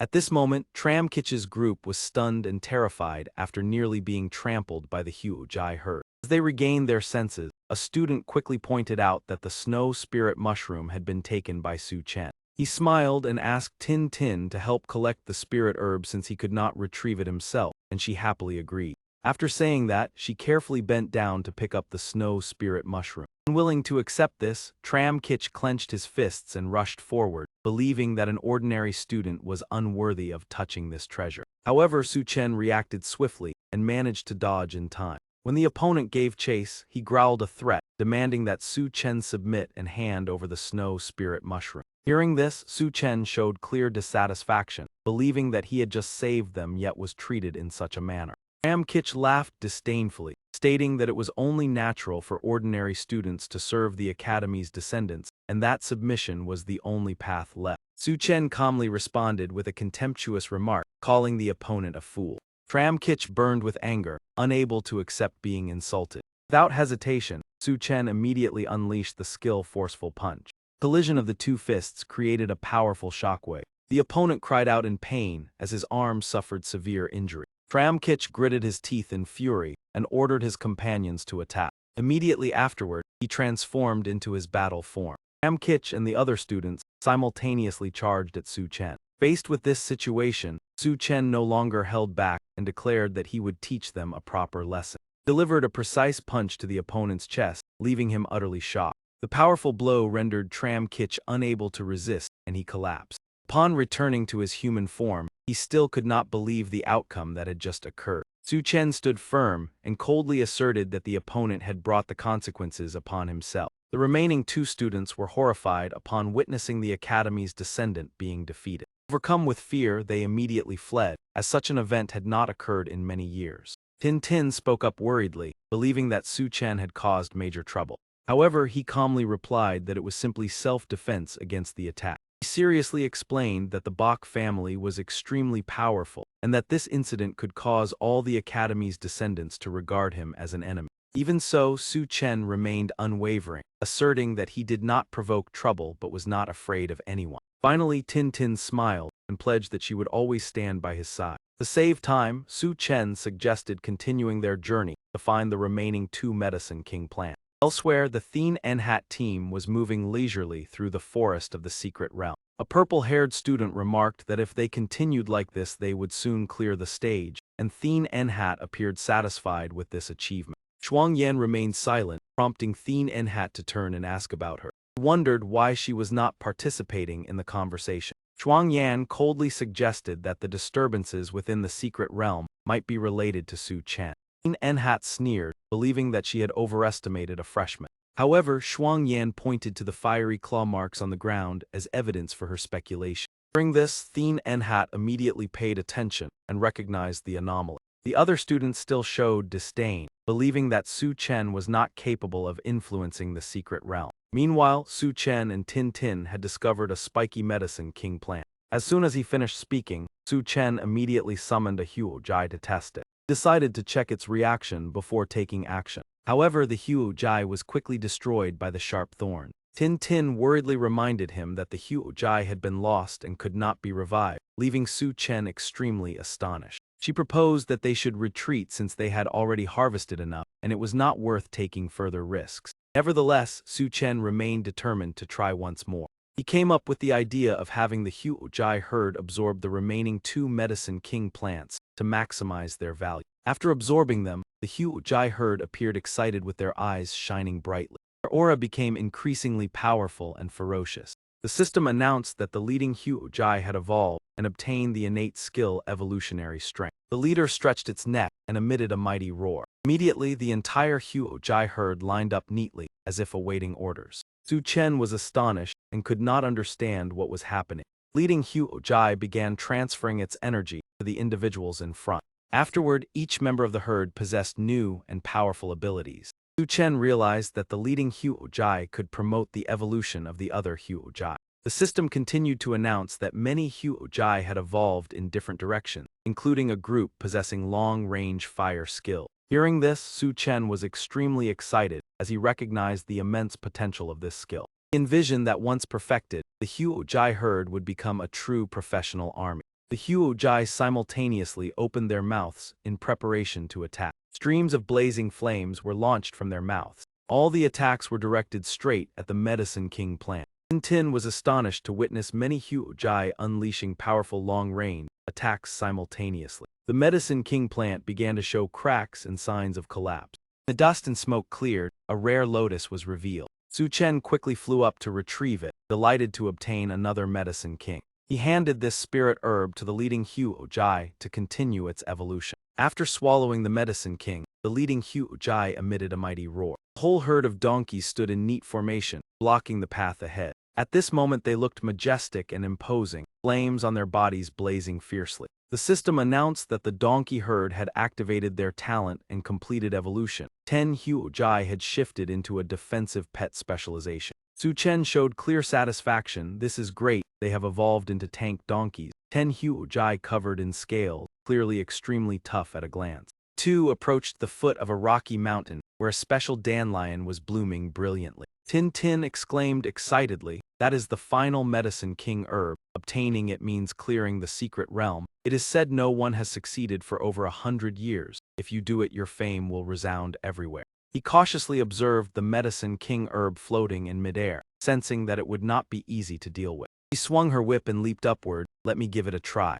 The whip struck the base of the plant but left no mark at all. Tin Tin frowned, it did not hit the target. He refused to give up and lashed out with the whip a second time. "Let me try once more." In response, a barrage of sharp spikes shot out in all directions. Su Chen shouted a warning, "Watch out." Fortunately, Huo-Jai pushed her aside in time, using its scaled body to block the attack. The spikes could not penetrate that thick layer of scale. Tin Tin let out a relieved breath. That was dangerous. Without Huo-Jai shielding me, the outcome would have been hard to imagine. He remarked that these defensive Huo-Jai were truly formidable, taking a strike from the Medicine King herb without any harm. She analyzed that the Medicine King herb might be immune to conventional attacks. Ordinary strikes could hardly cause any damage. Su Chen understood clearly. He was not afraid of a strong opponent, only wary of one with no apparent weakness. At that moment, Thien Enhat's group appeared, surprised and asking, "This brat is still alive." Namda scoffed that he survived only by luck. The changes in the secret realm had caused many demonic beasts to disappear. Haifeng pointed toward the plant and asked, "Brother Du, is that a Medicine King herb?" He was overjoyed. "It truly is a Medicine King herb. After searching for so long, we finally found such a rare spiritual herb." Thien Enhat spoke up, "Su Chen, this Medicine King herb now belongs to Team Thien Enhat. He replied calmly, if you can take it, then it is yours. Unaware of the danger, Thien Enhat laughed and said, consider yourself sensible. His two underlings chimed in, this brat knows his place now. A freshman daring to be arrogant will be taught a lesson. Shuang Yan suddenly asked Su Chen, could it be that all the spiritual herbs in the secret realm were eaten by your donkeys? He nodded in confirmation. He was not too surprised, I knew it, only you would dare to go this far. Thien Enhat ordered, move out. The chance for Team Thien Enhat to become famous has arrived. Take the Medicine King herb. Two underlings rushed forward aggressively, but their hands grasped only empty air. Both of them were stunned. What is happening? Why can we not touch it? Even more suddenly, countless sharp spikes shot toward them. The two were instantly pierced all over like hedgehogs. Thien Enhat was stunned, unable to believe what was happening. Bodies collapsed heavily to the ground. Nam Da checked and reported, Brother Du, they did not make it. Chen coldly uttered a single word, foolish. Only then did Thien Enhat realize that the Medicine King herb was indeed not easy to obtain. Kaifeng also screamed as the sharp thorn pierced him. That man fell backward in a state of helplessness. Nam Da said anxiously, Brother Du, this is not good. The Medicine King is too abnormal. Attacks miss but damage is huge. We can't get it, we should retreat. Tin Tin also advised Su Chen, perhaps we should withdraw. He calmly replied, wait, Sister Doan, help me strike once. He remained skeptical from the start. Su Chen said seriously, if you trust me then strike the Medicine King once. Remembering past feats, Tin Tin nodded in trust, all right. He grabbed the cleaver and lunged at the tree base, shouting loudly before chopping down. Thien Enhat sneered, clearly missing yet charging forward, truly foolish. The blade struck straight into the tree base. Tin Tin was delighted, it hit. The other two widened their eyes. How could she hit the Medicine King? Su Chen calculated silently, this support skill is a special attack type, at least causing 10% HP loss,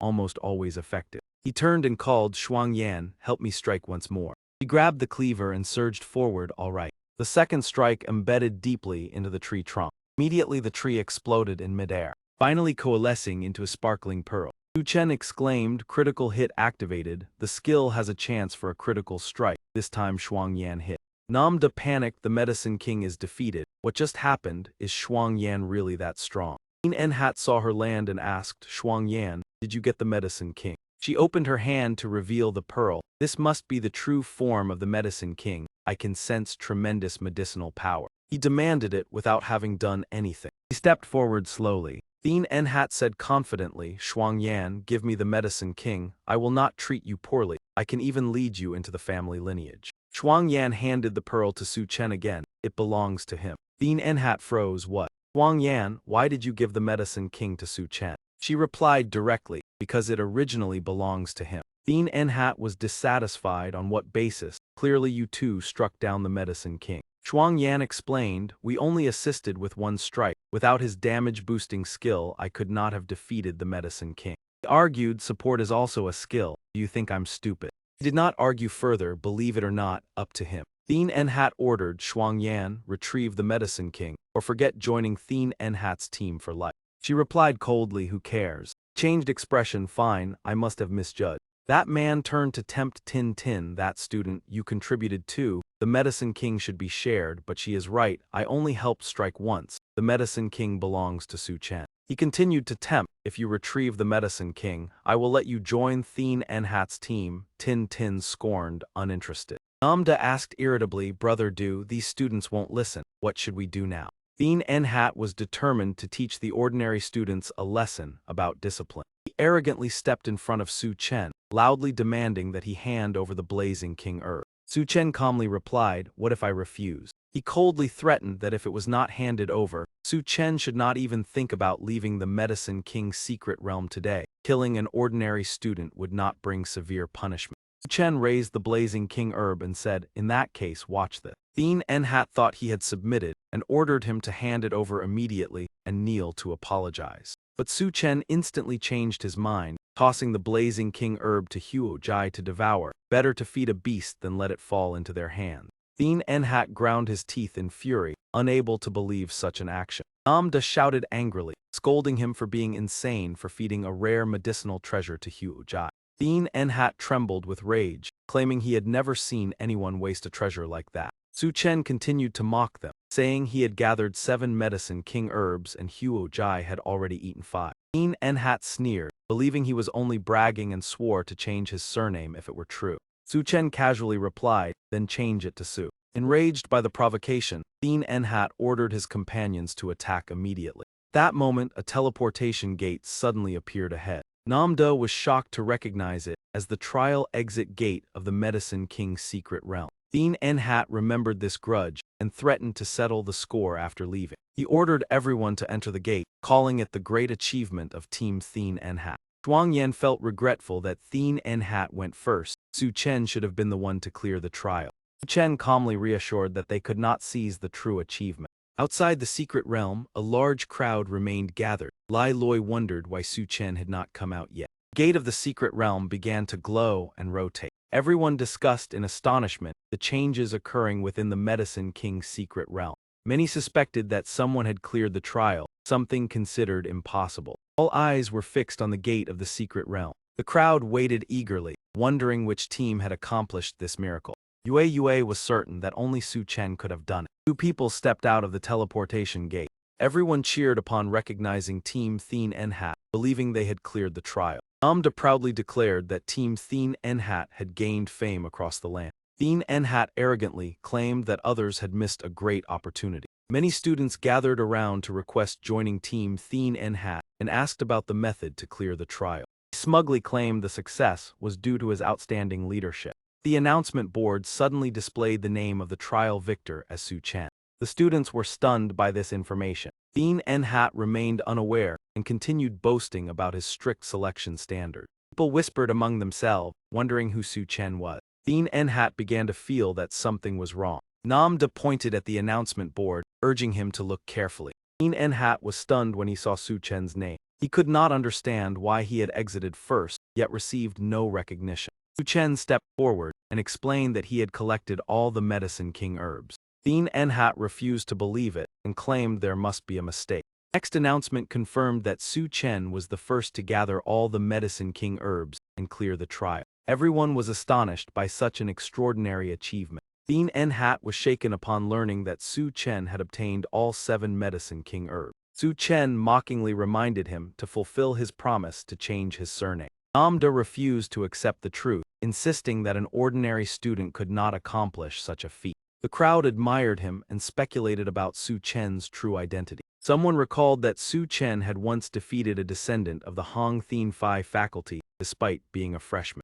Everyone was amazed that a freshman could achieve such extraordinary results. Someone revealed that Su Chen was Liu Lion's boyfriend. The male students reacted violently, unable to accept this fact. Su Chen felt helpless in the face of their unreasonable frenzy. Thien Enhat changed the topic, asking whether Su Chen had any other Medicine King herbs. Su Chen turned to Tin Tin and asked her to hand over the snow spirit Ganoderma. She immediately gave it to him without hesitation. Everyone marveled at the snow spirit Ganoderma, a Medicine King herb with miraculous healing ability. Greedy, Thien Enhat demanded that Su Chen hand it over in exchange for forgiveness. In response, Su Chen delivered a resounding slap. Thien Enhat clutched his cheek and angrily mentioned his status as a faculty descendant. Su Chen struck again, asserting that this very status was why he was being beat. Thien Enhat stubbornly brought up his Du family lineage. Su Chen slapped him once more, mocking that he should now bear the Su surname.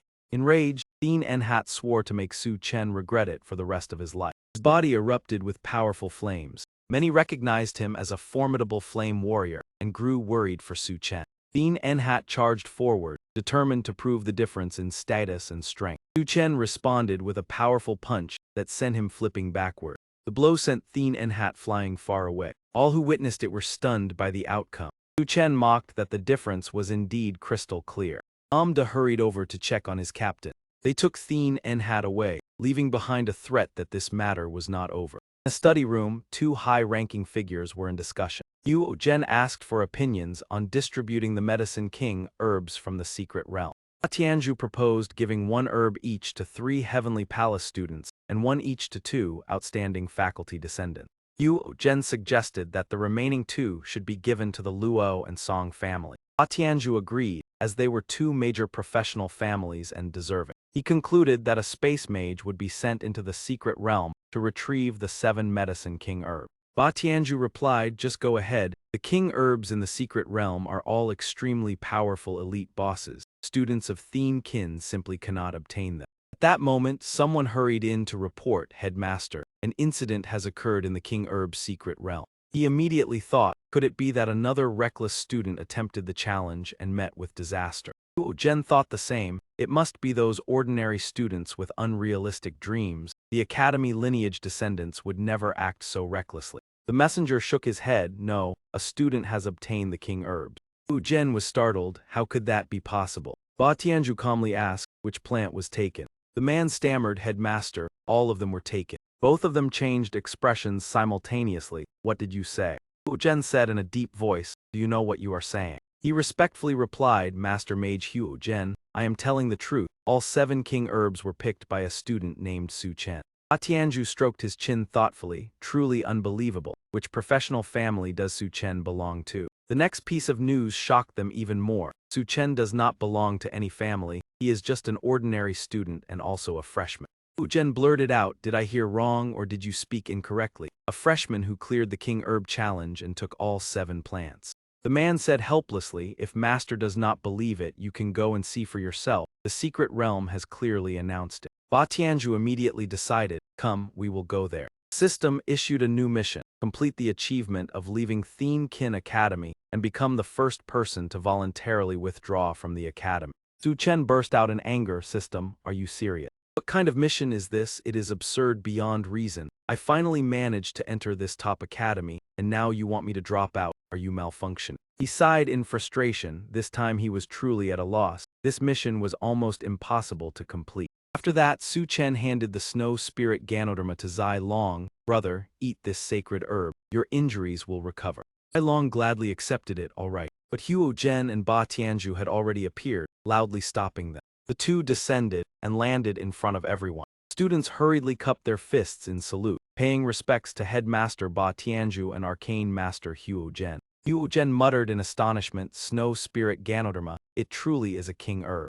Tianju looked at Su Chen and asked, you are Su Chen? He replied politely, yes, greetings Headmaster. Huo Zhen probed further, did you really obtain all 7 king herbs in the secret realm? Su Chen answered cautiously, that is correct. He continued to ask, where are the remaining ones? He replied briefly, they were eaten. Huo Zhen shouted, eaten, who ate them? Su Chen said frankly, they were devoured by my Huo Jia. The 2 elders looked at each other in complete confusion. Huo Zhen refused to believe it. Boy, are you joking with me? He explained, I could not take those plants out, so I had no choice but to let the flames consume them.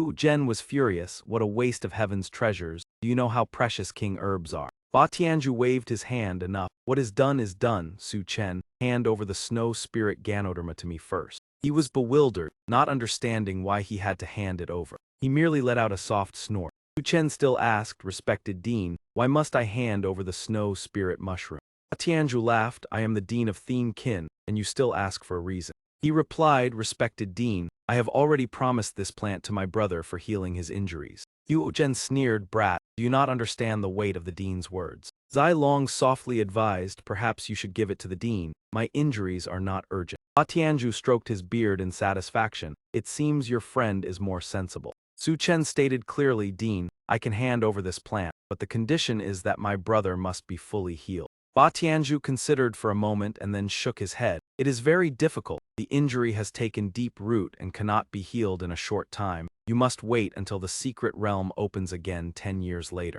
Su Chen insisted, 10 years, I am sorry, I cannot wait that long. I will not hand over this snow spirit mushroom.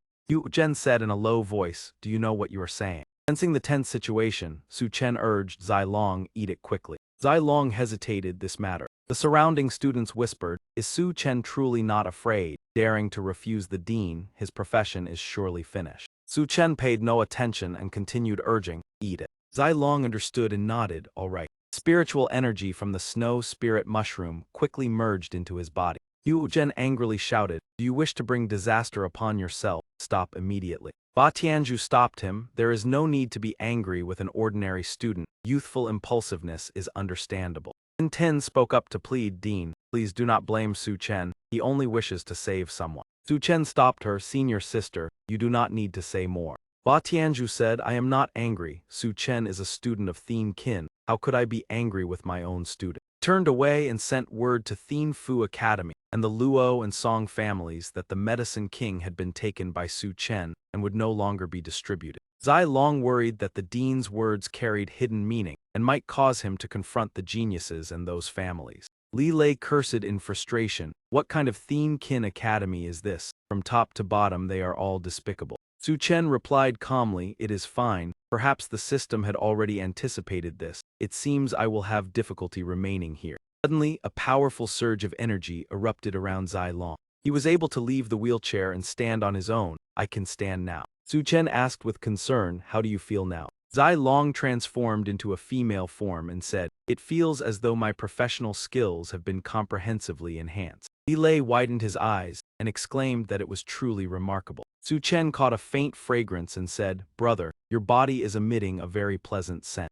3 days later, Li Lei complained that 3 days had passed and the academy had paid them no attention, with no teacher willing to instruct them. Zai Long analyzed that offending the dean in front of everyone made it inevitable to be isolated. Even if he did not act personally, others would follow his lead. Su Chen said leisurely, "We have rested enough, let us set out." Yue asked in surprise, "Where are we going?" He replied with excitement, "If no one will guide us, we will lead ourselves to advance. Come, let us sweep through all the dungeons of Thien Kin." As they walked, they discussed that in 7 days the new disciple ceremony would be held. Teachers would select based on the freshmen's achievements, and if no one accepted them, it would be a major problem. Li Lei shrugged, "There is no teacher here worth following. If no one accepts us, then so be it." Zai Long pointed out that to enter the Abyss battlefield for training, a teacher must lead the team. Without a guide, they cannot participate. Su Chen reassured everyone to proceed step by step steadily. For now, they should focus on exploring the secret realm. He continued that he had learned Thien Kin Academy possesses a total of 7 spatial nodes, the most among advanced academies, which is why it always ranks at the top, and currently he has only conquered the Medicine King's secret realm with 6 more remaining. Yue added that she once heard if all 7 secret realms are completed, a special reward will be granted by the academy. Su Chen asked curiously what exactly that special reward is. She explained that the reward allows one to choose a dungeon challenge at nightmare difficulty, a level that students normally cannot freely access. Su Chen was surprised and doubtful, unsure whether being allowed to challenge nightmare difficulty could truly be considered a reward.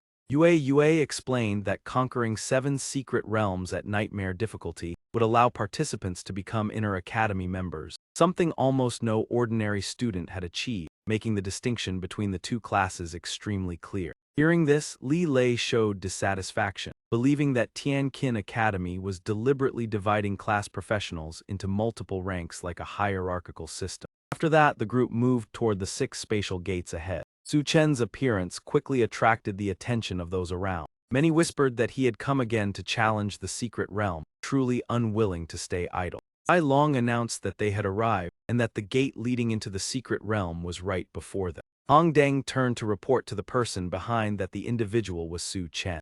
Young Master Lan asked again to confirm, insisting that there must be no mistake as before. Hong Deng firmly confirmed that it was indeed Su Chen, who was currently very famous within Thien Kin Academy. Ling Gongzi led his subordinates forward, deciding to settle the matter concerning Liu Lian with Su Chen. Before entering, Su Chen carefully asked about the limitations of the secret realm and was informed by Zai Long that the minimum requirement was a 2-star profession, with the highest difficulty being held. After understanding the information, he calmly prepared to enter the secret realm. At that moment, just as he was about to step in, Ling Gongzi arrogantly shouted to block him. Su Chen casually brushed past and pushed him aside, telling him not to block the way. Ling Gongzi was stunned, unable to comprehend what had just happened. Hong Deng immediately fanned the flames, saying that Su Chen had gravely offended young Master Lan. Hearing this, he instantly became furious and shouted for Su Chen to stop. Su Chen turned back with annoyance and asked whether he was speaking to him. Ling Gongzi provoked him, asking if he knew who he was. Su Chen responded indifferently and taught him another lesson, stating that his identity had nothing to do with him.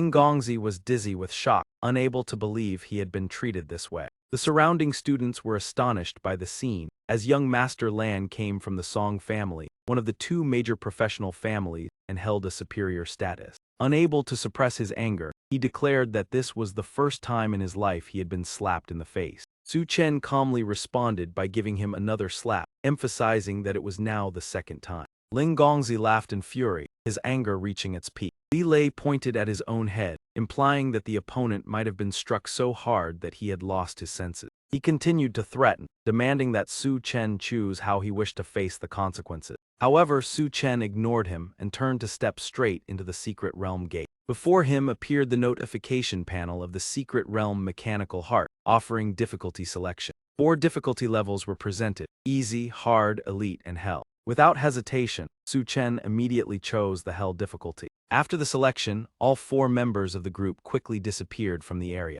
Young Deng panicked and reported that Su Chen had entered the secret realm, prompting young Master Lan to decide to pursue. Upon seeing the chosen level, he reminded that Su Chen had just entered the hell difficulty. Young Master Lan was surprised, believing that choosing this difficulty was no different from seeking danger. 2 subordinates suggested that there was no need to follow into this difficulty, as people like Su Chen were unlikely to survive. He also explained that each difficulty would be teleported into a different space, making pursuit unnecessary. However, young Master Lan arrogantly decided to enter anyway, confident that his team could conquer the hell difficulty. In the end, he also selected the hell difficulty to follow Su Chen. The surrounding people discussed animatedly, believing that young Master Lan could overcome the challenge, while Su Chen was predicted to fail miserably. The group's first steps entered the secret realm at hell difficulty. Before them appeared a modern city with extraordinarily advanced technology. Ai Long excitedly explained that just following the main road to the end would complete the mechanical heart secret realm. However, as soon as they appeared, mechanical monsters blocked their path. Su Chen immediately warned everyone to prepare for battle. He instructed the team to use maximum speed to break through the encirclement. Soon after, he summoned his war beast and launched an attack. The beasts charged forward, crushing the mechanical monsters, shattering them into pieces. Chen and his teammates rode Huo Jai and surged forward. Everywhere they passed, mechanical monsters were swept aside with no obstruction remaining. Li Loi was extremely thrilled, feeling the overwhelming power of the formation, thinking traveling with Su Chen was truly advantageous. Zai Long announced that they were approaching the end point of the secret realm. However, Yue suddenly sensed danger approaching. From above, a massive mechanical foot unexpectedly appeared. Su Chen immediately shouted for everyone to dodge quickly. The giant foot struck the ground, creating a powerful shock that unbalanced the entire group. Su Chen was astonished facing this colossal creature. Compared to its enormous body, the group appeared incredibly small. Li Loi cried out in fear at the astonishing size of the mechanical monster. Zai Long explained that this was the final boss of the mechanical heart secret realm. The boss emitted a powerful voice, warning humans not to provoke its strength. Su Chen remained calm and quickly deployed attack tactics. Fire-coated war beasts charged directly at the boss. However, attacks on its foot had almost no significant effect. Su Chen realized the boss's defense was extremely strong, even harder to handle than the Medicine King before. From its palm, the boss launched missiles with great destructive power. Fierce firepower threw the battlefield into chaos. Yue immediately warned everyone to be careful. Su Chen continued using defensive skills to protect the team. 3 Huo Jai equipped with armor lined up horizontally, forming a solid shield against the onslaught. Seeing the situation, Su Chen realized they needed to quickly find the boss's weak point as losses were increasing. Zai Long shifted into female form and proactively offered to take on the critical task. Su Chen anxiously asked if she was certain about the plan. Zai Long explained that the boss's weak point was the mechanical heart on its head, and only she was suitable to approach and destroy it. She affirmed that it was time for everyone to contribute rather than relying solely on Su Chen. Zai Long took her weapon and leapt up. The boss showed disdain at her action. Its giant arms began to move in preparation for counterattack. Immediately after, another missile was launched to intercept her strike. Li Loi shouted urgently, warning Zai Long of the danger behind. Zai Long swiftly swung her weapon, cutting into the approaching missile's head. A powerful explosion erupted right before him, creating a violent shockwave. Taking advantage of the moment, Zai Long quickly clung onto the boss's body. His body hovered, but he maintained his position at the critical point on it. Yue could not help but admire, exclaiming that Zai Long's action was extremely risky and far from easy. Zai Long immediately dashed toward the boss's head. He circled to the back of the neck, swiftly searching for a target. Finally, he joyfully announced he had located the mechanical heart. Li Loi excitedly cheered, confirming Zai Long's success. He raised his axe, preparing to deliver the decisive blow to destroy the target. However, unexpectedly, the boss's head could rotate backward. Zilong froze in shock at this unforeseen situation. From the boss's mouth, a vortex of energy swirled like a storm, accompanied by a mocking challenge. Counterattack flung Zilong far away. Su Chen anxiously called out his teammate's name. Fortunately, Huo Jai caught him just before he fell. As soon as he landed, Su Chen quickly approached to check on Zilong. Despite being injured, Zilong reassured that he was fine and admitted that the boss was truly difficult at hell difficulty. Immediately after, the boss's giant hand continuously fired small projectiles. The dense streams of bullets rained down like a storm, covering the entire area. Li Loi could not help but sigh at the dense firepower, making dodging extremely difficult. Yue quickly spotted a safe gap 17 meters to the left and immediately guided everyone. All four moved in that direction to avoid danger. Explosions erupted around them, yet their spot remained safe. Su Chen praised Yue's accurate judgment. She explained that the enhanced pentagon allowed her to predict attack trajectories. Soon after, the boss's second wave of attacks struck. Li Loi helplessly sighed as the danger reappeared. Yue quickly instructed everyone to move 9 meters forward to dodge. Thanks to the timely reaction, the group avoided danger once again. Li Loi admired greatly, thinking that if her power were stronger, she could even predict the future.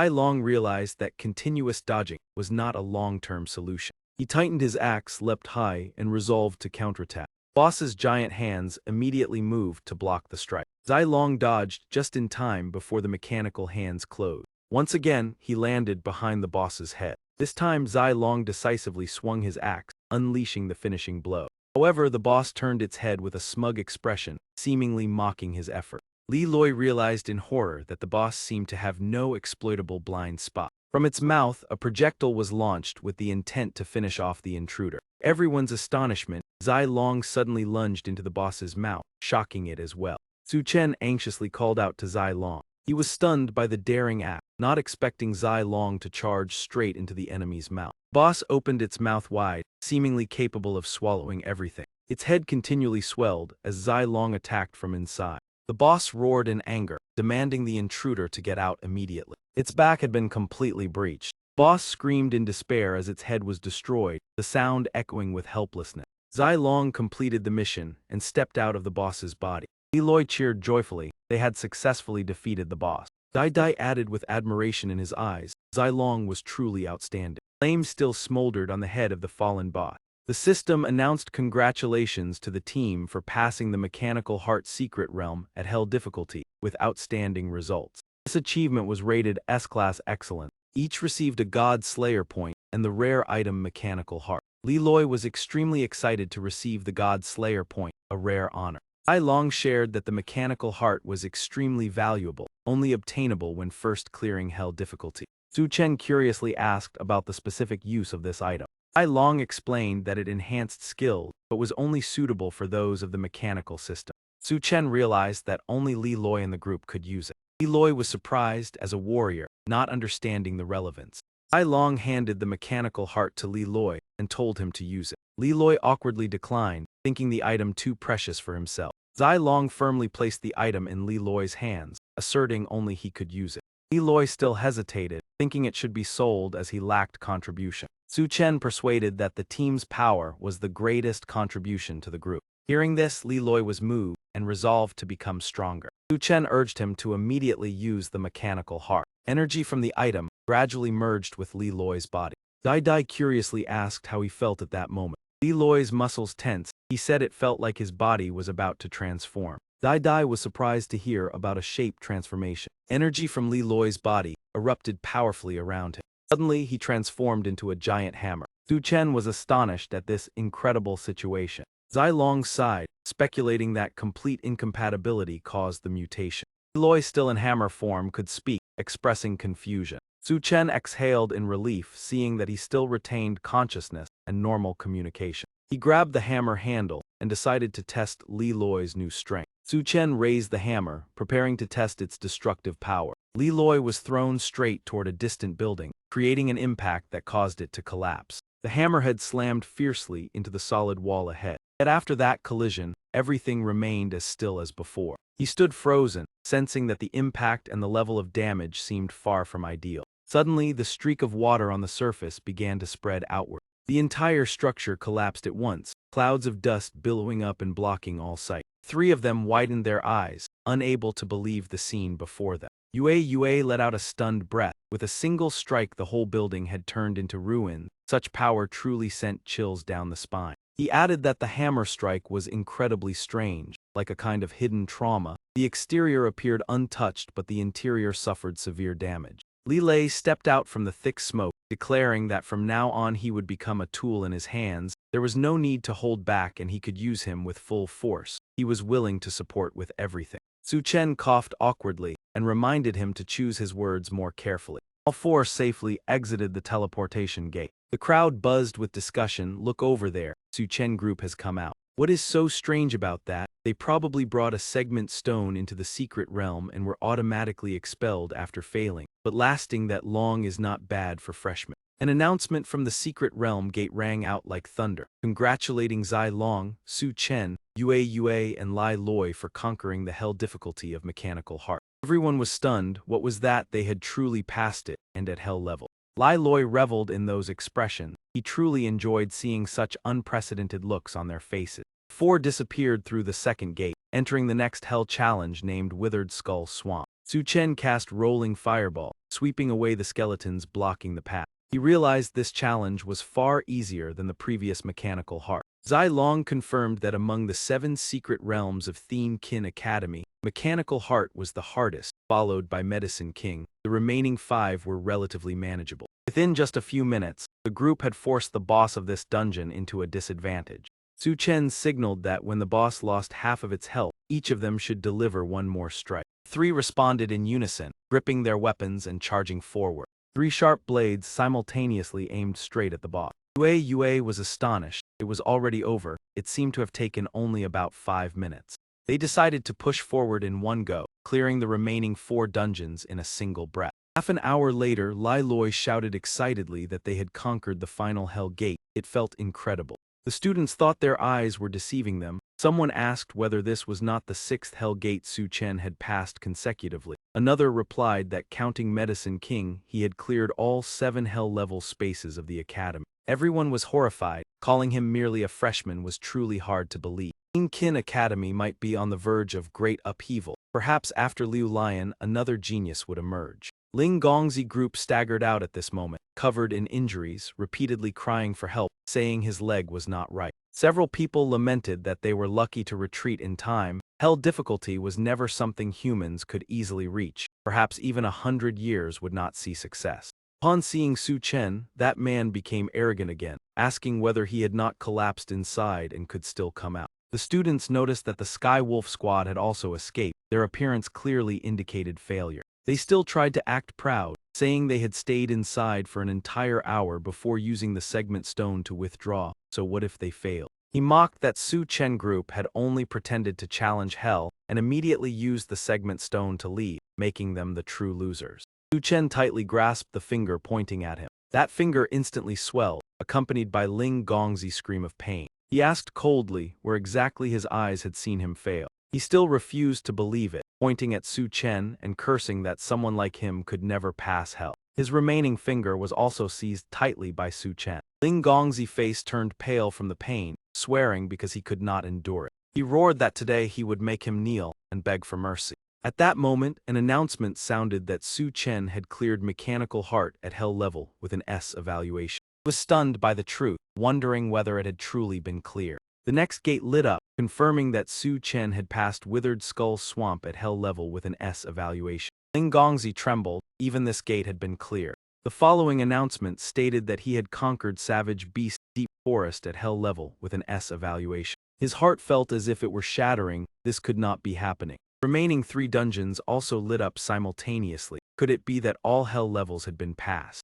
A series of announcements followed, confirming that Su Chen had completed all hell levels with consecutive S evaluation. Ling Gongzi's legs went weak, and he collapsed to the ground. Muttered that all 7 hell dungeons had been conquered, unable to comprehend how anyone could achieve that. Now he understood why Liu Lion had chosen Su Chen. His strength was indeed formidable. He bitterly admitted that the goddess vision had not been wrong. He had lost completely. Su Chen asked indifferently whether he was now convinced. Ling Gongzi nodded absent-mindedly, saying he was convinced. Su Chen did not forget to remind him to fulfill his promise and call him father. He pressed his lips tightly, his face pale. An announcement came with a token falling down, congratulating Su Chen for setting a record by clearing 7 Hell Space nodes and becoming a descendant of the Academy lineage. Su Chen reached out and took the token. He smiled faintly upon hearing the title descendant of the Academy lineage. Su Chen appeared and asked who had completed the 7 Hell Gates.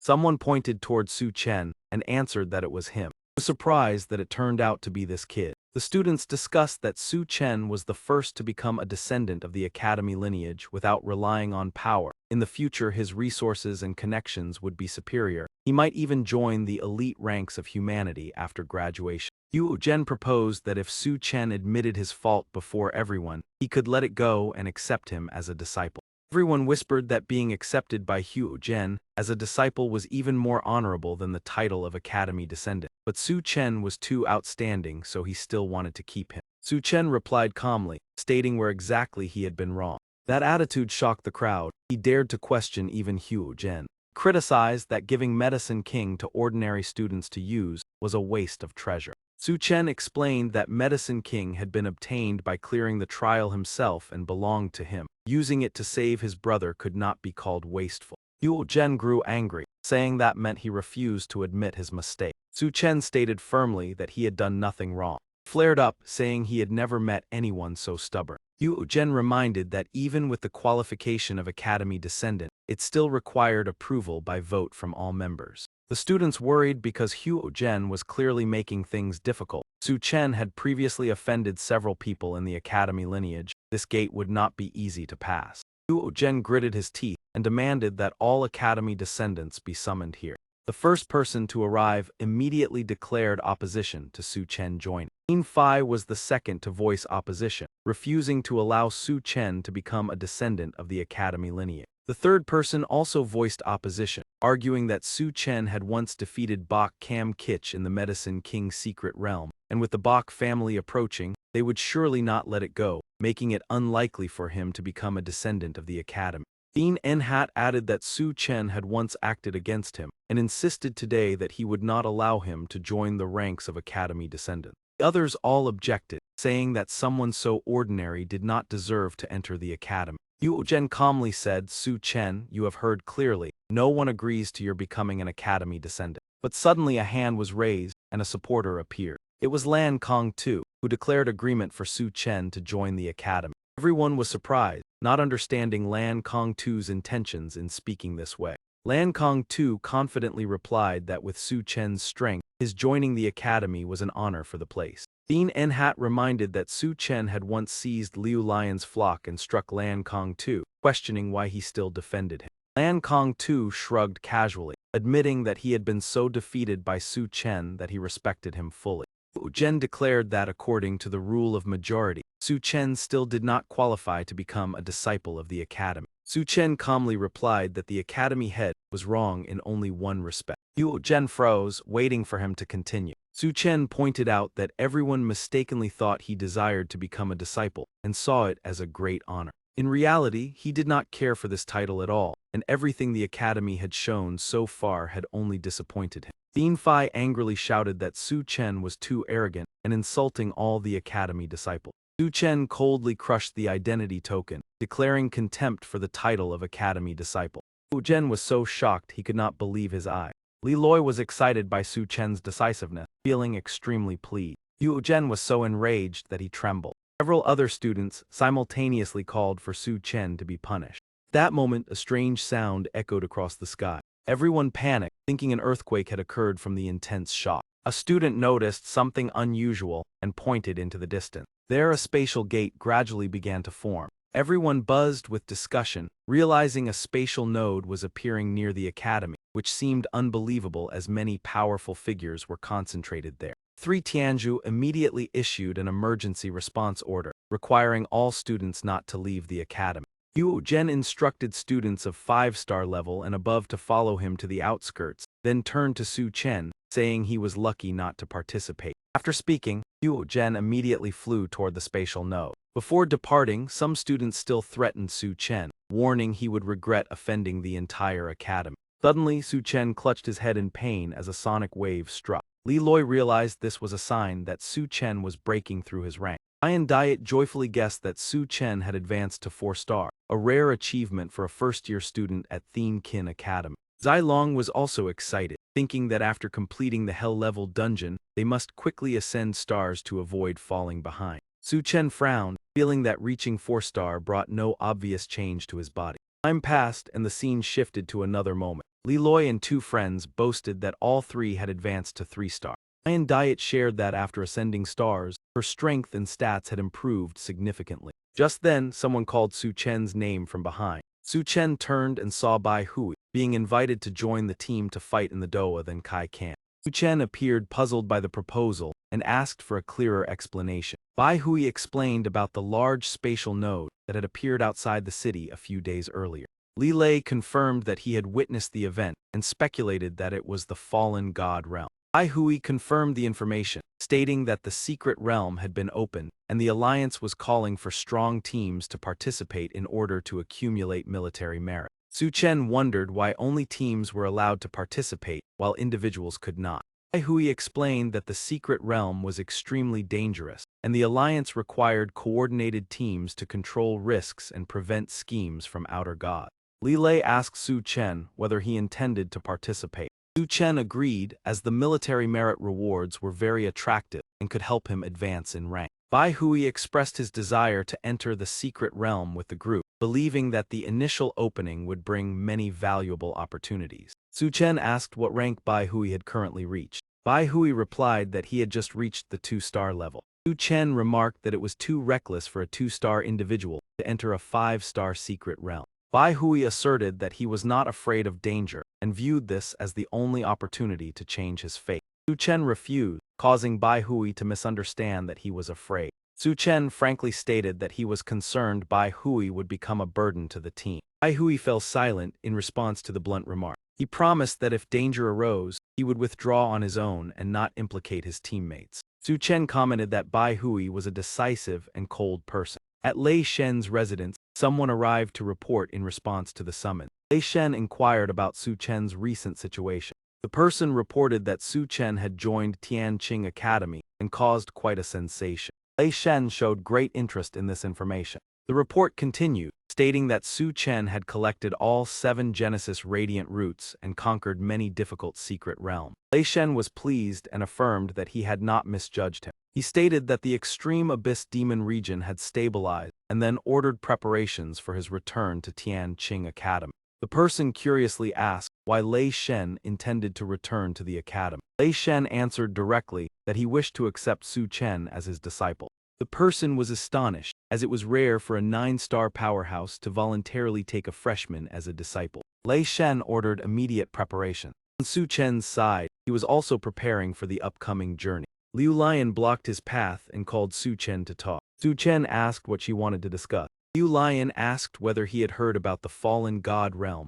and Su Chen confirmed that he had just learned of it. Liu Lion guessed that Su Chen intended to participate. Su Chen frankly admitted that he wanted to try his luck to gain military merit and seek opportunity. Liu Lion advised him not to go, as the place was too dangerous for a freshman. Su Chen remained calm and showed little concern for the warning. Liu Lion helplessly asked again, confirming that Su Chen was determined to participate. Finally, she handed Su Chen a treasure and asked him to keep it. Su Chen accepted it with surprise upon discovering that it was a precious skill scroll. Liu Lion confirmed that she had promised to help him obtain a skill that did not require a profession. Su Chen was so delighted that he blurted out a teasing remark, wondering if senior sister truly had feelings for him. She calmly replied that he should not think too far ahead. She simply held high expectations for him and did not want him to encounter any mishaps, leaving him to smile awkwardly and thank her. Liu Lion further instructed that this was an unopened skill scroll with completely random results. If he wished to obtain a high-tier skill, he could use a lucky fragment, a rare treasure that occasionally appeared on the Abyss battlefield and increased one's fortune. Su Chen asked doubtfully where such a precious item could be found and whether anyone would be willing to sell it. She nodded in confirmation that this item was extremely rare. She merely mentioned it in advance so he could be prepared. During this, Su Chen could only thank her helplessly. In the lounge, Su Chen held the scroll and thought that although he did not lack skills, the more the better, no one would refuse power. Suddenly, he felt his body heating up in a strange way.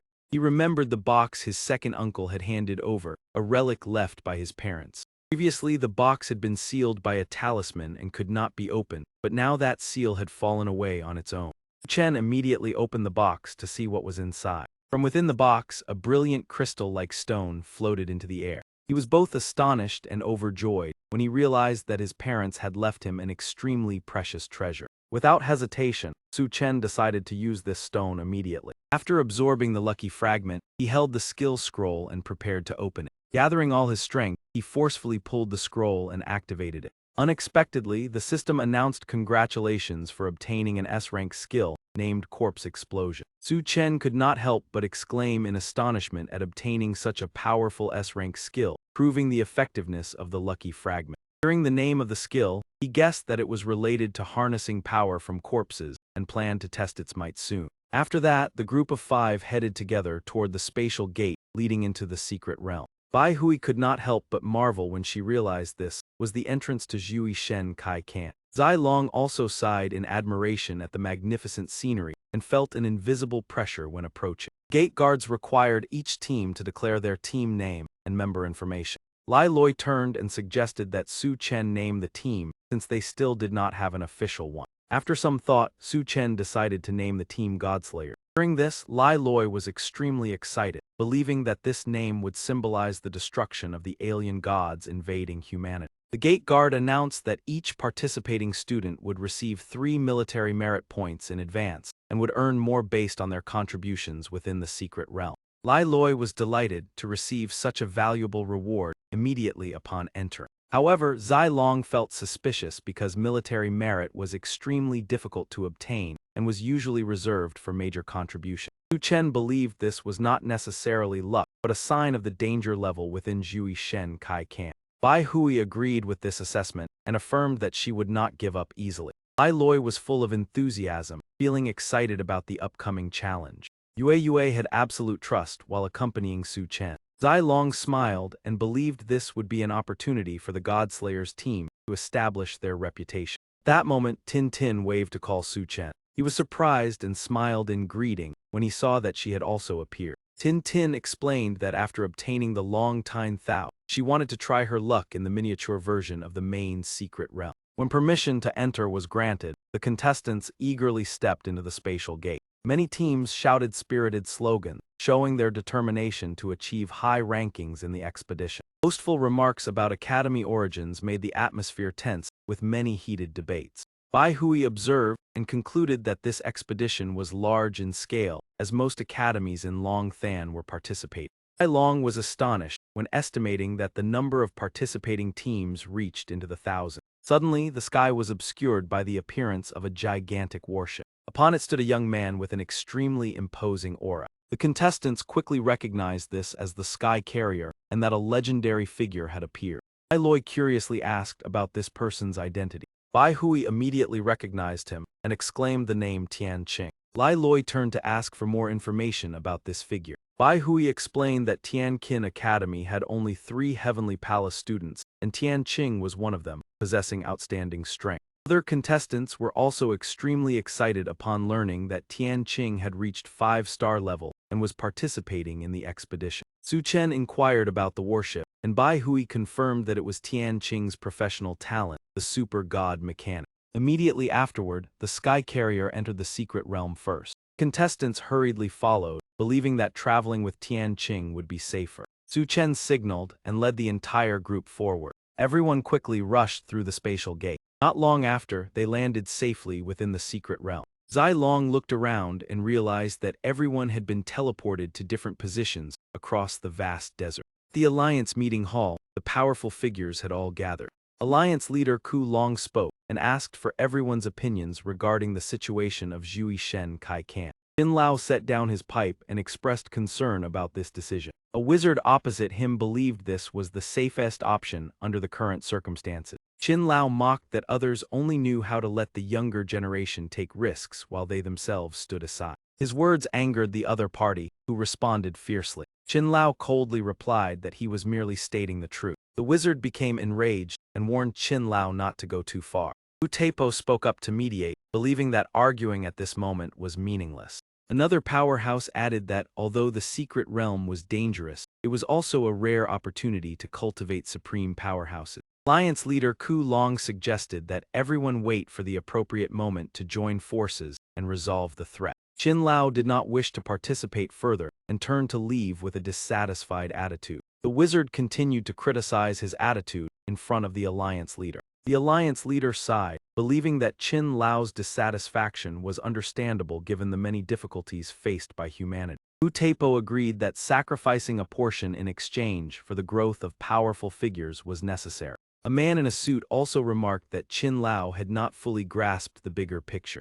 Turning to Su Chen's group, they found the secret realm vast yet had not encountered anyone. Suddenly Yue sensed a danger approaching. Lai Loi asked in confusion about the location of the threat. Her face turned pale as she clearly felt the tremors from beneath the ground. Immediately afterward, a gigantic demonic beast burst out from the earth. Zai Long instantly transformed, gripped his weapon and charged forward to attack. He struck once, effortlessly taking down the target. The beast immediately collapsed to the ground, lying still without movement. Zai Long landed and said with relief that although this monster was strong, it could still be handled. But as he turned his back, the monster suddenly sprang up. Su Chen only had time to shout a warning to Zai Long to be careful behind him. However, Zai Long could not react in time to the sudden situation. Fortunately, a Hu Jai rushed out in time to block the blow for him. Zai Long exclaimed in shock, unable to believe the monster was still not defeated. After a series of rapid attacks, he shouted his determination to finish it off. Beast fell again, this time lying motionless. Yue checked and confirmed that its heart had stopped, definitely defeated. But just as she finished speaking, the monster sprang up again, leaving everyone stunned. Li Loi widened his eyes in shock, unable to believe it had come back to life again. Bai Hui realized this was the terrifying aspect of the Zhui Shen's secret realm, monsters capable of recovering after being defeated, and advised retreat. Su Chen smiled to reassure, no need to retreat, just defeat it once more so you can handle it. Zai Long completely trusted his teammates' plan. After a while of fighting, the beast fell again. Su Chen asked Yue to confirm its condition. He was certain its heart had stopped and there were no signs of life. Su Chen was satisfied and asked everyone to step aside, preparing to test an S-rank skill. He formed hand seals and activated the skill Corporeal Frenzy. In the blink of an eye, the beast's body disintegrated completely. Li Loi was dumbfounded, astonished by what had just occurred. Bai Hui gaped, unable to believe the power of this skill. Yue joyfully confirmed that this time, the beast could definitely not recover. Su Chen was pleased, commenting that an S-rank skill truly had superior power. As they continued moving, they encountered a scene where a beast was attacking a group of people calling for help. Zai Long cautiously realized this was already the fourth team completely wiped out. Bai Hui worriedly said the Zhui Shen's secret realm was too harsh. Most teams could not survive without retreating in time. The beasts noticed them and prepared to charge. Su Chen immediately used the skill Corporeal Frenzy again. Two beasts were instantly annihilated completely. Su Chen urged everyone to leave because this desert held no value. Bai Hui suddenly noticed someone flying on a magic carpet above. He suspected it might be a rare divine artifact that only appeared in high-level battlefields. On the flying carpet were 3 people, including Yue Chan and 2 strangers. Li Loi scratched his head in confusion, feeling the girl looked very familiar. Zai Long recognized her as Yue Chan, Long Xiang's daughter, whom he had met on the ship. Yue Chan from above also recognized Su Chen's group. The group realized that behind the flying carpet was a pack of beasts chasing. Li Loi was horrified seeing the enormous number of beasts. Yue Chan waved from above, calling to Su Chen. Su Chen smiled back and asked how she was. Yue Chan hurriedly invited them onto the flying carpet because the beasts were difficult to handle. Yan Zhai worried because the flying carpet could only carry 6 people at most. Su Chen reassured that their group could handle the situation. Yue Chan felt guilty for leading the beasts near them. She decided to stay and fight alongside them. Bai Hui praised her sense of loyalty and courage. Just then, the pack of beasts closed in. Yue Chan drew her sword and immediately attacked. With a single move, she defeated 3 beasts at once. Zai Long admired Yue Chan's ever-growing strength. She advised everyone to get on the flying carpet first because the beasts were about to recover. Su Chen confidently activated Corporeal Frenzy. Beast corpses were instantly destroyed completely. Yue Chan was amazed by this power. 2 teammates were also stunned seeing the beasts quickly annihilated. Yue Chan expressed admiration for Su Chen's ability. After finishing, Su Chen reminded her to be careful in this dangerous secret realm. Yue Chan smiled, waved goodbye, and promised to meet again later. Bai Hui silently watched their figures depart. Blushed, silently praising Yue Chan for being both strong and graceful. Su Chen noticed his reaction and teased that he had fallen for her. After 3 hours of travel, Su Chen's group had almost left the desert. Yue detected movement in the distance. They realized another team was being surrounded by beasts. Li Loi recognized them as members of the Tian King Academy. Bai Hui guessed they were aiming for the water pond behind, guarded by the beasts.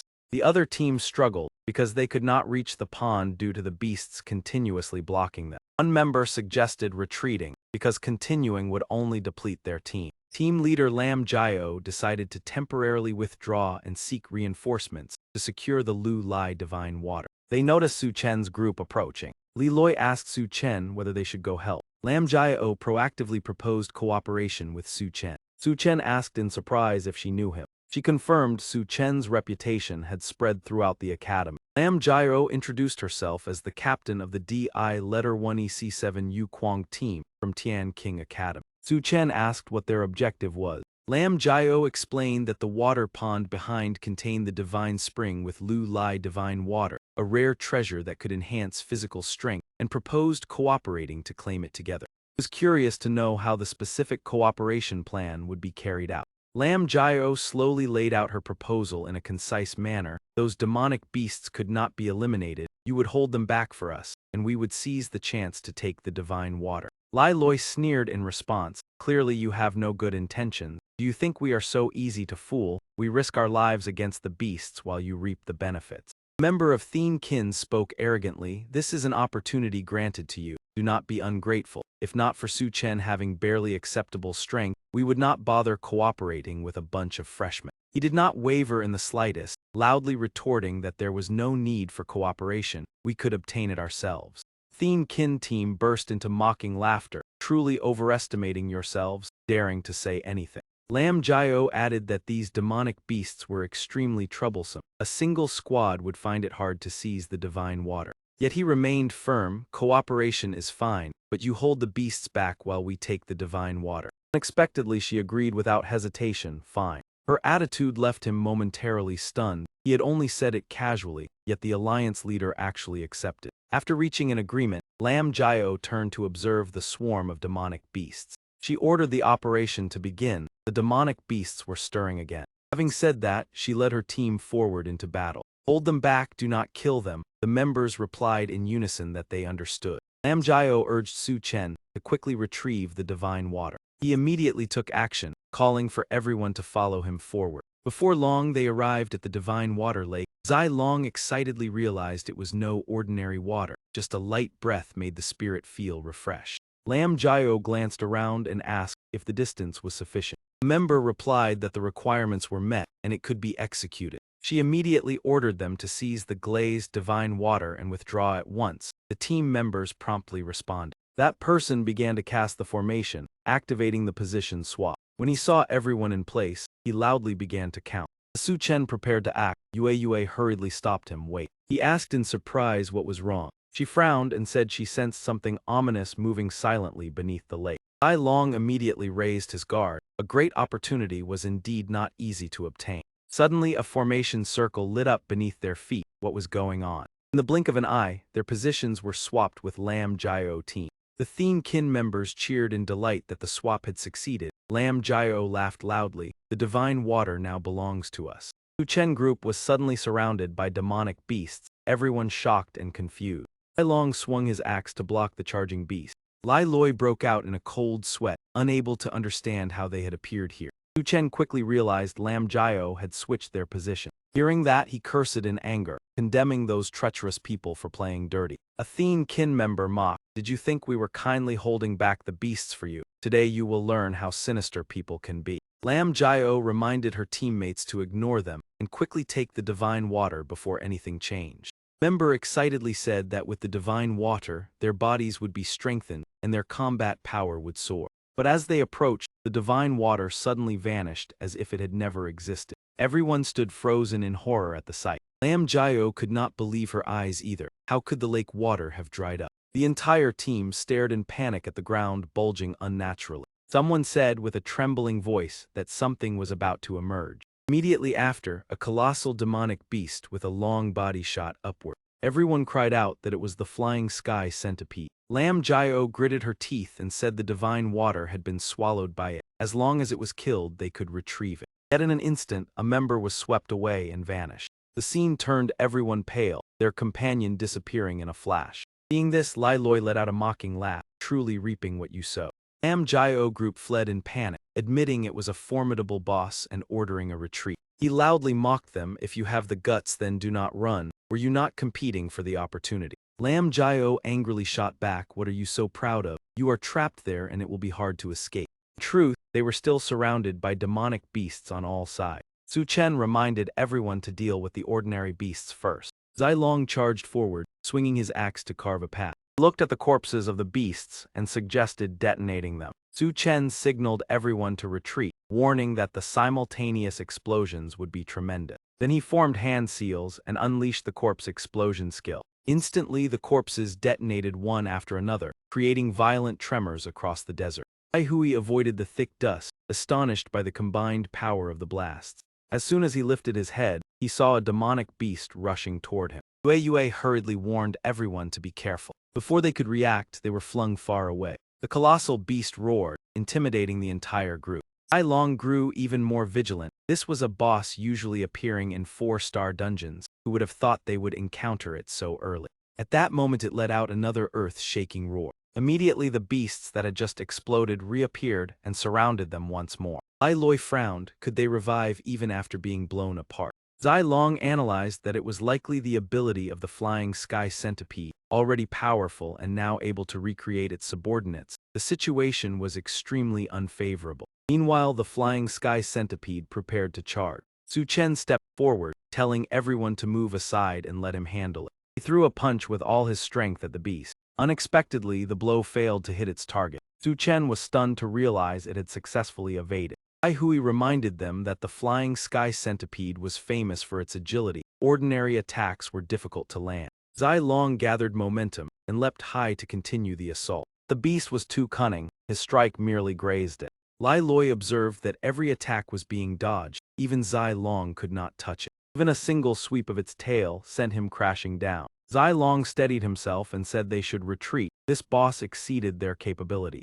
But at this moment they were still surrounded by demonic beasts and unable to escape. Yue turned pale with fear. Demonic beasts were appearing densely, and with the speed of the flying sky centipede, it would be difficult for us to escape. At that moment, Bai Hui was knocked flying away. He shouted in panic for help, "Save me." Lai Loi immediately rushed forward to assist, yet lost. Bai Hui, damn it, what are you still standing there for? Why not use your profession skill to counterattack? He hurriedly stood up, still unable to counterattack. The time to use his profession ability had not yet arrived. Zai Long turned to his teammate and said, "Su Chen, you retreat first, save whoever you can." Su Chen shook his head. "Zai Long, hold back the flying sky centipede for me. We will deal with the ordinary demonic beasts first and then try again." Zai Long did not hesitate and immediately flew up, all right. In just a short moment, they had wiped out all the low-level demonic beasts. On the other side, Zai Long was still locked in a fierce struggle. Su Chen shouted loudly, "Zai Long, lead the flying sky centipede to these corpses."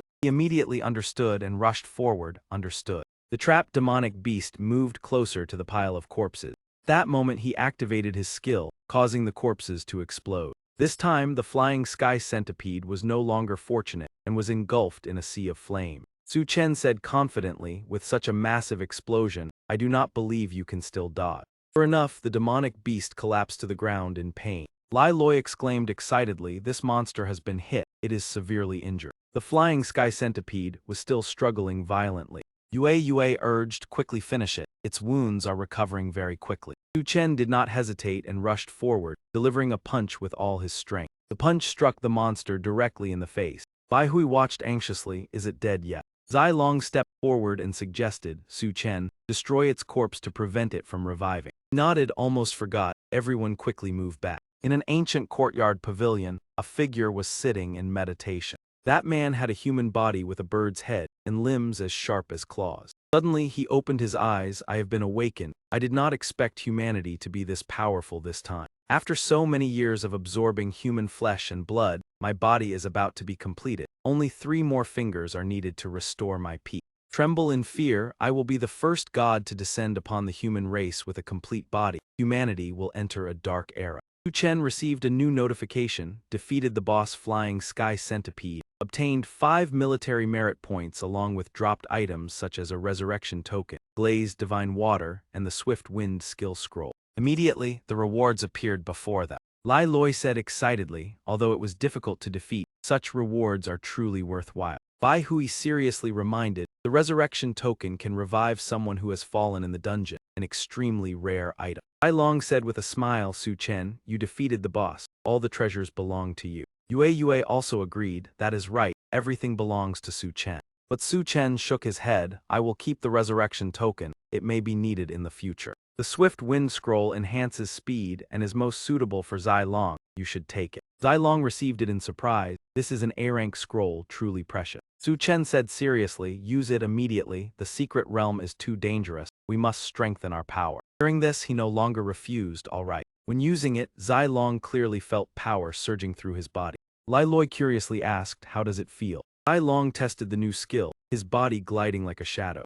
He said joyfully, my speed has increased tenfold, now I can easily evade the Flying Sky Centipede. Su Chen continued to remind, everyone should use the glazed divine water. He asked in confusion, but how should it be used? Bai Hui explained, it can be drunk and also used for soaking. Drink it first to enhance internal power, then soak to comprehensively strengthen the physique. Immediately, the aura around his body changed noticeably. Lai Loi exclaimed in astonishment, with just one sip the body shines, the effect is truly astonishing. After a while he held his stomach and said, I am full from drinking. Bai Hui laughed loudly, me too, it is time to soak. As they soaked together, Lai Loi felt his muscles becoming firmer, and his body much more agile. Zai Long nodded, the glazed divine water is truly a divine medicine. Our physical strength has at least doubled. Yue happily brushed her hair, my skin has also become much more beautiful, Su Chen, do I look prettier? Bai Hui tried jumping onto the shore, my body has reached a new limit. After being purified, with physical strength alone, I am now comparable to an ordinary warrior.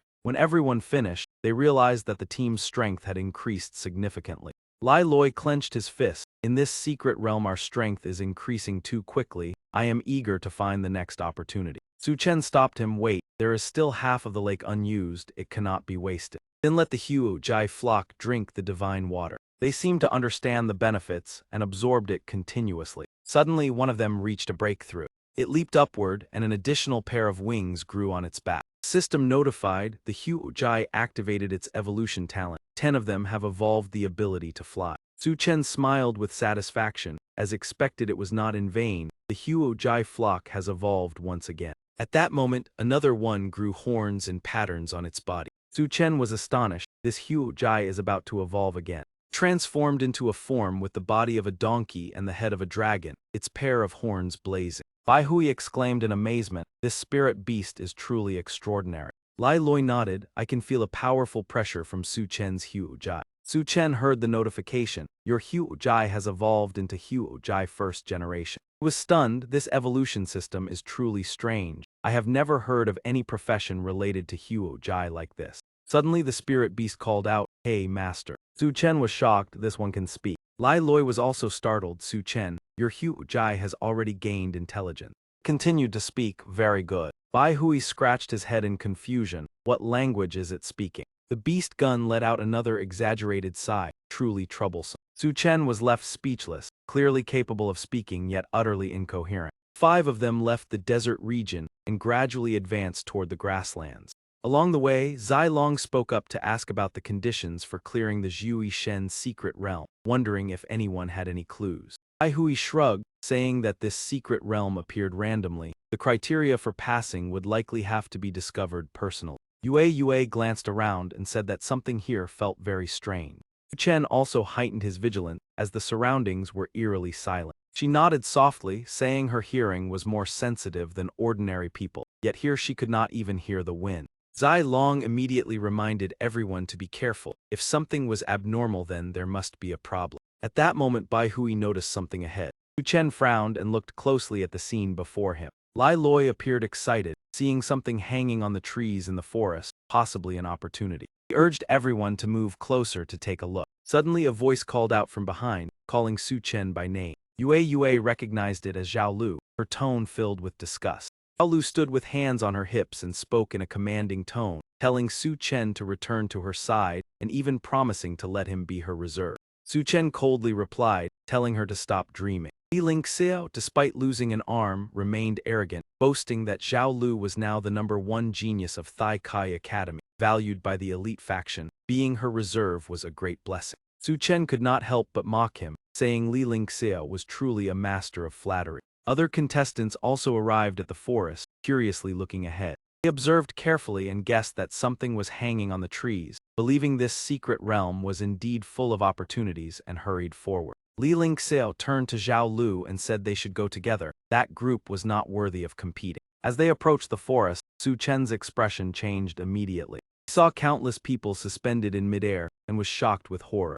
Lai Loi also turned pale, realizing that everything hanging on the trees were people. Contestants panicked, unable to understand why those people were hanging like that. The place felt extremely terrifying. Yue immediately warned that the air was fluctuating strangely. Su Chen shouted for everyone to retreat while running. However, his teammates and the other contestants stood motionless. Su Chen anxiously called out, urging them to leave quickly. Looking closely, he saw that everyone's eyes were blank and lifeless. He realized they had been affected by an invisible force, losing all consciousness. He wondered why he himself was not affected. At that moment, Su Chen saw his teammates gradually walking toward the forest. The situation was dire. If they entered, they would likely meet the same fate as those hanging on the trees. He had to stop them. Su Chen hurriedly blocked their path. He held Zai Long tightly, calling for him to regain his senses. But Zai Long shook him off and continued forward. Zhao Lu, who seemed hypnotized, suddenly had a book appear before her. Thanks to it, she regained consciousness and thought that without the Book of Fate she would have been in danger.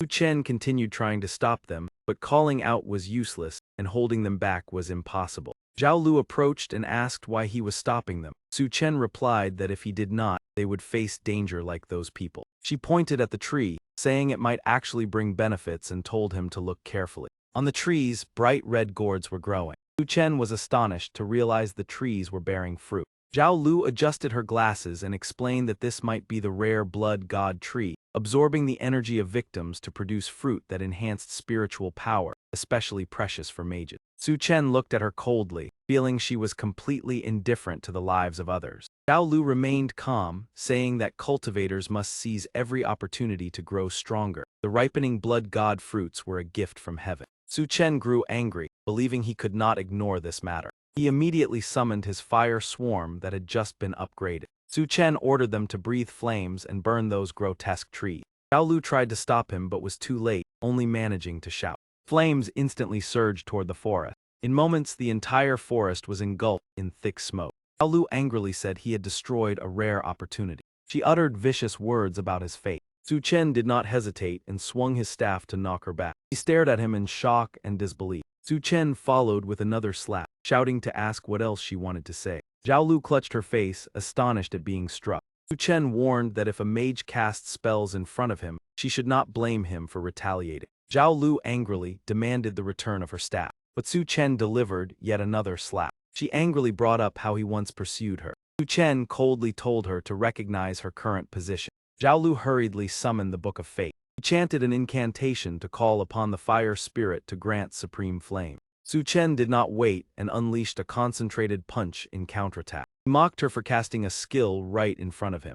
Zhao Lu panicked and begged, saying she still had feelings for him. Su Chen replied coldly, asking if she only now knew fear. She tried to recall past memories, hoping to reunite with him. Su Chen became wary, sensing something was wrong. Sure enough, 2 arms appeared beneath his feet and seized him tightly. Zhao Lu stood up smugly, saying she had only stalled for time to cast her skill. Su Chen immediately activated another skill. Binding arms instantly dissipated. Zhao Lu turned pale, unable to believe it. Su Chen calmly looked down, considering the situation not worth fearing. Zhao Lu hurriedly formed hand seals, preparing a reincarnation spell. Beneath the ground, undead corpses suddenly emerged, making the scene terrifying. Su Chen let out a cold laugh and asked Zhao Lu if these corpses were all created by her. He calmly admitted it, treating their sacrifice as a stepping stone to reach the pinnacle herself. Immediately, Su Chen activated his skill, causing the corpses to explode. In the blink of an eye, 3 undead were completely annihilated. Zhao Lu trembled in horror, unable to understand what he had done to those bodies. Su Chen threw a punch straight at her face, declaring that today all grudges would end. He hastily stepped back, trembling as she asked whether he truly intended to attack her. Su Chen looked down with a cold gaze, affirming that he was not joking. Zhao Lu pretended to be pitiful, asking whether their past feelings would also vanish.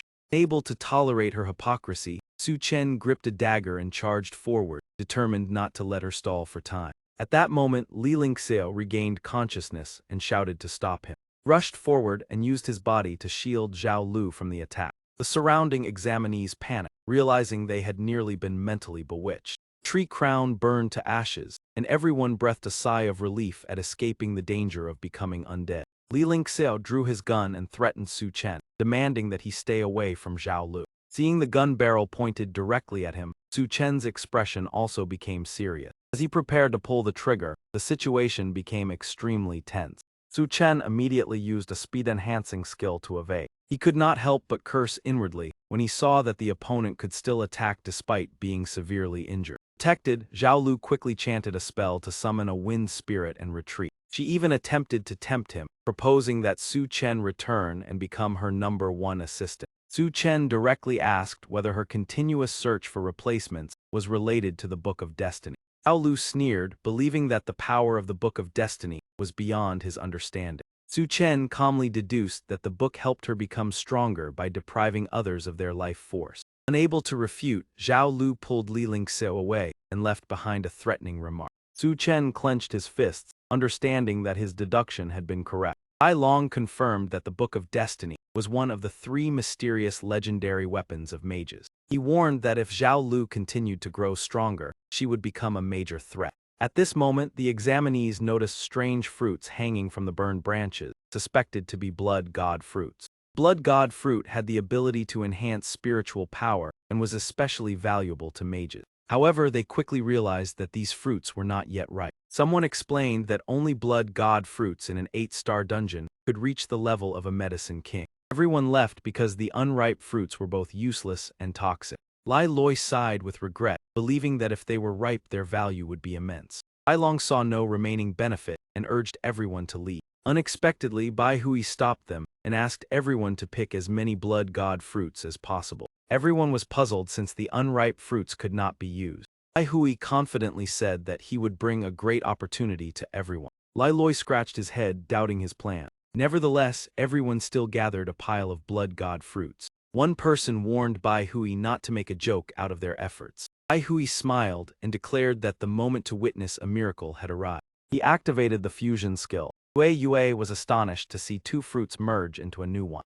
Zai Long realized that not only had the quantity decreased, but the fruit's grade had also clearly increased. Bai Hui confidently affirmed his ability. Su Chen realized that his talent was item fusion. Bai Hui confirmed that this was a hidden talent, allowing the fusion of identical items. Lai Loi marveled at this rare ability. Yue was excited that they could create a fully ripe blood god fruit. Bai Hui nodded and continued the fusion. A semi-finished blood god fruit quickly appeared. Zai Long noticed a fragrant aroma spreading, signaling that the fruit was about to ripen. Bai Hui continued the fusion once more. Finally, a complete blood god fruit was created. Zai Long happily confirmed that this was indeed a ripe blood god fruit. Bai Hui handed the fruit to everyone and asked who wanted to try it first. Lai Loi volunteered to test it and verify its effects. Su Chen immediately stopped him to think more carefully. He asked whether Bai Hui could continue to fuse it to an even higher level. Bai Hui was surprised by the idea of fusing it to a new level. Su Chen explained that each person could only use one fruit, so it was necessary to optimize its effectiveness.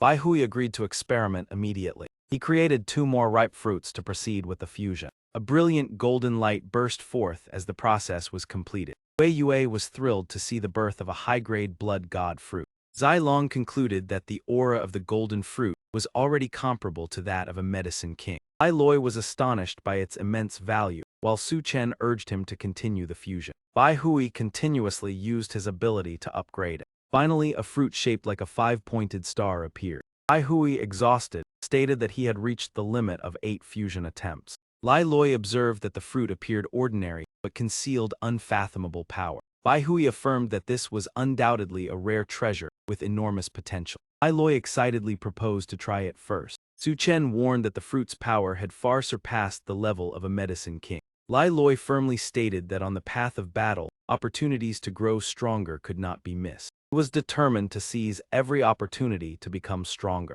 As he swallowed the fruit, the aura around Lai Loi erupted powerfully. He realized with emotion that his spiritual power had surged, granting an unprecedented sense of clarity. Su Chen asked worriedly, Lai Loi, are you all right? He was shedding tears while bleeding from his nose. And too, I'm fine. Wei Yue warned anxiously, you are bleeding.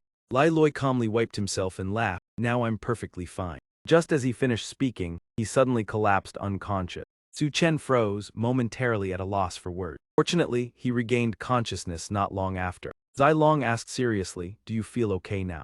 Lai Loi moved and felt nothing unusual. On the contrary, his mind was unusually clear. Perhaps staying awake 3 days and nights did not tire him. He said with satisfaction, it seems I can endure it. My mental strength has increased significantly. This blood god evolution can definitely be used. Soon, Bai Hui also completed the absorption. Almost done, each person uses one. The rest can be sold outside for a high price. Everyone immediately complied, swallowing them together, let's eat. As a result, except for Su Chen, everyone else collapsed. He was bewildered, the effect was so good. Why did everyone fall down after eating? Lai Loi asked in confusion, and too, how are you still standing? Su Chen was also surprised indeed, why am I different from them? Lai Loi hurriedly asked, how do you feel? Su Chen replied calmly, I feel very comfortable, my mind is clear, I even want to eat another one. Lai Loi warned worriedly, each practitioner should only use one blood god fruit, using a second could be dangerous. Su Chen waved his hand, it's fine, I have no profession. Some time passed and there were still no abnormal signs. He confirmed, indeed it is because I have no profession that I am different. Su Chen decided to continue, in that case, eat another one. 2 hours later the others awoke. Bai Hui, drenched in sweat, said, you still intend to eat more, that is over 30 high-level blood god fruits already. Su Chen swallowed the last fruit. As long as I'm not down, I will continue. I can feel my body changing profoundly. I want to know the ultimate limit. As soon as he finished speaking, his body began to transform. It has arrived. Above Su Chen's head appeared a radiant golden tower. Bai Hui exclaimed in astonishment, that is a spirit tower. Yue asked curiously, what is a spirit tower? He explained, according to ancient texts, a spirit tower can connect directly with the Supreme Star Tower, and its owner is rarer than a 9-star powerhouse. At that moment, Su Chen clutched his head in pain and screamed. Everyone panicked and to, what is happening? Elsewhere, Qin Lao returned home while pondering, this Yui Shen's secret realm has descended. Is it just to harvest the human race's bloodline? Why do I feel uneasy? The steward respectfully greeted, Qin Lao, you have returned. He frowned and asked, why is it so quiet at home? Where is my granddaughter? The steward hurriedly replied, the young lady has entered the Yui Shen's secret realm. Qin Lao was horrified. What? I had strictly forbidden her from entering. The steward admitted the young lady sneaked off. We could not stop her. He frowned. Who did Miu Miu go with? Was it Liu Lion? The steward replied, Liu Lion is not at the academy. The young lady went alone. Qin Lao grew more worried. Alone? That girl is reckless. Does she not know how dangerous the secret realm is? No, I have always been uneasy about this secret realm. I must contact the Supreme Star Tower.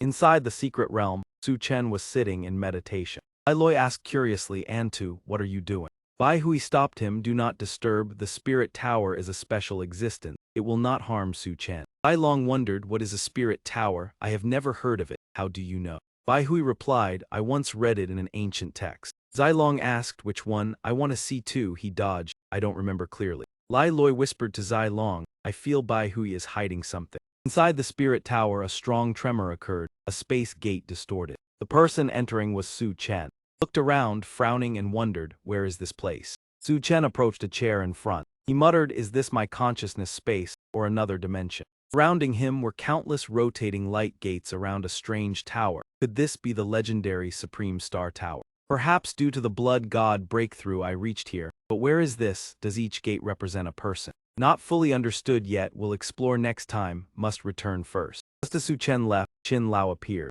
He sat down. With the deductive ability of the Supreme Star Tower, he could surely discover something. Suddenly he noticed something unusual. Wait. He recounted 1, 2, 3, 12, 13. 13 light gates, the number has increased. The 13th throne appeared. Broke the limit. Is it Thien Hong of Sakura, Sa King of the Desert, or the Blood God? Why no movement? Although all thrones concealed their identities, the sudden appearance of the 13th position was truly unusual. At that moment the adjacent gate trembled, someone was coming. That person wore a cloak, visiting before the conference. In the eyes of the other, Qin Lao was also mysterious. Do you not notice? A new throne has appeared here. The stranger was astonished. What, the 13th throne? Who reached that position? Why were there no signs before? This time outside, Su Chen had regained consciousness. Everyone immediately asked, Antu, how do you feel? He looked at his hands, feeling as if he had entered a completely new realm. Ai Hui seriously instructed, the spirit tower must not be revealed. Su Chen questioned, why must it be kept secret? He emphasized, regardless of reason,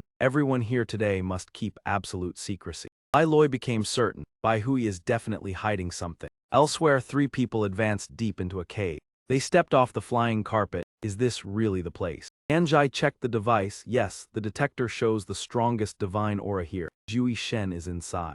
Yue Chan firmly said, Father, today I will avenge you. He turned to instruct, you two stay, I will go alone. The 2 behind immediately objected, Yue Chan, we will go with you. He warned that inside lurked a dangerous deity. Her father had sacrificed himself battling him, and it was a fight to the death. Han Tu resolutely replied that General Long Chuang had died for humanity, and they would continue his legacy. Yue Chan still hesitated slightly, but her gaze had grown determined. Yan Zhai emphasized that all actions were for the greater good of humanity. Hearing this, she nodded in agreement, deciding to move forward with everyone. She handed each person a pill that concealed their aura to approach Yui Shen silently. Han Tu took the pill while asking Yue Chan about their chances of victory. Yue Chan confirmed that her father had left a divine artifact to counter Yui Shen, and if they got close enough, victory was assured. Han Tu suggested checking the artifact first and carefully planning together. She refused, explaining that revealing it too early would allow Yui Shen to sense the artifact's aura, but affirmed it was a relic her father had exchanged his life for. Yan Zhai was full of admiration, praising General Long Chuang as a steadfast pillar of humanity. Han Tu also expressed deep respect for the sacrifice of the great general. She sighed, saying Long Chuang was the most venerable marshal, always protecting civilians instead of seeking personal gain. Yue Chan angrily remarked that after his sacrifice, the pro-people faction weakened, and power fell into the hands of the elite. Elsewhere, Su Chen's group entered a desolate land. Li Loi was surprised by the name Dragon Valley, and wondered whether dragons really existed here. Zai Long thought it unlikely, since dragons had vanished from the world for centuries. Suddenly a roar echoed, immediately putting the group on alert. Yue turned pale, sensing an extremely frightening sound. Li Loi broke into a cold sweat, suspecting that dragons truly existed here. At that moment, they saw a group of people fleeing in panic. Among them was someone they knew.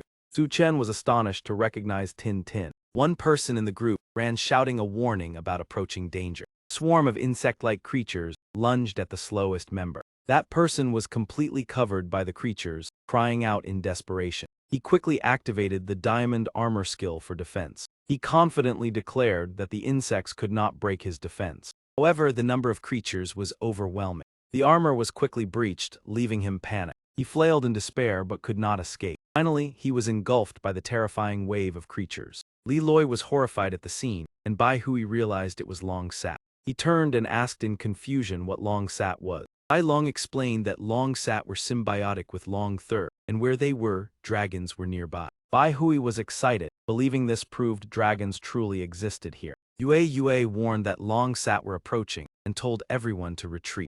Tin was surrounded by the creatures, in a critical situation. Suddenly 2 streams of fire erupted, destroying part of the Long Sat. Su Chen appeared to assist and called Tin Tin to run toward him. She quickly ran to safety. As they left the cliff area, the Long Sat did not continue the pursuit. Bai Long exhaled in relief, realizing they did not dare enter the valley. Tin Tin was grateful for Su Chen's timely rescue. Su Chen asked if Long Thur really existed in Dragon Valley. She explained that she had never seen one personally, but the appearance of Long Sat was a clear sign. She emphasized that the interior was extremely dangerous due to the enormous number of Long Sat. At that time, another group arrived, drawn by rumors of Long Thur. Li Loi realized many profession users were converging here.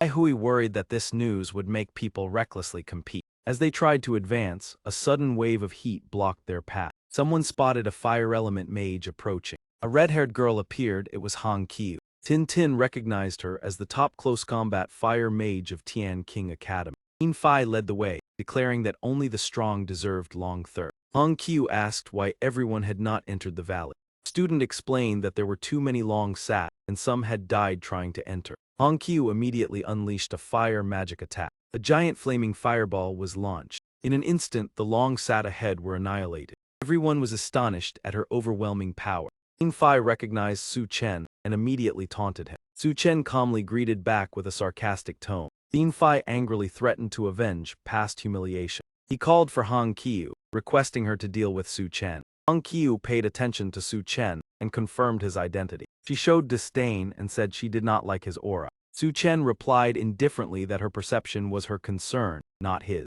His answer left Hong Qiu momentarily speechless. Yin Fai mocked that Su Chen did not deserve Hong Qiu's attention. Hong Qiu added, sarcastically remarking that Liu Lion once choosing Su Chen was shameful. Su Chen sharply rebutted, turning her sarcasm back on her. Hong Qiu, furious, prepared to teach Su Chen a lesson. Su Chen also readied himself, unflinching. Suddenly the ground shook violently. Yin Fai staggered, panicked when realizing the tremor came from the valley. A spiked tentacle suddenly emerged from the ground, terrifying everyone. The contestants confirmed it was Long Thur's tail, proving the dragon truly existed. However, the tentacle quickly retracted into the cliff. Everyone was amazed to realize Long Thur was in a deep, slumbering state under the valley. Yin Fai pointed toward the Long Thur sleeping soundly and urged that this was the ideal moment to subdue it. Hong Qiu did not hesitate, immediately spreading her wings to fly in and signaling everyone to follow. Backed by support, that man turned to threaten Su Chen that if he dared follow them inside, his cousin would never let him go. Su Chen smiled, hands in pockets, replying casually that there was no need to worry, he had no intention of going first. Seeing this, Yin Fai grew even more arrogant, mocking him as if Su Chen was being reasonable. Inside the cliff, Hong Qiu continuously deployed her skill, the hellfire spreading and scorching everywhere. The iron dragon flock was quickly engulfed and restrained by the intense firepower. Yin Fai loudly ordered the Thien Kin students to advance swiftly inside. The followers ran eagerly, believing that with the fire element mage leading, the demonic beasts would no longer pose a threat. Outside, Li Loi turned to ask Su Chen whether they would truly not go in. He smiled reassuringly, explaining that there were still many demonic beasts inside, so letting them go first as a shield would be safer. Indeed, shortly after, pitiful screams for help echoed from within. The Thien Kin students panicked and fled in desperation. However, most were overwhelmed amid the fierce demonic beasts. Yin Fai was pulled away by Hong Qiu, escaping the danger zone. Once outside the cliff, he exhaled, horrified by the massive number of demonic beasts inside. Yue was astonished that more than 100 practitioners had gone in, but only 2 survived. Yin Fai asked Hong Qiu in confusion about the next step, as they could not approach Long Thur due to the overwhelming number of beasts. Hong Qiu decisively decided to seek help from Tian Qing. He was surprised to hear the name, acknowledging that Tian Qing had the power to break through here but unsure if he would cooperate. Hong Qiu spread her fiery wings and flew off, confident that no one could resist the allure of Long Thur. Once everyone had left, Su Chen spoke up that it was now their group's turn to enter. Tin remained concerned as the number of demonic beasts had not been reduced much. Entering now could be too risky. Su Chen asked in return whether long tine grass could lure Long Thur out. She shook her head helplessly, explaining that the scent of long tine grass was not strong enough to draw Long Thur out of the gorge. Su Chen quickly devised a new plan. If they could not lure Long Thur out, they would lead the demonic beasts elsewhere. Tin was astonished, thinking it nearly impossible as the beasts were only attracted by Long Thur and hard to move from the area. He confidently pointed toward Li Loi, asserting that he could attract demonic beasts even more strongly than Long Thur. Before long, Li Loi led a massive flock of demonic beasts out, crying for Su Chen's help. Su Chen immediately summoned Huo Jai to assist. An evolved Huo Jai with wings appeared before Li Loi. Li Loi quickly climbed onto its back to escape pursuit. He laughed heartily while riding Huo Jai, teasing the demonic beasts below. Tin was astonished to see the entire flock of demonic beasts in the gorge being led away, a power she had never witnessed. Su Chen immediately seized the opportunity, leading everyone in to search for Long Thur. Soon after, the group reached a desolate area deep within the gorge. Yue warned that they were near the target, sensing an incredibly strong aura. Ai Hui turned pale, pointing ahead, astonished by the enormous size of the creature present. Before them lay a giant Long Thur asleep, exuding an overwhelming presence. Everyone was shaken by Long Thur's majesty. Its aura alone made it difficult to breathe. Su Chen turned to ask Tin Tin if, as a long night, she could subdue this creature.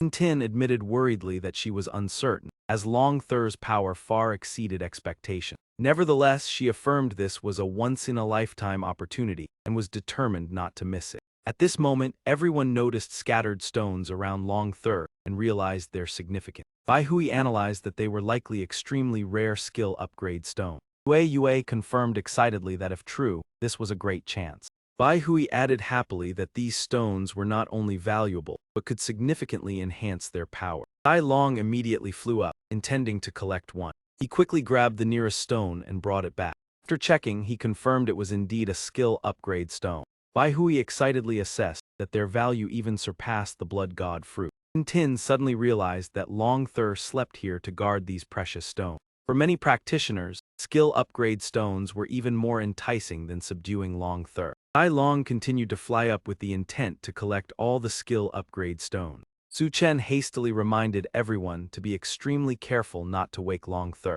In the Spirit Tower, Qin Lao was requesting the Supreme Tower to predict when the Zhui Shen's secret realm would disappear. The tower replied that there were insufficient resources to perform the calculation. The mysterious person was astonished, as such a situation rarely occurred. This indicated that the Zhui Shen's secret realm was far more complex than Ku Long had anticipated. Qin Lao remained unconvinced and asked the tower to try calculating again. However, the tower gave the same answer, stating it could not calculate due to a lack of resources. Qin Lao fell silent, horrified that he had exhausted all resources on the tower, but it was still insufficient. He turned to ask the fourth Wang Zuo for additional resources. This person agreed to help, but required Qin Lao to remember a favor. When the two proceeded with the request, the tower finally began the calculation process. Qin Lao exhaled in relief upon seeing the process initiated. However, the results showed that the Zhui Shen secret realm would not vanish but switch to deduction mode. The fourth Wang Zhu judged that this mode only activated when humanity faced a severe crisis.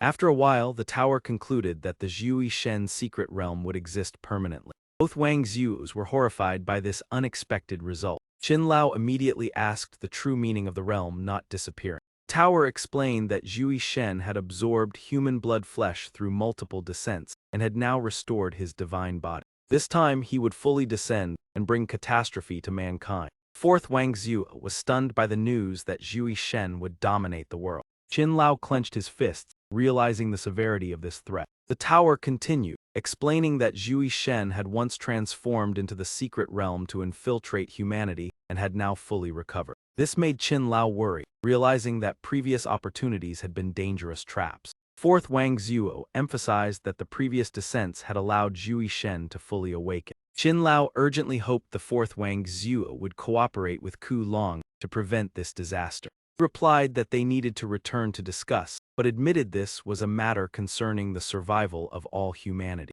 The fourth ruler nodded slightly to indicate he understood. Immediately after, he hurried through the spatial gate and departed. Qin Lao removed his camouflage, worried that Miu Miu was still trapped inside, anxious that this might bring more harm than good. Elsewhere, the three Yue Chan members entered the shrine, with Zhui Shen ahead of them. Pan Tu broke into a cold sweat, confirming he could clearly feel the terrifying pressure radiating from the other's divine power. She warned everyone to be extremely cautious, as Zhui Shen was resting to recover, and any disturbance would leave them with no way out. As they went deeper, they saw a figure sitting in meditation. Anjai turned pale, whispering, "Is that really Zhui Shen?" fear making it hard to stay calm. The figure urged Yue Chan to act quickly, the overwhelming pressure almost making him collapse.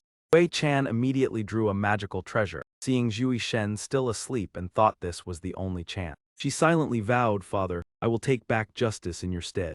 Before she could strike, she was ambushed from behind. Pain turned her pale, her body froze, unable to react. Turning around, Yue Chan was shocked to see that the attacker was her own teammate. He clutched her wound, astonished, asking Pan Tu why he did this. Yan Zhai also cried out, unable to understand if Pan Tu had gone mad. He laughed coldly, snatching the magical treasure, mocking that someone like Yue Chan dared to confront Zhui Shen was laughable. Pan Tu knelt respectfully, claiming himself a disciple of Zhui Shen's sect, sincerely paying homage to the deity. Zhui Shen laughed in satisfaction, praising him, "Truly my servant." Yan Zhai furiously charged forward, realizing he was part of the evil sect she would not forgive. At that moment, Zhui Shen raised his hand, exerting power. A strange chain immediately bound Yanzhai tightly. She was lifted and pulled toward him. In the critical moment, she only managed to shout at Yue Chan to leave quickly. Meanwhile, Zhui Shen tightened his grip. A shockwave burst forth, completely knocking Yanzhai down. Her life force was rapidly absorbed by him. Zhui Shen stood up, satisfied, exclaiming the taste was wonderful, despite having consumed countless humans, still not bored. Yue Chan ground her teeth, cursing him a beast. He realized she was Long Xiang's daughter, regretting that the man had died, then suggested she join his side. She responded in anger that was mere fantasy. He killed her father and she would never forgive. Zhui Shen shook his head, laughing, saying that although he ended Long Xiang's life, in truth he died by human hand. Those words stunned her. She could not understand why her father died by his own kind. He offered a condition that if she submitted, he would reveal the truth, as he needed loyal followers to rule the world. Pan Tu hurriedly interjected, claiming he was the most loyal servant. Zhui Shen coldly refused, saying traitors to humanity had no concept of loyalty. Pan Tu was stunned, springing up in shock. Yue Chan sneered, saying that is the fate of a traitor, despised wherever they go. Zhui Shen continued, asking if she chose submission or death. She pointed to Pan Tu, saying if he wanted her to join, deal with the traitor first. Pan Tu frantically begged her not to believe her, insisting he was a loyal disciple. Zhui Shen leaped down from the high platform, grabbed Yue Chan, lifting her as a warning that she had no right to negotiate. Even a light squeeze made her cough up blood. He manipulated a vine to approach, saying he had thought of entertainment far more interesting than taking lives. Vine's tip swiftly pierced Yue Chan's body. Zhui Shen maliciously said if she hated traitors, he would turn her into a demonic beast. He wanted her to become the most hated by humanity, to see who she could still resent. Pan Tu tried to gain favor, offering Long Xiang's magical treasure to counter Zhui Shen. Zhui Shen smirked, recognizing it as Tich Diet Thien Loi, a weapon capable of harming him. Pan Tu humbly suggested putting it away to avoid falling into others' hands. Zhui Shen shook his head, saying leave it for fun, and ordered Pan Tu to hold it. Pan Tu hesitantly asked if he could keep it. Zhui Shen tasked him to use it to approach human strongmen, then turn it against them to increase the thrill. Pan Tu excitedly flattered, promising to use it to defeat a 9-star strongman on his behalf. Zhui Shen despised him, saying 9 stars were insignificant. If acting, target Lei Shen, Hyatt then, or the 12 mysterious rulers. Pan Tu bowed, accepting the order, pledging to complete the task. Suddenly Zhui Shen transmitted a surge of energy to him. Pan Tu felt his power soar, unable to contain excitement. Zhui Shen said it was divine energy he granted, making him nearly immortal as a reward for submission. Pan Tu immediately knelt, hailing Zhui Shen for eternity. Zai Long returned with the spirit stones, reporting that he had collected enough to upgrade skill. Ai Hui eagerly urged everyone to level up quickly to see how much their power would increase. Yue suddenly interrupted, asking if anyone noticed the atmosphere was overly quiet. Ting Ting also realized the dragon beast's snoring had vanished. Turned out the dragon beast had long been awake, staring at them. Bai Hui panicked, shouting that the giant monster had awoken. The dragon beast let out an angry roar. Intense pressure forced the group to retreat defensively. Yue frowned in horror. A single roar had thrown them back. Someone nervously asked if they should risk fighting. Ai Long almost without hesitation charged to attack.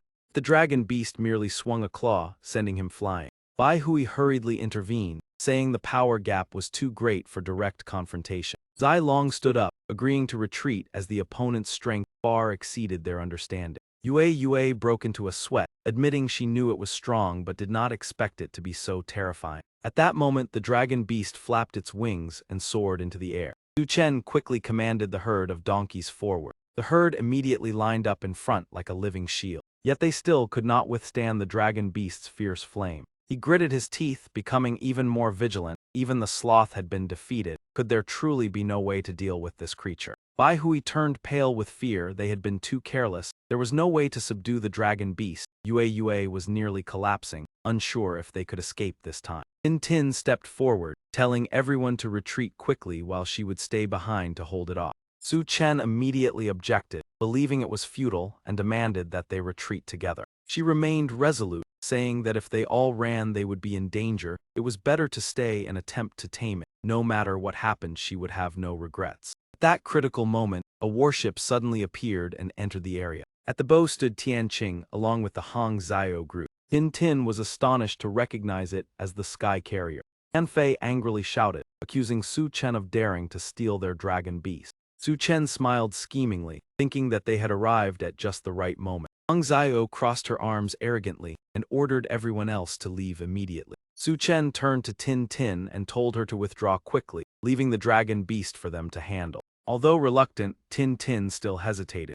Su Chen reassured her that the dragon beast was not easy to subdue. Even Tian Qing would struggle, so retreating first was the safest choice. Hearing this, Tin Tin abandoned her initial intention and agreed to leave. Seeing them withdraw, Tian Qing loudly warned everyone around to leave within 10 seconds, otherwise they would be dealt with mercilessly. Su Chen also had no intention of causing further trouble, believing his current strength was insufficient to compete for the dragon beast, so he decided to leave. Bai Hui clenched her teeth in anger, swearing that one day they would make them pay. This moment the dragon beast was in a ferocious and threatening state. Tian Qing only paid attention to Su Chen's retreat, disdainfully believing he was too cowardly. He believed that only by subduing the dragon beast would he be worthy of standing beside Liu Lian. Tian Qing turned toward the dragon beast and arrogantly ordered it to submit. Unexpectedly, the dragon beast reacted violently and directly sent Tian Qing flying. He was slammed heavily onto the ground. The impact rendered him unconscious, completely unable to resist.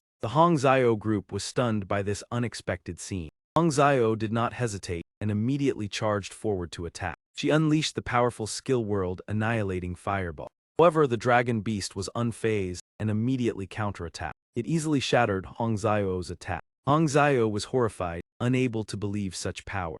Immediately afterward, she was blasted far away by a surge of energy. Tianfei turned pale upon seeing two experts defeated so quickly, realizing that confronting it head-on was hopeless. Suddenly, Tian Qing burst into loud laughter from behind. He stood up, becoming even more excited by such a powerful opponent. Tian Qing ordered the sky carrier to concentrate its firepower. Numerous cannons immediately appeared and aimed at the target. Tianfei on the ship felt anxious, yet still witnessed the tense scene. From afar, Tin Tin marveled at the terrifying power of the sky carrier, capable of leveling terrain and threatening high-level powerhouses. Tian Qing decisively ordered the attack to commence. In the blink of an eye, dozens of projectiles were launched. Explosions erupted repeatedly around the dragon beast.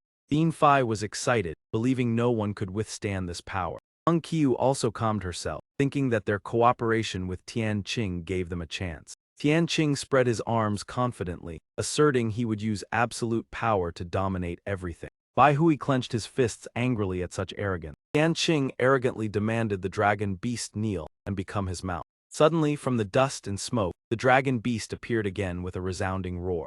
Tian Qing was stunned, unable to believe his eyes. The dragon beast lunged forward like lightning and attacked him. Hong Qiu's group panicked at the sudden turn of events. Yue shook her head, thinking his arrogance had led him into danger. Trapped in the dragon beast's mouth, Tian Qing screamed in panic for help. Hong Qiu immediately rushed to provide assistance. However, her fireball attack was easily destroyed by the dragon beast. Hong Qiu despaired, realizing her power could not sway the opponent. Finally, the dragon beast raised its head and swallowed Tian Qing with a shrill cry. The scene horrified everyone. Yue Chan cried out in pain. Zhui Shen observed from a distance with satisfaction, proud of his achievement. Outside the cave, a loud roar drew the dragon beast's attention. Zhui Shen smiled, realizing the dragon mount had fully awakened. He quickly left the scene, leaving Yue Chan in the cave. Witnessing the scene, Bin Fai shouted in fear that Tian Qing had been swallowed.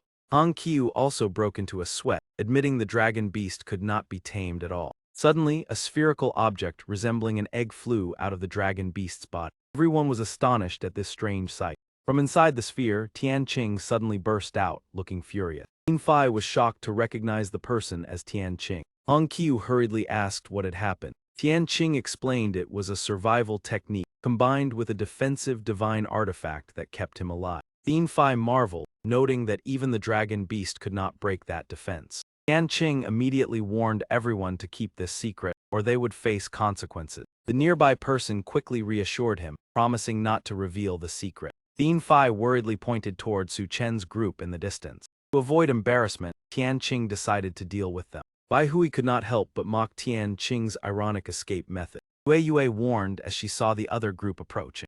Tian Qing lowered himself in front of Su Chen and threatened them to harm themselves to be spared. Just then, Zhui Shen appeared before him, declaring the dragon beast as his mount. Tian Qing, enraged, immediately threw a punch at the obstructing person. But the attack meant nothing to him. Zhui Shen needed only one hand to firmly lock Tian Qing's arm. Like snapping a dry branch, he twisted his wrist once, causing Tian Qing's arm to lose all strength. A surge of intense pain struck, turning Tian Qing pale as he let out a desperate cry. Witnessing the scene that unfolded in an instant, Bai Hui frowned and warned that this enemy was extremely terrifying, while Yue ahead was already drenched in sweat, as it was not merely dangerous but far beyond that. Seeing her unusual reaction, Su Chen immediately asked Yue if she had discovered something. She trembled and collapsed to her knees, saying that endless fear and darkness radiated from him, making her unable to even think of resisting. Her next words shocked everyone, stating that he was stronger than the dragon beast, causing the crowd to gasp in horror.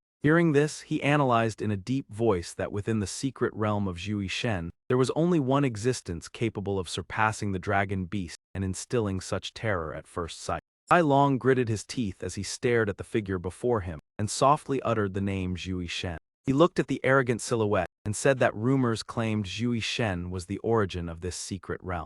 Tin worriedly questioned that a deity like Zhui Shen should not be able to descend easily, making his appearance here extremely puzzling. Hearing the discussion, Hong Qiu fearfully looked at him and asked if he was Zhui Shen. Seeing such a reaction, he curled his lips into a cold smile and asked whether a mage like her wished to oppose him. Terrified by his aura, Hong Qiu turned and fled, saying that she did not wish to fight. Watching her retreat, Zhui Shen waved his hand coldly and declared that he, however, wished to take her life. A stream of purple magic surged forth at his command, striking Hong Qiu and sending her crashing heavily to the ground. Witnessing such power, Thien Fai behind trembled as if facing a monster, clearly sensing the majesty of a deity. Suddenly, Zhui Shen turned his head and revealed a sinister smile directed at him. Unable to withstand the pressure, Thien Fai collapsed to his knees and begged for mercy. Seeing such cowardice, Zhui Shen grew even more contemptuous and mocked him mercilessly. Immediately afterward, he raised his hand high and called out.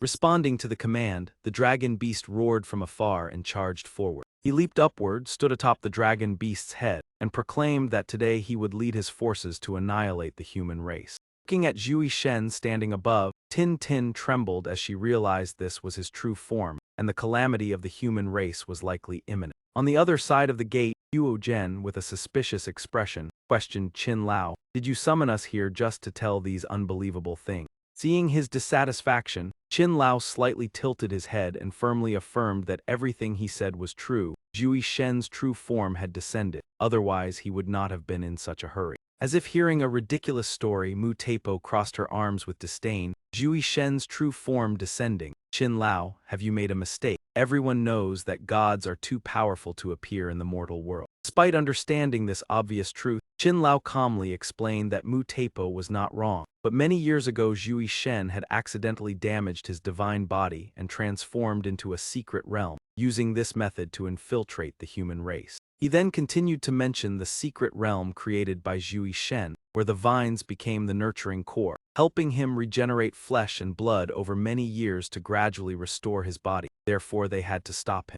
However, Huo Zhen still frowned and questioned that all of this was merely words. Without evidence, no one could believe it. Realizing his words were not convincing enough, Qin Lao stroked his beard and declared that he would make it clear he was the 9th throne among the 13 thrones. As if hearing another unbelievable tale, Ba Tianzhu replied without courtesy, "Qin Lao, are you joking? Everyone knows there are only 12 thrones in the world, there is no 13th. If you want to fabricate something, it should at least be reasonable." Angered by the doubt, he summoned his pagoda to float in the air. Previously there were indeed only 12 thrones, but recently another had appeared.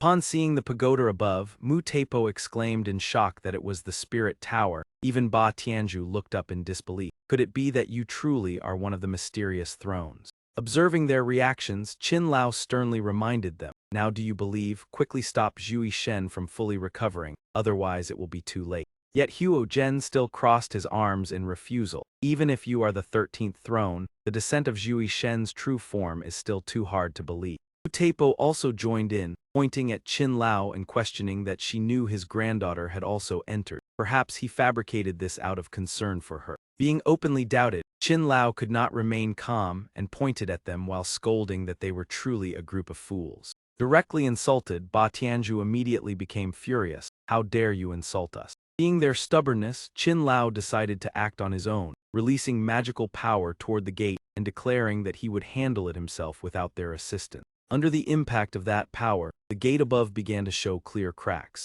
Seeing this, Qin Lao secretly rejoiced. The entrance could be broken, there was still time. Inside the secret realm, Zhui Shen sensed the change of the gate and understood that the powerhouses outside had discovered his scheme and intended to forcibly prevent his descent. To stop their plan, he immediately ordered the dragon beast to block the entrance, as he still needed more time to fully recover. Obeying the command, the dragon beast roared fiercely and rushed toward the gate. At that moment outside, Qin Lao tightly gripped the axe in his hand, preparing to unleash the decisive strike. Channeling all his strength, he swung the axe forward and shouted for it to open. Witnessing the terrifying power of the attack, Ba Tianju was astonished. That was the giant axe warrior. Qin Lao was indeed one of the strongest warriors. After recognizing Qin Lao's strength, Yu Zhen also understood that he was not only a throne, but also a giant axe warrior who had long concealed his power. With imposing momentum, Qin Lao continued to swing his axe directly to completely destroy the gate. Looking at the attack he created, Qin Lao secretly felt pleased. The passage was about to be opened. Flames and smoke surged violently from the cracks of the gate. However, in just a moment, everything dissipated, leaving only a faint black mist from within the secret realm. Realizing the anomaly, Qin Lao exclaimed in alarm that the passage had regenerated. Suddenly, a powerful foot appeared from the side and stepped down with great force. Pointing his weapon toward the gate, the dragon district leader stepped forward and proposed that they act together. Seeing this action, Huo Zhen still hesitated, questioning whether they should truly trust him. Without responding, the dragon district leader acted directly, releasing a powerful blue magical stream from his staff and shouting for them to attack. Standing beside him, Huo Zhen also summoned his magical sphere to join the battle. At the same time, Mu Teipo gathered her inner strength and unleashed her technique, the three of them launching their attacks simultaneously. The three streams of power combined and struck straight toward the secret realm gate. Witnessing the scene, the dragon district leader confidently stated that with the power of the five of them, they could certainly break the entrance of Zhui Shen's secret realm. However, before the attacks could reach the gate, they were blocked by an invisible force and exploded in midair. Seeing this, Ba Tianju was stunned and confused, asking what was happening and what had obstructed their attack. At that moment, a resounding roar echoed from within the secret realm, shaking the surrounding space. Recognizing the familiar sound, Huo Zhen was horrified. It was the roar of the dragon beast. His expression immediately turned grave, as the dragon beast was always Zhui Shen's loyal war mount, proving that Zhui Shen was truly inside the secret realm. Ba Tianju gritted his teeth in anger. The dragon beast possessed enormous size and terrifying power. If it blocked the exit, no one could forcibly escape. Even Mu Teipo became anxious, worried about what to do as they could only watch Zhui Shen gradually recover. Huo Zhen stared at the gate, fear evident on his face at the thought of a god devastating the world. Hearing the pessimistic remarks behind him, Qin Lao turned and shouted angrily, reproaching them for not acting earlier as he had advised. He sighed helplessly, admitting that now the only option was to find a way to prevent Zhui Shen's true form from descending. The plan in mind, Qin Lao proposed finding a 9th-tier spatial archmage to forcibly open a path into the secret realm. Mu Teipo agreed but worried because a 9th-tier spatial mage was extremely rare in the Dragon District. Unexpectedly, the Dragon District leader spoke up, confirming that such a person existed. Huo Zhen asked in surprise, wondering who that person was. Under everyone's gaze, the Dragon District leader calmly declared that he himself was that person. The group was utterly shocked to learn that he was not only a light mage, but also a spatial archmage. Qin Lao turned and mocked him, demanding that he remove his mask to reveal his true identity. However, the Dragon District leader ignored this and directly asked who would be the first to enter the secret realm. The remaining three hesitated, none daring to volunteer. Qin Lao angrily scolded them as cowards, calling them elites who were terrified of Zhui Shen. Provoked, Huo Zhen retorted that if Qin Lao had the courage, he should enter first himself. Qin Lao immediately agreed, declaring his willingness to enter, leaving Huo Zhen to snort coldly. Qin Lao turned to the Dragon District leader and requested that the teleportation begin immediately. The leader raised his staff, and a teleportation circle formed around Qin Lao. But the circle suddenly dissipated, astonishing everyone present. Ba Tianju asked in shock why Qin Lao had not been teleported inside. The Dragon District leader explained that Qin Lao's power was too great to be forcibly teleported. Mu Teipo asked for a solution, and he replied that someone with lower strength was required. Yu Zhen turned to the other two and asked who would go first. He excused himself by saying he was a mage and not skilled in close combat, wanting others to go first. Ba Tianzhu directly pointed at Mu Taipo, causing her to angrily object and demand that the men go first. Yin Lao looked at their quarrel with disappointment, mocking their selfishness and cowardice. The Dragon District leader lost patience and directly opened 3 teleportation gates, forcing them to enter together. Teleportation light enveloped each of them, and they could only cry out before disappearing. Immediately afterward, all 3 were teleported into the secret realm. Inside the secret realm, Bai Hui anxiously asked whether they could seize the opportunity to escape. Yue quietly reminded everyone to stay calm, because Zhui Shen had not yet noticed them. Suddenly, Zhui Shen turned his head and looked directly toward them.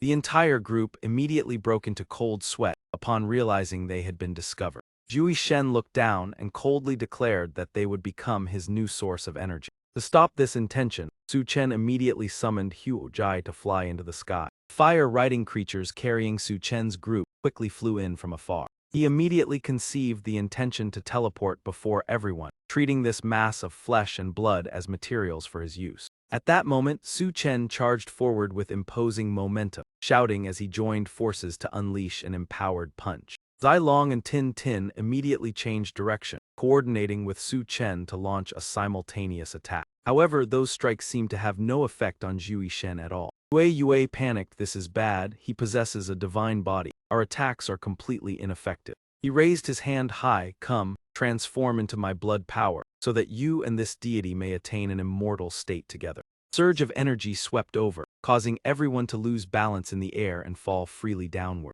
One by one, they slammed heavily onto the ground, the sounds of impact echoing continuously. Bai Hui lamented, "It is over. My glorious life has not even begun and it must already end." Yue reached toward Su Chen. "If there is a next life, I hope to meet him sooner." Su Chen remained calm. "What is there to panic about? We are still alive." The deity replied coldly from above, "Indeed not dead, but it is no different from having one foot in the grave." He shouted loudly, "Blade of pleasure, target below." Tearing sound cut through the air as 2 objects fell, the red energy around Zhui Shen's body fluctuating violently. He looked down at his lower body. Could it be that part of me has been damaged? He could not believe it. How is it possible that a mortal could injure my divine body? Su Chen revealed an excited smile. Retreat quickly. Bai Hui widened his eyes. What just happened to Zhui Shen? He shouted, "Why are you still standing there? Run now." Zhui Shen gritted his teeth and clenched his fist. How hateful. From the ground, 3 figures shot upward, their auras surging. Ba Tianzhu pointed straight at him. "Zhui Shen, your moment has come." Zhui Shen roared angrily, "All of you will pay the price." He shouted back, "Zhui Shen, the arrogant one is you, the one who will fall is you." Before he could finish speaking, Zhui Shen had already dashed in front of him. Ba Tianzhu exclaimed in shock, "How fast?" Zhui Shen struck and sent him flying. "Who are you to dare interrupt my words?" A heavy impact resounded as he crashed onto the ground. Tianqing called out anxiously, "Dean, are you all right?"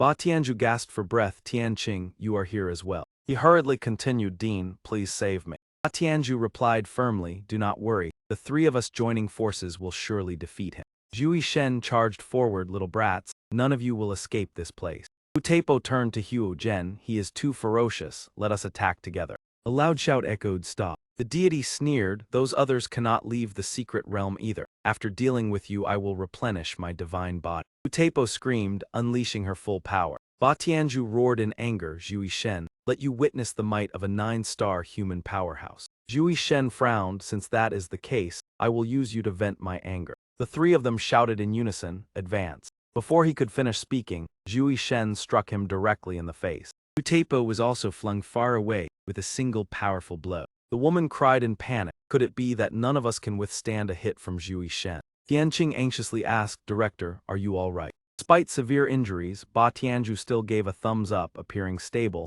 It was just a test of Zhui Shen's strength. Immediately afterward, the group ran quickly forward. Bai Hui exhaled in relief. It seemed Zhui Shen was not in pursuit. Yue said with relief, "It's hard to believe we survived his hand." Ai Long frowned warningly, "Don't celebrate yet. We are still not out of the secret realm. Sooner or later Zhui Shen will find us." Su Chen scratched his head. "Zhui Shen's eggs don't look that big anyway." Bai Hui looked at the eggs in horror. "Su Chen, why are you carrying this? Throw it away quickly." He replied, "Throwing it away is a waste. This is part of a divine body. Do you want to taste it?" Bai Hui jumped up. "Get away from me. Don't make me disgusted." Su Chen juggled the eggs. This is the essence of the divine, more precious than any fortune in the secret realm. Anyone want to take it? Everyone immediately shook their heads, pinching their noses, refusing. It was already unpleasant to hear. Su Chen turned and tossed it to Huo Jai. Then you try it. Huo Jai immediately opened its mouth and swallowed both eggs. It screamed in pain. How hateful. Su Chen forced a laugh, such a strong reaction. Huo Jai angrily demanded, what did you just feed me? The system displayed, your pet absorbed the divine flesh and blood, evolving into Huo Jai's second stage. Su Chen was delighted, indeed effective. Huo Jai has evolved. Huo Jai still screamed violently, that's outrageous. Su Chen was thrilled, such strong effects. The evolution continues. Huo Jai has reached third stage. The system continued to notify, your spirit beast has evolved to fourth stage. He said excitedly, indeed the divine flesh and blood is the greatest fortune in this secret realm. Huo Jai roared, its body transforming, its power increasing dramatically. Bai Long remarked, Huo Jai is radiating an extremely strong pressure. Bai Hui was astonished, I feel it is now even stronger than me. The system notified, your pet has awakened the special skill spirit departure. Su Chen was overjoyed. Zhui Shen's 2 eggs were not wasted. Huo Jai now has a new ability. Mu Taipo worriedly said, the power gap is too large, what should we do? Tian Qing trembled. 3 9-star experts before Zhui Shen are still as weak as ordinary people. Zhui Shen sighed with contempt, you all really disappoint me. He coldly continued, it seems only god-level human experts can interest me, now merge into my flesh and blood. A terrifying aura spread across the space. Zhui Shen suddenly froze, his expression full of disbelief at what had just happened. He looked down at his body, where are my eggs? His expression changed, he couldn't believe it, his eggs had been eaten by someone else. Zhui Shen roared in rage, who has so much leisure to eat that? Mu Taipo noticed its strange expression and held back, quietly asking what had happened. Perhaps it was countered, or maybe someone had secretly taken the egg. Zhui Shen screamed with fury, I will make you pay for this. The 3 of them were pressed to the point of pale faces by the overwhelming presence. Fa Tianzhu suddenly sensed something wrong. This is bad. Zhui Shen is truly enraged. Maybe we should go down and talk to him. Running might not help us escape. Mu Taipo shook his head. How could we negotiate? God roared in anger. My egg could have been restored if cut, but you ate it. I have never endured such humiliation since becoming a god. Huo Zhen wondered why he had suddenly left. Taipo replied, he probably went to find the lost egg. It seems extremely important to him. Fa Tianzhu worriedly asked what they should do now. Clearly they could not defeat Zhui Shen. Huo Zhen spoke gravely, for now the only choice is to retreat, waiting for the god-level experts outside to intervene. He turned to Mu Taipo, ordering him to use his power to withdraw all the pseudo-professionals in the secret realm and await reinforcements. She smiled mysteriously, as if she had anticipated everything. She loudly commanded all pseudo-professionals of the human race to obey. Sound echoed everywhere, I am a 9-star powerhouse. General Mu Taipo, Zhui Shen has awakened, cannot resist, all must retreat immediately. The scene shifted. Su Chen excitedly asked what the purpose of his spiritual scent skill was. Huo Jai replied, the spiritual scent helps me track treasures by their aroma.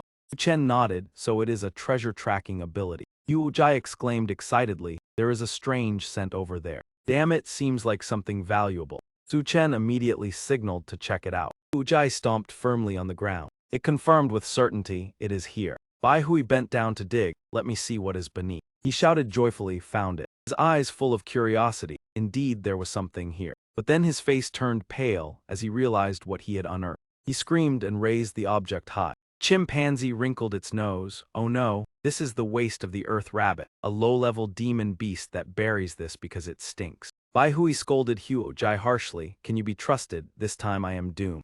Huo Jai seemed not to hear, rushing off in another direction over there. Mu Taipo's voice rang out to gather everyone, all human pseudo-professionals obey, I am a 9-star powerhouse, General Mu Taipo. She continued, Zhui Shen has awakened, cannot resist, everyone retreat quickly and wait for the right moment. Zilong spoke gravely, it seems even the 3 9-stars cannot resist Zhui Shen. Su Chen urged quietly, hurry, leave here. At this moment Su Chen and everyone else descended gradually. In his mind he calculated, the only method to harm Zhui Shen is a single strike, but with his terrifying power, there is only one chance with a slim possibility of success. Thinking so, Su Chen said, if Zhui Shen attacks we will vanish in an instant, best to avoid his pursuit. Suddenly a cold shout came from behind, destroy my divine body, you will die here. He immediately recognized Zhui Shen's voice, he had caught up. Su Chen quickly assigned tasks, splitting up to act. Zai Long objected, no, if we split, he will target the weaker one. Su Chen analyzed, even beside me if he catches up. The outcome is grim, splitting increases survival chance. Chimp behind worriedly called his name but was cut off, don't say more. Su Chen affirmed he still had a way to survive, alone would be easier to escape. Hui could only comply, turning to say, Su Chen, take care. With that, everyone immediately changed direction and sped away. In the forest, Miu Miu continued running without stopping. She muttered while running, Zhui Shen has awakened, I should have trained with my husband in the deep field. Soon she found a mountain cave ahead, she decided to hide inside. Before stepping in, a voice called out, excellent, there is a treasure here. Su Chen appeared from somewhere, reminding Hu Jai, best not to make mistakes this time. Miu Miu crossed her arms, asking if he was Su Chen. He casually admitted, yes, it's me. She angrily pointed at him, you meddler with no shame. Su Chen was puzzled, meddler, what do you mean, clarify? Miu Miu crossed arms coldly, you are involved with my wife, if not meddling then what? He replied irritably, what nonsense are you saying, how am I related to your wife and do you even have a wife, who is she anyway? She declared firmly, Liu Lion is my wife. Su Chen jumped off the killin muttering, Liu Lion is that flirtatious. Hearing that Miu Miu was even angrier, my wife belongs only to me, you won't take her. Su Chen turned and walked away casually, ignoring her. I must enter the cave to hide, Zhui Shen could arrive any time. She hurriedly called out, hey don't go, are you listening to me? Soon they were deep inside the cave. After explaining, Su Chen asked, now do you understand, Liu Lion and I have no relationship, she just claims I am her boyfriend. Miu Miu was silent, if Liu Lion is determined, it's hard to change her, how can I make her give up on you? Su Chen sighed, that is your matter, not mine, I do not wish to interfere. Miu Miu's tone softened, if Liu Lion insists on being your wife. She placed her hand on her chest decisively, at most I will also become your wife. This left Su Chen stunned, unsure how to respond. Miu Miu excitedly said, both will be your wives, I will follow Liu Lion wherever she goes, taking the relationship further, isn't this idea wonderful? Su Chen could only be speechless, she is even stranger than Liu Lion. Suddenly the cave shook violently, causing both to halt. Miu Miu sensed demonic energy ahead, softly reminding to proceed slowly. Elsewhere, a pitiful scream tore through the space. Yue Chan collapsed clutching her head, vines piercing her body painfully. Why did it come to this? Behind, Su Chen and Miu Miu observed in shock, asking what kind of monster that was. Su Chen shook his head, I am not sure, but it feels oddly familiar. Yue Chan's painful screams echoed through the space, chilling to hear.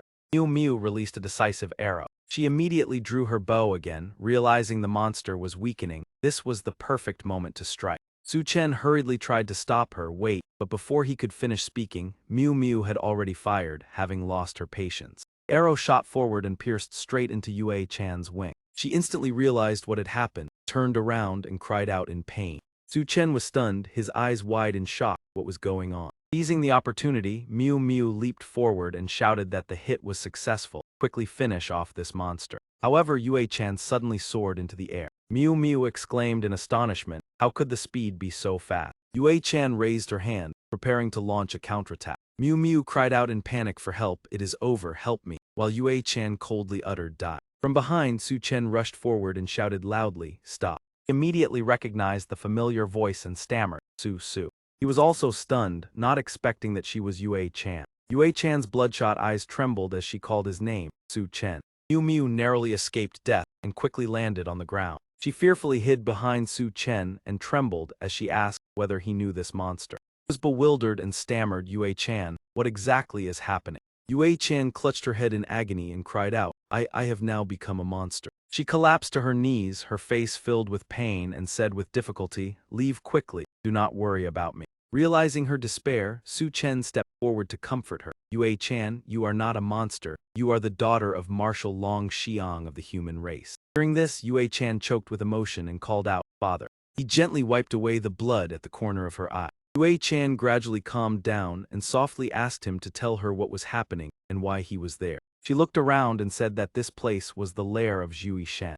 Hearing this, Su Chen and Miu Miu both exclaimed in shock, what? Miu Miu held her head and cried out in distress. This is bad, after all the effort to hide, they had ended up right in Zhui Shen's nest. Su Chen reassured her that the most dangerous place was sometimes the safest, and they might be harder to detect here. After a while, Yue Chan softly said that she had told everything, and that was the whole story. After listening, Miu Miu was deeply moved and said that Yue Chan was truly pitiful, betrayed while trying to eliminate Zhui Shen, and even contaminated into a demonic being. Su Chen asked with concern what she planned to do from now on. He answered decisively, "Su Chen, kill me. I am no longer human nor ghost, and my killing instincts constantly surge." Yue Chan lowered her head to look at herself, saying that her existence would only bring disaster to the human race. Su Chen stepped forward and grasped her wrist, saying firmly that killing her was out of the question. He affirmed that not only would he not kill her, he also wanted to fight alongside her to eliminate Zhui Shen. Yue Chan hesitated, but in this form. Su Chen spoke seriously that appearance did not matter, and Miu Miu behind him also encouraged her, saying it truly did not matter. He analyzed that even at this moment she was still thinking for the human race, proving that her kind nature had never changed.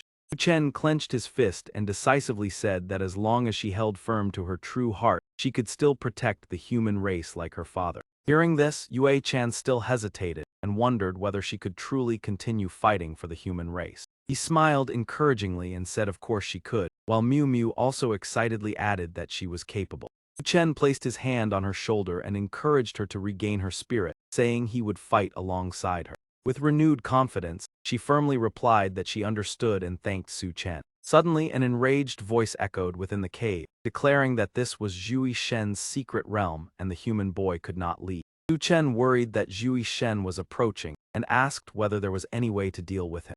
Yue Chan explained that the weapon capable of countering Zhui Shen had been taken by Pan Tu, and retrieving it would provide a chance to injure him. Hearing this, he asked in confusion whether it could only injure him and not destroy him. She replied that it might have been possible before, but now Zhui Shen had nearly fully recovered and was very difficult to defeat with a single strike. Miu Miu crossed her arms and said that if that person could enter, Zhui Shen would certainly be dealt with. Su Chen turned his head with a tense gaze, fearing that no one could enter at the moment. He observed that Zhui Shen's mount, the long beast, was blocking the entrance and exit of the secret realm. Yue Chan urged them to move, saying they could not sit and wait and must find Pan Tu to reclaim the weapon. Su Chen did not hurry to leave, seemingly contemplating a plan. He asked whether she had not mentioned that there was a treasure here and suggested they search for it. The Huojai immediately rushed forward. Yue Chan observed and said that this ancient tree was the source of Zhui Shen's energy absorption, and destroying it could harm him. Huojai opened its mouth and bit fiercely into the trunk with great force. However, its teeth were immediately knocked loose due to the extreme hardness. Huojai cried out in pain with teary eyes, full of grievance. Yue Chan pointed at the trunk, explaining that this was the root of Zhui Shen's regeneration and was not easy to destroy. As soon as she finished speaking, Su Chen rushed forward and delivered a full-powered punch to the trunk. The entire massive tree shook violently, and leaves rustled as they fell. However, it remained completely unharmed, causing him to feel puzzled. Indeed, it could not be damaged. Miu Miu raised her hand and suggested that she might be able to try another method. She activated her ability, declaring that all things could become flexible. Miu Miu's mana radiated and enveloped the ancient tree, sparkling like a swarm of fireflies. Immediately, the trunk became soft like rubber and tilted to one side. Su Chen exclaimed in astonishment that the tree had become soft. Huojai also stared wide-eyed at the bending trunk. Yue Chan remarked that now that the tree was soft, it could be bitten. Huojai called its companions, inviting them to enjoy the feast together. Instantly, the entire group of Huojai rushed in to gnaw on the trunk, as if savoring a delicacy. Miu Miu smiled proudly, saying that her ability was impressive and could soften anything. Su Chen smiled helplessly, acknowledging that the ability was unique and extremely useful. She moved closer and gently added that she could also make anything extremely hard. Hearing this, his eyes lit up as he asked whether she could truly harden everything. Su Chen suddenly revealed a mischievous smile, saying that he had just come up with a bold idea. However, before he could act, Miu Miu punched him, causing blood to spill from his mouth as she scolded him for being indecent. Su Chen held his face in confusion and explained that he had only intended to ask her to reinforce his skin and clothing, questioning why she had misunderstood. Upon hearing this, she blushed in embarrassment and stammered that she thought he intended something else when he mentioned strengthening clothing and skin. He crossed his arms before his chest, his posture calm and provocative. "Say what you want directly. Is your head growing on your chest, or why do you look so strained?" At this moment behind him, the Huojai swarm had already devoured that gigantic tree completely. The light emanating from that position immediately drew Su Chen's attention. When the tree trunk vanished, a blood sphere appeared. Within that dark crimson shell, a mass of blood pulsed rhythmically as if it possessed life. Miu Miu stepped closer to observe and shuddered. This thing was truly eerie, just looking at it was terrifying. Wei Chan carefully remarked that it looked like a living creature, even beating like a heart. Suddenly, a Hu Jai cried out excitedly, as if signaling the discovery of a treasure. The other Hu Jai simultaneously let out responding cries, expressing their delight. Su Chen rested his hand on his chin in thought and murmured, "As expected, it is not simple. This looks more like a demonic object than a treasure." Yue Chan concluded that this object must hold extremely important significance to Zhui Shen, therefore it must absolutely not fall into his hand. Su Chen's gaze turned cold. In that case, the only option left was to destroy it. Outside, Zhui Shen was shaken when he realized the ancient tree that absorbed the flesh and blood of the human race had been destroyed. He could not believe it, because that ancient tree had been exceedingly sturdy. Rage surged. Zhui Shen immediately flew toward the mountain cave, roaring as his plan to restore his perfect body was interrupted. Upon landing before the cave entrance, he worried that the sacred embryo being nurtured beneath the ancient tree might be in danger. Zhui Shen's fury reached its peak. He swore to make the destroyer pay a heavy price. Inside, Yue Chan tried to destroy the blood sphere but discovered it was as sturdy as the ancient tree and could not be eliminated. Miu Miu anxiously stated that she could neither soften nor break this strange material. Su Chen decisively said that if it could not be destroyed, then they would take it away. At that moment, Zhui Shen burst in from outside, declaring that no one could leave this place. Su Chen was startled to see him appear so quickly. Miu Miu felt anxious under the terrifying pressure radiating outward, unsure whether they could escape safely. Zhui Shen extended his clawed hand toward Yue Chan, furious that she had ruined his plan. Su Chen immediately snatched the blood sphere and shouted for everyone to retreat. Zhui Shen charged in pursuit, roaring to reclaim the sacred embryo. The corner of Su Chen's lips curled slightly. He instantly activated Hu Jai's spatial ability. Immediately afterward, he vanished into space, leaving Zhui Shen utterly astonished. From within the spatial domain, Su Chen's voice rang out, signaling everyone to enter. Yue Chan quickly pulled Miu Miu inside while she was still stunned. Figures of the two girls instantly disappeared into the safe spatial domain. Zhui Shen was stunned by this phenomenon, suspecting it to be a spatial technique. One Hu Jai even deliberately mocked him, making him even more furious. Provoked, Zhui Shen immediately lunged forward with the intent to punish. The Hu Jai nimbly dodged and then vanished, leaving behind a mocking taunt. Zhui Shen was ablaze with killing intent, his fury reaching its extreme. He roared violently, determined not to let Su Chen escape his grasp. Zhui Shen swore that no matter where the opponent hid within the secret realm, he would pursue him to the end. The scene shifted to another desert region within the secret realm. Zhangzi trembled and stammered miserably, admitting that he could no longer cry. Wu Xiang angrily shouted and struck, forcing him to shed tears. Successive blows left Zhangzi wailing, as Wu Xiang wanted to collect the tears of living beings. In the end, he had no choice but to beg and promise to cry as requested. Wu Xiang sighed in disappointment, believing that Zhangzi's tears held no value. Zhangzi wondered why Wu Xiang forced him to cry every day. At that moment, Su Chen appeared in this space unexpectedly, holding the blood sphere. Wu Xiang was astonished, thinking he was seeing things when he noticed someone had intruded. Shortly after, Yue Chan and Miu Miu also appeared. Yue Chan was astonished to discover that an independent space existed within the body of the Long Ma, safe enough to evade Zhui Shen's pursuit. Zhangzi confirmed to Wu Xiang that it was not an illusion, someone had truly entered. Su Chen smiled and raised his hand in greeting, friendly, saying that it had been a long time since he last saw Wu Xiang. Wu Xiang immediately became furious and ordered Zhangzi to attack Su Chen. Su Chen quickly raised his hand to stop him and asked for calm. He smiled and proposed that this time he had come to conduct a negotiation. Wu Xiang angrily stated that Su Chen had no qualification to negotiate after imprisoning him for so long. He complained about the dull life in this space, without sunlight and only Zhangzi as company. Zhangzi also burst into tears, recounting the days of continuous torment. Su Chen raised his hand to reassure them, and affirmed that this time he had come to release Wu Xiang.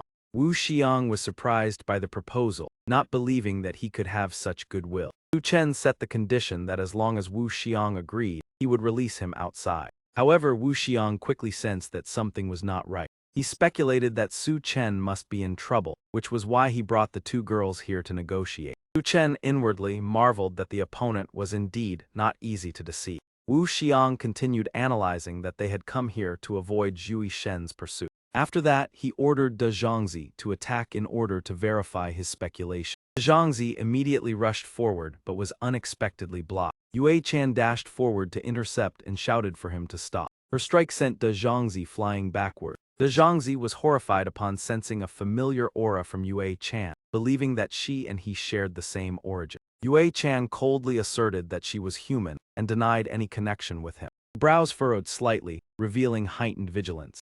Wu Xiang grew impatient, scolding De Zhangzi and ordering him to continue the attack. As the situation became tense, Su Chen quickly produced an item to attract attention. He raised a shimmering blue stone and asked Wu Xiang whether he recognized it. Zhangzi still charged forward fiercely but was stopped. Wu Xiang immediately stepped forward, demanding a halt to closely observe the stone. He was captivated by the stone's mysterious beauty, recognizing it as a rare perfect tear. Su Chen secretly rejoiced, as Yue Chan's previous tear had proven effective in attracting Wu Xiang. Wu Xiang assessed that this tear carried a special aura, extremely rare in the world. Su Chen gripped the stone tightly and asked whether Wu Xiang desired to possess it. Without hesitation, Wu Xiang immediately affirmed that he greatly longed to obtain this treasure. He laid out a clear condition: if freedom was desired, he must make a loyalty pact with me. I would not only release him but also give him this teardrop. Hearing this, Wu Xiang suddenly laughed loudly, full of mockery. Su Chen asked confusedly, "Why are you laughing?" Wu Xiang sneered that he was like a frog at the bottom of a well. It was an existence representing miracles and omnipotence, far surpassing all life. Someone as inferior as Su Chen was unworthy of a pact. Su Chen crossed his arms seriously and replied, "If you do not go too far, we can still negotiate." Wu Xiang arrogantly thought its existence rank was too high to sign a pact. Su Chen calmly told it to speak briefly. Wu Xiang explained that it was an inorganic life created by the universe, not an organic being, so it could not make a pact as usual. Su Chen then changed direction, suggesting Wu Xiang help him accomplish 10 tasks. Wu Xiang agreed to a maximum of 3. Su Chen smiled and accepted immediately. Wu Xiang demanded to receive the teardrop first. Seeing the eye tear, Wu Xiang appeared extremely delighted, regarding it as a perfect masterpiece of creation. Su Chen handed the eye tear to it and said they would hide for a while so he could consider the 3 requests. Wu Xiang suddenly gave a cold order: kill them all. Immediately, De Zhangzi rushed to attack following the order. Su Chen angrily shouted that Wu Xiang had broken its word. Wu Xiang laughed loudly, claiming he was still keeping his promise. Su Chen pointed and shouted, "The first demand is not to lay a hand on him and his team." Wu Xiang immediately ordered a stop, causing De Zhangzi to freeze before Su Chen. It declared the first demand had been fulfilled. Su Chen scolded Wu Xiang for being deceitful. Wu Xiang reminded De Zhangzi that it could not attack Su Chen's group. De Zhangzi misunderstood, thinking it could still act. Su Chen immediately issued the second demand, making De Zhangzi sign a pact with him. Wu Xiang again shouted to stop. De Zhangzi immediately stood still like a machine being controlled. Wu Xiang ordered it to make the pact. Zhangzi expressed obedience, though still considering himself Wu Xiang's loyal subordinate. Su Chen silently thought he had been tricked by Wu Xiang, fulfilling 2 demands while still suffering a loss. Suddenly, a special drop of blood spurted from De Zhangzi's nose. Yue Chan recognized it as the packed blood of a demonic beast, something that appears only once in a lifetime. De Zhangzi declared that even after signing the pact, it still looked down on Su Chen because of his human status. Su Chen calmly placed the packed blood on his forehead. He sensed the pact had succeeded, but the connection was not entirely like with Huo Jai. Su Chen realized that to fully subdue De Zhangzi, perhaps an additional special condition was needed. De Zhangzi suddenly looked astonished. Its whole body trembled as if it had discovered something terrifying. Wu Xiang shouted loudly, not understanding why it panicked like that. De Zhangzi fearfully said that Su Chen carried an aura that commanded reverence.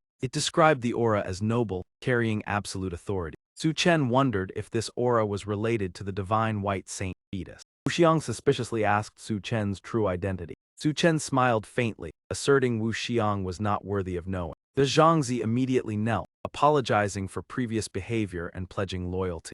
Su Chen thought silently that the power from the saint fetus was indeed extraordinary. Elsewhere, wisps of smoke began to spread. Zhui Shen still hovered in the space searching. It was furious for not detecting Su Chen's aura despite searching everywhere. Yui Shen was determined. Even with a weakened body, it had to retrieve the saint fetus. It declared in Yui Shen's name to destroy the entire secret realm. Its voice echoed throughout the secret realm. Sound spread, causing all beings to panic. In another quiet area of the secret realm, the group hid behind a large rock, believing this place was safe enough. They hoped to hold out until reinforcements arrived from outside. Suddenly, Yui Shen's roar filled them with terror. All three panicked and stood up abruptly. They immediately turned and ran. Hasty footsteps echoed in panic. The ground suddenly shook violently. One person lost balance due to the tremor. He fell into a deep pit and shouted for help desperately. The other two ran, realizing the secret realm was collapsing.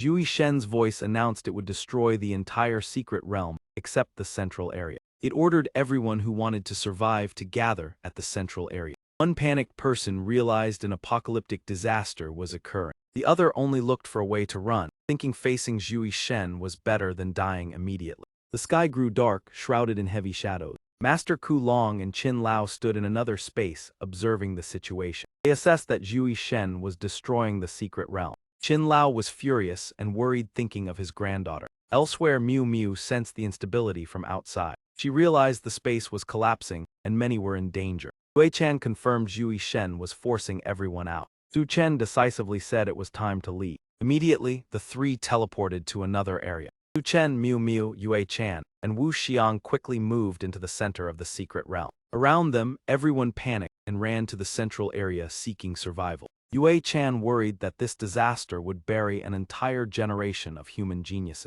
Yui Shen still hovered in the sky searching for targets. Suddenly it detected Su Chen's aura, and its eyes immediately lit up. Yui Shen crouched low, pressing close to the ground to survey the surroundings. Suddenly, an invisible force tore through the space and surged forward. Su Chen spoke. Wu Xiang, you must also be aware of the second matter. I order you to deal with Yui Shen. The general dashed off without hesitation. No problem, I'll be back shortly.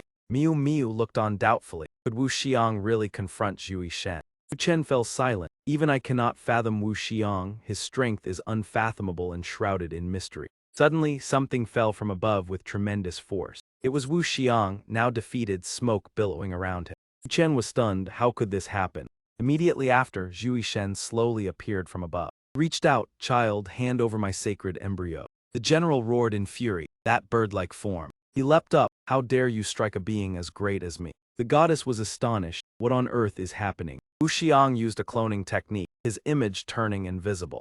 The goddess's eyes glimmered with deadly intent. She then gathered her strength and charged straight out of Wu Xiang's encirclement. Miu Miu observed and shook her head. It seems completely outmatched. Yue Chan's worry was clear. Yui Shen is too powerful, each move enough to fell a 9-star expert. Wu Xiang spoke. I am Wu Xiang and you are mere inferior life, daring to challenge my omnipotence. The goddess sighed. You boast more than I do, calling yourself low-level life yet acting arrogantly, truly laughable. Wu Xiang dashed forward. I will become invisible, let's see how you defend. Yui Shen waved his hand, chuckling lightly. How amusing. Wu Xiang's killing intent sword, rushing straight at him. Yui Shen paused. Oh. The general laughed heartily. How is it, have you felt my wonder yet? Suddenly a strange aura cut through his body. The goddess unleashed chains of aura, tightening around Wu Xiang to form a mystic prison. He twisted his body and dispelled it completely. Wu Xiang shook himself. I evaded it. He said coldly, this confinement magic is not bad, inferior life like you does show some skill. The goddess still gathered energy in her hands. Don't pretend before me, next will be a devastating strike. She hurled a swirling aura straight at Wu Xiang. The energy erupted fiercely like a sea of flame. Miu Miu stepped back, careful. Yue Chan raised her hand to block the force. The firepower was too fierce, rivaling a forbidden spell. Miu Miu assessed. If Rubik L were hit, it would probably turn to ashes. The general laughed again. That's all you can do. Yui Shen squinted, still pretending at this point. He continued to gather strength, fury truly rising. Yui Shen struck directly at Wu Xiang, spiritual force spiraling into a massive impact wave. Wu Xiang was immediately caught in the vortex. An explosive roar shook heaven and earth. As the smoke cleared, Wu Xiang appeared. This is merely a scratch, exert a bit more. Yui Shen widened his eyes. Impossible, that was already one of my strongest strikes. Su Chen was bewildered. Rubik was clearly weaker, yet his resilience is nearly unmatched. Wu Xiang ascended, declaring, Great existence is never defeated. If you kneel to beg me, I may forgive. The goddess raised her hand to stop him. You remind me of a legendary object. Wu Xiang was startled. Could it be seen through?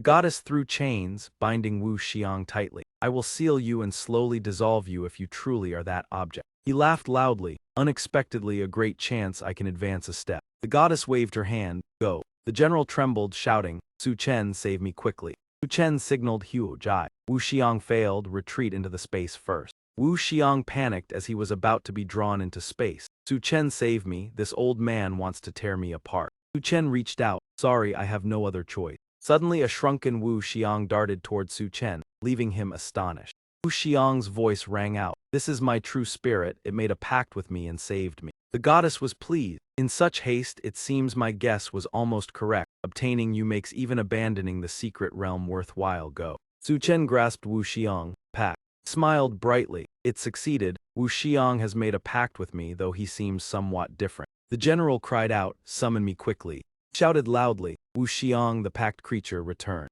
At the critical moment, Wu Xiang's spirit soared upward in time. Su Chen clenched his hand. Success, Wu Xiang has been absorbed into me. Yui Shen roared in anger. Ruined my plan again, child, are you tired of living? Miu Miu had entered the large space. Goddess surged with power. Let's see if you can still escape this time. Su Chen turned to the large space as planned. Strike once to assist me. Yue Chan swung her spear. I'm ready. Miu Miu also charged with her blade. Count me in. Goddess laughed coldly. You truly make me furious yet laughable, still daring to attack, thinking you can harm me. But before she could react, Yue Chan struck her shoulder, astonishing Yui Shen. Immediately after, Miu Miu's blade pierced his chest deeply. Yui Shen gaped. What exactly happened? Hu Jai also exerted all his strength. The goddess was shocked. I've been wounded, moreover my divine body is 20% damaged. He roared in rage. Clearly your strength is not great. How could you wound me? Why is it so? Finally, Miu Miu remarked, Su Chen, we have wounded Yui Shen. Now I understand why Liu Lion chose you as a boyfriend.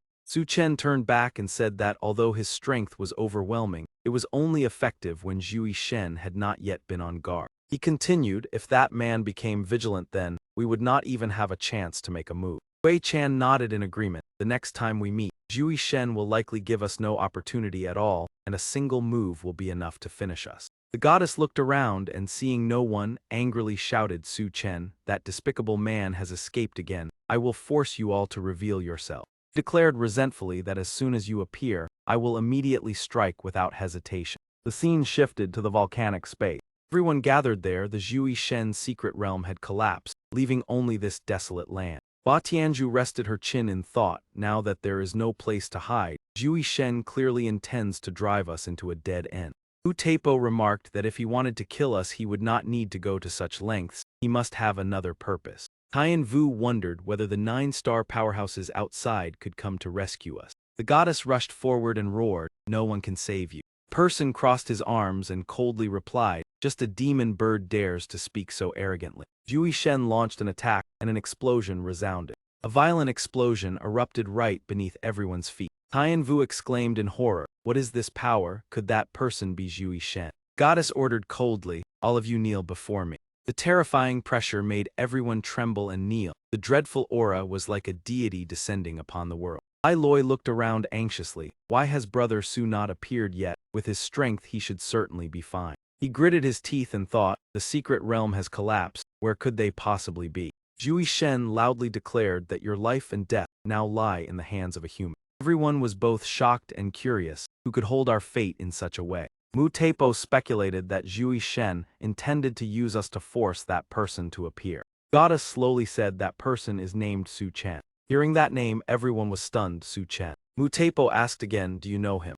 Tianju glanced over, of course. He is the most outstanding student of the Qin Thien Academy. She continued to wonder, a mere student attracting Yui Shen's attention, what exactly is the reason? Yu Zhen spoke up, this man has always been notorious for causing trouble in the academy, so it is not surprising. Tin Tin breathed a sigh of relief, so Su Chen is still safe, otherwise the goddess would not have mentioned him. Everyone looked up and questioned, what does Yui Shen seeking Su Chen have to do with us? Voices of protest rang out everywhere. If Su Chen offended you, why vent your anger on us? The goddess let out a cold laugh. That moment 2 spheres fell from above. Yue Chan looked up anxiously. Every second a person dies, Yui Shen is forcing us to reveal ourselves. Su Chen sighed, the opponent is too difficult to handle. Is there any way left to resist him? He held her head in despair. The fact that we once managed to injure Zhui Shen was already a rare miracle in human history. Yue Chan spoke frankly, "We are no different from mortals facing a deity. The gap in strength is far too great and there is no feasible way."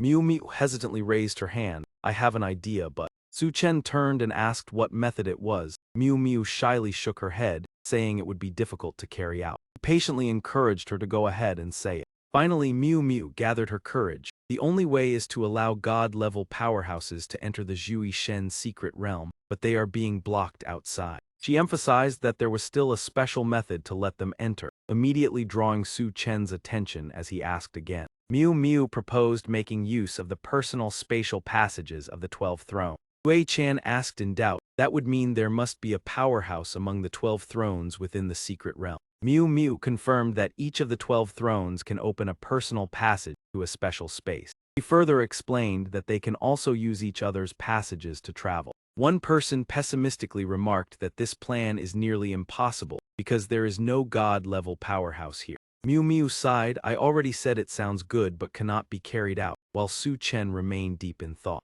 Suddenly he smiled, believing that this plan was excellent and could catch the goddess off guard. Miu Miu asked in confusion, "It is easy to say, but how can it be done?" Yet Su Chen firmly asserted that it was certainly possible. She frowned in disbelief, "Do not joke," but Su Chen calmly assured her that it was true. Immediately afterward, Su Chen snapped his finger. A small golden tower instantly appeared before everyone. The person standing nearby observed it carefully and wondered what this object was. She quickly realized, could it be the spirit tower? Miu Miu covered her mouth in astonishment and confirmed that it was indeed the spirit tower she had once seen. Yue Chan asked suspiciously, "Su Chen, could it be that you have become a god-level powerhouse?" But he immediately denied it. Miu Miu became even more puzzled. If not a god-level powerhouse, then how could you possess the spirit tower? The scene shifted to the area below. Zhui Shen floated in the air and warned that 1 minute had passed, and Su Chen still had not appeared. He raised a finger arrogantly and declared that 60 of you would have to pay the price.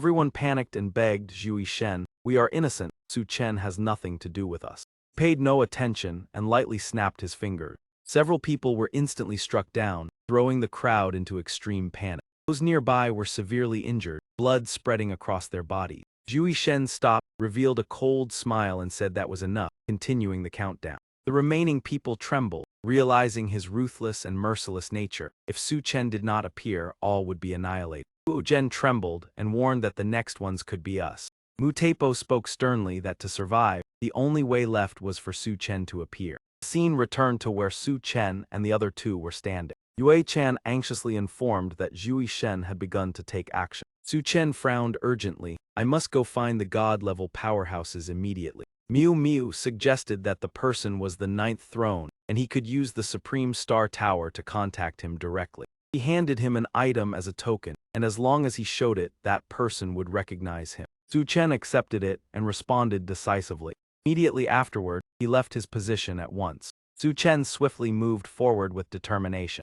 After a while he stopped and commanded, "Supreme Star Tower, connect to the 9th throne." From within the tower, a voice announced that communication was being established. A powerful surge of energy suddenly erupted from within the tower. Su Chen widened his eyes, pausing as he clearly felt a portion of his strength gradually being consumed, understanding that using the Supreme Star Tower always required a price. The scene shifted to another area shrouded in dense mist. Jin Lao frowned, firmly declaring that for the sake of his granddaughter, he was willing to risk his life to confront Zhui Shen to the end. Suddenly he froze, his eyes widening in astonishment. Jin Lao broke into a cold sweat upon receiving the message. The newly ascended 13th throne was contacting him. Immediately afterward, he vanished from his position. Jin Lao appeared within a tower, draped in a mysterious black cloak. Upon seeing Su Chen, he exclaimed in surprise, not expecting the 13th throne to be so young. Su Chen calmly recognized him and subtly reminded Qin Lao to remove his disguise cloak. Qin Lao was startled, astonished that his true identity had been recognized.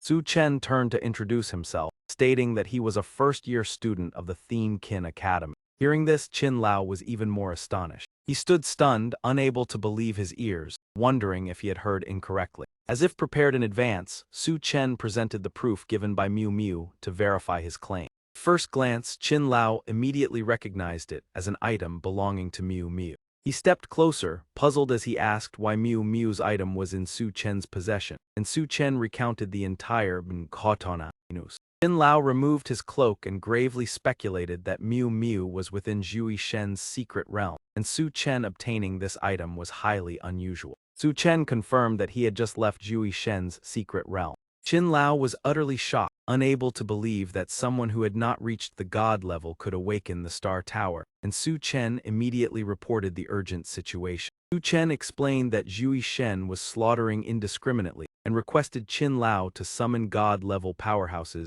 to enter the secret realm together. Qin Lao stated in a deep voice that summoning god-level forces at present was extremely difficult. Su Chen frowned, unable to understand why humanity was like this at such a life and death moment. Qin Lao explained that the human race lacked unity. Many thrones knew about the situation but chose to stand aside. He also suspected that there was a traitor among the god-level powerhouses, making it impossible to fully trust anyone. With no other choice, Su Chen asked Qin Lao how they should act. Qin Lao stepped forward, lightly punched his chest, and affirmed that he would enter and fight Zhui Shen alongside him. Su Chen confirmed his determination in surprise. Qin Lao stated that if they launched a sneak attack before Zhui Shen fully recovered, they would have about a 50% chance of victory. Su Chen shook his hand, agreeing to cooperate to create an opportunity for a surprise attack. A powerful energy vortex suddenly appeared. Miu Miu and Yue Chan immediately noticed this phenomenon. Su Chen and Qin Lao stepped out from the spatial vortex. On seeing him, Miu Miu emotionally called out loudly. Qin Lao opened his arms and embraced her, relieved that she was still safe. Su Chen turned back to remind everyone that the crucial moment had arrived and they had to go out. Yue Chan clenched her hand, determined to join Su Chen in the battle. Su Chen calmly advised her that she did not need to take the risk. Yue Chan affirmed that she was not easily defeated and that more people would increase their chances of victory. The scene shifted into Zhui Shen's secret realm. Zhui Shen floated in the air, arms crossed, arrogantly announcing that the moment had arrived. Pointed forward, coldly declaring that 60 more people would have to be sacrificed. The crowd panicked and called for Su Chen to appear, blaming him for their fear. Ai Loi angrily refuted, asserting that everything was caused by Zhui Shen. A desperate young man knelt down, begging Su Chen to appear and save everyone. Principal Ba Tianzhu stepped forward, ordering Su Chen to appear immediately for the safety of the entire school. Many students echoed the call in unison. They raised their hands and shouted for Su Chen to step forward. Lai Loi shook his head in disappointment at the crowd's blindness. After a while, Zhui Shen raised his hand, announcing that time was up. He revealed a cold smile and declared the end of his prey's lives. With just a snap of his fingers, the atmosphere turned despairing as everyone burst into tears. At that moment, Su Chen's voice rang out, demanding that he stop. Su Chen and Yue Chan appeared before everyone's eyes. Su Chen looked directly at Zhui Shen, coldly declaring that he had arrived. The crowd immediately stirred upon recognizing his identity. Some people complained that he had angered Zhui Shen and brought disaster. Zhui Shen appeared amused, having finally forced Su Chen to reveal himself. Lai Loi was overjoyed to see Su Chen appear safely. Bai Hui worried that this time Zhui Shen would not let Su Chen leave. Zhui Shen raised a finger, coldly declaring that he would end him. Su Chen immediately raised his hand to stop him, asking Zhui Shen to halt. Zhui Shen grew impatient, asserting that he would not give Su Chen another chance. A terrifying surge of power spread throughout the space. Yue Chan anxiously called out Su Chen's name. Ai Loi panicked, thinking that the worst had happened to him.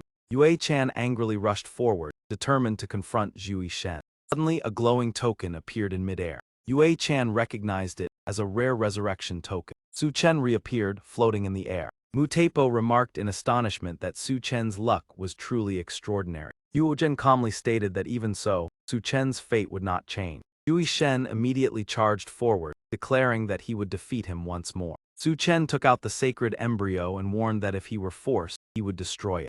Zhui Shen sneered, believing that Su Chen was incapable of destroying the sacred embryo. Immediately afterward, the sacred embryo in Su Chen's hand suddenly vanished. Su Chen smiled confidently, stating that if he died, the space under his control would be permanently sealed. During this, Zhui Shen was momentarily speechless. Su Chen calmly stated that he did not wish to threaten, only hoped to negotiate. Zhui Shen grew furious, lifting all the hostages into the air to apply pressure. He coldly ordered Su Chen to hand over the sacred embryo, otherwise everyone would pay the price. Even so, he remained calm and reminded Zhui Shen, using threats against me is useless. He showed no hesitation and immediately made his move, causing those people to collapse in midair. After that, Zhui Shen continued to manipulate another group of people, making them float high above. They panicked, crying and shouting, "Su Chen, do you want to get us killed? Quickly tell him to stop." He snapped his fingers decisively, and the group fell to the ground, lying motionless around him. The people below looked up in horror. Zhui Shen acted without hesitation. In his eyes, we are nothing. He raised his hand forward, demanding that Lathan be handed over. A girl behind tearfully begged, "Su Chen, if you want to die then go alone, do not drag us with you." The other students also urged anxiously, "Principal, please say something." Ba Tianzhu turned back and suggested, "For everyone, I hope you will take the initiative to sacrifice yourself." After hearing this, he immediately questioned, "Why should I sacrifice myself? What have I done wrong?" The man angrily criticized, "Your mistake is opposing Zhui Shen and implicating everyone." Mu Teipo chimed in, "Boy, stop struggling. Sooner or later you cannot escape. Give others a chance to live." Faced with this situation, many students also cried out, "Leave us a way to live, Su Chen, stop resisting him." Ba Tianzhu spoke again with concern, "You see, everyone hopes you will accept." Lai Loi, standing at a distance, shouted loudly, "What are you all saying? Brother Su cannot come to harm." Wei Chan placed her hand on her chest and affirmed, "I support Su Chen. Saying such words is truly shameful to the human race." Zai Long held a knife and warned, "Anyone who forces Su Chen, I will not let it go." Three apes also stepped forward, "We will always stand by Su Chen." Looked at Ba Tianzhu with satisfaction, "Principal, there are still people who believe in me." The man replied coldly, "But that is only a minority." Yu Zhen raised his hand and shouted, "Anyone who wants Su Chen to take responsibility, raise your hand." Immediately, the majority of those present raised their hands in agreement. Yu Zhen turned and said, "See, if you accept, the academy will record your merit, otherwise." He interrupted, "Otherwise what?" Yu Zhen shouted loudly, "If not, you are a traitor of the Thien Kin Academy and will be erased from its records." He kept his hands in his pockets and calmly replied, "Fine, I will wait and see." Ba Tianzhu could not hold back and scolded, "Su Chen, are you determined to follow your own will?" Wei Chan angrily retorted, "Who says he is selfish? Thien Lin Academy will stand by him." The man frowned with contempt, "A half-human like you, what right do you have to interfere?" Yue Chan stepped forward and called out, "I am Yue Chan. Anyone who supports Su Chen, please come here." Thien Lin students murmured, "She is the daughter of General Long En Huang. How did she end up like this?" She placed her hand on her chest and said, "No matter what I become, I still carry the heart of the human race. If you trust me, then stand with me." Her resolute words moved many people, and they walked towards Su Chen, declaring in unison that Thien Lin would never betray their own kind. Yue Chan happily said to Su Chen, "We may not be the strongest, but no one surpasses our will to protect the human race." He smiled and praised, "All of you are heroes." Only Hu Zhen stood at a distance, angrily cursing, "A bunch of fools." While the argument continued below, Zhui Shen floated above and laughed with amusement. "I enjoy watching humans fight among themselves." Mu Teipo suggested, "If they dare to resist, we might as well eliminate them all." The goddess raised her hand and laughed sinisterly, "I think so as well." Seeing the situation worsen, he quickly stopped them. "Wait, I can hand over the holy embryo." He pointed at the three people in front and set a condition, "Let them kneel and beg for mercy first." Tianzhu became furious, "Su Chen, how dare you?" He gave a faint smile, "Whether I dare or not is not for you to decide." Zhui Shen above also praised, "A good idea, I want to see it." Wu Teipo hurriedly advised Zhui Shen, "We understand the situation, do not listen to him." He interrupted to me, "You are all the same, do as he said." She still tried to negotiate, "We are powerhouses, we must maintain our dignity." Goddess lost patience and lightly snapped her fingers. In the blink of an eye, Mu Teipo collapsed, her body no longer intact. Zhui Shen laughed coldly, daring to bargain with me, "You brought this upon yourself." Seeing this, the other two immediately knelt down. Yu Zhen knelt before Su Chen and hurriedly begged, "Please spare my life." He smiled and asked again, "What did you call me?" The man growled, "Do not go too far, I am a 9-star powerhouse." Calmly replied, "In my eyes you are nothing." Yu Zhen angrily shouted, "Do you want to die?" He turned to Zhui Shen and said with a smile, "Give him a lesson." He raised his hand with interest, "I was thinking the same." Yu Zhen kowtowed repeatedly, "Lord Su, I was wrong, please spare me." The man continued to humble himself, "Yes, I am despicable, do not take my life." Zhui Shen tilted his head and looked at the others, "What about you?" The crowd understood and immediately knelt down, begging for mercy in unison. Only Ba Tianzhu remained standing, "I am the principal, how can I kneel to a student?" Some students looked at him with admiration, seeing it as their last pride. The man turned to negotiate. Retract your words. I will accept you as my disciple. He waved his hand in response. No need. The man gritted his teeth. Do you want to oppose me to the end? What benefit is there? The man angrily threatened. Once we return to the academy, I will settle the score. He pointed and said, Zhui Shen, he is still threatening me. Zhui Shen smiled confidently. A trivial matter. Ba Tianzhu turned pale and hurriedly cried out, do not. The man knelt down and begged, Su Chen, spare me, I was wrong. The man forced a smile and said, do not harm me. From now on I will obey you. He raised his hand and laughed. Even the principal knows how to behave. The goddess flew over and reminded, they have complied, now hand over the holy embryo. He brought out the holy embryo. I will personally present it. Suddenly he raised his hand to stop her. Stand there. The goddess demanded, do not play tricks, throw it over here. He curled his lips into a smile. What is it? Does Zhui Shen also fear me? Hearing this, he immediately showed outrage and emphasized, how ridiculous, how could a god fear a bunch of ants? Saying that, Su Chen quickly stepped forward and calmly replied, then I will go there. Seeing this, Li Loi shouted in panic, brother too, and Zai Long also fearfully reached out to stop Su Chen from advancing. He turned back to reassure them, it's all right, you two just stay there. On this side, Ba Tianzhu turned to boast with a smug look, so my little performance just now was convincing, right? Wu Zhen gave a thumbs up in approval, very much so. The acting was excellent, as authentic as your own nephew. He also did not forget to praise the other. Your performance just now was also very good. Wu Zhen, having achieved his goal, emphasized, after all, I fooled Su Chen. We'll settle accounts with this kid when we return. However, Ba Tianzhu gritted his teeth and predicted Su Chen would surely be crushed by Zhui Shen, with no chance to return. Reached out coldly and demanded, hand it over. Su Chen held the saint fetus close and asked, Zhui Shen will not kill me, right? It did not hide anything and calmly replied, kill. He briefly showed surprise, incredulous, asked again, you say it so bluntly. Zhui Shen confidently affirmed that for someone as weak as him, there was no need to lie. Su Chen lifted the saint fetus high, sincerely pleaded, then I beg the Taoist god to spare my friend. Having received what it wanted, it immediately turned hostile. Rest assured, not one of your friends will be spared. Su Chen seemed to have anticipated this, and immediately raised his hand. He immediately launched a powerful punch toward Zhui Shen. However, the opponent was unharmed. Su Chen opened his eyes wide in astonishment. Indeed, ordinary tricks could not injure him. Zhui Shen raised a finger, voice cold as a sentence, sending him to the Western realm. Wu Zhen saw this and smiled gleefully. This kid will surely meet a tragic end. Suddenly, a strong force appeared from behind. Qin Lao unexpectedly stepped out from the shadows. Zhui Shen was suddenly knocked backward, astonished. What just happened?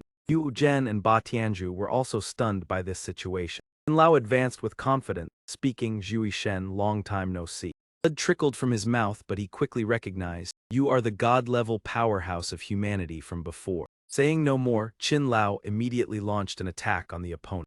Seeing this, Su Chen smiled with pleasure. The ambush succeeded. Ba Tianzhu broke into a sweat, pointing in astonishment. How did Qin Lao appear here? And Wu Zhen was also dumbfounded. Wasn't he unable to enter? Qin Lao continued deploying a series of linked moves. Zhui Shen had almost no chance to counterattack in an instant. Su Chen looked into the distance with anticipation. Had Zhui Shen been defeated? Yue Chan responded tensely, hard to say. This is the first time I have witnessed a battle between god-level powerhouses. Suddenly, a burst of laughter shattered the atmosphere. Zhui Shen rose from below, seemingly unharmed. Qin Lao was also surprised. You are still unharmed. He stood high looking down with disdain, truly useless. To attack you so many times yet still not causing me any harm. Zhui Shen struck down powerfully, disdainfully declaring that human god-level powerhouses are only this much. Qin Lao could not react in time and was knocked to the ground. Lying on the ground, he was extremely shocked. Is this the real gap in strength? Even ambushed, Zhui Shen is so strong. Zhui Shen continued to charge down, coldly declaring, even if you do not come, I will personally eliminate all human powerhouses. Qin Lao's eyes lit up as he executed a move, summoned divine might. His body quickly enlarged, becoming 3 times larger than Zhui Shen. Zhui Shen thrust a fist straight forward, shouting destroy. Qin Lao's gigantic body was immediately shattered from his position. He returned to his original state in confusion. What just happened? Qin Lao stepped back, sweating, worried he had misjudged. Zhui Shen's strength was too terrifying compared to a god. Zhui Shen threw another punch disdainfully. You are just a stronger insect. Qin Lao, exhausted, fell freely to the ground. Yue Chan shouted in panic. Qin Lao could no longer resist. Su Chen stood in shock, realizing he had underestimated Zhu Shen's power. Eloy behind spoke angrily, "Brother Tu, these powerhouses are truly shameless. Dare not resist Zhu Shen and only bully their own kind. I despise them." Yue also worried, thinking what to do now. Ba Tianzhu smirked coldly. "What to do? That question is ridiculous. Now what can you even do?" Wu Zhen gleefully added, "What Su Chen should do now is think about how to die less painfully. Zhu Shen will surely not spare him." Yue Chan could not hold back, shouted in anger, "Enough, you are shameless. Dare not resist Zhu Shen and only bully your own kind. I despise you." Tin Tin angrily questioned, "You are cowardly. Students of the Heavenly Fang Academy behaving like this, I feel extremely ashamed." Yu Zhen not only did not stop but pointed challengingly, "Those two kids speak well. If brave, deal with Zhu Shen yourself." Tin Tin, unafraid, stepped forward resolutely. "Then go, if you have the skill, advance together." Su Chen looked at her in astonishment, "Senior sister."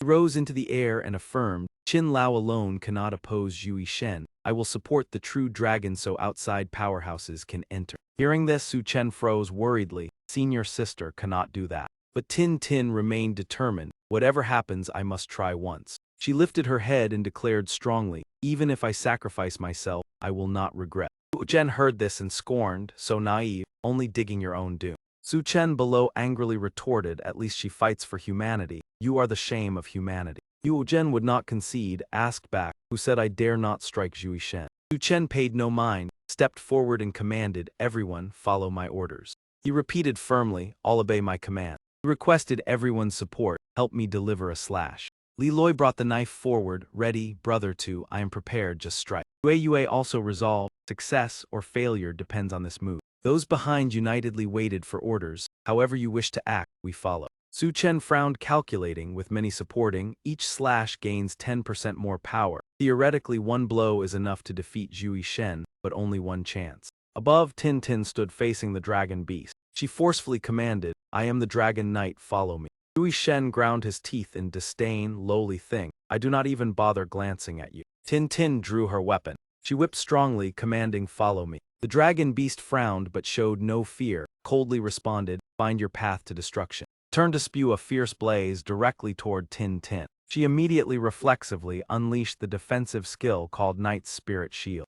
Deafening explosion echoed, causing Tin Tin to flinch and cover her face. The crowd below sneered, thinking it was just a meaningless scare tactic from those who overestimated themselves. Suddenly Su Chen raised his hand, signaling everyone to follow orders. Yu Zhen pointed mockingly, full of disdain, saying the kid shouldn't pretend to be mighty. If he really dared to attack Zhu Shen and survive, he would follow him. Su Chen calmly lowered his hand and decisively issued the order to begin. Zhu Shen stood there with a look of contempt, seemingly without fear. Suddenly Zhu Shen's eyes widened, veins clearly bulging. A flurry of sharp attacks lunged straight at him. Struck, Zhu Shen panicked, dodging and exclaiming in shock what was happening. Before he could recover, the next wave of attacks poured in relentlessly. Zhu Shen began to panic, completely unable to understand why it was happening. Following Su Chen's orders, everyone continued attacking, leaving him no time to resist. Massive explosion resounded in midair. Li Loi clenched his fist, shouting excitedly, "We succeeded." Yue smiled brightly, believing Zhu Shen had been eliminated, while Bai Hui was still stunned, unable to accept it. Crowd below cheered in delight, never expecting to defeat Zhu Shen and survive. Yue Chan was still in shock, unable to believe the victory had truly occurred. Qin Lao stood up, astonished, asking what skill could sacrifice a deity like this. Ba Tianzhu was stunned, unable to comprehend how Su Chen could possess such terrifying power. Suddenly Shen Lao shouted a warning, "Su Chen, watch out behind." He had no time to understand and turned around in surprise. With no time to dodge, Su Chen was unexpectedly struck by Zhu Shen and lost an arm. He stared at his severed arm in shock, unable to believe Zhu Shen was still not eliminated. He reappeared as a massive, terrifying body. Then Zhu Shen gradually reverted to his original form. Li Loi realized in horror he had regenerated his flesh and had not been defeated at all. Zhu Shen laughed with pleasure, praising Su Chen for wounding him heavily. Tin Tin hurriedly turned to warn. Su Chen was in danger and needed to quickly break the secret path. He quickly took out a rare herb. The dragon beast sniffed curiously, asking what it was. Tin Tin held out the herb to lure it, calling it closer to receive the dragon immortal herb. The dragon beast approached but still growled threateningly. She remained fearless, declaring that if it dared to act, she would destroy the dragon immortal herb immediately. Below, Zhui Shen raised his claws towards Su Chen and declared to finish him. Su Chen realized the desperate situation and braced himself. Suddenly, Yue appeared in front, determined to protect Su Chen.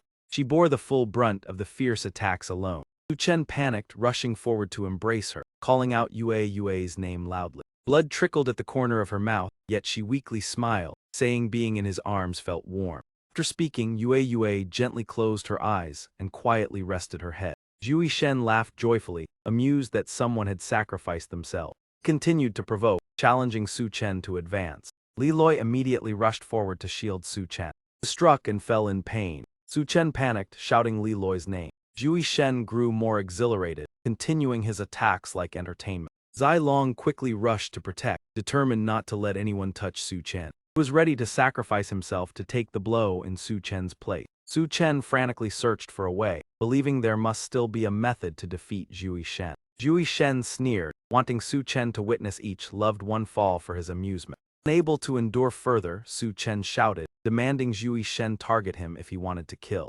Zhui Shen raised his claws provocatively, asking if anyone else wanted to die in Su Chen's place. Bai Hui stepped forward, advising Su Chen to remain calm, as only he could turn the situation around. The goddess immediately struck at the one who stepped forward. Bai Hui was hit and fell. Zhui Shen roared angrily, challenging anyone else to advance. This time, the meditation practitioner stepped up to take the blow. Zhui Shen asked if she truly wanted to betray the one who created her. Yue Chan bravely declared she had never served him and always stood for humanity. Those words enraged Zhui Shen. He was struck and fell in pain. Su Chen clenched his fist, vowing to find a way. Zhui Shen lost patience, declaring it was Su Chen's turn. A disciple suddenly rushed out from behind. He fell under Su Chen's astonished gaze. Zhui Shen was also surprised that someone was willing to sacrifice themselves. The disciples all stood in front of Su Chen, declaring their spirit of sacrifice for humanity would never fade. Zhui Shen roared in anger, thinking everyone had gone mad. He swung his claws, declaring he would annihilate everyone. Everyone again endured the fierce assault. Su Chen shouted loudly, affirming only the system was the key to defeating Zhui Shen. Zhui Shen hovered above arrogantly, challenging anyone else to advance. Yu Zhen hurriedly pleaded, asserting they were innocent and dared not oppose him. Some disciples also flattered him, hoping for mercy. Tin panicked, deciding she must risk herself to save Su Chen. She raised the dragon immortal herb to threaten, vowing to destroy it if the dragon beast did not cooperate. The dragon beast immediately growled and lunged. Without hesitation, Tin threw the dragon immortal herb. Dragon beast quickly opened its mouth and took the precious treasure. She quickly drew the long whip, seizing the rare opportunity, and shouted that this was the perfect chance. The dragon beast was startled as it realized the bones along its body were tightly bound by the whip. Tin continued to soar into the air to gain the advantage. She decisively leapt and landed directly atop the dragon beast's head. Despite the dragon beast thrashing violently, Tin remained steadfast, unshaken. She shouted with determination that if she could not subdue it today, she would rather die here. Elsewhere in the sky, a mysterious entrance suddenly appeared. The leader of the dragon clan looked up and realized the dragon beast had departed, and the Zhui Shen's secret realm entrance had opened. Without hesitation, he immediately flew up and entered. On Zhui Shen's side, he arrogantly declared that it was all over. Suddenly, Qin Lao struck from behind, asserting that the battle was not yet finished. Zhui Shen turned, gripping Qin Lao's neck and questioned him angrily. He narrowed his eyes at Qin Lao like prey, believing the flesh of a god-level expert was a precious source of nourishment. Suddenly, Zhui Shen turned his head in surprise. A sudden long-range attack barreled straight toward him. Zhui Shen observed cautiously and asked who had just attacked. At that moment, the leader of the dragon clan appeared in the battlefield space. Yu Zhen was astonished to see the leaders present. Zhui Shen grew excited at the arrival of another god-level expert, while the dragon clan leader immediately called everyone to combine forces to eliminate him. Ba Tianzhu heard this but hesitated, not acting immediately. The dragon clan leader angrily demanded the reason for this hesitation. Qin Lao turned back disdainfully, reminding that there was no need to rely on those two. Yu Zhen raised his hand to stop him, suggesting they should not confront Zhui Shen directly. Ba Tianzhu also proposed negotiation instead of fighting. The dragon clan leader ignored this advice and flew up, calling Qin Lao to attack together. Qin Lao immediately followed, ready to join the battle. Zhui Shen launched a powerful punch toward his opponent. He arrogantly declared that they were overestimating themselves. In an instant, the dragon clan leader teleported behind Zhui Shen. He quickly performed a space sealing technique. A massive pressure pressed directly onto Zhu Shen's body. He was forced violently to the ground. The dragon clan leader descended to check the situation. He observed and asked if Zhu Shen had been eliminated. Qin Lao immediately warned that Zhu Shen possessed infinite resurrection, so he could not be easily destroyed. Sure enough, Zhu Shen swiftly flew back. He even seemed delighted and praised the spatial mage's skill. His blazing red eyes flickered, declaring it was time for him to counterattack. Zhu Shen launched a powerful strike at the dragon clan leader. Su Chen below watched anxiously, realizing that even two god-level experts could not match Zhu Shen. Ba Tianzhu pointed at Su Chen, declaring that the Tian King Academy had officially expelled him. Su Chen frowned but firmly stated he had unfinished tasks and would fight to the end. At that moment, the system notified him that he had become the first student to voluntarily leave the academy. Su Chen clenched his fist, smiling resolutely, realizing the outcome would be determined in this battle. The system continued to announce that he had acquired a new skill, named Gar. Su Chen looked up, confused as he did not yet understand the skill's effect. The system explained that within a 100-meter radius, if someone's hatred toward him reached maximum, the skill would activate. Additionally, simply calling that person's name would make them appear to take the fatal blow in his place. Su Chen quickly realized this was purely defensive and seemed of limited advantage in the current situation. In the air, Qin Lao unleashed his strength, calling everyone to fight with full force. Dragon clan leader nodded in agreement, preparing to deliver a decisive strike. Zhu Shen remained arrogant, claiming that even if all human god-level experts combined, they could not defeat him. The two experts simultaneously launched attacks at Zhu Shen. However, he easily raised his hand to block the blows. Ba Tianzhu was astonished to realize the vast power gap between god-level experts and a divine being. In contrast, Hu Zhen seemed delighted, hoping all would fail to avoid future trouble. The two experts were blasted away, falling to the ground in pain. Zhu Shen turned his gaze to Su Chen, declaring it was his turn. Su Chen immediately asked the system who could activate the guard skill for him. The system displayed that within the current range, Ba Tianzhu, Hu Zhen, and Pan Tu harbored the highest levels of hatred. Su Chen suddenly remembered that Pan Tu had once stolen Vuong Yue Chan's god-slaying weapon. Zhu Shen lunged to attack, confident that no one could save Su Chen. Hu Zhen laughed heartily at seeing Su Chen in danger. At the decisive moment, Su Chen shouted Hu Zhen's name to activate the guard skill. Hu Zhen was stunned by the sudden call. Before he could react, he sarcastically remarked that Su Chen was talking nonsense. However, immediately after, his body suddenly vanished from its original position. Hu Zhen reappeared in front of Su Chen, utterly astonished.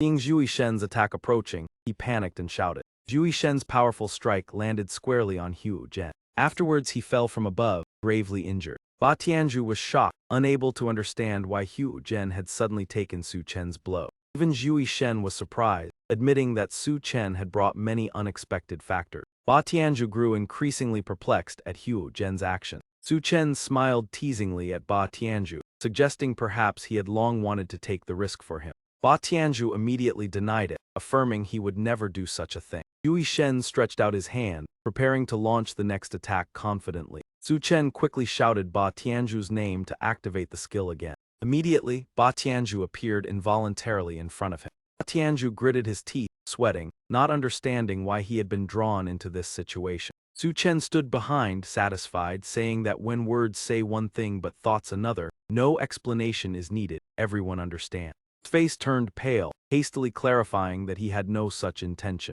But Zhu Shen paid no attention, striking straight at Ba Tianzhu's chest and coldly saying no explanation was needed. Su Chen immediately stepped back a few paces, calmly observing the next development. He suddenly shouted, activating a skill that made the bodies of the two fallers glow and crack. A violent explosion followed instantly. Su Chen looked up in awe at the power from the 9-star powerhouse's body. Kulong leader was shocked by the tremendous force, judging it far beyond their strongest strike. Qin Lao remained worried, fearing Zhu Shen had not been defeated. From the chaotic energy, Zhu Shen shot upward, coldly asking how many times he had been wounded. Su Chen calmly assessed that the opponent had indeed not been brought down. Kulong leader observed and noticed Zhu Shen had been heavily damaged at his foundation. He and Qin Lao immediately rushed to assist. However, Zhu Shen swept his wings to knock both down, angrily declaring no one should block him. He landed before Su Chen, asserting that today only one of them could survive. Su Chen absorbed spiritual energy from the fallen around him, preparing a counterattack. Another violent explosion erupted as he executed Corpse Frenzy. Yet Zhui Shen stepped out of the smoke with dignity, declaring these attacks could not harm him. Suddenly Miu Miu appeared, surprising Su Chen. She called his name in alarm. Su Chen shouted, calling anyone able to assist with an attack. Miu Miu immediately leapt forward to respond. Qin Lao also raised his axe in charge, trusting Su Chen. A series of attacks struck Zhui Shen in succession. Yet Zhui Shen remained standing, mocking that all efforts were futile. Suddenly, the system displayed that Pan Tu's hatred level had reached maximum. Pan Tu hid behind a rock, disdainfully thinking Su Chen had no right to challenge a god. Seeing this, Su Chen loudly called Pan Tu to assist. Pan Tu was startled by the sudden summon. Immediately, he was drawn into battle like a spring release. Meanwhile, Zhui Shen launched a powerful punch towards Su Chen. At the critical moment, Pan Tu appeared to block him. Zhui Shen roared in anger, believing a loyal follower had betrayed him. Pan Tu trembled but tried to clarify it was a misunderstanding. Zhui Shen furiously unleashed his power, determined to annihilate all. A massive surge of energy erupted like a storm. Su Chen held the energy, thrilled to realize this was the final opportunity. Zhui Shen sneered that although the energy could harm, it might not hit him. Su Chen retracted the orb, asserting he did not intend to use it that way. Zhui Shen was confused, not understanding his intention. Su Chen charged with a powerful fist, carrying rising fury. Zhui Shen mocked that human anger was meaningless. Su Chen shouted, vowing to avenge those who had fallen. Zhui Shen laughed contemptuously, considering his words weak cries. Su Chen concentrated all his power into a decisive punch. Zhui Shen easily blocked and ridiculed his weak strength. But as the power continued to rise, he began to be astonished. Su Chen shouted, pouring all his strength into the strike. Zhui Shen realized the punch's power was continuously increasing. Sensing danger, he immediately dodged. Su Chen seized the opportunity, delivering a punch imbued with immense fire. The force struck like a diving eagle, suppressing Zhui Shen's speed.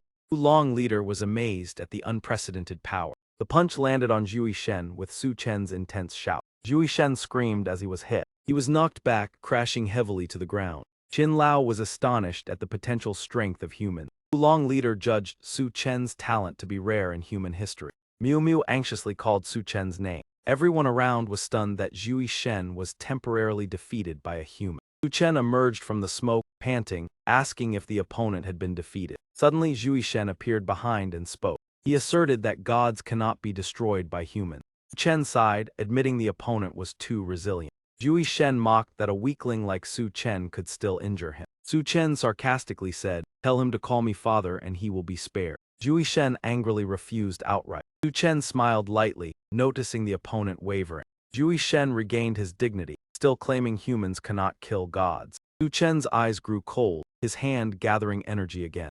Zhui Shen suddenly realized he still had an unused source of power. Su Chen hurled the energy orb forward. Zhui Shen leapt instantly to evade. Su Chen loudly called Qin Lao to assist. The energy orb flew straight toward Qin Lao. Zhui Shen was shocked, realizing he had misunderstood Su Chen's intent. Qin Lao caught the orb and shouted, "Punishing you on behalf of humanity." He immediately pursued Zhui Shen at high speed. The energy orb was hurled directly at Zhui Shen. Instantly he was trapped in the energy, screaming in despair. He tried to persuade humanity that both sides could establish a peace pact. He personally guaranteed that he would never oppose the human race for the rest of his life. Su Chen curled his lips coldly, "Stop the act. Right now I only want you to disappear." He collapsed to the ground, cursing inwardly, "Damn it, the injuries are too severe. This filthy substance is eroding my divine body." He raised his hands, signaling, "Everyone continue channeling more power to me." Instantly countless spears, blades, and sword lights simultaneously aimed toward Zhui Shen. In that moment, the scene shattered in all directions, accompanied by his agonized roar. When everything settled, only a nearly completely corroded body remained. Min Chu Kulong was astonished. Could it be that only the head was left? Qin Lao was still uneasy and asked again, "Has he truly been finished?" He sat down to observe carefully. It seemed there was no trace of life left. He moved closer, whether alive or dead. "I will use space to contain him." Su Chen stepped forward. "Let me do it." Min Chu Kulong was startled. "You are also a space mage." He replied calmly, "I am not a mage of that element, but I have my own space." As soon as he finished speaking, Su Chen waved his hand and collected Zhui Shen into a space transformed into a spirit horse. "He could escape from your space, but from mine he absolutely cannot." He opened his mouth and emitted a sound that shook the entire space. Min Chu Kulong wiped his sweat and breathed a sigh of relief. Finally victory. Confronting a god was truly exhausting. Qin Lao sighed with emotion. Fortunately, Su Chen turned the tide. Everyone knelt down in unison. Zhui Shen had been defeated. Su Chen had truly slain a god. Humanity could kill gods. The dragon beast raised its head and let out a roar that echoed through the heavens. Tin Tin spoke, now that God is gone, forming a contract with me is your only path. Tears streamed from its eyes like a bursting spring. Qin Lao said excitedly, Su Chen, this is the first time humanity has slain a foreign god. You have made a great contribution to Kulong. Min Chu Kulong was also moved, although Zhui Shen was only a minor god who had once been severely injured, not comparable to true gods like De then, it was still enough to mark history. Congratulatory voice descended from the sky. You have passed the world-destroying difficulty secret realm Zhui Shen. Everyone was extremely excited, the trial was cleared, the strongest secret realm had been passed, who knew how abundant the rewards would be. Amid the lively atmosphere, an announcement was made. All rewards this time belong solely to Su Chen. Everyone was stunned. What? The crowd began to react. Such a huge reward given entirely to one person was excessive. His contribution was the greatest, but it should be shared equally. Qin Lao became furious. You are truly ungrateful. When you surrendered, I already wanted to deal with you. He still argued back, we are not greedy. We only ask for a small portion. Rewards have always been shared among everyone. Min Chu Kulong shouted loudly to cut them off. Silence, this matter has been decided. Anyone who speaks further will be sent directly to the abyss battlefield. The atmosphere immediately fell silent, only the sound of the wind passing by remained. Qin Lao crossed his arms, his face red with anger, hesitating during battle yet fighting for rewards. I have never seen anyone so shameless. Su Chen stood still listening to the system notification. Outstanding performance, SSS level adventure evaluation. Someone exclaimed in shock, S rank is already difficult to achieve, this time it is actually triple S. Suddenly a sound rang out, congratulations on obtaining 100 god-slaying points. He was surprised, previously even the best performance only earned 1 point, this time it was a full 100. Qin Lao nodded, this time it truly was god-slaying so the points were that high. Min Chu Kulong looked to the sky. Su Chen is now the person with the highest god-slaying points in the human race. It was so emotional that his face turned red. These points would be extremely important on the abyss battlefield later. Even I feel envious. System continued. Congratulations on receiving one wish fulfillment. Everyone widened their eyes in astonishment. The reward even included this. Qin Lao was excited. This is a reward belonging to the laws, extremely rare. Min Chu Kulong pondered. If used correctly, it could change the fate of humanity. The crowd discussed, if it were me, I would wish to become a 9-star powerhouse, otherwise directly advance to God level. Another shouted, I would transform my skill into a forbidden technique, capable of destroying heaven and earth. Someone fantasized so excessively that he became excited to the point of a nosebleed. I would only wish for Liu Lion to be my girlfriend. Another interrupted, wake up, this opportunity belongs to Su Chen. Qin Lao asked, have you thought it through? Su Chen immediately replied, yes.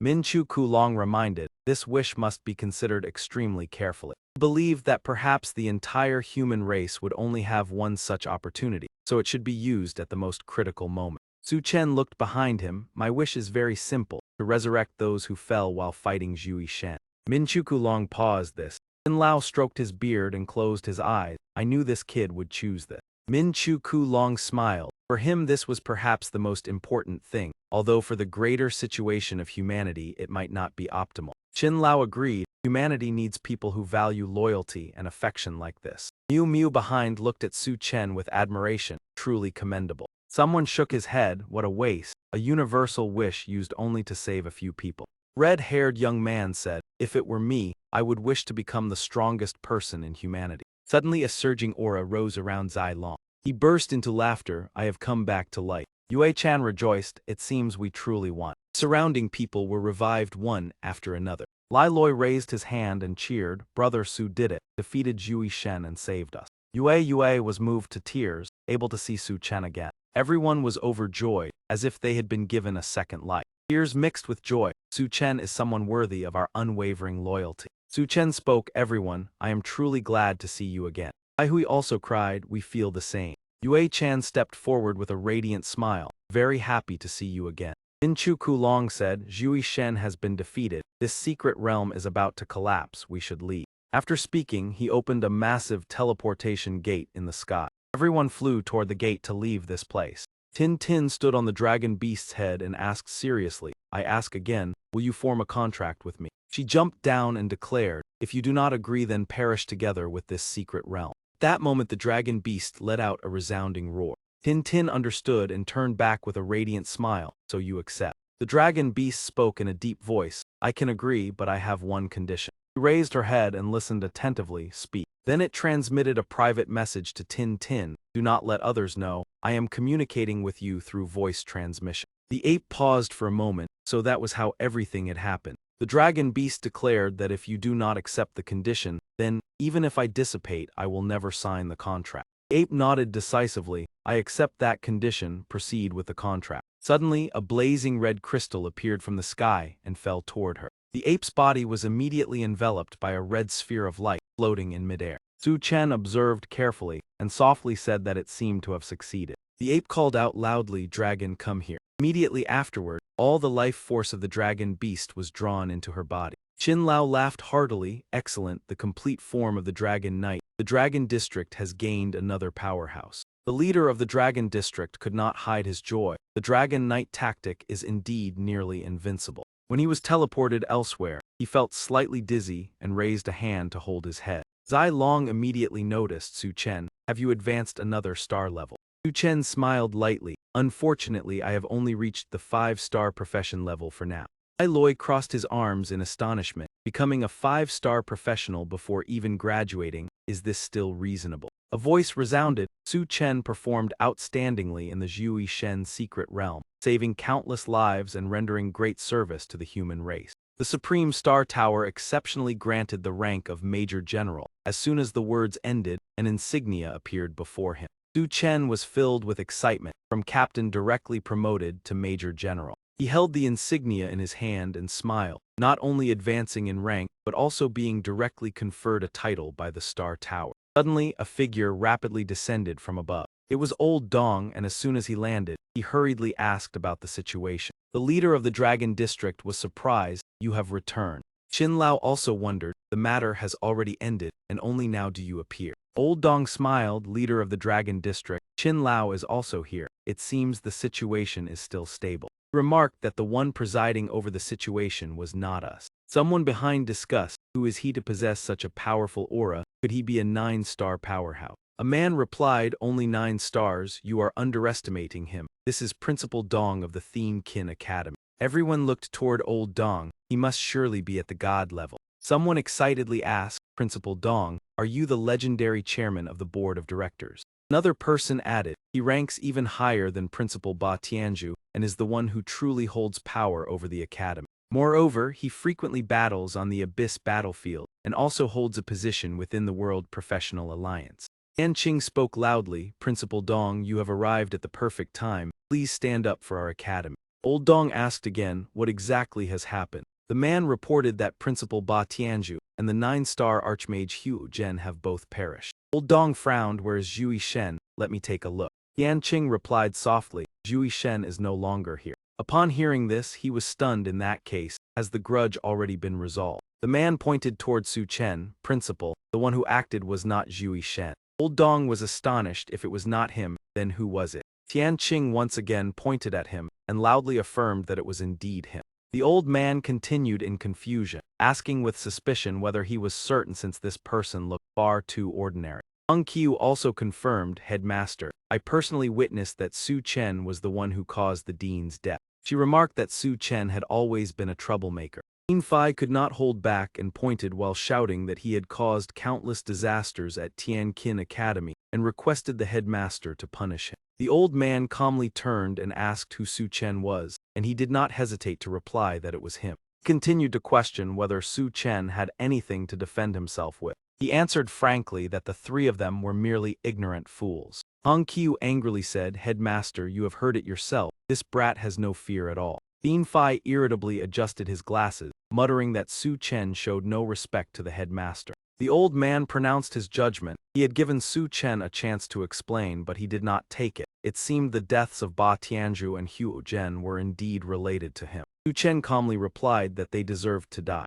Hearing this, the old man was puzzled and asked what he had just said. Tianqing indignantly defended, emphasizing that the headmaster was the leader of the human elite faction, and that speaking in such a manner was no different from madness. He pointed while stepping forward, saying that if he did not know he was no match, he would have already punished Su Chen on behalf of the headmaster. The corner of Su Chen's lips curled slightly as he replied that knowing he was not an opponent, yet still daring to step forward was foolish. Thien Fai was startled and asked in panic what Su Chen intended to do. As soon as he finished speaking, Su Chen unleashed a powerful strike through his body and coldly stated that he intended to end his life. Seeing the hole in his chest, Thien Fai was overwhelmed with pain and cried out in disbelief. His body trembled violently, unable to believe that Su Chen dared to attack him. Su Chen placed a hand on his hip and sneered, saying that since he dared to defeat Ba Tianzhu, there was no reason he would not dare to deal with him. Hong Qiu cried out in panic, "Su Chen, you dare to kill my cousin. He is a member of the Hong family." She declared that killing a member of the Hong family could not be repaid with a single life, and that his entire family would suffer the consequences. Tianqing also voiced agreement, affirming that her words were correct. However, as soon as the sentence ended, Su Chen's figure disappeared from his original position. In the blink of an eye, he appeared before Hong Qiu and delivered a powerful punch. Showing no mercy, he struck her face directly with astonishing force. Hong Qiu's body was sent flying backward, crashing heavily to the ground. She lay motionless on the ground, blood flowing from the corner of her mouth. Su Chen's cold gaze swept over as he asked again what she had just said. Tianqing was so frightened that he stammered incoherently. Everyone around was astonished to see Tianqing, one of the three great prodigies of Tianqin Academy, terrified by an ordinary student. Some could not help but wonder whether Su Chen was truly ordinary when he was capable of defeating even Zhui Shen. Su Chen merely smiled disdainfully, belittling the opponent as trash. Tianqing bit his lip in anger, retorting that Su Chen had no right to look down on him. Suddenly, a fragment of a silver blade appeared from nowhere. He glanced at the blade held between his fingers and revealed a meaningful smile. Tianqing was horrified to recognize it as the blade once used to deal with Zhui Shen. Su Chen lightly waved the blade, his eyes cold, saying that he would give him a gift. Terrified, Tianqing stumbled backward and cried out, begging for forgiveness. The sharp blade swept past, cutting off the stems of 2 oranges on a tree, causing him to scream in panic for him to stop. At this moment, Tianqing was so frightened that he could no longer control himself. He collapsed to his knees, clutching his body, trembling as he begged for mercy. The old man silently observed the cowardly scene, while Tianqing pleaded for the headmaster to uphold justice and worried about his future marriage with Liu Lion. He turned to question Su Chen, "Do you truly not take me seriously at all?" Su Chen gently responded with a counter-question, asking what he thought himself. The old man frowned in anger, stating that this was not the attitude a student should have when speaking to the headmaster. He bluntly declared that this was simply his nature, and if the headmaster disliked it, he did not have to listen. Hearing this, the old man was furious as if struck by lightning, uttering only the word good. He pointed and declared that from this moment onward, Su Chen was officially expelled from Tianqin Academy. Facing this decision, Su Chen merely curled his lips into a faint smile. Seeing this, the old man mocked further, saying that he had nothing left to smile about and that even if he admitted his mistake, it was already too late.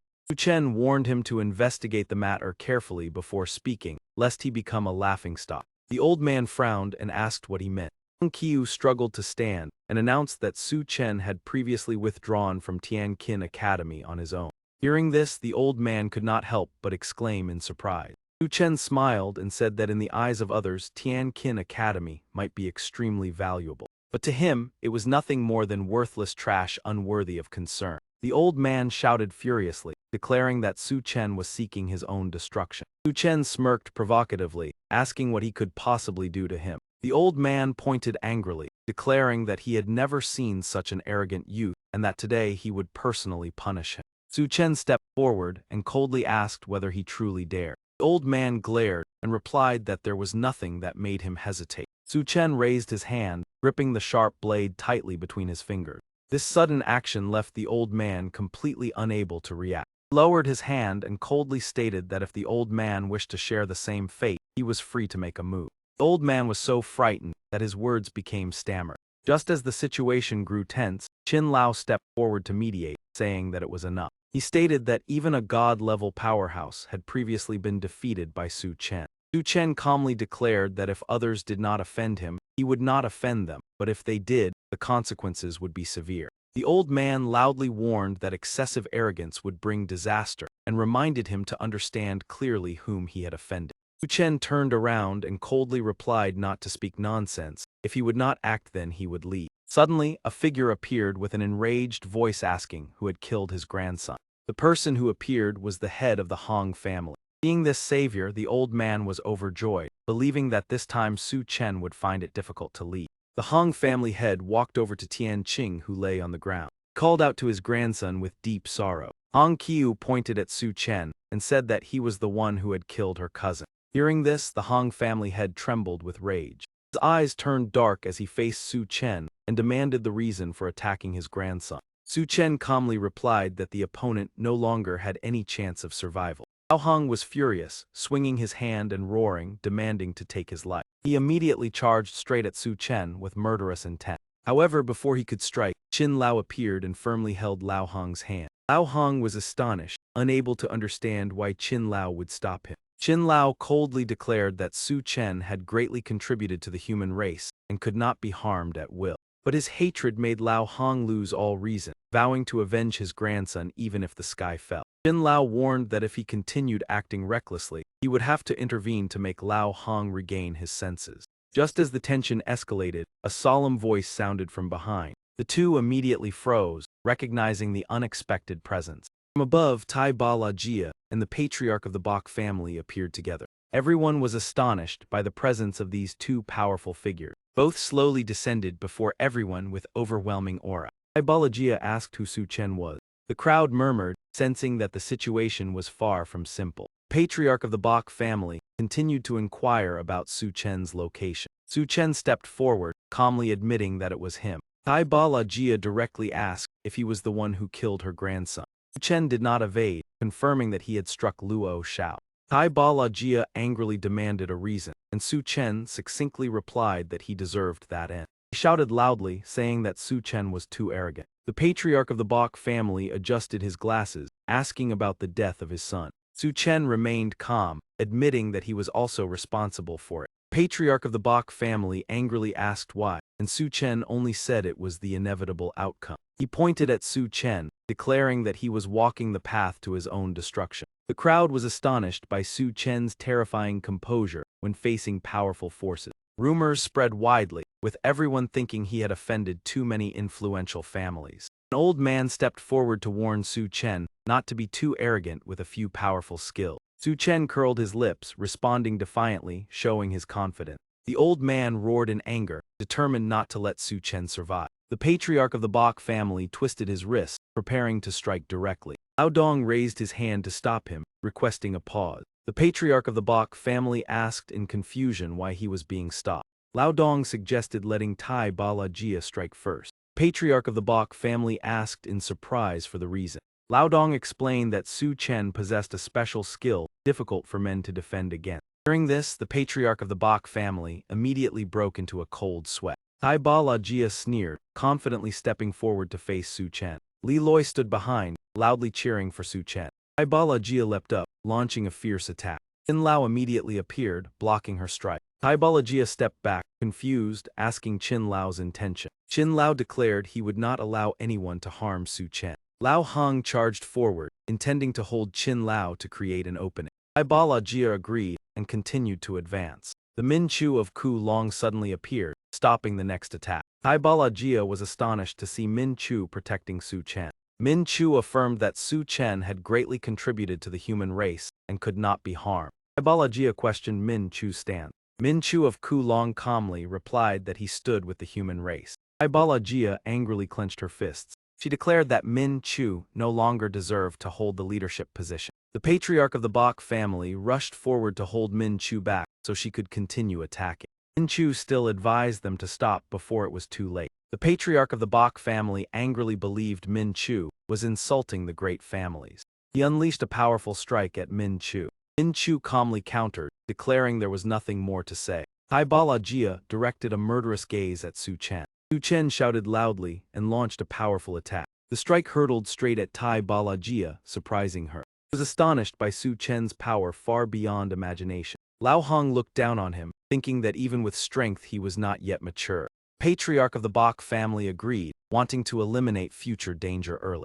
Su Chen unleashed his special skill at his opponent. A precise strike made Lao Hong panic. Lao Hong froze when he realized he had been neutralized in an unbelievable way. Qin Lao could only sigh at the absurd situation. Su Chen turned to the patriarch of the Bok family, preparing his next strike. Patriarch of the Bok family panicked, requesting a halt to negotiate. But the strike had already been launched and could not be withdrawn. Attack immediately rendered the patriarch of the Bok family unable to fight. He roared in pain, vowing revenge. Lao Dong was horrified to realize the situation had gone beyond control. He hurriedly retreated to report the serious incident. Surrounding disciples whispered among themselves about the shocking event. They marveled that today Su Chen had shaken the entire Long district. The patriarch of the Bok family gritted his teeth, acknowledging Su Chen's terrifying power. Lao Hong also admitted he had never met anyone so daring. Tai Ba La Jia regained her composure, believing the losses did not diminish their fighting strength. She shouted loudly, calling everyone to unite in attacking Su Chen. On this side, Su Chen Haiyan only knew how to mock others, and with a flick of her hand, her clothes immediately tore apart. Tai Ba La shouted in shock, exclaiming loudly, "What is happening?" Those around watched with wide eyes, unable to utter a word. She was both embarrassed and yelling, then hurriedly turned her back to run away. Su Chen quickly applied eye drops, murmuring, "Truly tainting my sight." Lai Loi standing nearby remarked, "Incredible today and to unleashed everything, from cunning strikes to tearing the opponent's clothes." Qin Lao nodded, "This Su Chen certainly does not forget old matters, he must demand recompense." The Dragon District leader worried, "At this rate, I fear we cannot protect him." At that moment, Tai Bala put her clothes back on and turned around to scold Su Chen, "You bastard, this time I've caught you." He flicked his hand once more, "Who allowed you to laugh at others?" The scene repeated, her clothes were torn apart again. Su Chen smiled coldly, "Fool, do you think my move can only be used once?" Tai Bala angrily turned away, "Just wait." Lao Hong turned and ordered, "You hold Lao Tan and the leader, I will deal with Su Chen." Lao Bok replied, "Go ahead." As the Law family matriarch said, "We have nothing left to worry about." No sooner had he spoken, Lao Hong charged forward. Lao Bok also quickly rushed to engage Qin Lao, no chance to intervene. Tai Ba La shifted her target to the leader, "Do not dream of saving that man." She gritted her teeth threatening, "Today he will pay heavily." Lai Loi laughed loudly, asking Antu, "The opponent is here, do you need my help?" Tai Long drew his weapon, adding, "We are fully ready." Su Chen smiled, "Then begin, today we must fight thoroughly." Lao Hong charged, shouting, "Su Chen, you will not escape." Suddenly a bolt of blue lightning descended from the sky, stopping his advance. He looked up, his eyes full of astonishment. Lao Hong was surprised, such powerful thunder who intervened. The Dragon District leader wondered, could it be he has returned? Tai Bala looked over, muttering, "Lei Shen, impossible, isn't he guarding a remote location?" From amidst the lightning circles, a figure gradually appeared. Indeed, it was Lei Shen. His imposing aura made others cautious. Lao Bok looked on in astonishment, truly Lei Shen, he really appeared. The crowd looked up in admiration, is this truly Lei Shen, his demeanor like a god? Others added, Lei Shen is considered the #1 genius of humanity, the top master of mankind, now witnessed firsthand. Stepped before Su Chen looking down and asked, "You are Su Chen?" He calmly answered, "That is me." Lei Shen nodded approvingly, "Not bad." Lao Hong immediately accused, "Lei Shen, he killed my grandson Hong Thien Fai, today I must take his life." During that he turned to ask Su Chen, "Is that true?" He did not evade, admitting frankly, "Yes, it was me." Lao Hong pointed, continuing, "He has confessed. Lei Shen, step aside, let me deal with him." Lei Shen frowned, asking Su Chen, "Do you have any explanation?" He replied curtly, "I have defeated Zhui Shen, is that enough?" These words made him pause, pondering deeply. Then Lei Shen gave a thumbs up, replying, "Sufficient." Tai Ba La of the La family angrily said, "He killed the heir of the La family, this is a great grudge." He pointed at himself, repeating, "I killed Zhui Shen." Lao Bok added, "And the people of the Bok family also perished at his hands, hope Lei Shen will not intervene." Su Chen stared intently, emphasizing again, "I killed Zhui Shen." Lao Dong spoke, he was previously a student of the Tian framework, yet he killed the head of the institute. The answer remained, "I killed Zhui Shen." Lao Hong angrily shouted, "Hateful, is that the only line you know?" Su Chen calmly, "That one line is enough." Lao Bok held his people accusing, "He not only killed but also humiliated us, this is a shame unforgettable." Lei Shen slowly repeated, "He killed Zhui Shen." Tai Bala unwillingly asked, "Then what do you mean?" He answered simply, "Su Chen has great merit for humanity, anyone who dares touch him confronts me." Lai Loi gave a thumbs up, praising, "Truly bold indeed Lei Shen."